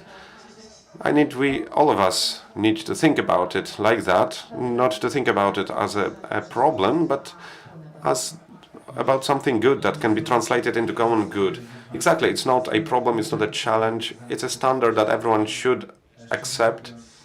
And honestly speaking, once again, I just want to say, I would like to see after 5-10 years, I hope that it would be only a history, and perhaps in some wise school books that we could hear how it was in the past. So once again, thank you very much, Witold Orlowski, Monika Kulik, Kamila Lutelman, WEDEL, Agnieszka Kulikowska, Campaign Against Homophobia, Page Executive, and Dominik Arnold, Open for Business. And my name is Paweł Orlikowski. Thank you very much for this meeting. It's not always easy to recognize.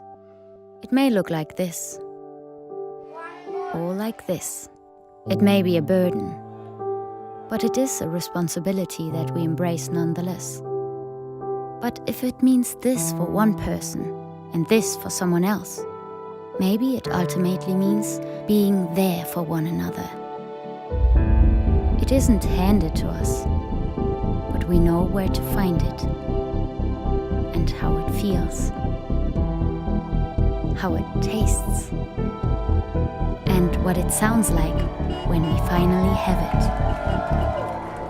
It means different things to different people, but for many, it means everything. And if we all fight for it, it will eventually bring us together.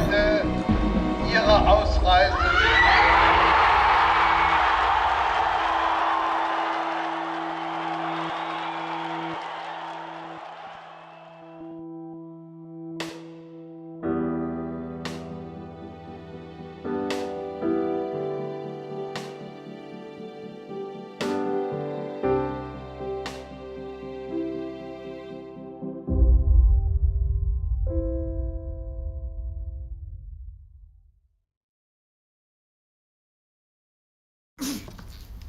Dzień dobry, to znaczy myśmy się dzisiaj widzieli. Wie pan co, ja zmieniłem zdanie i chciałbym poprawić. Karty w urnie. Dobrze, to ja sobie poszukam. Serio? Pan sobie poszuka? Nadchodzące wybory są zbyt ważne, by zostawić je bez kontroli. Dołącz do obywatelskiej kontroli wyborów. Zróbmy wybory bez PiS-u. Jestem z zawodu lekarzem, zajmowała się diagnostyką chorób nowotworowych. W Białorusi zajmowałam się mikrobiologią i molekularną biologią. Byłem nauczycielem szkoły podstawowej. Naszym celem jest budowanie umiejętności, które są ważne na polskim rynku pracy. Szybko nabierają takiej pewności siebie, bardzo szybko się uczą. Wszystko możliwe, kiedy starasz się.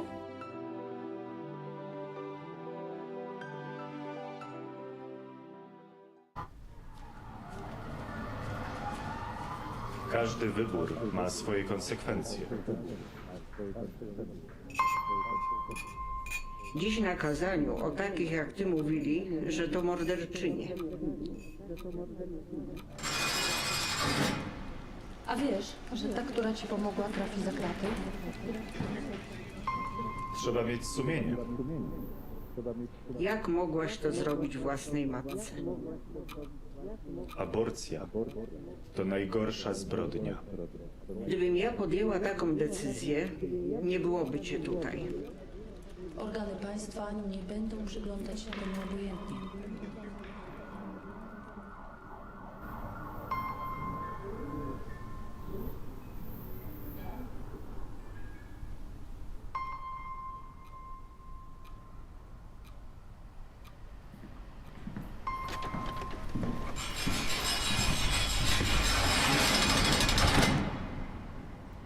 Życie i zdrowie kobiety jest najważniejsze. Stop kryminalizacji aborcji. Kobieta decyduje.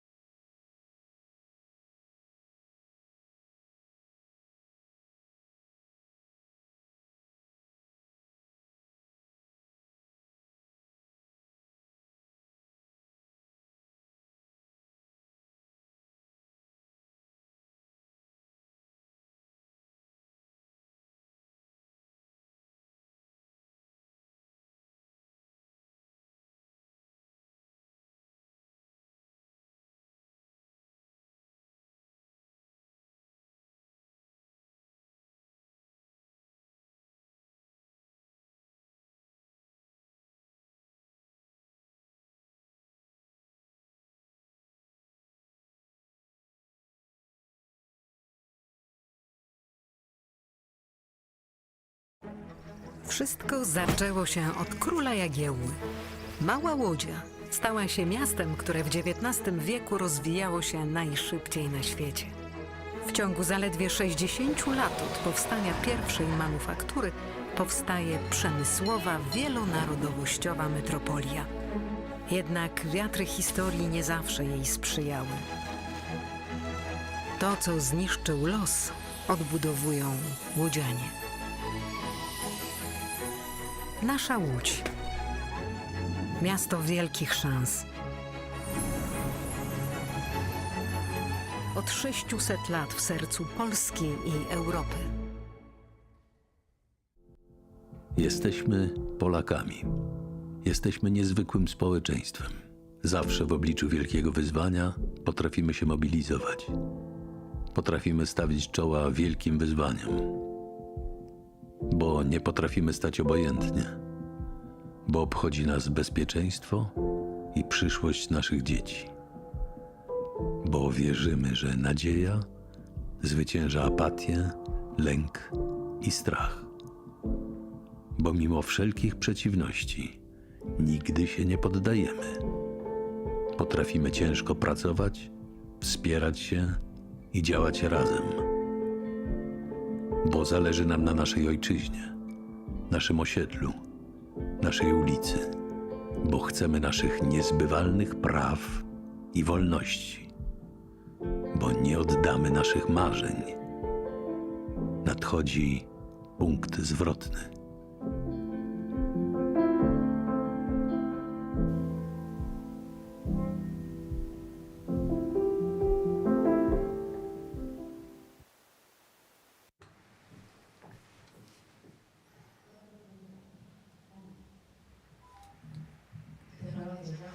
Technology is on, humans are wrong.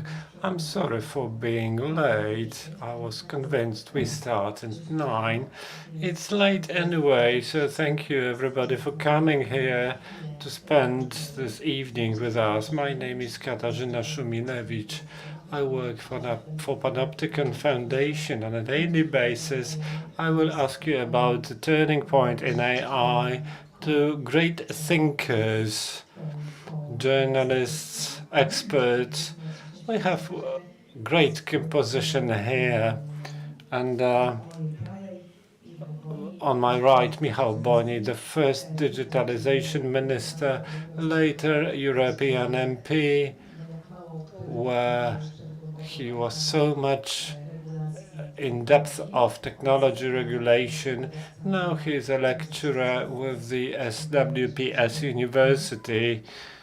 Thank you for being with us. Maria Ganja, a professor of Warsaw University of Technology. She is a member of AI team in the university. Last year, top 10 women in AI. Hello, Maria. Sylwia Czubkowska, the person who's been writing about technology for so long. I trust it's a compliment. I admire journalists who do not let go at a topic and dig in. And Sylvia is a person like that. He runs Textoria on Tok FM, and he writes for a magazine, but it's published to so many journals and magazines. We are supposed to discuss the turning point in AI. So address the hype that has grown by GPT chat popularization. I trust it all happened this year. Well, it started November. That was the Chat 3 launch. It's half a year only, and it seems the debate has been going on for much longer. It's peaking in its tension. The media love the stories of the end of civilization. They threaten us with bots that would take over the labor market. I have a story that's been so popular on the Polish media not so long ago. Let me quote it. On the 11th of July, head of an e-commerce company that offers apps to build an online store in India, wrote on Twitter that he has just fired 90% of his staff because his new AI assistant Elena allows for faster customer service and shortens the order processing time remarkably. It doesn't mean just like helpline customer service, but even the time to solve much complex problems was down from 2 hours 13 minutes to 3 minutes 12 seconds, and the cost went down by 85%. That acts on your imagination. Hollywood faces the strike of screenwriters and actors because the producers will request them to use to work at lower rates because much of the processes operated by people so far can be automated. There is a growing fear, dark vision, that it is now enough to take enough pictures of an actor, throw it into an IA, and that would animate us. Therefore, the FX cost and acting costs would go down, just like customer service costs in India. On the other hand, the GPT chat asked what we won't get from AI, but we can get from another human, said 4 things: physical closeness, attentiveness to emotions, original point of view, creativity. So we could say it's pretty okay. We will get rid of jobs where these are not needed,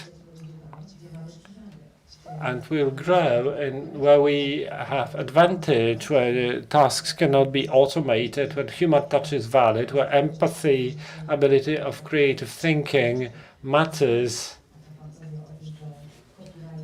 So a fantasy that copywriter may be gone, but the artist, creator who he forms art would be more valued. That's a fantasy. But let me give the floor to you. What is your perspective on the turning point? And one more anecdote which made me laugh, though it being said, rebellion of replica bot users. It's been operational since 2016, so it's based on earlier language models than the GPT chat. But that bot has already gained a circle of friends, and when the company generated the bot, changed the rules of the games in such a way that the bot encouraged for intimate words, reacted in a harsh voice. They wanted to force him to sexually proper behavior.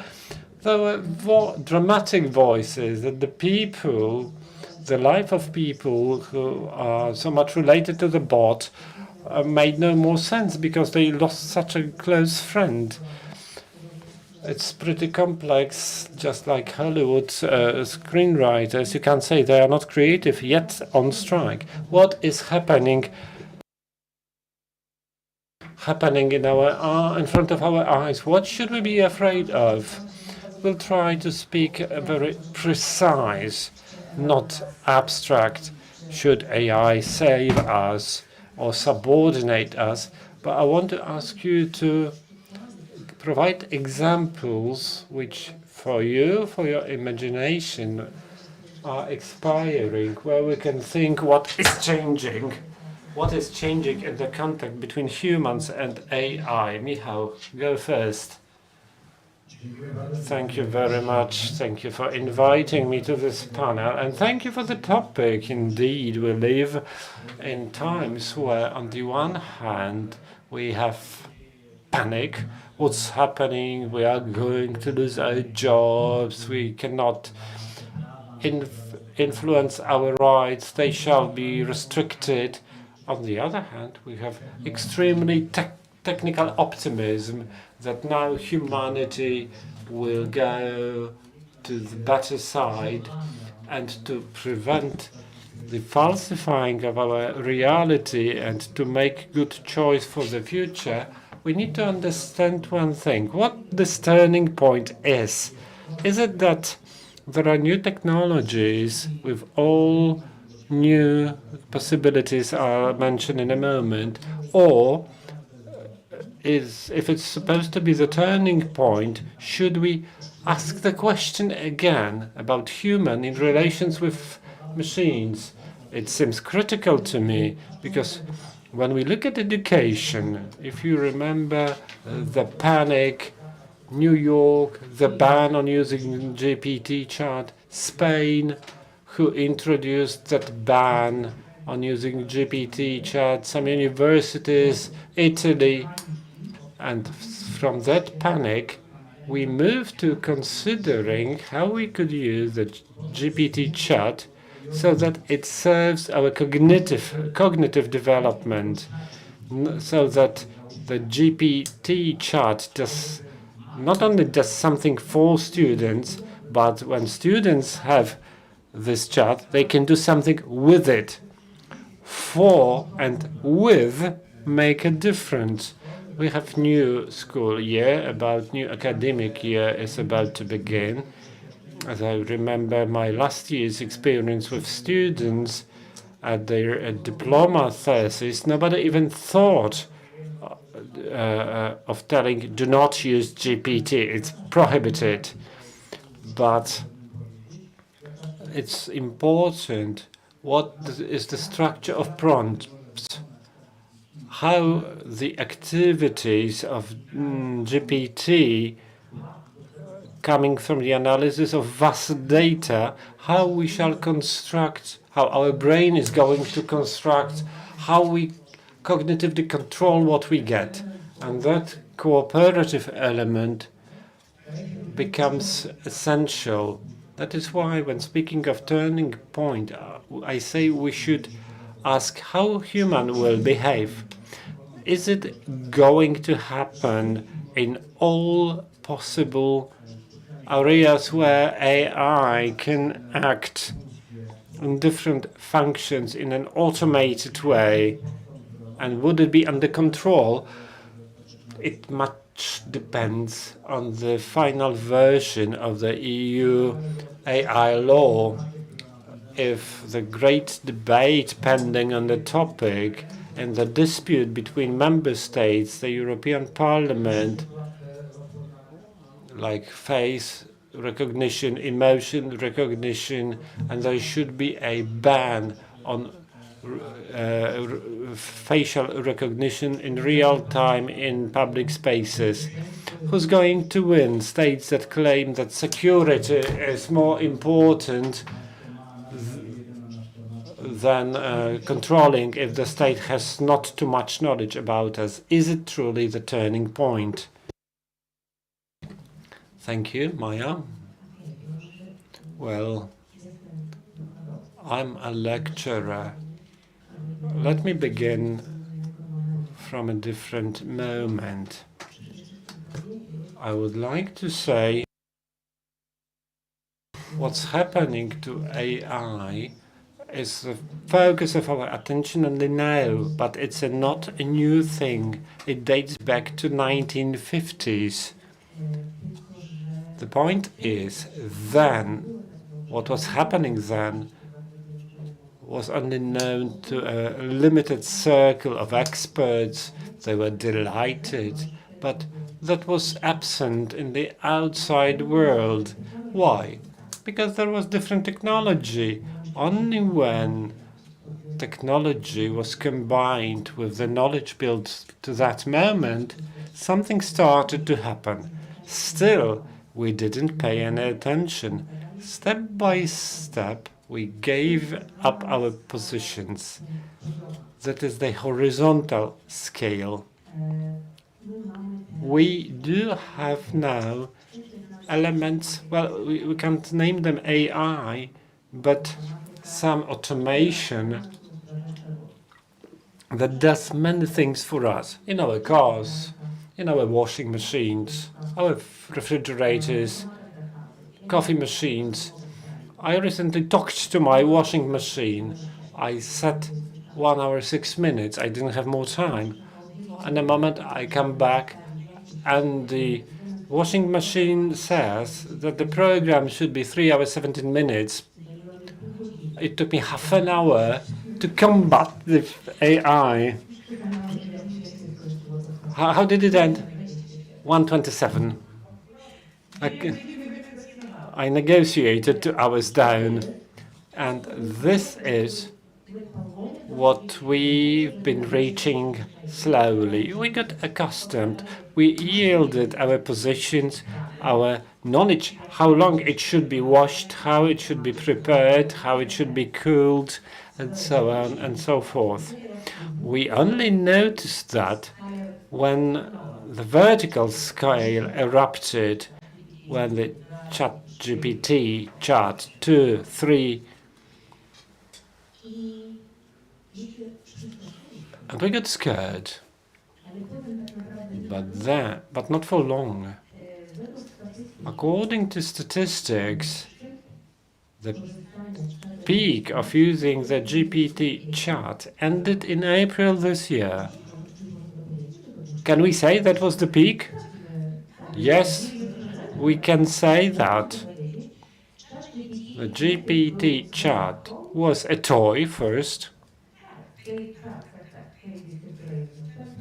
The available edition, there is the multimodal.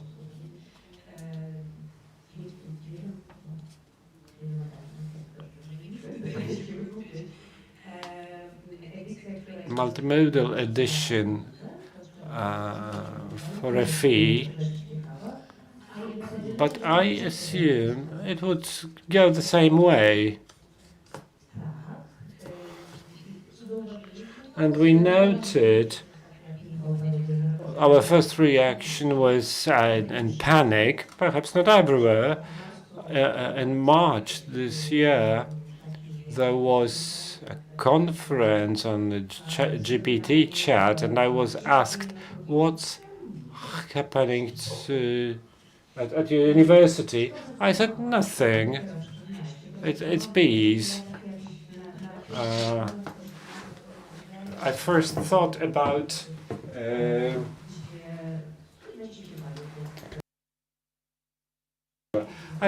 my university, my students playing with it, and they said, no, you can't write and my thesis with that, it's boring. But we have a case court in the US, more than one, where 2 lawyers effectively used the GPT chat to generate fake references to jurisprudence, and they were sued. But the credibility level of the generated text is difficult to review. So is it, perhaps it won't go with you, but at a regular university, wouldn't it go through? Most probably it would go through. What is more, I can give you an example of my student from many years ago, but when programs were released. Okay, in the past we had calculators. What teachers did when calculators were available? They were forbid to use them during lessons. Later we had Maple, mathematics, and similar apps, programs that would do more advanced things, mathematic diagrams and so on. And I remember during my classes from Maple, a student done certain task, and the answer should not have been negative value, but computer gave the answer -1. It was like a probability was -1, and he gave me, and he said, and I said, well, but you know, it can't be like that. And he would say, but the computer told me that. And that's a problem, why a person went to GPT chat, took the answer and published it, being sure that if computer said that, then computer tells the truth. And here we can go back to what Michal said, the relation between a human and technology. Technology should not replace us as human beings. technology does not think.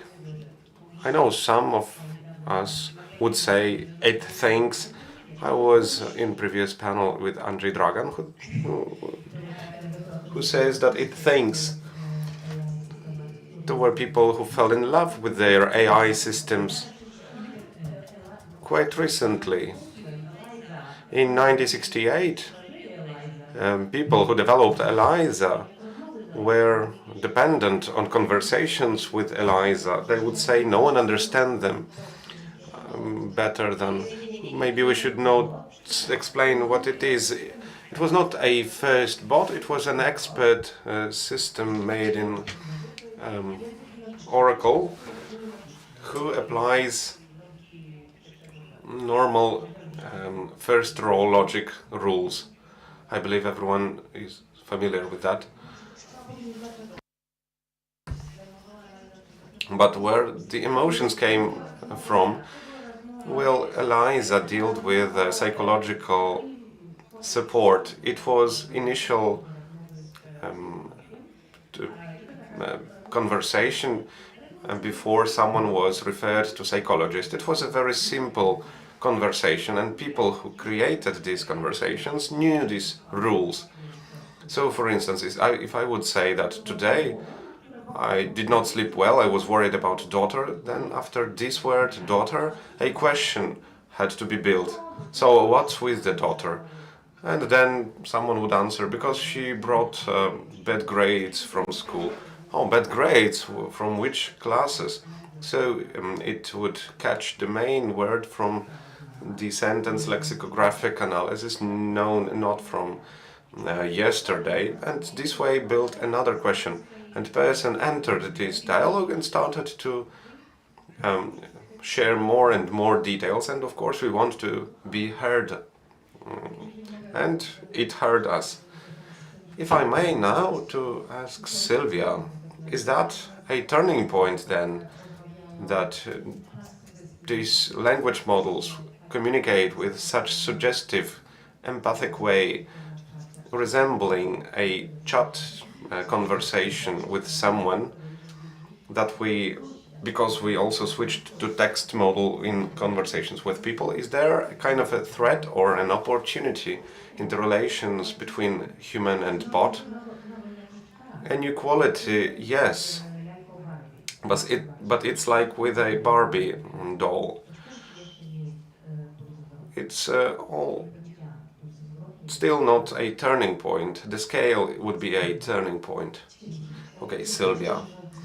I am very glad to give my answer as a last one, because half of this answer was already told about what is this turning point of AI, generative AI.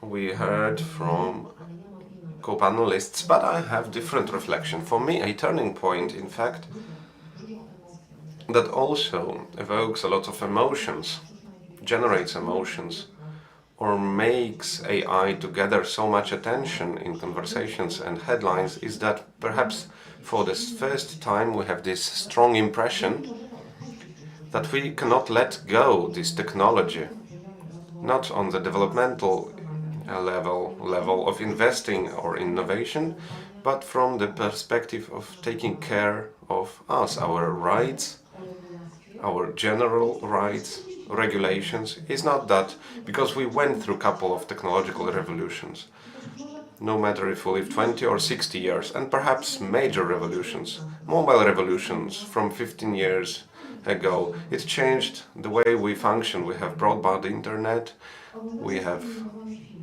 computers, internet, we watch streaming movies. It used to be a huge problem to send this kind of videos. It changed our life. In 90s, internet revolution. So introducing www. It was a turning point, but when this revolution took place, when these turning points happened, people were not so aware that these changes will be so deep that they will touch our family, policy, economy, culture, each aspect of our life. And we had to collect that experience, often very painful and difficult, because together with big benefits, we have big difficulties, losses and problems generated new challenges. And we don't have automatic answers to these challenges. How could we have? We did not go through that before. So when generative AI appeared in this mainstream huge consumer strike, for the first time we had the feeling that we can't let go this one. Perhaps we are overreacting a bit. Perhaps the stories about taking over jobs are exaggerated. Maybe that loud letter from Human Mind Institute from April this year, signed by Musk, Harari, and maybe some less louder persons. Of course, we can take a look at this letter on this historical voice. Let's suspend works over GPT-4, for instance, and consider it. But those are signals for us that tech-optimistic, simple attitude towards world finished. I think it's a very important turning point. It's not being it's not a small group of scientists or analytics that overreact, you know, how it looks with policy and views on that. But people start to have this feeling that perhaps maybe not today, not in nearest half a year, but at some point it will be such a big change that we will have to manage it. That's where this strike comes from, Rights of Good America. You know, this AI is a little bit cover-up. It's not that all the screenwriters and actors are afraid to be replaced by AI. Of course, these amendments to contracts begin to appear for second-line actors. You can maybe describe it in more details. I don't know if you watched Black Mirror recently, TV show. Who of you would see a first episode, Jane is Awful? Who's seen Jane is Awful can feel that screenwriters of this episode would know ahead what will happen. So they would have this insight, at least maybe in the operation of Netflix. Indeed, especially big streaming started to introduce to their actors annexes where they tried to convince them that if they give away half part of rights for their image in the future, they will have less work for the same money, because some of the work will be done by generative AI. But well, it's 2023, not 2013.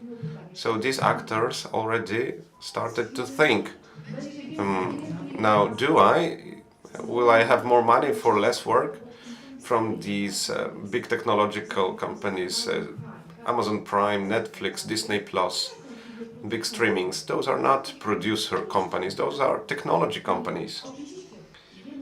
And indeed, one of the elements of this strike is this signal.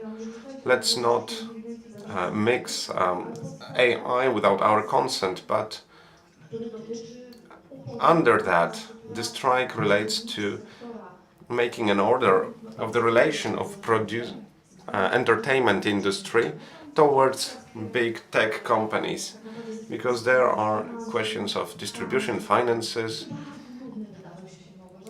very boring things related to technological revolution, but it was on headliners and people begin to be interested in that. Why? Because they also started to feel that there is a turning point, not today, but if they sign this agreement, maybe in 5 or 7 years, or maybe in 3 years, the development of generative AI will be big enough and costs of paying people will be so high as compared to generative AI that can lead to losing jobs. It's what happens with the voiceover actors, because that's the easiest part. For me, turning point is that it's not this easy fascination. Who worked with these metaversal big things? Perhaps it's better that generative AI burns better than metaverse in this transition, but we were more astonished by that, admiring that. Right now we have a technology that can do much more better, but we are not enchanted by that, and this fairy tale times ended, times when technology was supposed to save us. What I would like to hear from you next, because I would like us to freely comment, if you can specify some black scenarios and with suggested solution with it, because I can agree that there's still that we can do, still a lot that we can do when we talk about narrative from authorities and money perspective. How would you arrange that? I started from underlying that it's not about technological revolution multiplied who knows how by AI, but also about relation toward human. It's important to understand that throughout human history, especially during last 300 years, this different experience of technology changed entirely the reality for many reasons. For my recent publications, I analyzed the railway network and I read about what happened to people when railway infrastructure appeared, what were the accidents, what were people's reactions. And for some reason the experiences of people was similar, but there was no this big awareness. So with the scale of fear about you mentioned, and the scale maybe of threats, it's better to put it like that, informed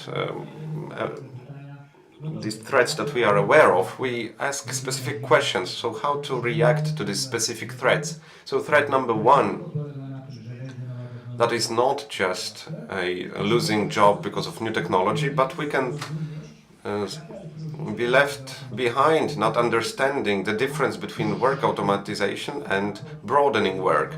There is such a report of International Work Organization from August this year, done also with the help of GPT chat, the inscription and characteristics of professions and working procedures. That leads to the conclusion that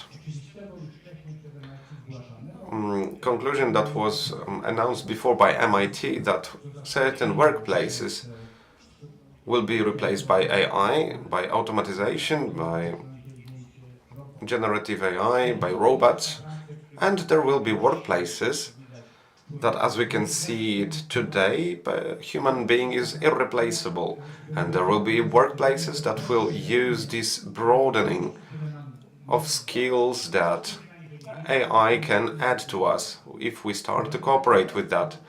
I think it is a key to understand and to make an order in the world of fear and chances, and to start to think if it's possible to have it like that. It's impossible without a shift in educational system, if we are not capable to learn the adaptiveness to new challenges, to new things, and this adaptiveness that we learn from the earliest childhood, not replication of what new technology and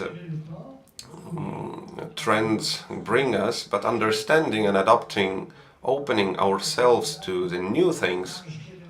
But opening to new things also means opening ourselves, to potentials that are in us. And I underline this humanistic chance, so to put it. So when we understand that, when we create tools for that, of course it requires the right tools. Who should work on that? Well, not us, individually responsible about us, like in an extreme liberal world version, but those should be public policies. And that's also an element that results from this MOP report that should appear in our thinking. Another thing, I apologize for strong words, but in different groups we discussed about that. If we look at current electoral campaign in Poland, who knows if after certain times in 12 weeks we will not be saying that this is disinformation campaign from both sides.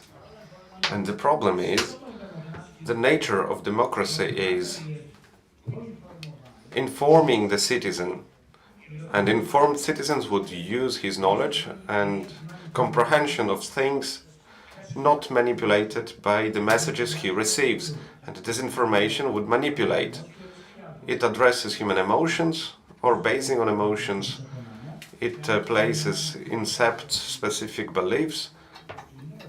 I'm not encouraging anyone to vote in one or another way, it's not the point, but when we talk about threats, I think that threats for democracy originated by extreme full application of generative AI for building disinformation, for building false content, is very big. Third element is the loss of our subjectuality and our citizens' rights. When all these automatic tasks directed to safeguard our life, our security, feeling. As an example, we can mention all these invigilation tools in public sphere. When that happens, it can turn out that owners of different information, if there is no control about our emotions, our way of acting. I remember an attempt, it was 2017, when technological companies announced to Schengen informational filed suggestion to Schengen that in fact we can introduce a solution for people coming to Europe that would recognize emotions of people crossing the border. And there was a huge discussion of different environments. Also, Panoptykon took part in that, and it was blocked. I remember the discussion in Poland from a couple years before, when a border guard asked a question whether the company that is managing all these systems for protecting illegal border crossing, can they possibly implement a tool that would determine a race of a person trying to cross a border? Ethical council was held, and they decided that they can't do that because of moral principles. So the loss of our knowledge of being well informed in order to make an important decision, the one that can be, for instance, election. And finally, it can turn out that without these adaptive policies, we are not capable to process all that emerges. Take a look at this argument around platform operators in EU. That would change the position of people who use automatic human resources tools. If companies, to save costs and resources, apply them, well, it's very profitable, and the list of dangers, of risks, is not to make us scared, but it's to decide what kind of regulations we need, what kind of awareness we need, because regulations cannot deal with everything if our awareness is not properly developed. I wanted to reach solutions, but we only have 16 minutes of whole time. So if Michał has not neglected any serious scenario, black scenario, just one sentence. I just wanted us to go if there are any safeguards from the point of view of designing technology and media work, and we should match it into the system, please suggest, and we'll try to have 10 minutes for the audience. So very briefly indeed, to sum up what Michał has just said, human is the threat, not AI. AI is used by us. We can unplug it, as it was. We could see that in different memes. So the human is the threat. A human can be bad, as it happens to some of us, but unthinking human is the greatest risk comes from lack of critical thinking. I'll say one thing. Our schools are terrible. They are in such a condition that we will prepare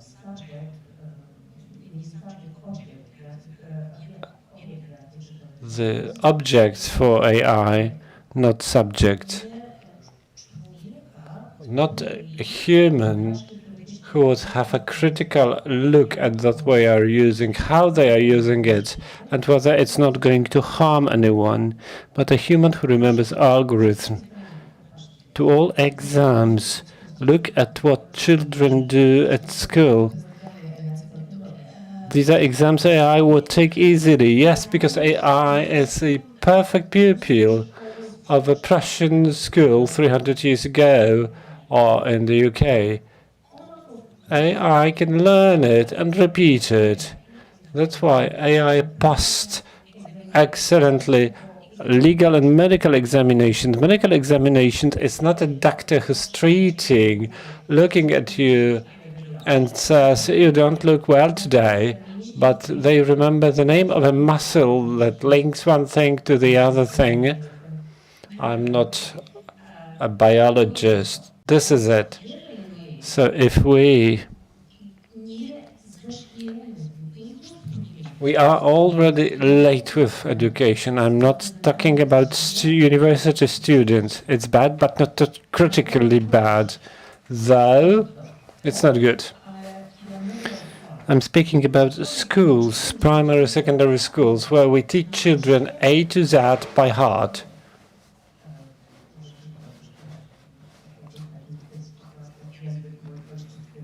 Well, my family tongue comes out of me, sorry for that. I believe it's human.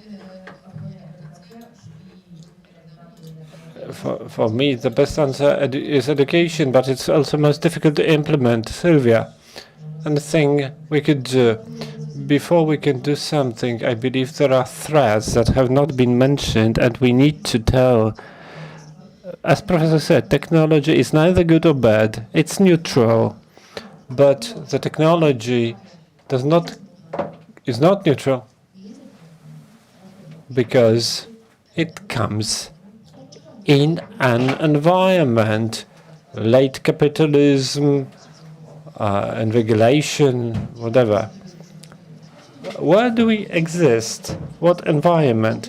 Most solutions we are going to get, is developed by huge tech corporations, and this is a serious threat that arrives with generative and further stages of AI. Despite the high competition in the market, big techs will do everything, truly everything they can to centralize that work down to themselves and only offer us such solutions in such environments that would be beneficial for them. When I say they do everything, I mean everything. We do have the AI. We are about to have this AI law in Europe. We have the wording so far. But the regulatory work are pending not only in the European Union. This week, on Wednesdays, I believe, there was a meeting in the American Senate with the greatest ones, Musk, Zuckerberg, and all the others, behind closed doors. there were no representatives from consumers, smaller companies, human rights defenders, watchdogs, and behind those closed doors, the companies were persuading they are for regulations. You need to regulate, and they will tell us how. They will give a hint. Antonia has had a tournée about it some couple of months ago, and this is the threat. They are not monopolies. They are. They offer solutions that would be fed from our data, our creativity. They will propose how to regulate, and we should be happy about it. That is a true threat and a challenge. There comes perhaps not a simple response, because if it was so simple, we wouldn't be here discussing. It would be now being done. I look with the journalist's eye, and for me it's pivotal that we cannot let the topic go. We are in the center of difficult election campaign in which politicians do not address our techno-future, digital sovereignty, media education. We are discussing about unemployment in 2014, not unemployment in 2024 or 2033. Nobody is asking them about it. The opposition are not asking such questions. Where are we?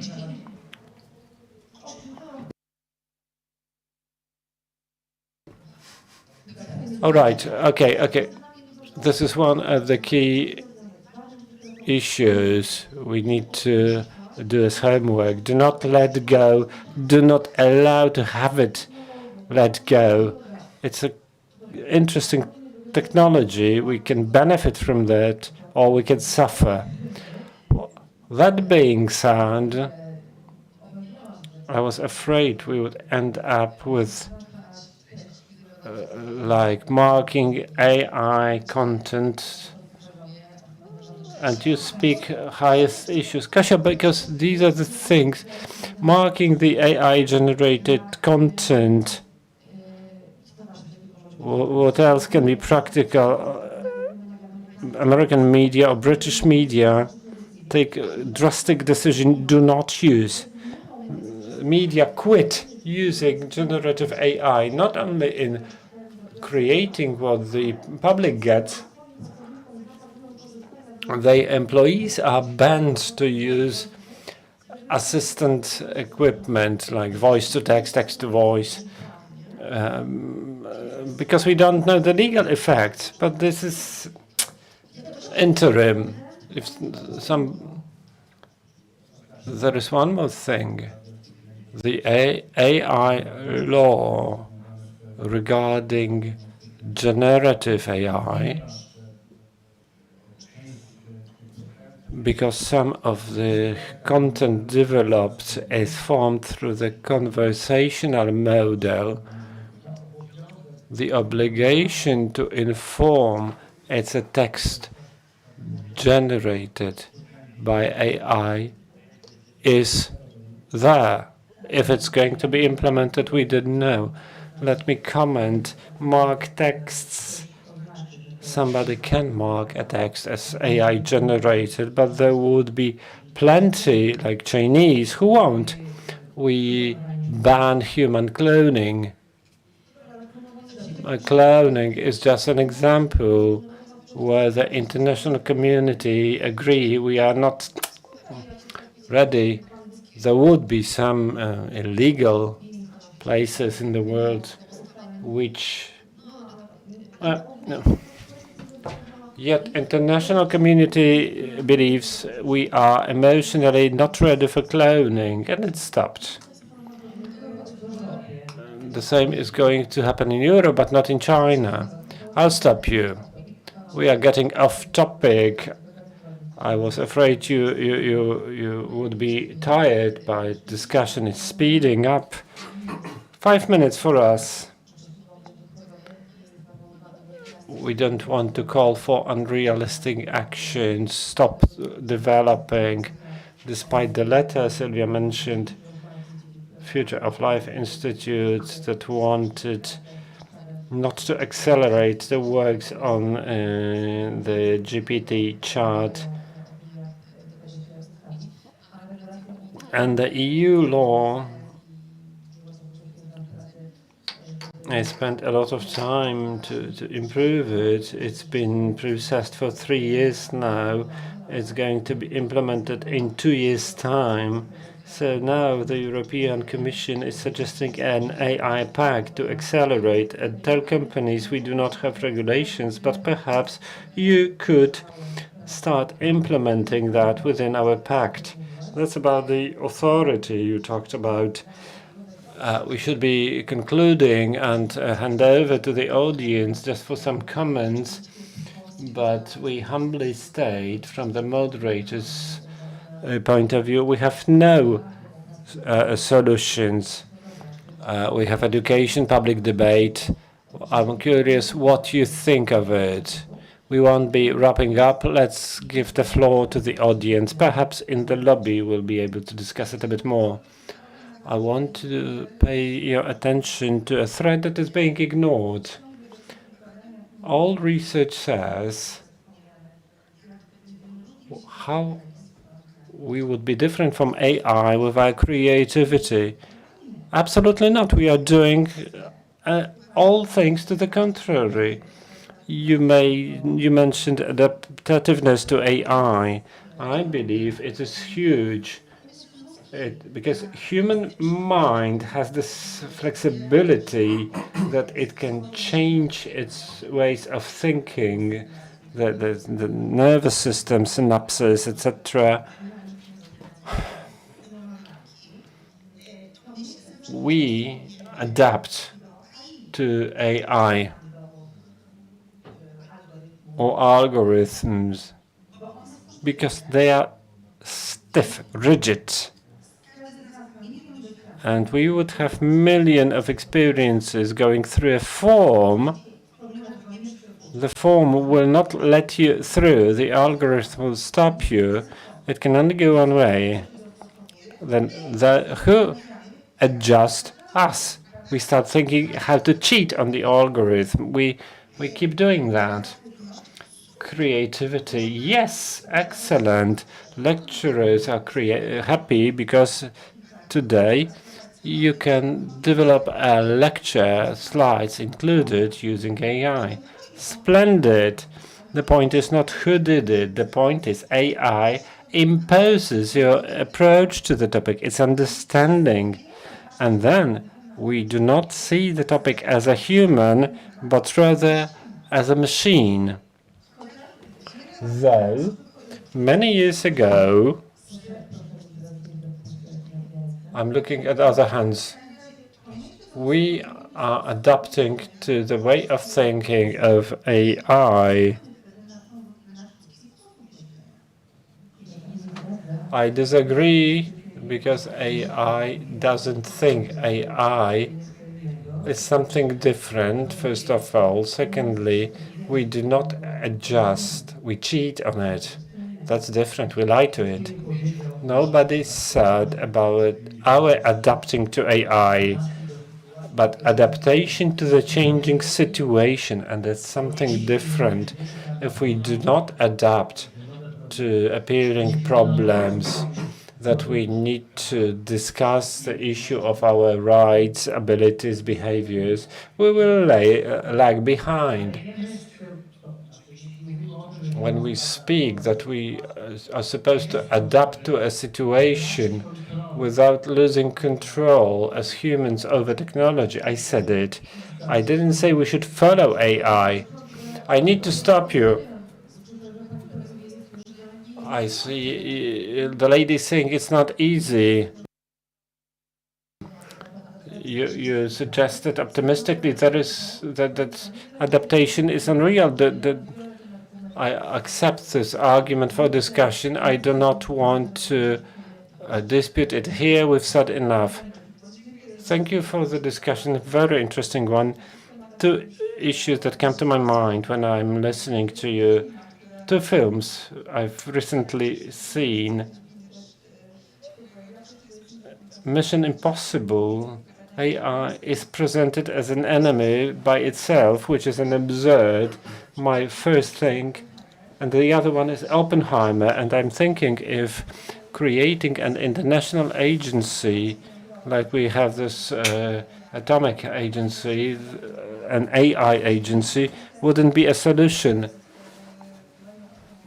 That AI comes to my mind like the nuclear weapon. Yes, you can, but why? I wouldn't be afraid of it. It makes sense. It won't save the world. Why not China will not join? But we need to start doing something. We'll make mistakes. We will criticize each other. Whether it would be a person coming out saying, if we make regulations, we will be behind. It will happen, but it will have to be there. We need to learn to control what we are doing. Just like in the case, even though the agency doesn't prevent Kim Jong-un from having a nuclear bomb.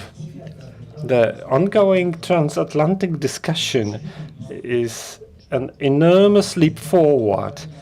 It's on standards. Without TTC, there are groups working. I'm in one of those.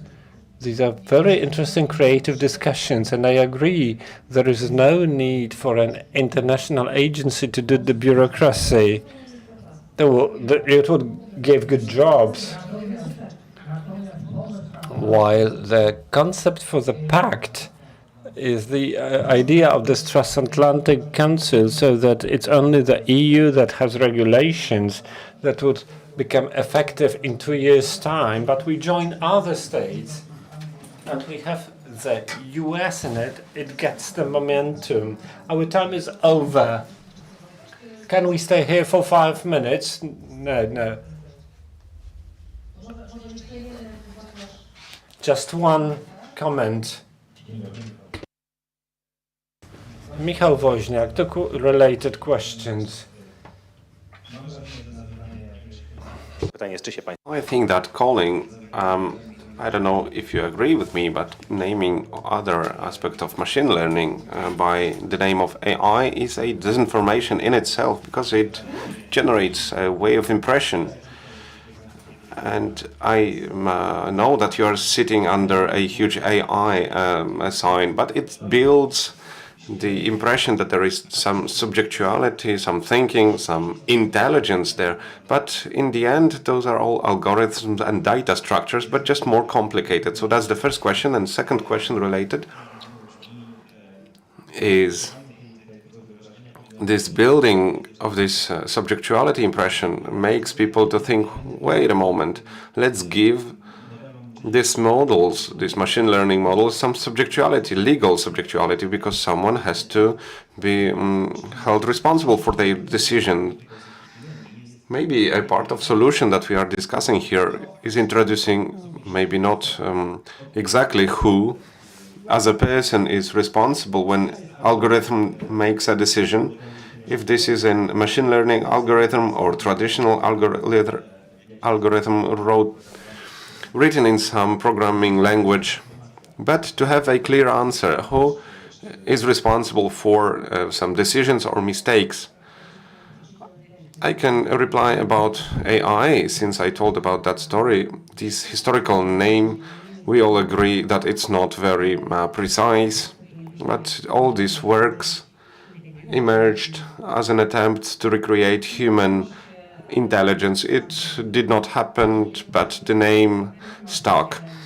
When it comes to specific responsibility, I agree and do not agree, because right now we have so complicated systems that we can only select a corporation. And another thing, we need to remember that it's neural networks. What is now a biggest threat is that we completely unaware what happens inside. Is not that we cannot find out, but there's so many nodes that we are not capable to trace them. We say about explainable, interpretable AI, we address these problems, but the problem was that recently my student was doing his thesis. He applied a model, LTSM, doesn't matter, for estimate bankruptcies, a simple so-called explainable AI. The result, the difference is around 30% of accuracy. Thank God, banks do not apply these complicated systems because it's forbidden to them to use unexplainable AI, but when they use it, when they approach to that, that's why I want to go back to, yes, in EU, we hear that AI should be explainable if we apply it in critical moments. We need to know why this decision was made before this decision is made. Otherwise, there is no one to blame. A car killed. About the first question, of course, this AI is like a prosthetic for us. We need to remember that completion by AI is something that was added to the discussion in the autumn last year. So the matter of civic eligibility, acts of law that refer to that, estimate the situation. The situation will be that European Parliament perhaps will complete this regulation towards AI, and it will be introduced. It will come into force in 2025, but the matter of civic responsibility will not be completed. We need to remember that because it's one of the key things. Also about regulations, if someone asks why do we need them, the risks analysis is a nature and approach to the risks, is the nature of AI, approaches to these systems that we don't want to have at all from the perspective of human rights and threats that are created. They should not be launched to the market. Those that create high risks, and if they are supposed to enter the market, if we are all aware, of course, because we need to be very careful with that, they will require certain impact assessment ex ante, so before they are even released to the market. And one of these important elements of this fight, when it comes to Trilog inscriptions, is the position of human right impact assessment. It's an important element. We should not forget about it, because then we talk about a solution that will come, that will enter the market after meeting certain criteria. What is the next step? We also, except for ex ante, we need ex post evaluation. We need constant monitoring. These systems are updated. The voice is switched off, so we are cut off already. Okay, so that's all. I will just reply to the first question briefly. We try to write and say about generative AI, because it's still that level. Of course, but I think that this true AI is not so stupid not to understand generativeness of that. If we keep repeating that, people will understand that, and yeah, I think that sticking to the right language is so important in changing the technology and the world. And second question, very briefly, what Minister says about in the simplification is also an element of the discussion of the fight. Who should be held responsible for this whole? Who is responsible for that supplier, the developer of this solution, or the organization, a company, a person that uses it? And indeed, big tech companies convince they are lobbying that the one that would be using it, not the one who will be developing it. And that can be an answer, and you can answer yourself, why is it like that? For the legal part, I can invite you during some other day, because I would be glad to have such a panel, or maybe it will happen this year somewhere, maybe with our honorable guests. Today we will be talking about legal aspects. Today we don't have the space for that. It was a very brief session and it's late already, but I'm really grateful for great comments. I'm grateful to our panelists for this discussion. Thank you. It's not always easy to recognize.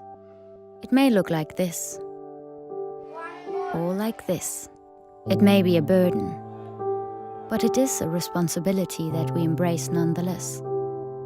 But if it means this for one person and this for someone else, maybe it ultimately means being there for one another. It isn't handed to us, but we know where to find it and how it feels, how it tastes, and what it sounds like when we finally have it. It means different things to different people, but for many, it means everything. And if we all fight for it, it will eventually bring us together. Ihre Ausreise.